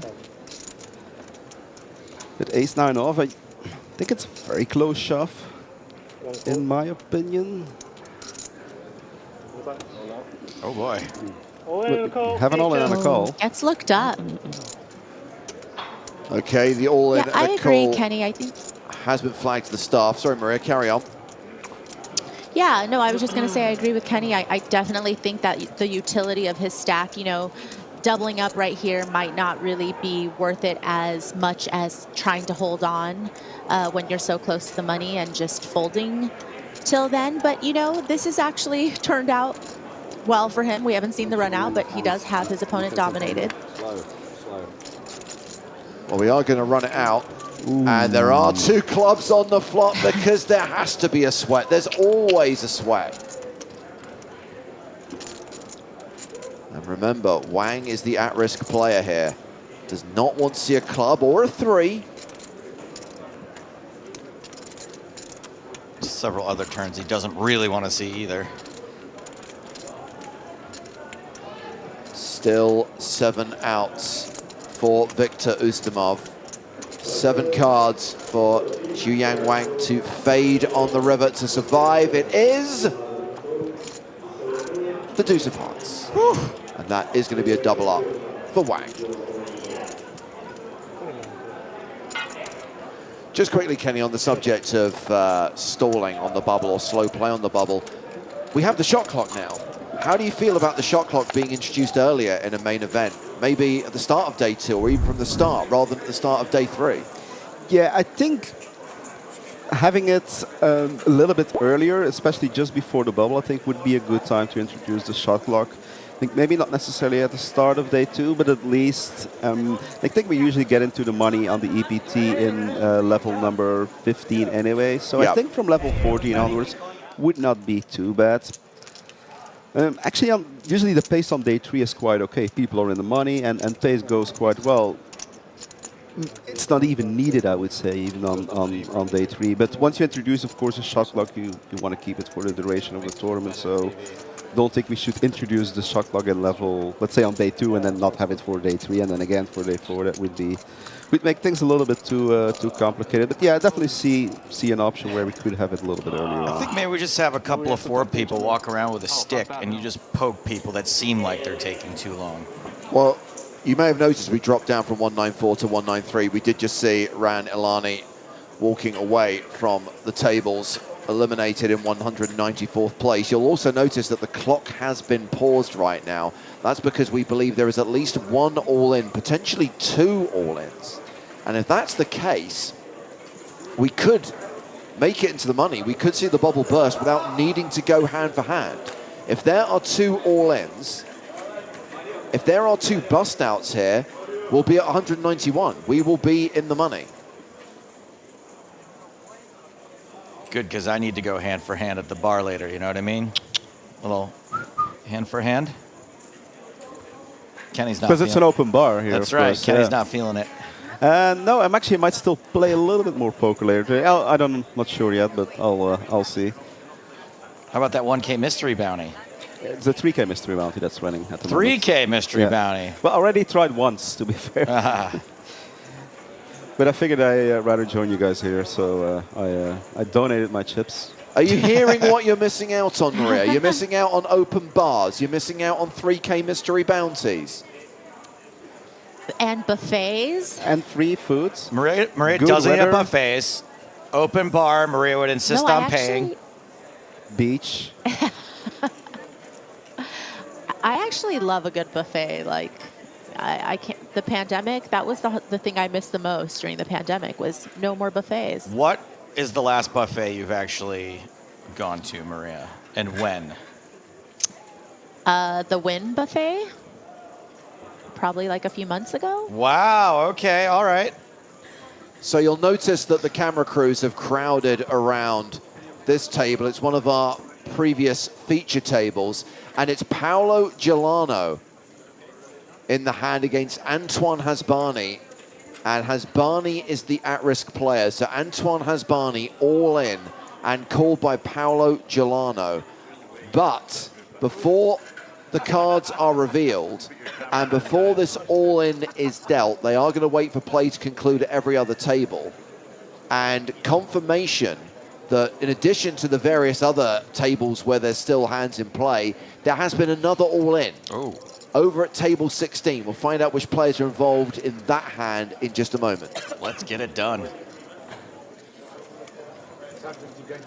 I'm going to guess that Paolo Gualano, not the player at risk. It's been a while since we had a bubble on the EPT where we didn't need to go hand for hand, where 2 off the money. We've just had bish, bash, bosh, couple of bust outs, boom, done. Yeah, sometimes that's what you prefer as an organizer as well. Of course, yeah. These hand for hands, sometimes they can take some time. Of course, the more tables you have, the more risk you have of people getting eliminated. So it usually goes in lesser hands.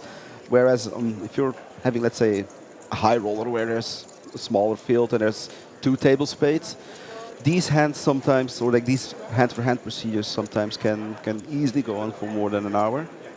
Yeah. The disadvantage is with many tables in play, it always takes a long time before every table is done yes, as well. Yes, that's true. And the moment that an all-in and a call is announced, the clock is paused, as it has been in this case. So yeah, that is table 22, where we have the all-in, Hasbani versus Gualano. And it's across the room at table 16, where we have the other all-in. And I can tell you it's Nils Pudel who is at risk in a hand against Tayfun Rodolpu. We know Nils Pudel.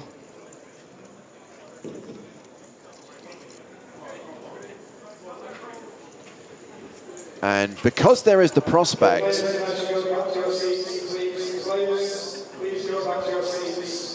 it's very important during the bubble that players stay in their seats, even if people have to get their steps in, Maria. But you're always free to walk around in the, to walk away from your table, but not in between the tables. If you want to go, fair enough. Want to go for a walk around the room, you're free to do so. But don't walk in between the tables, because that's not really... You know, I knew I was going to regret having Kenny on. We found the one person who takes Maria's side. We just started. Damn it. The one thing I could hold over Maria's head. Oh my God, Maria's just been endorsed by a member of the TDA to get her steps in on hand for hand. It's also a good time to go to the bathroom if you need to go at this very moment if you're playing. Yes. I don't disrupt the tournament area. Yeah, I'm in the perimeter. You're saying it's a good time to go to the bathroom, but what if Maria's broadcasting from in there?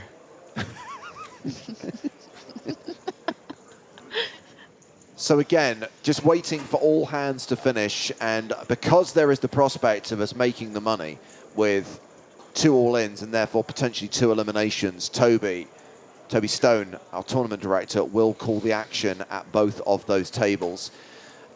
Just waiting for confirmation in case there are any more all-ins. We have, in our time, seen up to 7 at one time. What? That was in Barcelona, though, and you get unique stuff happen in Barcelona.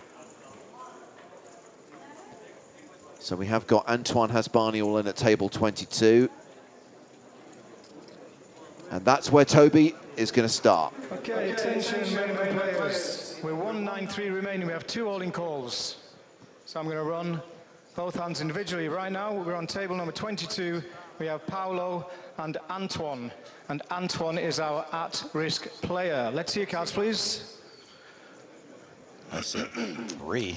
Paolo shows Queen 6 of diamonds, and Antoine shows Ace 3 of spades. Once again, Antoine is our at-risk player with Ace 3 of clubs. GG, Antoine. Let's see the flop, please. Flop is 5, 3, 5, Jack. So far, so good for Hasbani. Next card, please. Next card is a 9. And the final card, please. The final card is a 5. All right, we have a double up on this table. And from the chips on the table, it looked like... We are going to move to table number 16. We are still 1-9-3. that the player on the button just raised to 9,000. The big blind went all in for around 60,000, and he just was called with Queen 6, while the player in a big blind had Ace 3 of clubs. So these guys, they definitely did not came here just to fold around. So over to table 16, where we have Nils Pudel at risk against Tayfun Rodoplu.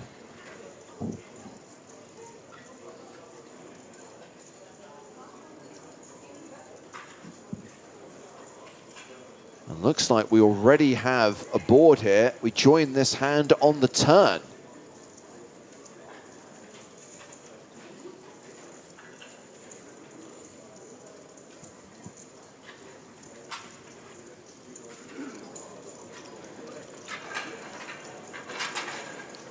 I think we're on the flop, 3 cards out? Or is it 4? Yeah. It's hard to tell, isn't it? I think it's 3. You're right. We're on the flop. We're still 193. We're on table number 16. We have 2 players.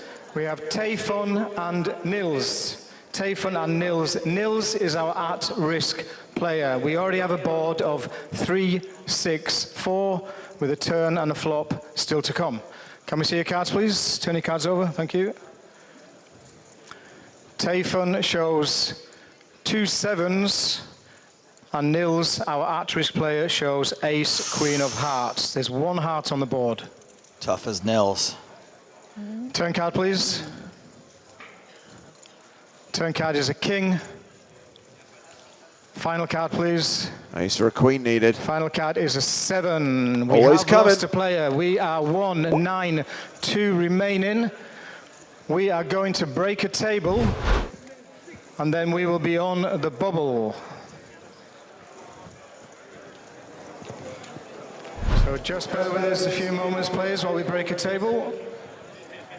Can I read a tweet while the table gets broken? Can I just ask Kenny a quick question about this? Yes. Because again, this is something that we've had in place for a while now, is that when we are on the pure bubble, Kenny, when we are at the point where we traditionally go hand for hand, it's just after a table is broken. So it seems that there is a desire that everyone is playing 8-handed, that all the tables are full, that all the tables are balanced. Yes, correct. In all PokerStars events, what we try to do is have, every money bubble, and so also, of course, like when we go into the money, will be on a balanced amount of tables, which means that there will be an equal amount of people at every table. And in a big field, that will usually mean that every table will have 8 players seated. The only differences are some of the flights that play down to the money. Let's say the Eureka Main, Eureka High Roller, the Eureka Cup. Right. And there we have multiple flights. We play down to 15% of the field, and it's as close to 15% as possible. So if there would be 1,000 players in a flight, we would stop at 150 players. Whether or not, if that is on a balanced amount of, if that is on on balanced tables or not. Right back at you, buddy.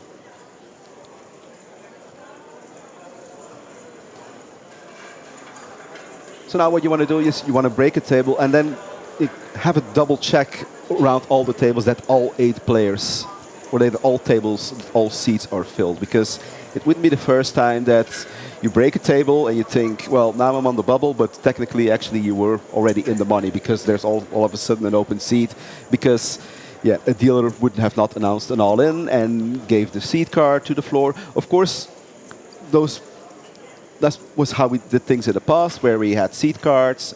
Nowadays, we do have everything a little bit more automated. We have a whole software, and so the dealers can put in the bust outs on their tablet. Floors can go around as well, can bust players if they want, if they see open seats. So there's many advantages to the automated system, because like I said in the past, where sometimes the seat card would have been lost because Ford put it in his pocket and forgot to take it out. Like, these things are a little bit from the past, but still you always want to have a double verification and double check that that every chair is still filled at this time. Of course.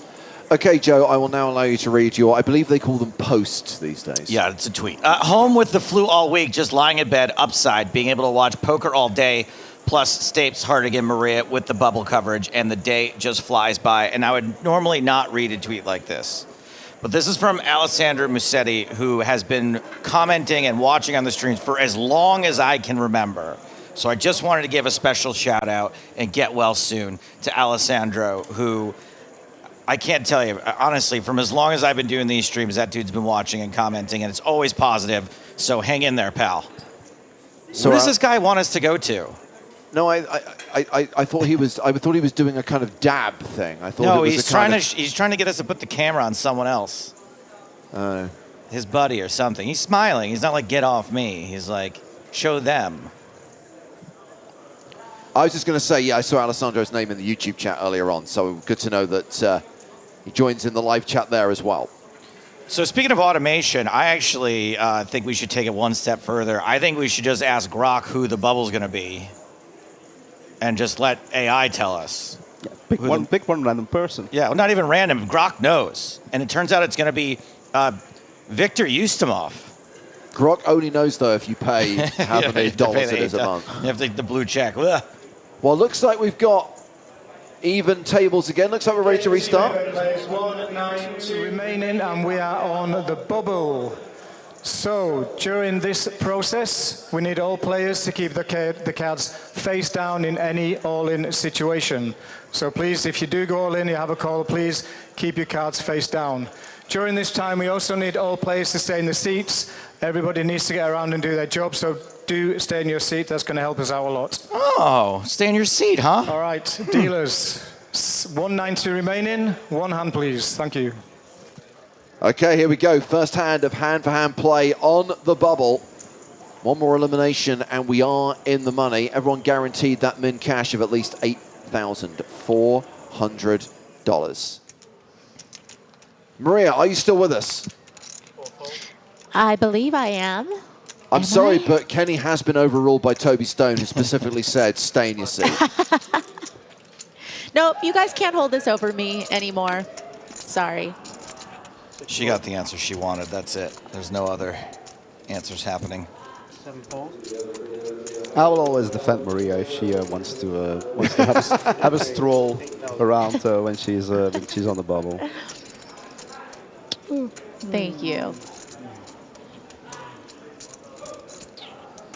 So, it's an obvious question, Kenny, and I know many people watching know the answer, but inevitably it's a question that does come up from time to time because you've got people who are new to poker, who aren't familiar with how tournaments run. What is the idea behind hand-for-hand? Why have this situation where you have to wait for every other table before you play the next hand? We want to make sure that, because this is the point where the first person to get eliminated, he gets $0, and the next person who will be eliminated in this case gets $8,400, somewhere around in that range. Yeah, $8,400. So because if we would not wait until, like if we would just continue on all tables, there might be an occasion that, let's say, two players bust roughly at the same time, but we would have no idea who was the first player to bust. So we want to make sure that we have the correct information, that we know what exact players bust in what order, so that we can pay out eventual people accordingly to that. Also, because we're so close to the money, it is the most fair thing, because all tables, they will play the same amount of hands during this instance, because what you could have is that the pace of play from some other players would slow down significantly, because they do not want to pay one more big blind before they get into the money. So to eliminate those behaviors, therefore we also go hand for hand. While we're watching at a very interesting decision for Corian at the moment. Obviously, there is no point stalling anymore because of hand-for-hand play, and this is not a stall. This is a legitimate decision for Corian, who decides to go with it, decides to move all in over the top of a 3-bet, so he thinks his opponent is probably stronger than he actually is. How much is it? The question is he priced in? Well, you need to pay 33,000 in a pot of 91,000. 55,000. And you're probably up against Ace-King. Well, definitely aces and kings is in that range. a lot of people actually might get rid of ace-king, and I wouldn't blame them for folding ace-king. And well, if you know your opponent has ace-king, yes, you have to call with 10-7, but if you think your opponent might fold ace-king, then and only has basically overpairs, then your 10-7 is not really in great shape. So the shove gets through and play concludes at the feature table. So we now await to see what's happening at the outer tables and whether we potentially get an all-in on the first hand of hand-for-hand play. What I would highlight is this is a reasonably big field, 192 players in the field. There's a very good chance that we do get an all-in at one of these tables, especially knowing from our team wandering the tables there are a fair few short stacks out there. Like, I think I might have actually folded the ace-king. Like, one of my metrics often is when I look at the payouts is, like, I can get a min cash for 8,400. Like, how much further in the tournament do I need to progress to actually get double of that? And like in this instance, like I would need to finish like in the top 55 to get at least double of the amount of a min cash.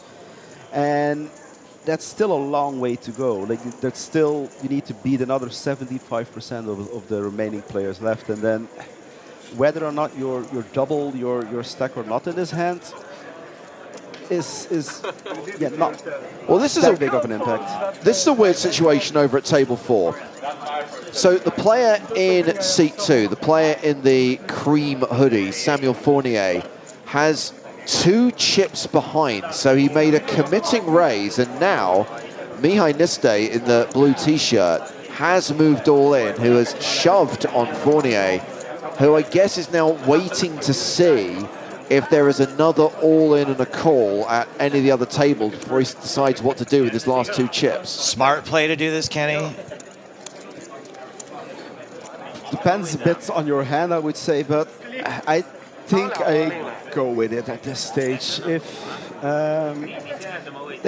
the thing is, because we wait to do the showdowns until all hands are finished on all tables anyway, there might be other all-ins and calls, but you're not sure if there will be an elimination during one of those hands. So yeah, I think I just call and pray and hope for the best. Maria, you ever pull any moves like this? Yeah, well, actually, I was curious to ask Kenny, you know, because I just recently heard about this rule at EPTs where if it's apparent or obvious that your intention to leave any chips behind is to stall for, you know, a pay jump or, you know, to get in the money, then you are forced to put it in, right? That is Kenny, correct. Well, you're not without going into your time?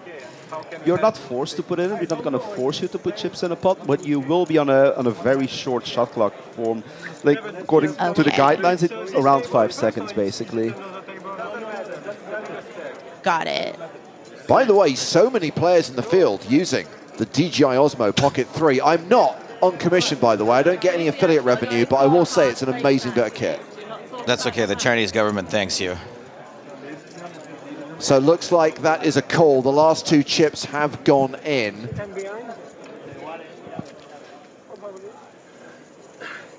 And it looks like play has finished over at table 11. That was the last table where there was a hand in progress. So we've just got to deal out this all-in at table 4. So to clarify, it is Samuel Fournier, the player in seat 2, who is at risk in the hand against Mihai Niste, the player with the Obelix card protector. Niste. No, I don't want to cast aspersions, but isn't it weird that all the cards are made by Fournier and that's this guy's name? Is that not a conflict of interest, Kenny?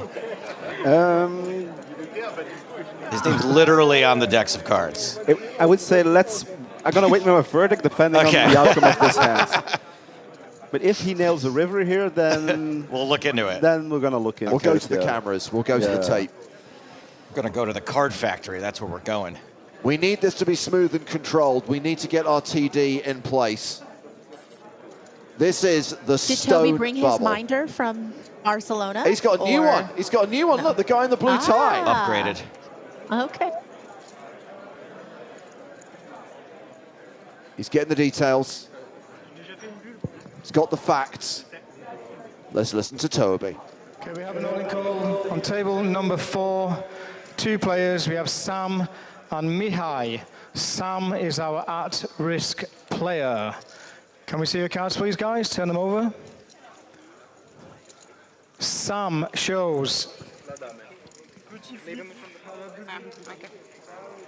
Sam shows 2 queens, and Mihai shows ace, king of hearts. Once again, Sam with 2 queens is our at-risk player. The sickest and classicest of races on the bubble. Can we see the flop, please? Flop is 8-9-8. Turn card, please. Turn card is a 3, and there is now 2 hearts on the board, and Mihai has ace, king of hearts. Final card, please. Final card is a 5 of hearts. Oh! All right. Runner, flush. He may be the bubble boy, but he's taking it like a bubble man. Congratulations. Dad, I didn't like the cards. No, but it's a long con. He knows that all the cameras are on him right now. He can't, fade that flush in front of everybody. It's, it's reserved for when there's not as much attention to the hands. That was a pretty quick bubble, all things considered, and interesting that it was the classic, the sickest and classicest of all races that took us down to 191. Samuel Fournier, the last player to leave the tournament with $0. Everyone else in the room guaranteed at least a min cash of $8,400. So it's nice if you get to tell the bad beat story before you leave the room. Yeah, so that's the end of hand-for-hand play, Kenny, and now we get what we like to call the post-bubble bust-out bonanza, and this is just as stressful for the tournament staff because you've got to keep track of all the eliminations, make sure that you monitor who goes out where and what they get paid. I guess it helps that the payouts are relatively flat and there are only jumps with every 2 or 3 tables. Yes, it is. Well, it is after 17, so the first 17 players will go out with the same amount, and then every 2-3 tables indeed, we will have a pay jump. You definitely want to pay close attention around those pay jumps to make sure as well you don't miss any bust out, so that again players are getting placed in the correct place and therefore getting the correct amount of money awarded. Yeah, of course, we see jumps with every elimination once we get to the late stages, as we'll see on Saturday and Sunday. On Sunday, of course, it's the final table. Playing down to winner who'll be crowned EPT Cyprus 2024 champion and receive more than $1 million in prize money. The clock is running. Play is underway. Once again, now we are in the money. This is indeed a stage where lots of people will loosen up again a little bit. Like they've played tight up until this point, but now they've locked out at min cash. And as I just said, if you want to double that amount, you still need to progress so much further in the tournament. So yeah, you can take a little bit more, some more risks again right now. Almost a bonanza, you would say. I think that would be a good name for it. Yeah. I think we should call it like that from now on. Post-bubble bust-out bonanza? Yeah, I think we like it. Yeah, I think that's a very original name. One raise, 25,000. So to be clear, the plan for today was to play 5 full levels, and that's what will happen now. There's still 71 minutes on the clock. We will play out the rest of level 15, and then the players who get through that bust-out bonanza, who survive the day, will bag and tag and come back for day 3. And we play another 5 levels. Got to get down to 6 by Sunday, and then down to a winner on Sunday. Yes, so we have 90-minute levels here in the main event, which is a very good structure for the players, so we do allow for a lot of play. One of the downsides, of course, is as well that, it takes some time. If you want to get down from 1,284 players in this event down to a winner, you have to put in the hours if you want to win that $1,030,000 first place prize. So we've seen the open from Jacks and the 3-bet from Ustamov with Queen 10. 10 raised, 53,000.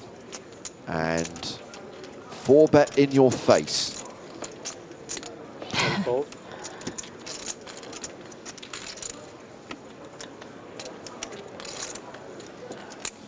Yeah, and I think it's also important, you know, that once we're past this bubble phase, you know, some of the things that the bigger stacks were able to do, you know, prior to the bubble bursting, there's going to be some recognition of the fact that, you know, there's not as much freedom to kind of bully some of the other stacks. I mean, I'm not saying that that Queen 10 3-bet is necessarily reflective of that. I'm just saying that I think sometimes people can tend to still overpace a little bit after the bubble burst. And, you know, you just have to pick up on the dynamic shift at the table and have, you know, again, just really good stack awareness.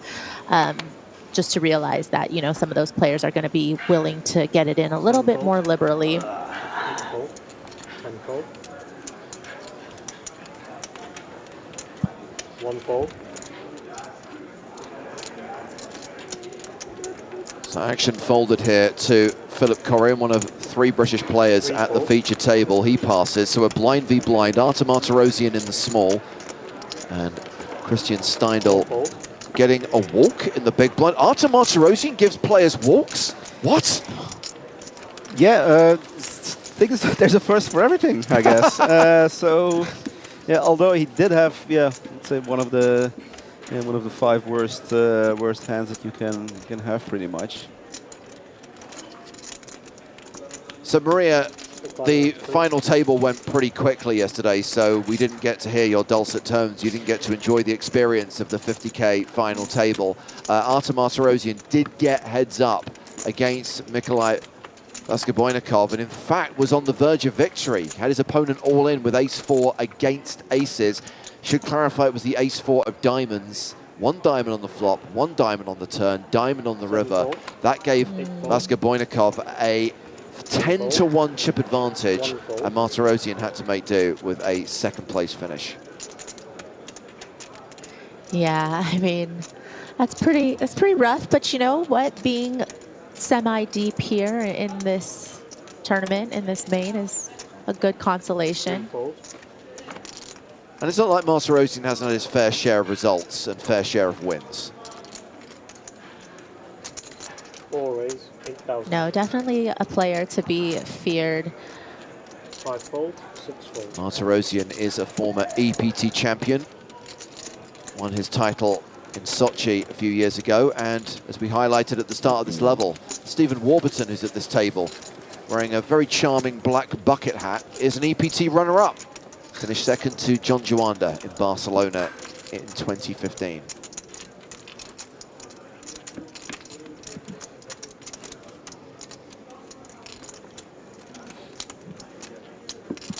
So already down to 187.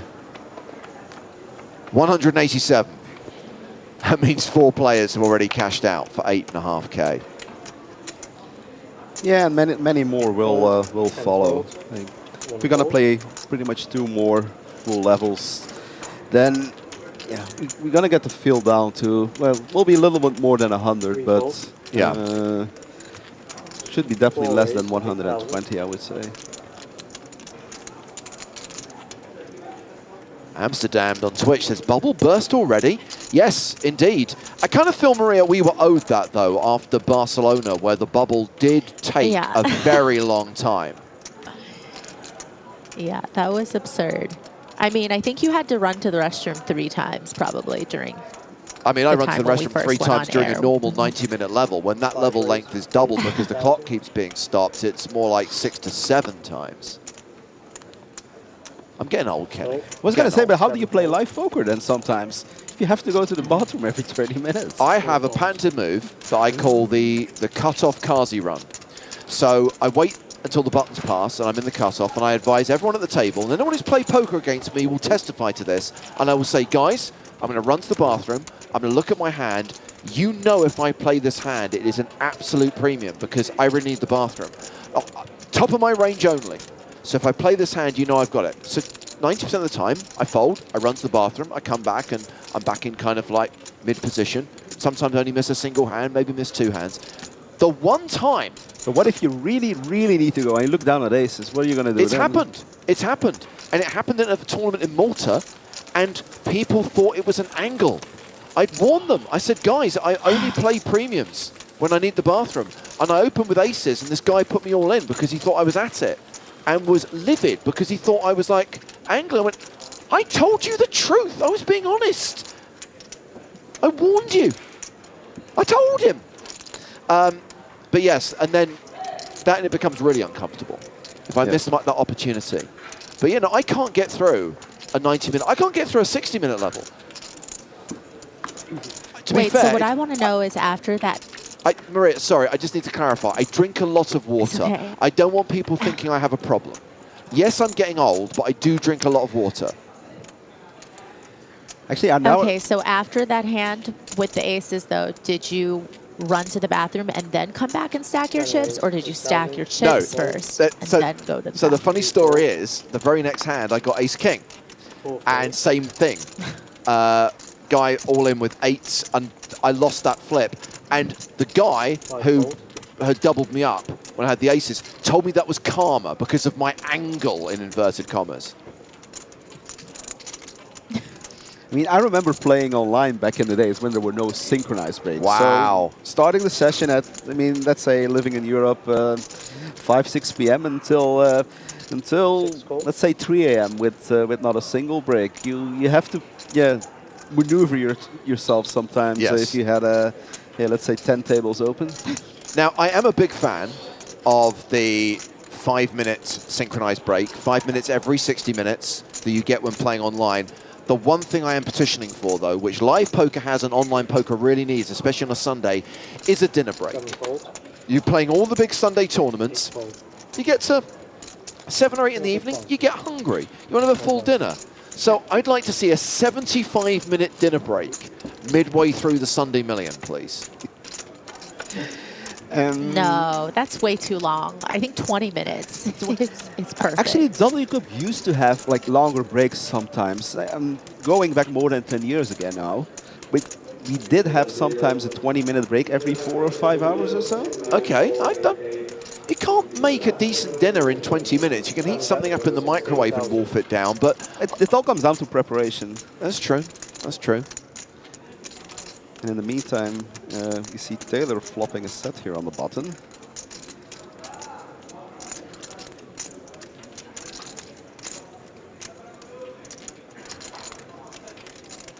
Keaty says James has never heard of a pot noodle. Oh, I've heard of a pot noodle. I refuse to consume one, but I'm aware of their existence. You're missing out, James. Kind of feel a little bit sorry for the 10s here as we see Taylor improve to a full house on the turn. Yeah, and Taylor's so far slow playing his hand.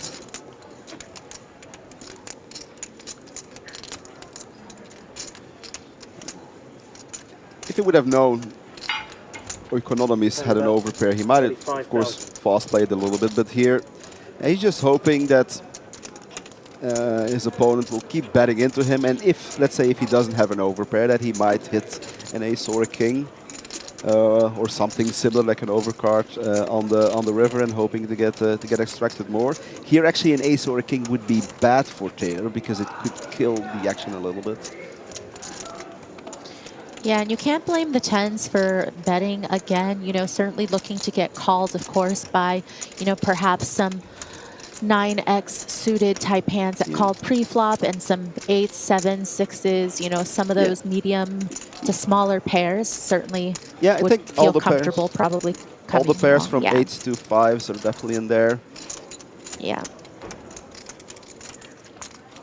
And yeah, a bunch of 9x and even a hand like 6-7. 6-4. Could still be in there. Ace deuce, ace 5. Ace 4. Okay, well, we've got a pot of 128,000. Taylor, the effective stack, with 76K behind.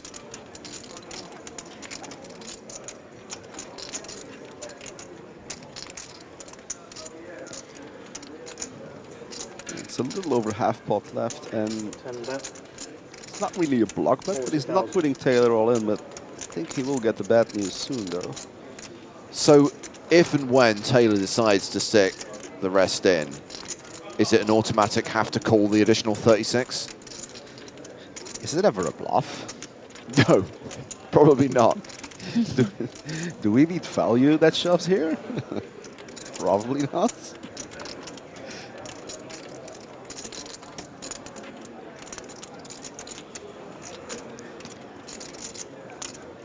I think you might be able to fold it, but... All in. 6 all in. There is the all in. He did the triangle. I don't know if the dealer understood because then he had to verbalize it. And he folds. Yeah, throws away the tens.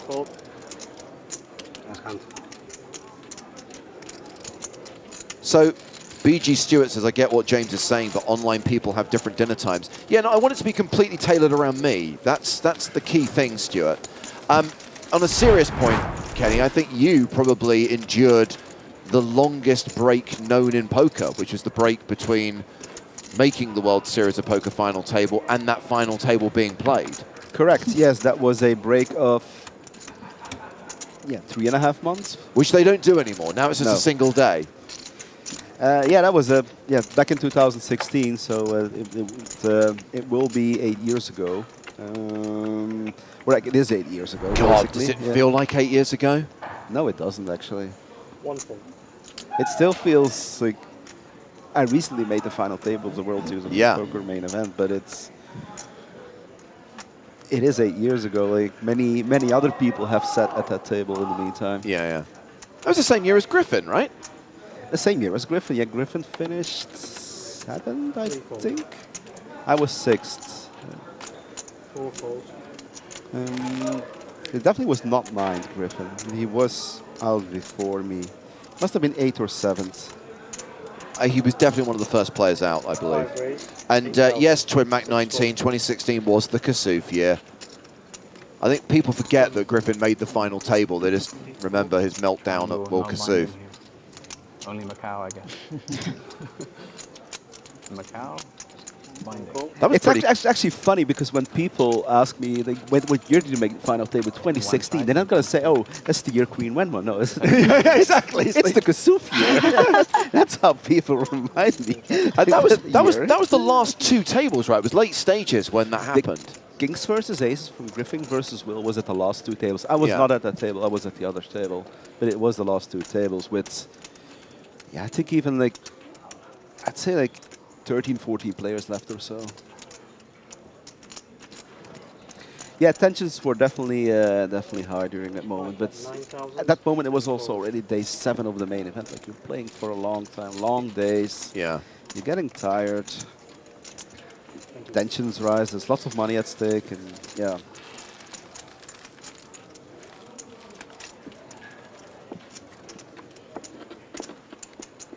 Last level, right?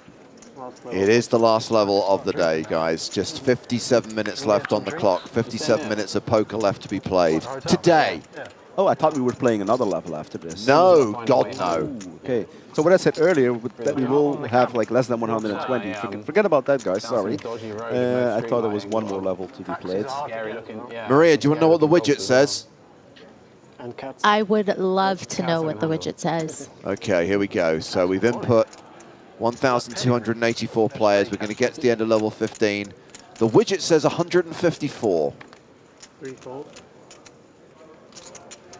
Okay, I feel like in my head I was thinking around like 150, so that lines up. Yeah, I mean, there's always a margin of error when there's this many players. When we start getting to kind of double digits, the widget's accuracy becomes a little bit better. But right now, yeah, 150, 154, around that region. Yeah, I had a sneak peek on that widget. It showed 50 big blind average. Yes. I think with 90-minute levels, like, it would on average be a little bit higher than 50 big blinds. That's why. As you can see, like, the average right now is over 50 big blinds, and we just passed the bubble. So that's true. It goes more towards 60 big blinds. That's actually for me like somewhat of a metric. Like if levels are 1 hour, the average will be around 40 big blinds. If you play 40-minute levels, the average will be around 30 big blinds. Half an hour levels, you go more than the 25 region. So here's an interesting observation from covering EPTs in recent years. Generally speaking, you're absolutely right. At this stage, oh. Yeah, I'm literally sweating with you. Yeah. Yeah, pretty much. Well, thank you for your support. Oh, okay. Thank you for your support, Alice. And yeah, I had all my friends. So thank you. I'll see you And soon. yeah, very soon. Very soon. All right. Great. That is Jaywant Monsieur, who has just been eliminated and has cashed out for $8,400. Hossein Ensan also eliminated, by the way. He's out in 180th place. Should highlight that when we did burst the bubble, when we made the money, both Felix Schneiders and Spraggy locked up a min cash. Sorry, I know this is boring to a lot of people talking about like average stacks and player numbers, but it is an interesting observation. On day 2, you're 100% right. You're looking around a 60 big blind average. Day 3, maybe it slips close to 50, same on day 4. Weirdly, when we get to maybe the last 2 tables, and when we get to a point when ICM kicks in, where there's a pay jump with every 2 eliminations, or every elimination, that's when the stacks get shallower. And often we will get down to 45, 40, sometimes 30 big blind average when we get down close to the final table. That is indeed something that's happening. Usually players are not playing that fast anymore, so lesser hands get played per hour, which results in lesser bust outs, hence the average stack lowering. Because of ICM and whatnot, players are not necessarily willing to risk all their chips also that often. So, of course, as long as there's no all-in, there's not going to be an elimination. So, yeah, all of these factors cause the average stack to sometimes lower down a little bit, and especially on the EPT where, yeah, we have huge prize pools with often a 7-digit number or more up top. Then there's lots of money at stake, of course, and people, they all of a sudden a ladder of $10,000 can be huge for a lot of people. Well, let's see how this hand plays out.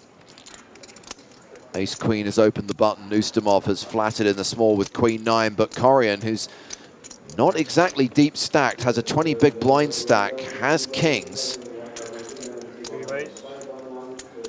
32,000. He raises to 32. I think if I'm not going to go all in here, then I do want to make it a little bit smaller versus a button open and a small blind call. I think if you're going to make it, 25,000 would be good as well. He does get the action he wants anyway. Well, you know what Corian has to fade.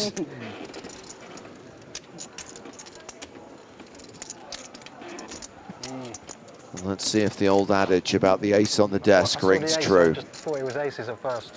Just got to avoid it. No, I can't.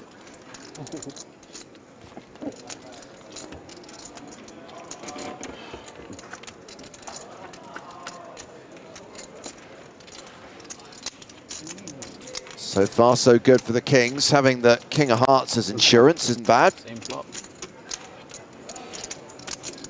Hearts don't work. Heart for a sweat. Okay, well, as long as Barry Greenstein doesn't make an appearance, we're home and hosed.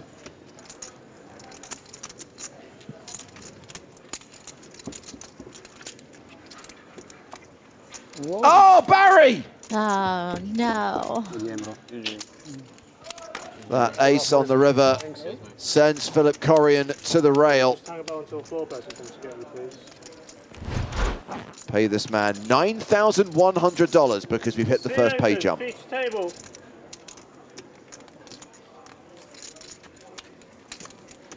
That means Spraggy and Felix have locked up a min plus cash now.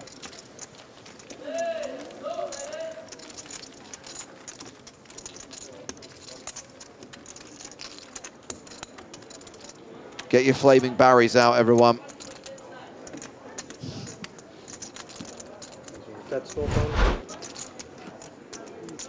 253k. Average stack right now, 221k, but yeah, as you highlighted, Kenny, still 50 minutes to play on the level, so the average stack is just going to get deeper and deeper as this post-bubble bust-out bonanza continues. Guys, how can I curse something that happened 30 minutes ago?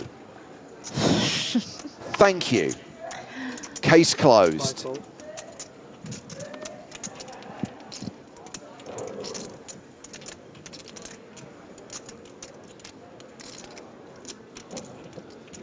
Raise 1,000. 7 fold. Guy Taylor back in action, raising with King Jack of Hearts. Oh. Ooh. Now aces. By the way, Kenny, if you have to go and reg the tournament you want to play, you're welcome to leave any time. Oh, no, that's fine. No, no. Cool. You good?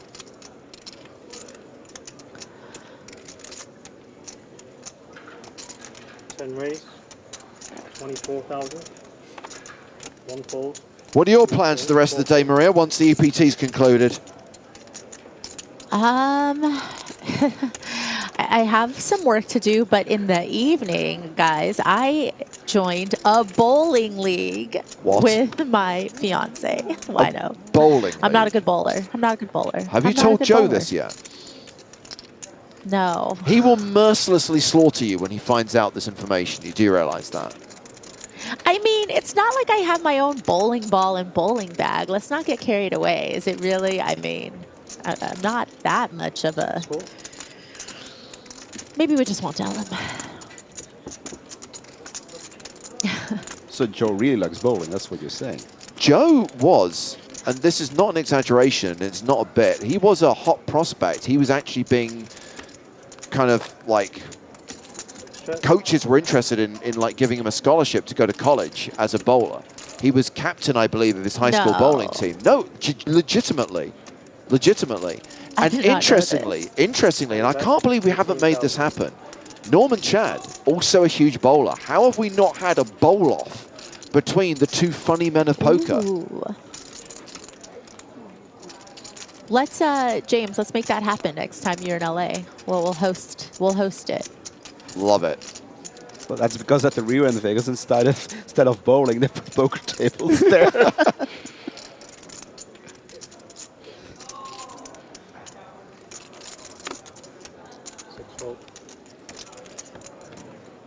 the boots. I go first draw.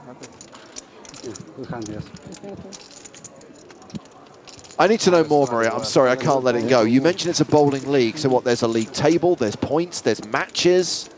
What's your highest score, Maria, that you ever done? Ooh, I'm not a good bowler, so I would say like, if I break like 110, it's a good day. Do you have the barriers up so your ball doesn't accidentally roll into the gully? Yes, all about timing. See, I'm pretty sure that they don't allow that in the bowling league. But if I could, I would. Do you use one of those like big ramp things to roll the ball down? I mean, I'm not that bad, James. I feel like, you know, I'm participating because I like team. I love it. I love it. I know you do. Because poker isn't one. So, yeah, you do know. Can you reposition this clip? I just think at the next EPT we should have a bowling tournament. That's all I'm thinking. They did have one at NAPT Las Vegas last year. I don't know if they're planning to do it this year's NAPT, but timing is everything, though, because you've got to work around kind of when everyone's actually playing poker.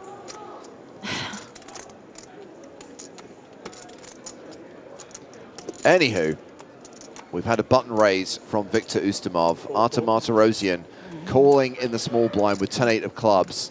And Christian Steindl, Queen-8 in the big.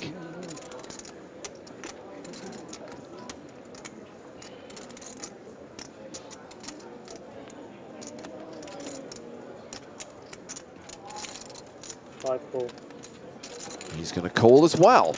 And we have three-way action at the feature table.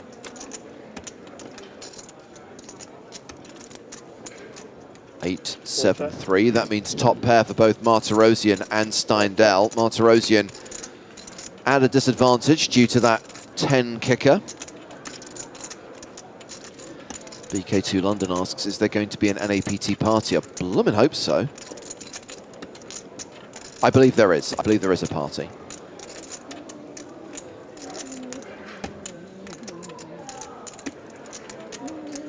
We're not going to be able to go, are we? We're going to be filming the big game. Yeah, I knew it. One bet, 20,000. Even Ustimov doesn't feel like too bad about his hand, even though he's up against two opponents here. But A7-3 flop will often be still the best hand. Yeah, just really trying to deny equity to, you know, the mix of overcards between these two opponents in the blinds. But, you know, in this situation, he's going to get calls from both spots. I mean, even for Steindl, you know, you wonder if he's going to put in a check raise sometimes with that call from Martirosian. You know, certainly an option he consider versus just overcalling.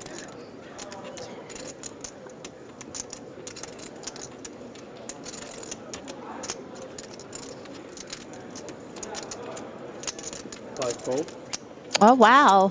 I'm a little surprised by this. What about you, Kenny? Yeah, I wouldn't be folding. If anything, I'd be raising, but maybe he felt it. Sometimes you just get a feeling. You feel it in your waters. That was an amazing fold from Steindl. Yes, we will play this hand results oriented until the queen comes on the river, of course. One check.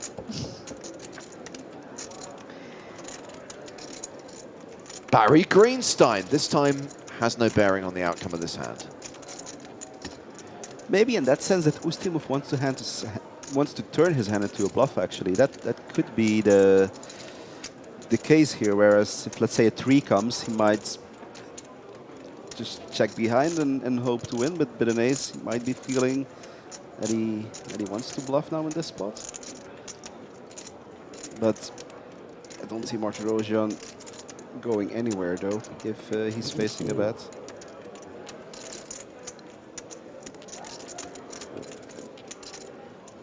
Four check, one check. Check, check.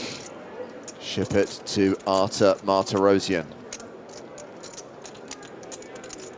And we are halfway through the final level of the day. At the penultimate stop of the 2024 season of the European Poker Tour, which will wrap in December in Prague, where we are hosting the first ever Spin and Go Championship. Did you have any involvement in this one, Kenny? No, I haven't. I have not.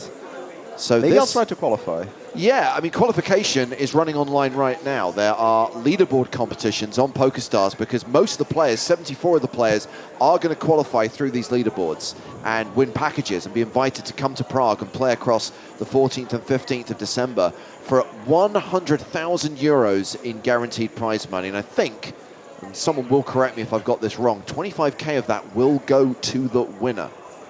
But yeah, those qualifiers running between now and mid-November. 17 qualifiers coming from Italy, 24 from Southern Europe, 33 from the rest of the world. A series of 3-handed tournaments taking place at EPT Prague, the first ever Spin and Go Championship. And if it's a success, it may well become an annual tradition.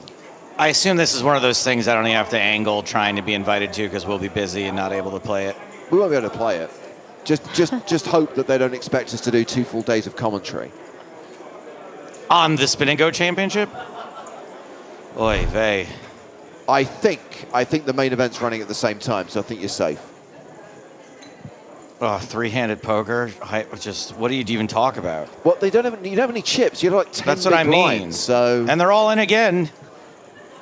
Ugh. If Nick Walsh was here right now, he would be spitting teeth. It's exhausting. All right, we got a little sourdough here, artisanal. And that's going to get through. Raise and take it from the button. Artur Martirosian. Hot off the deep run. The 2nd place finish in the super high roller. Almost first. I saw he came very, very close. It was 1 river card away from winning it. Almost first, yeah. Although if you watch the stream, you would know that first was locked up already when they were three-handed. No getting around that.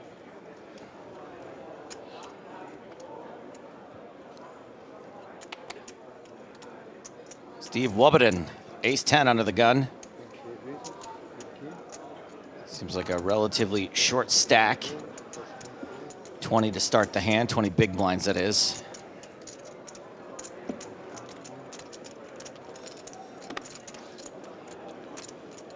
Yep, I haven't seen Stevie much in action. No, we have not. Of course, with a stack of around 20 big blinds, some big steins behind you. Sometimes a little bit handcuffed, but here does find the ace with the ace-10 off. Wang is fine. Flips it in with the dominated ace. Queen-7 tray, ace-10, holding. Wang calling, you know, off of a 10 big blind stack. Just not much on this flop for him. Yeah, and these are always like the difficult situations now for Wang. Like, you feel like you often still have the best hand, but you don't have any, basically almost any chips behind anymore. So you're so often forced to fold your hand, which is often the best hand as well.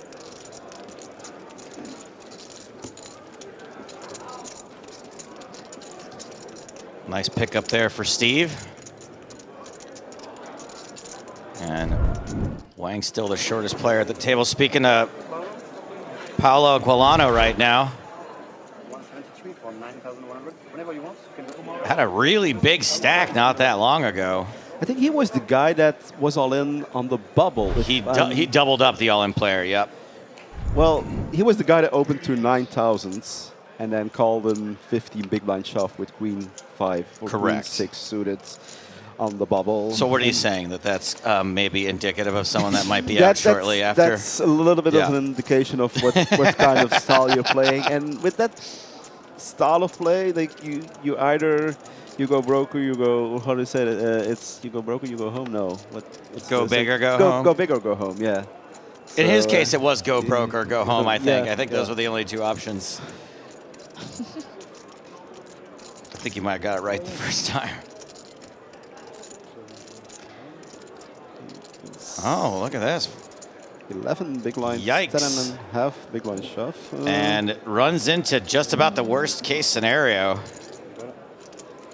Not only is it a dominating hand, but one that cannot fold. This also feels a tiny bit ambitious, I would say, with the 7-3 suited. Another go broke or go home situation. Yeah. Gonna have to make it a thing now. Go broke or go home. That's usually the reason I know that phrase is because that's me. Those are my only two options. That's not true.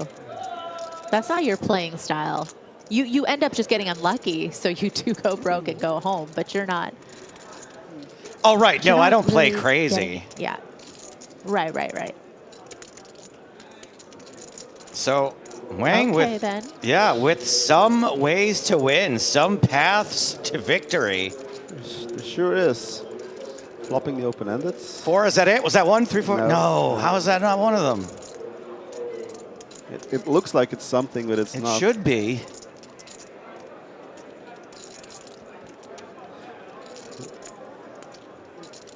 The ace will definitely not help him. Barry Greenstein sends Wang to the exit. Is that now the third hand in a row we have an ace on the river? Could be. We love a flaming Barry here on the European Poker Tour. Out in 167th place for 9,100. So we did get a ladder. We're already in Ladderville here. We are indeed, yes. Asahi noticed. Ace again. Yeah, the next pay jump would be at 143 players, where you would go to 5-digit numbers, a little over $10,000 for the people that survive it up until that point. And Steve with some, he won the last two hands now with some much needed chips. I've heard that you can run up a stack. It is possible. From short to big, and it seems like some people do it.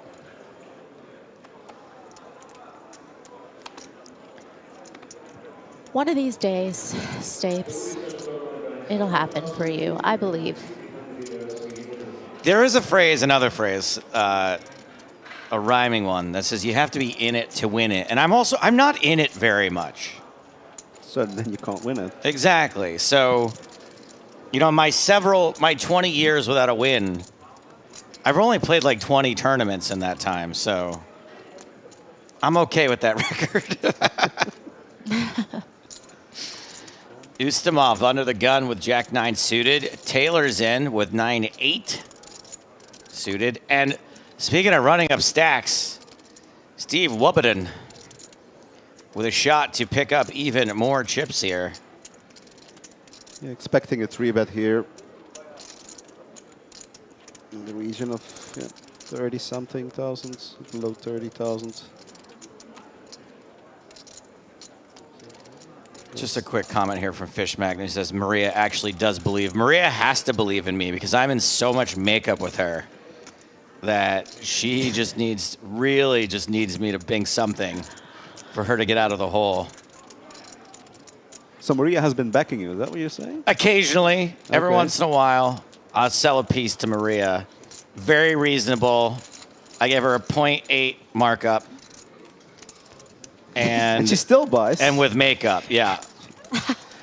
Maria, how rich are you? No, I mean like I get the worst of it. You buy Joe at 0.8. I just got to be in the game. I just got to get off the rail, Kenny.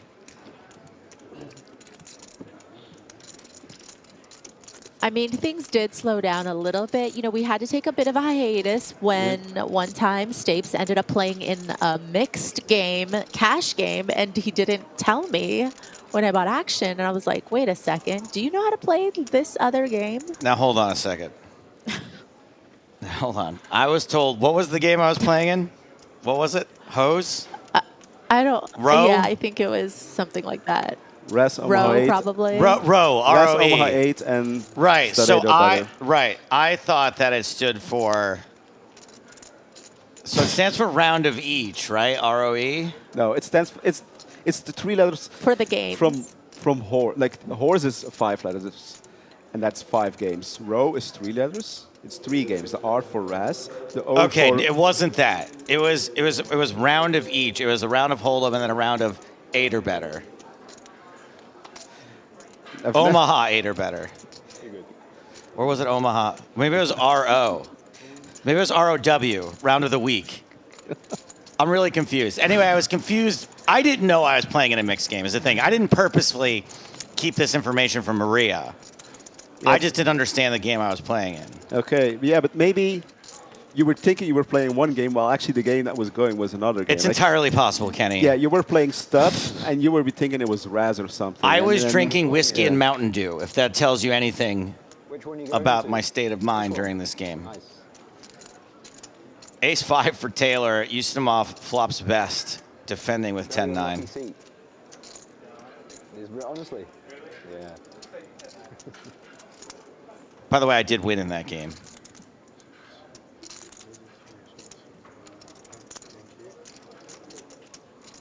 Ustamov checks to the Razor, who bets 10,000.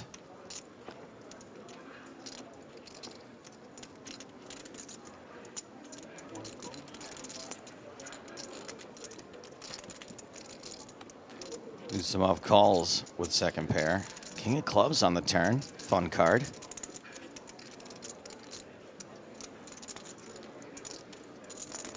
Yeah, pretty interesting for Taylor here to have the ace of clubs. You know, certainly understanding that there's going to be some of these weaker 9x, perhaps some 8x in Ustamov's range. You know, maybe sometimes they will have trips here as well. But, you know, do you want to start bluffing here? Do you want to start, you know, representing a hand like the nut flush? Or do you want to check back and hope to hit on the river? I do think that there are just a lot of other hands, I think, from the big blind that would perhaps fold to a second barrel. So, you know, perhaps aggression is a good line to take in this situation.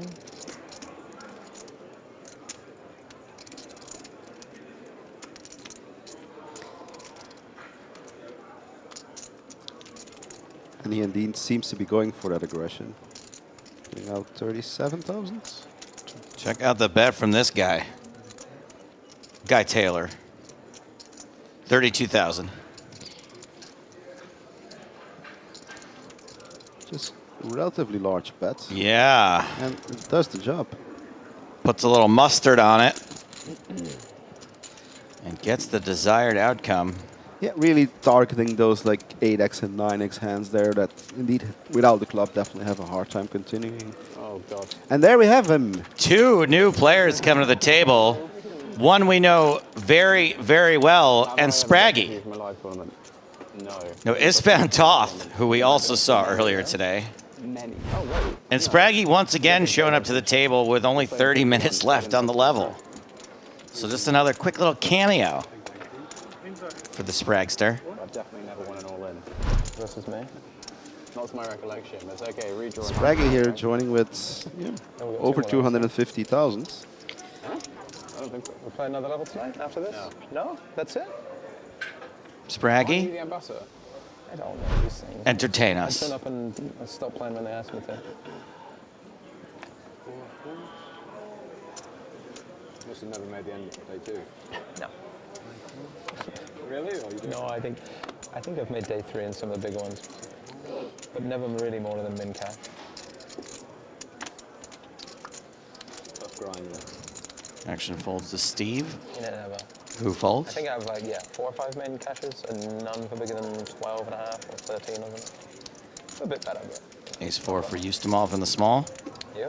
Plenty of time, mate. Plenty of time. You? Well, I've never cashed an EPT. Wow, what a question. What a... You? Yeah? I mean, biggest. Like, with 30 bigs, Make him say on stream. wanting to raise this hand into newcomer Todd. Which is fine, of course. Just complete with your ace-x. Loving it. Middies was the greatest of all time. It was like, Look at these What did he raise? UK boys. Did he raise? Did I miss the raise? Made it 9,000. Yeah, he did. Oh, he did make it 9,000. Okay. Yeah, perhaps a little bit of that decision was opponent dependent, you know, just feeling like against that particular person in the big. Deal the cards and you have to like put in the deal. Yeah, 9,000. I didn't see actually what Todd had. What 6-4 suited did he have? Certainly not during middies one. I think you're thinking of. I think I missed his hand. Nobody caught it. Don't worry. Yeah. But it's a race usually where in the big blinds, if you're facing like that small of a race, like you usually would not fold many hands because the price you get is so good, and you have position on the small blind. So you can win like 25k. No, it's big. It's just not. What was it before? It was like 250 before, wasn't it? Yeah. And now the top one's like 100. Look at Spraggy getting Not worth my time watching that. getting goaded into raising Queen 10. Just have to be on the show for about 4 months. Before you get on. Thinks he has to put on a show for us. Spraggy, I like you no matter what. You don't have to impress me. Hey, he wins. I mean, I just hope he doesn't get dealt ace-7. Do the deal or no deal cards in the UK though? Do they? What's you can't tell who? Yeah, so you can't tell who did the. It's kind of nice, honestly. Because I know someone that's done that several times and deliberately done the no deal every time.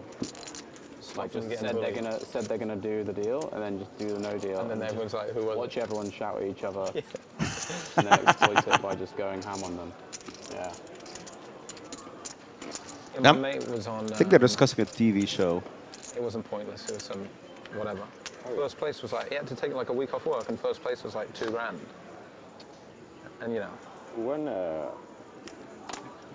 When UK game shows pay very silly small amounts of money. £1,000. Damn.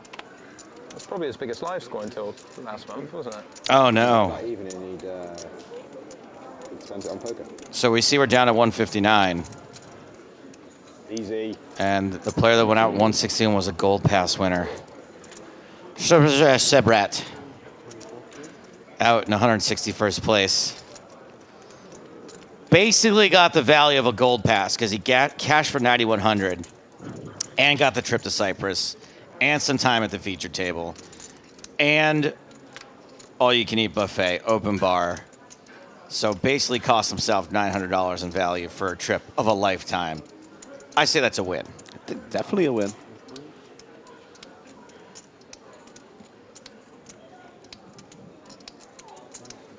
All right, so we have Warburton opening pocket sevens. Akinamitis 3-betting King Jack offsuit. You're loving this feature table, aren't you? You were quite quiet over there, and now it's like, feature, let's go. Oh. Those big hands. Fair. 8-6 tray. Pretty good flop for sevens, both literally and figuratively.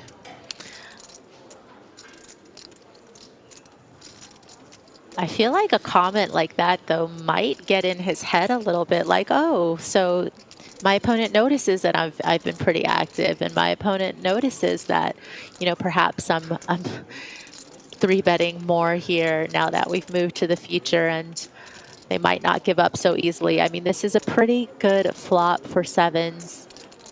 Yeah, pretty much as good as it gets for not hitting a 7. But a reasonably bet though from yeah, yep, you got the it. Greek guy. You nailed it. Last time you had 10s. The Greek guy. Hijack. Very consistent. You remember when you bet 35 with 10s? Huh. Wow, eh? This card. Oh no. I call now. I mean, I would have just called because the 7's always coming. Very tight fold there. Yeah, having the backdoor straight and even a backdoor flush draw, which sometimes can be good. You can ask any time. It would be would incline you to call, but I think the size of the bet threw him off a little bit. If the size is in the region of 20,000, I think Steve will continue most of the time. Well, he noted it was pocket 10s the last time it was a similar sizing, and if you're going to notice tendencies, why not? I had black 7s that hand. Yeah, I think in that situation, Steve made, you know, an exploit folds there. It's not really necessarily a fold he's going to always be making, but sometimes you decide to go off of some information that you feel like you might have picked up on, whether it's a sizing tell or something else. But yeah, again, not typical, I think, for him to be folding that hand on that texture. So I have a question. Yeah. Stepped out for 10 minutes. I come back and I notice that Spraggy's been moved to the feature table. What is he doing? He knows the rule. He makes the money, ladders up one spot, busts with a min plus cash. That's how he rolls. No, he said he's going to day 3 this time. It's not the end of the day yet, James. Hold on. Also, didn't Sam guarantee us yesterday that he was going to be in the money, or at the very least on the bubble? Sam guaranteed us that? Yeah. About Sam? Yeah. I was just thinking that, Maria, I know that you maybe don't publicly want to put out there what you charge hourly for coaching. However, that amount just happens to be the exact same amount that I charge for bowling coaching. Excuse me? I'll take it. And if you wanted to do a little trade, I did not realize. You can show up and impress everyone at Mar Vista Lanes. Here's the thing, and I do not for 1 second want to talk down Maria's poker coaching, but I would argue that anything she could teach you is useless until you can get your mind right, Joey. You need psychological assistance, because whatever technical understanding you have, you're just obsessing at the moment over running bad luck, bad beats, and how that affects you mentally. Okay, so then let me ask Dr. Judy Ho if she needs any bowling lessons. Ooh, we're going to throw in both the Ho sisters. Now, I might throw in a bowling ball then. I might accompany you to the drilling facility and make sure they drill your holes right. Yeah, that's right. You heard me. You're watching EPT Cyprus. I mean, we often get sidetracked by James Bond movies, so I'm down with bowling becoming a conversation topic. Maria, when you get your ball drilled, do you want them to drill the holes deep, or do you want to go with the fingertip grip? Do you want your thumb to go all the way in there? I don't, you know what? I don't think I need a custom bowling ball, thank you. It's going to limit your game, honestly, if you don't get the custom drilled ball. I haven't actually, no. You got to get all 3 holes drilled. To be fair, we were discussing bowling yesterday. I can't remember why. And Joe did say that he's only good when he has his custom ball. That's right. That's right. I have a fingertip grip. Actually, you said also shoes. You should never use the shoes from the... You can get away with using the shoes from the bowling alley, but you really should have your own shoes also. Also because it's disgusting. I know they spray them, but ugh. Where a lot of people meet also. That's, you know what's in that spray? It's canola oil. Bars and so on. Sounds wonderful. Yeah, I'm just kidding. I will. So what's your highest score ever? I've had 2 279s and a 289, which is 1 strike away from a 300 in 3 different cases. 2 strikes away. I don't remember. It was a long time ago. I was a teenager, so, you know, that was a while ago. My bowling game is a lot like my golf game. Like, I have no power, but good accuracy. So part of that's going to be using a non-custom ball. You're automatically going to get more power when you're not using the lane balls. When you're putting your hands all over the balls that everyone else touches, it's just it doesn't quite get through the oil as well. Bowling's all physics, by the way, everybody.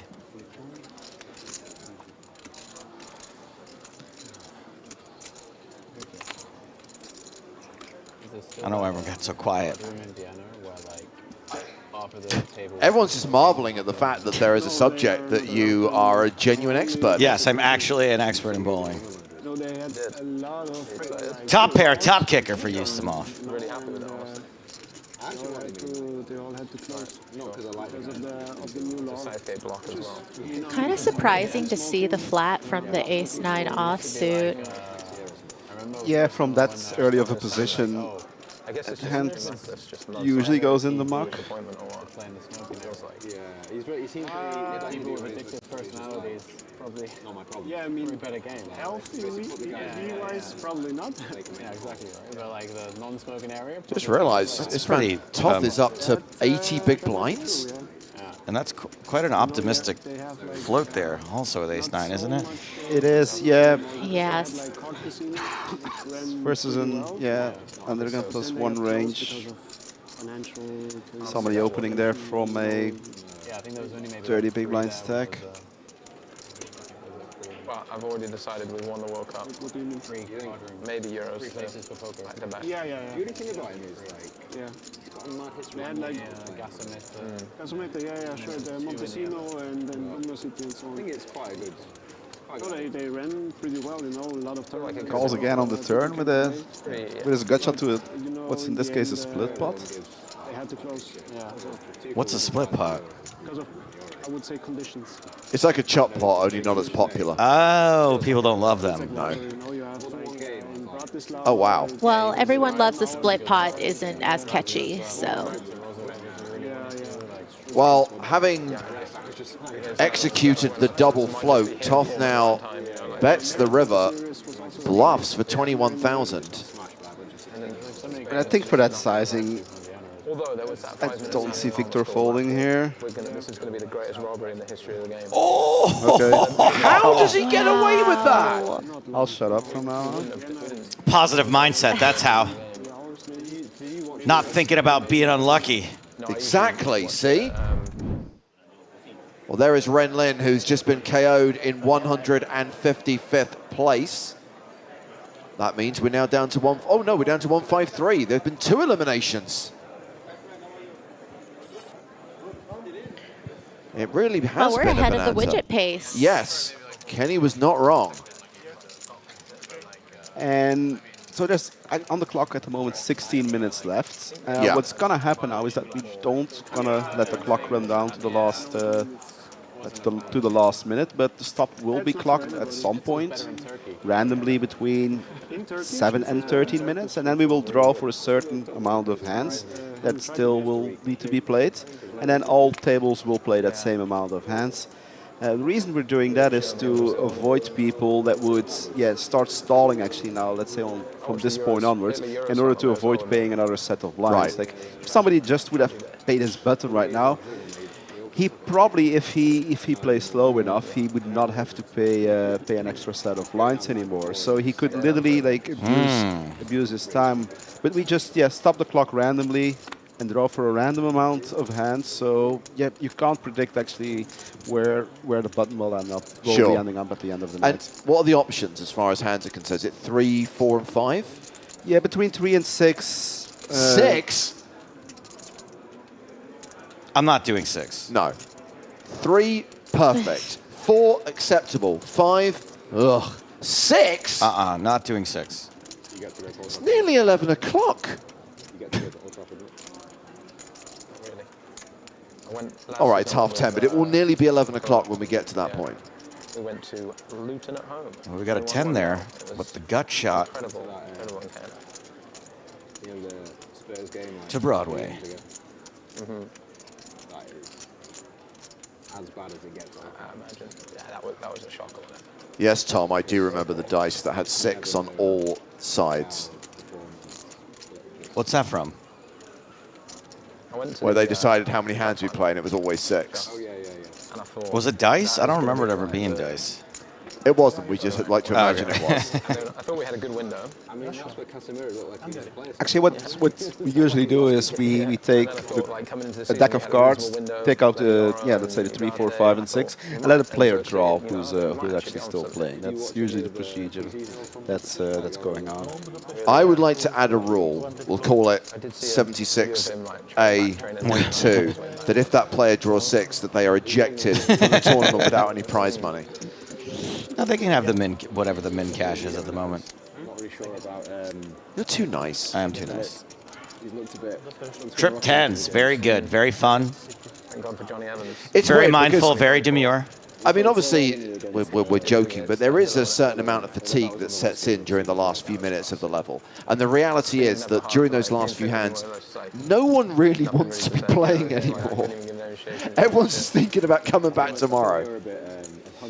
Yeah, as an organizer, I've looking to a lot of data, and it is just the fact that bust outs go way quicker during the afternoon than during the evening, especially after dinner, because people, they have eaten, they're getting a bit tired, they're getting the post dinner dip, and people are just not willing to put chips in a pot so often. And for some people, although it's actually meaningless, like making the next day in a tournament, it's a target, it's a goal. It is a goal, but it doesn't necessarily gain you any extra money. You can say that you found a bag, even though the bag was actually given to you by a member of the tournament staff. It's going to be like a 8, 9, 10. Which is... Steindl thinking about looking up this river bet with ace high. You know, there are a couple of draws that could have missed, you know, perhaps a busted spade draw, you know, perhaps some of the straight possibilities that didn't get there. But, you know, no bets went in until the river, so it's a little bit harder to kind of define what your opponent's range here is, and it does look like he bakes the call. Yes, Steindl did bet the flop, though, so Oikodomnios check-called flop. Like, I think, therefore, if we consider maybe putting chips in a pot, maybe we do want to raise, actually. Blocking the straight, blocking some king-high flushes. Should have been sent off as that. Not sure, but just calling there if that would be the best play. No, it's the one where he's on a yellow and then should have got sent out. But of course, these players have played with each other maybe for the whole day already, and the players they build up reads, and who are we, of course, to say that we know things better than them? Yeah, he's done. Mate, that goal that 20 scored, they ran just like walked through our entire. I might have played things differently, but yeah, they're still playing, and I'm sitting here in the booth. So.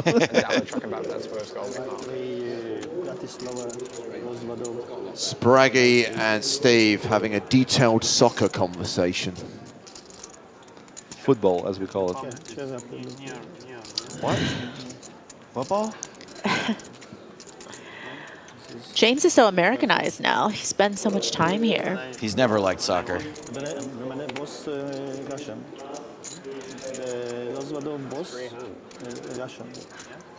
Look at us, eh? 1, 2, 3, and then the lines for us. You can bag that right now. You want it? Do you know that? You bag that right now.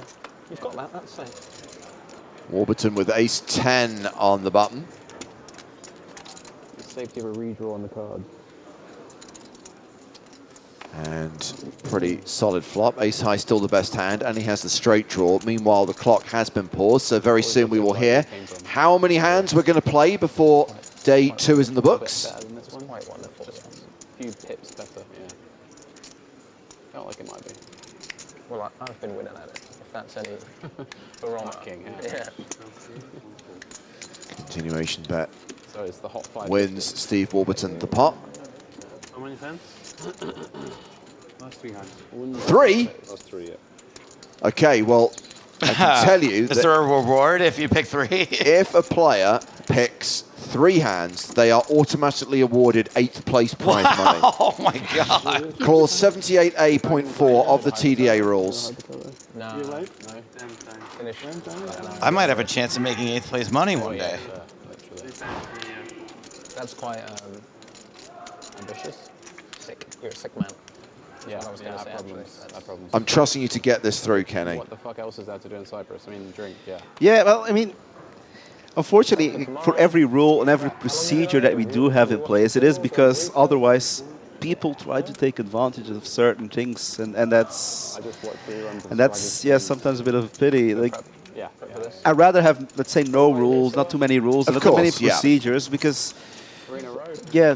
it would make things so more straightforward. But yeah, there's always people trying to find like the small edges left and right, and we have to come up with solutions and protect the unexperienced and the more, wouldn't necessarily call them more honest players, but like, the players that play more straightforward and not unnecessarily wasting time.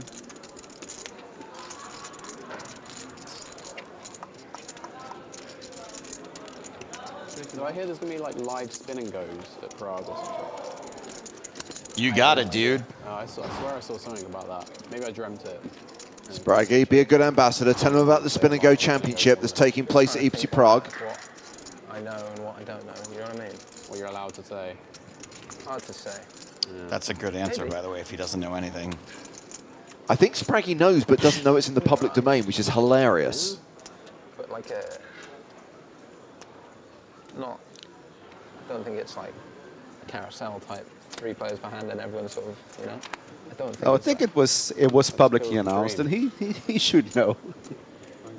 He gets confused. I get confused all the time. Don't you guys have some kind of like Team Pro? We have a Team Pro group chat, and it was fairly sure it was posted in there. So, and like people asking like, "Hey guys, please make this publicly aware that we do have the Spin and Go Championship."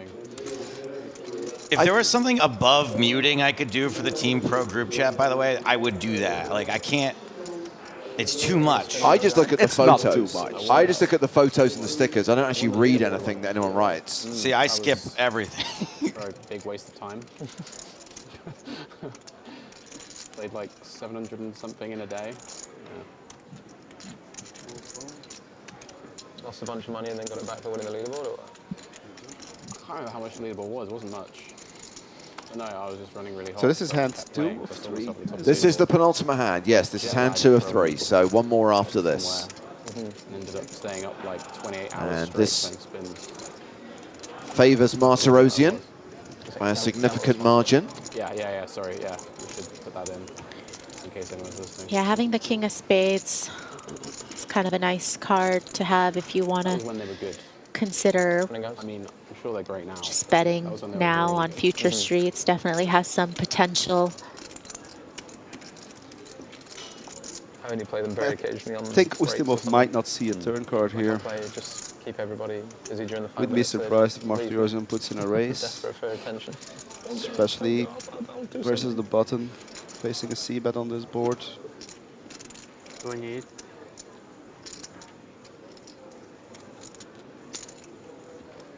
And it will be very hard for Victor to continue, even though he has an overcard and a backdoor flush and a backdoor straight.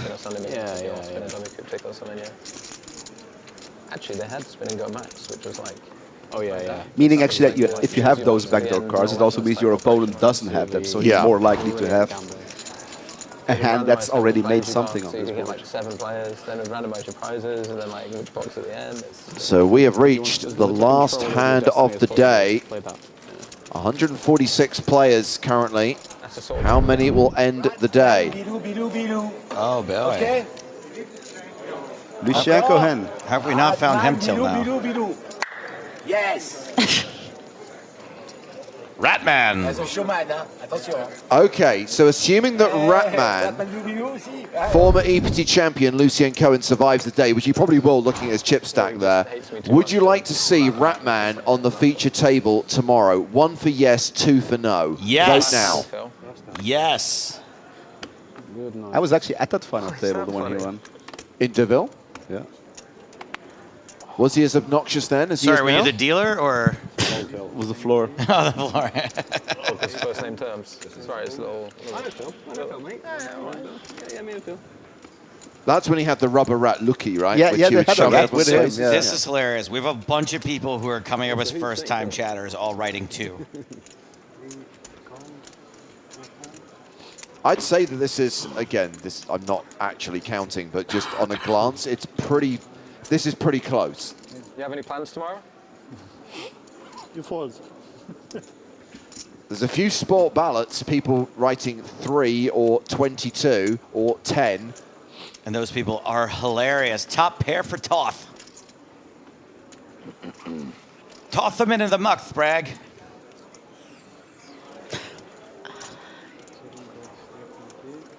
Oh no, he's really stepped in some fit. Spraggy trying everything to just bust kinda still on the last hand, but Right. Just felt like the kind of texture for Spraggy where he felt like the pre-flop aggressor should continue, and does get called pretty quickly. So this isn't a really great card in the sense that Toth has been a little unpredictable, but Spraggy does have the queen of diamonds, so really looking to get Toth to fold out perhaps 7s through 10s, some of the other pairs that doesn't like the ace on board, but we see Toth having top pair, just not going to go anywhere. We all know it's Spraggy's style to bet, get there. Oh, he didn't get there. What? Spraggy? Well, as long as it doesn't go broken this hand, we'll be all right.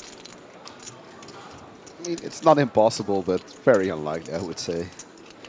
He maybe lose a little bit more chip if he decides to continue. Spraggy is a genius at punting into made hands. He is also a genius at making ridiculous hero calls with like queen high when someone bets.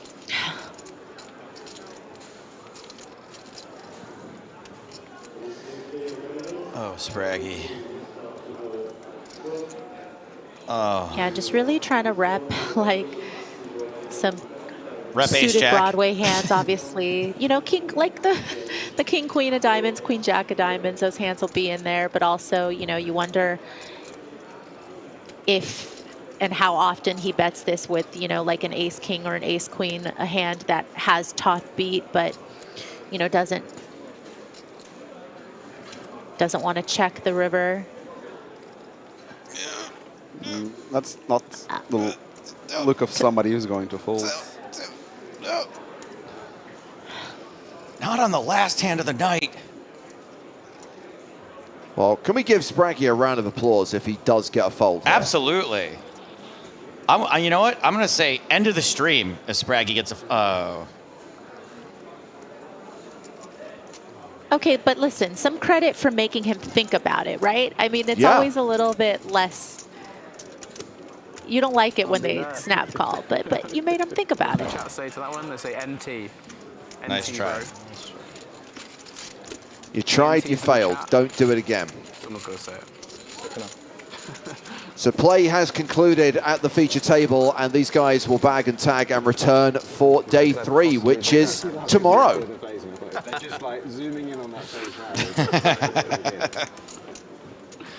Nice hand. Hey, gentlemen, I've only back up. Hey guys, congratulations on making day 3. Please write your name, chip count, ID number, and nationality as clearly as possible. So there will be a redraw overnight, new seating assignments for all players. That means a new lineup on the main stage when we resume the action at 12:30 tomorrow local time. At this point, I'd like to thank Kenny Hallett for joining us during this level. And my pleasure. Thank you for all of the explanations, analysis, and detailed TD-type stuff on the bubble. Never mind. More than welcome. And good luck if you do play that tournament tonight. And Maria, we will hear from you tomorrow.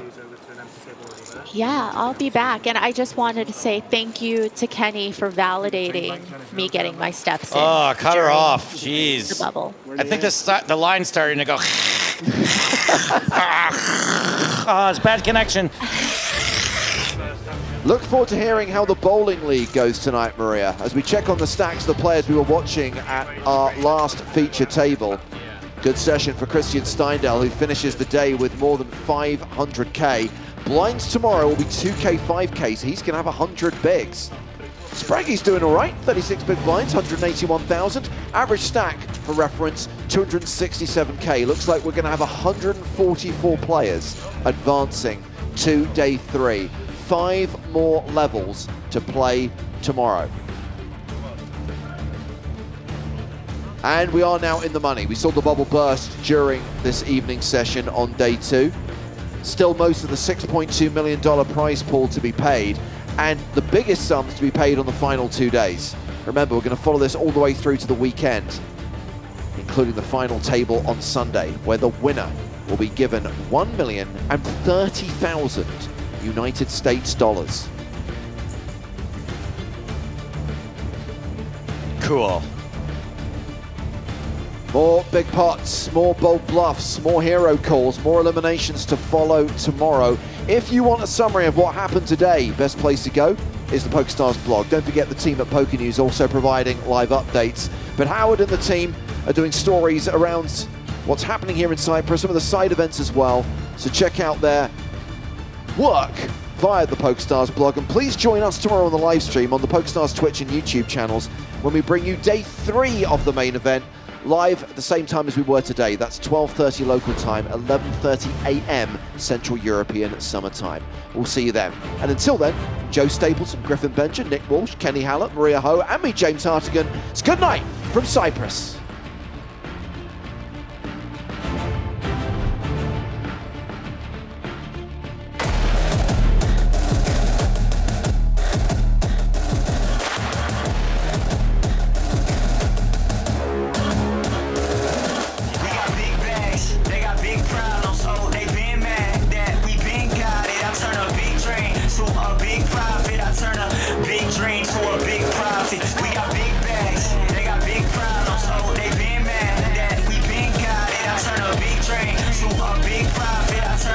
Big dreams to a big profit. We got big bags, they got big problems.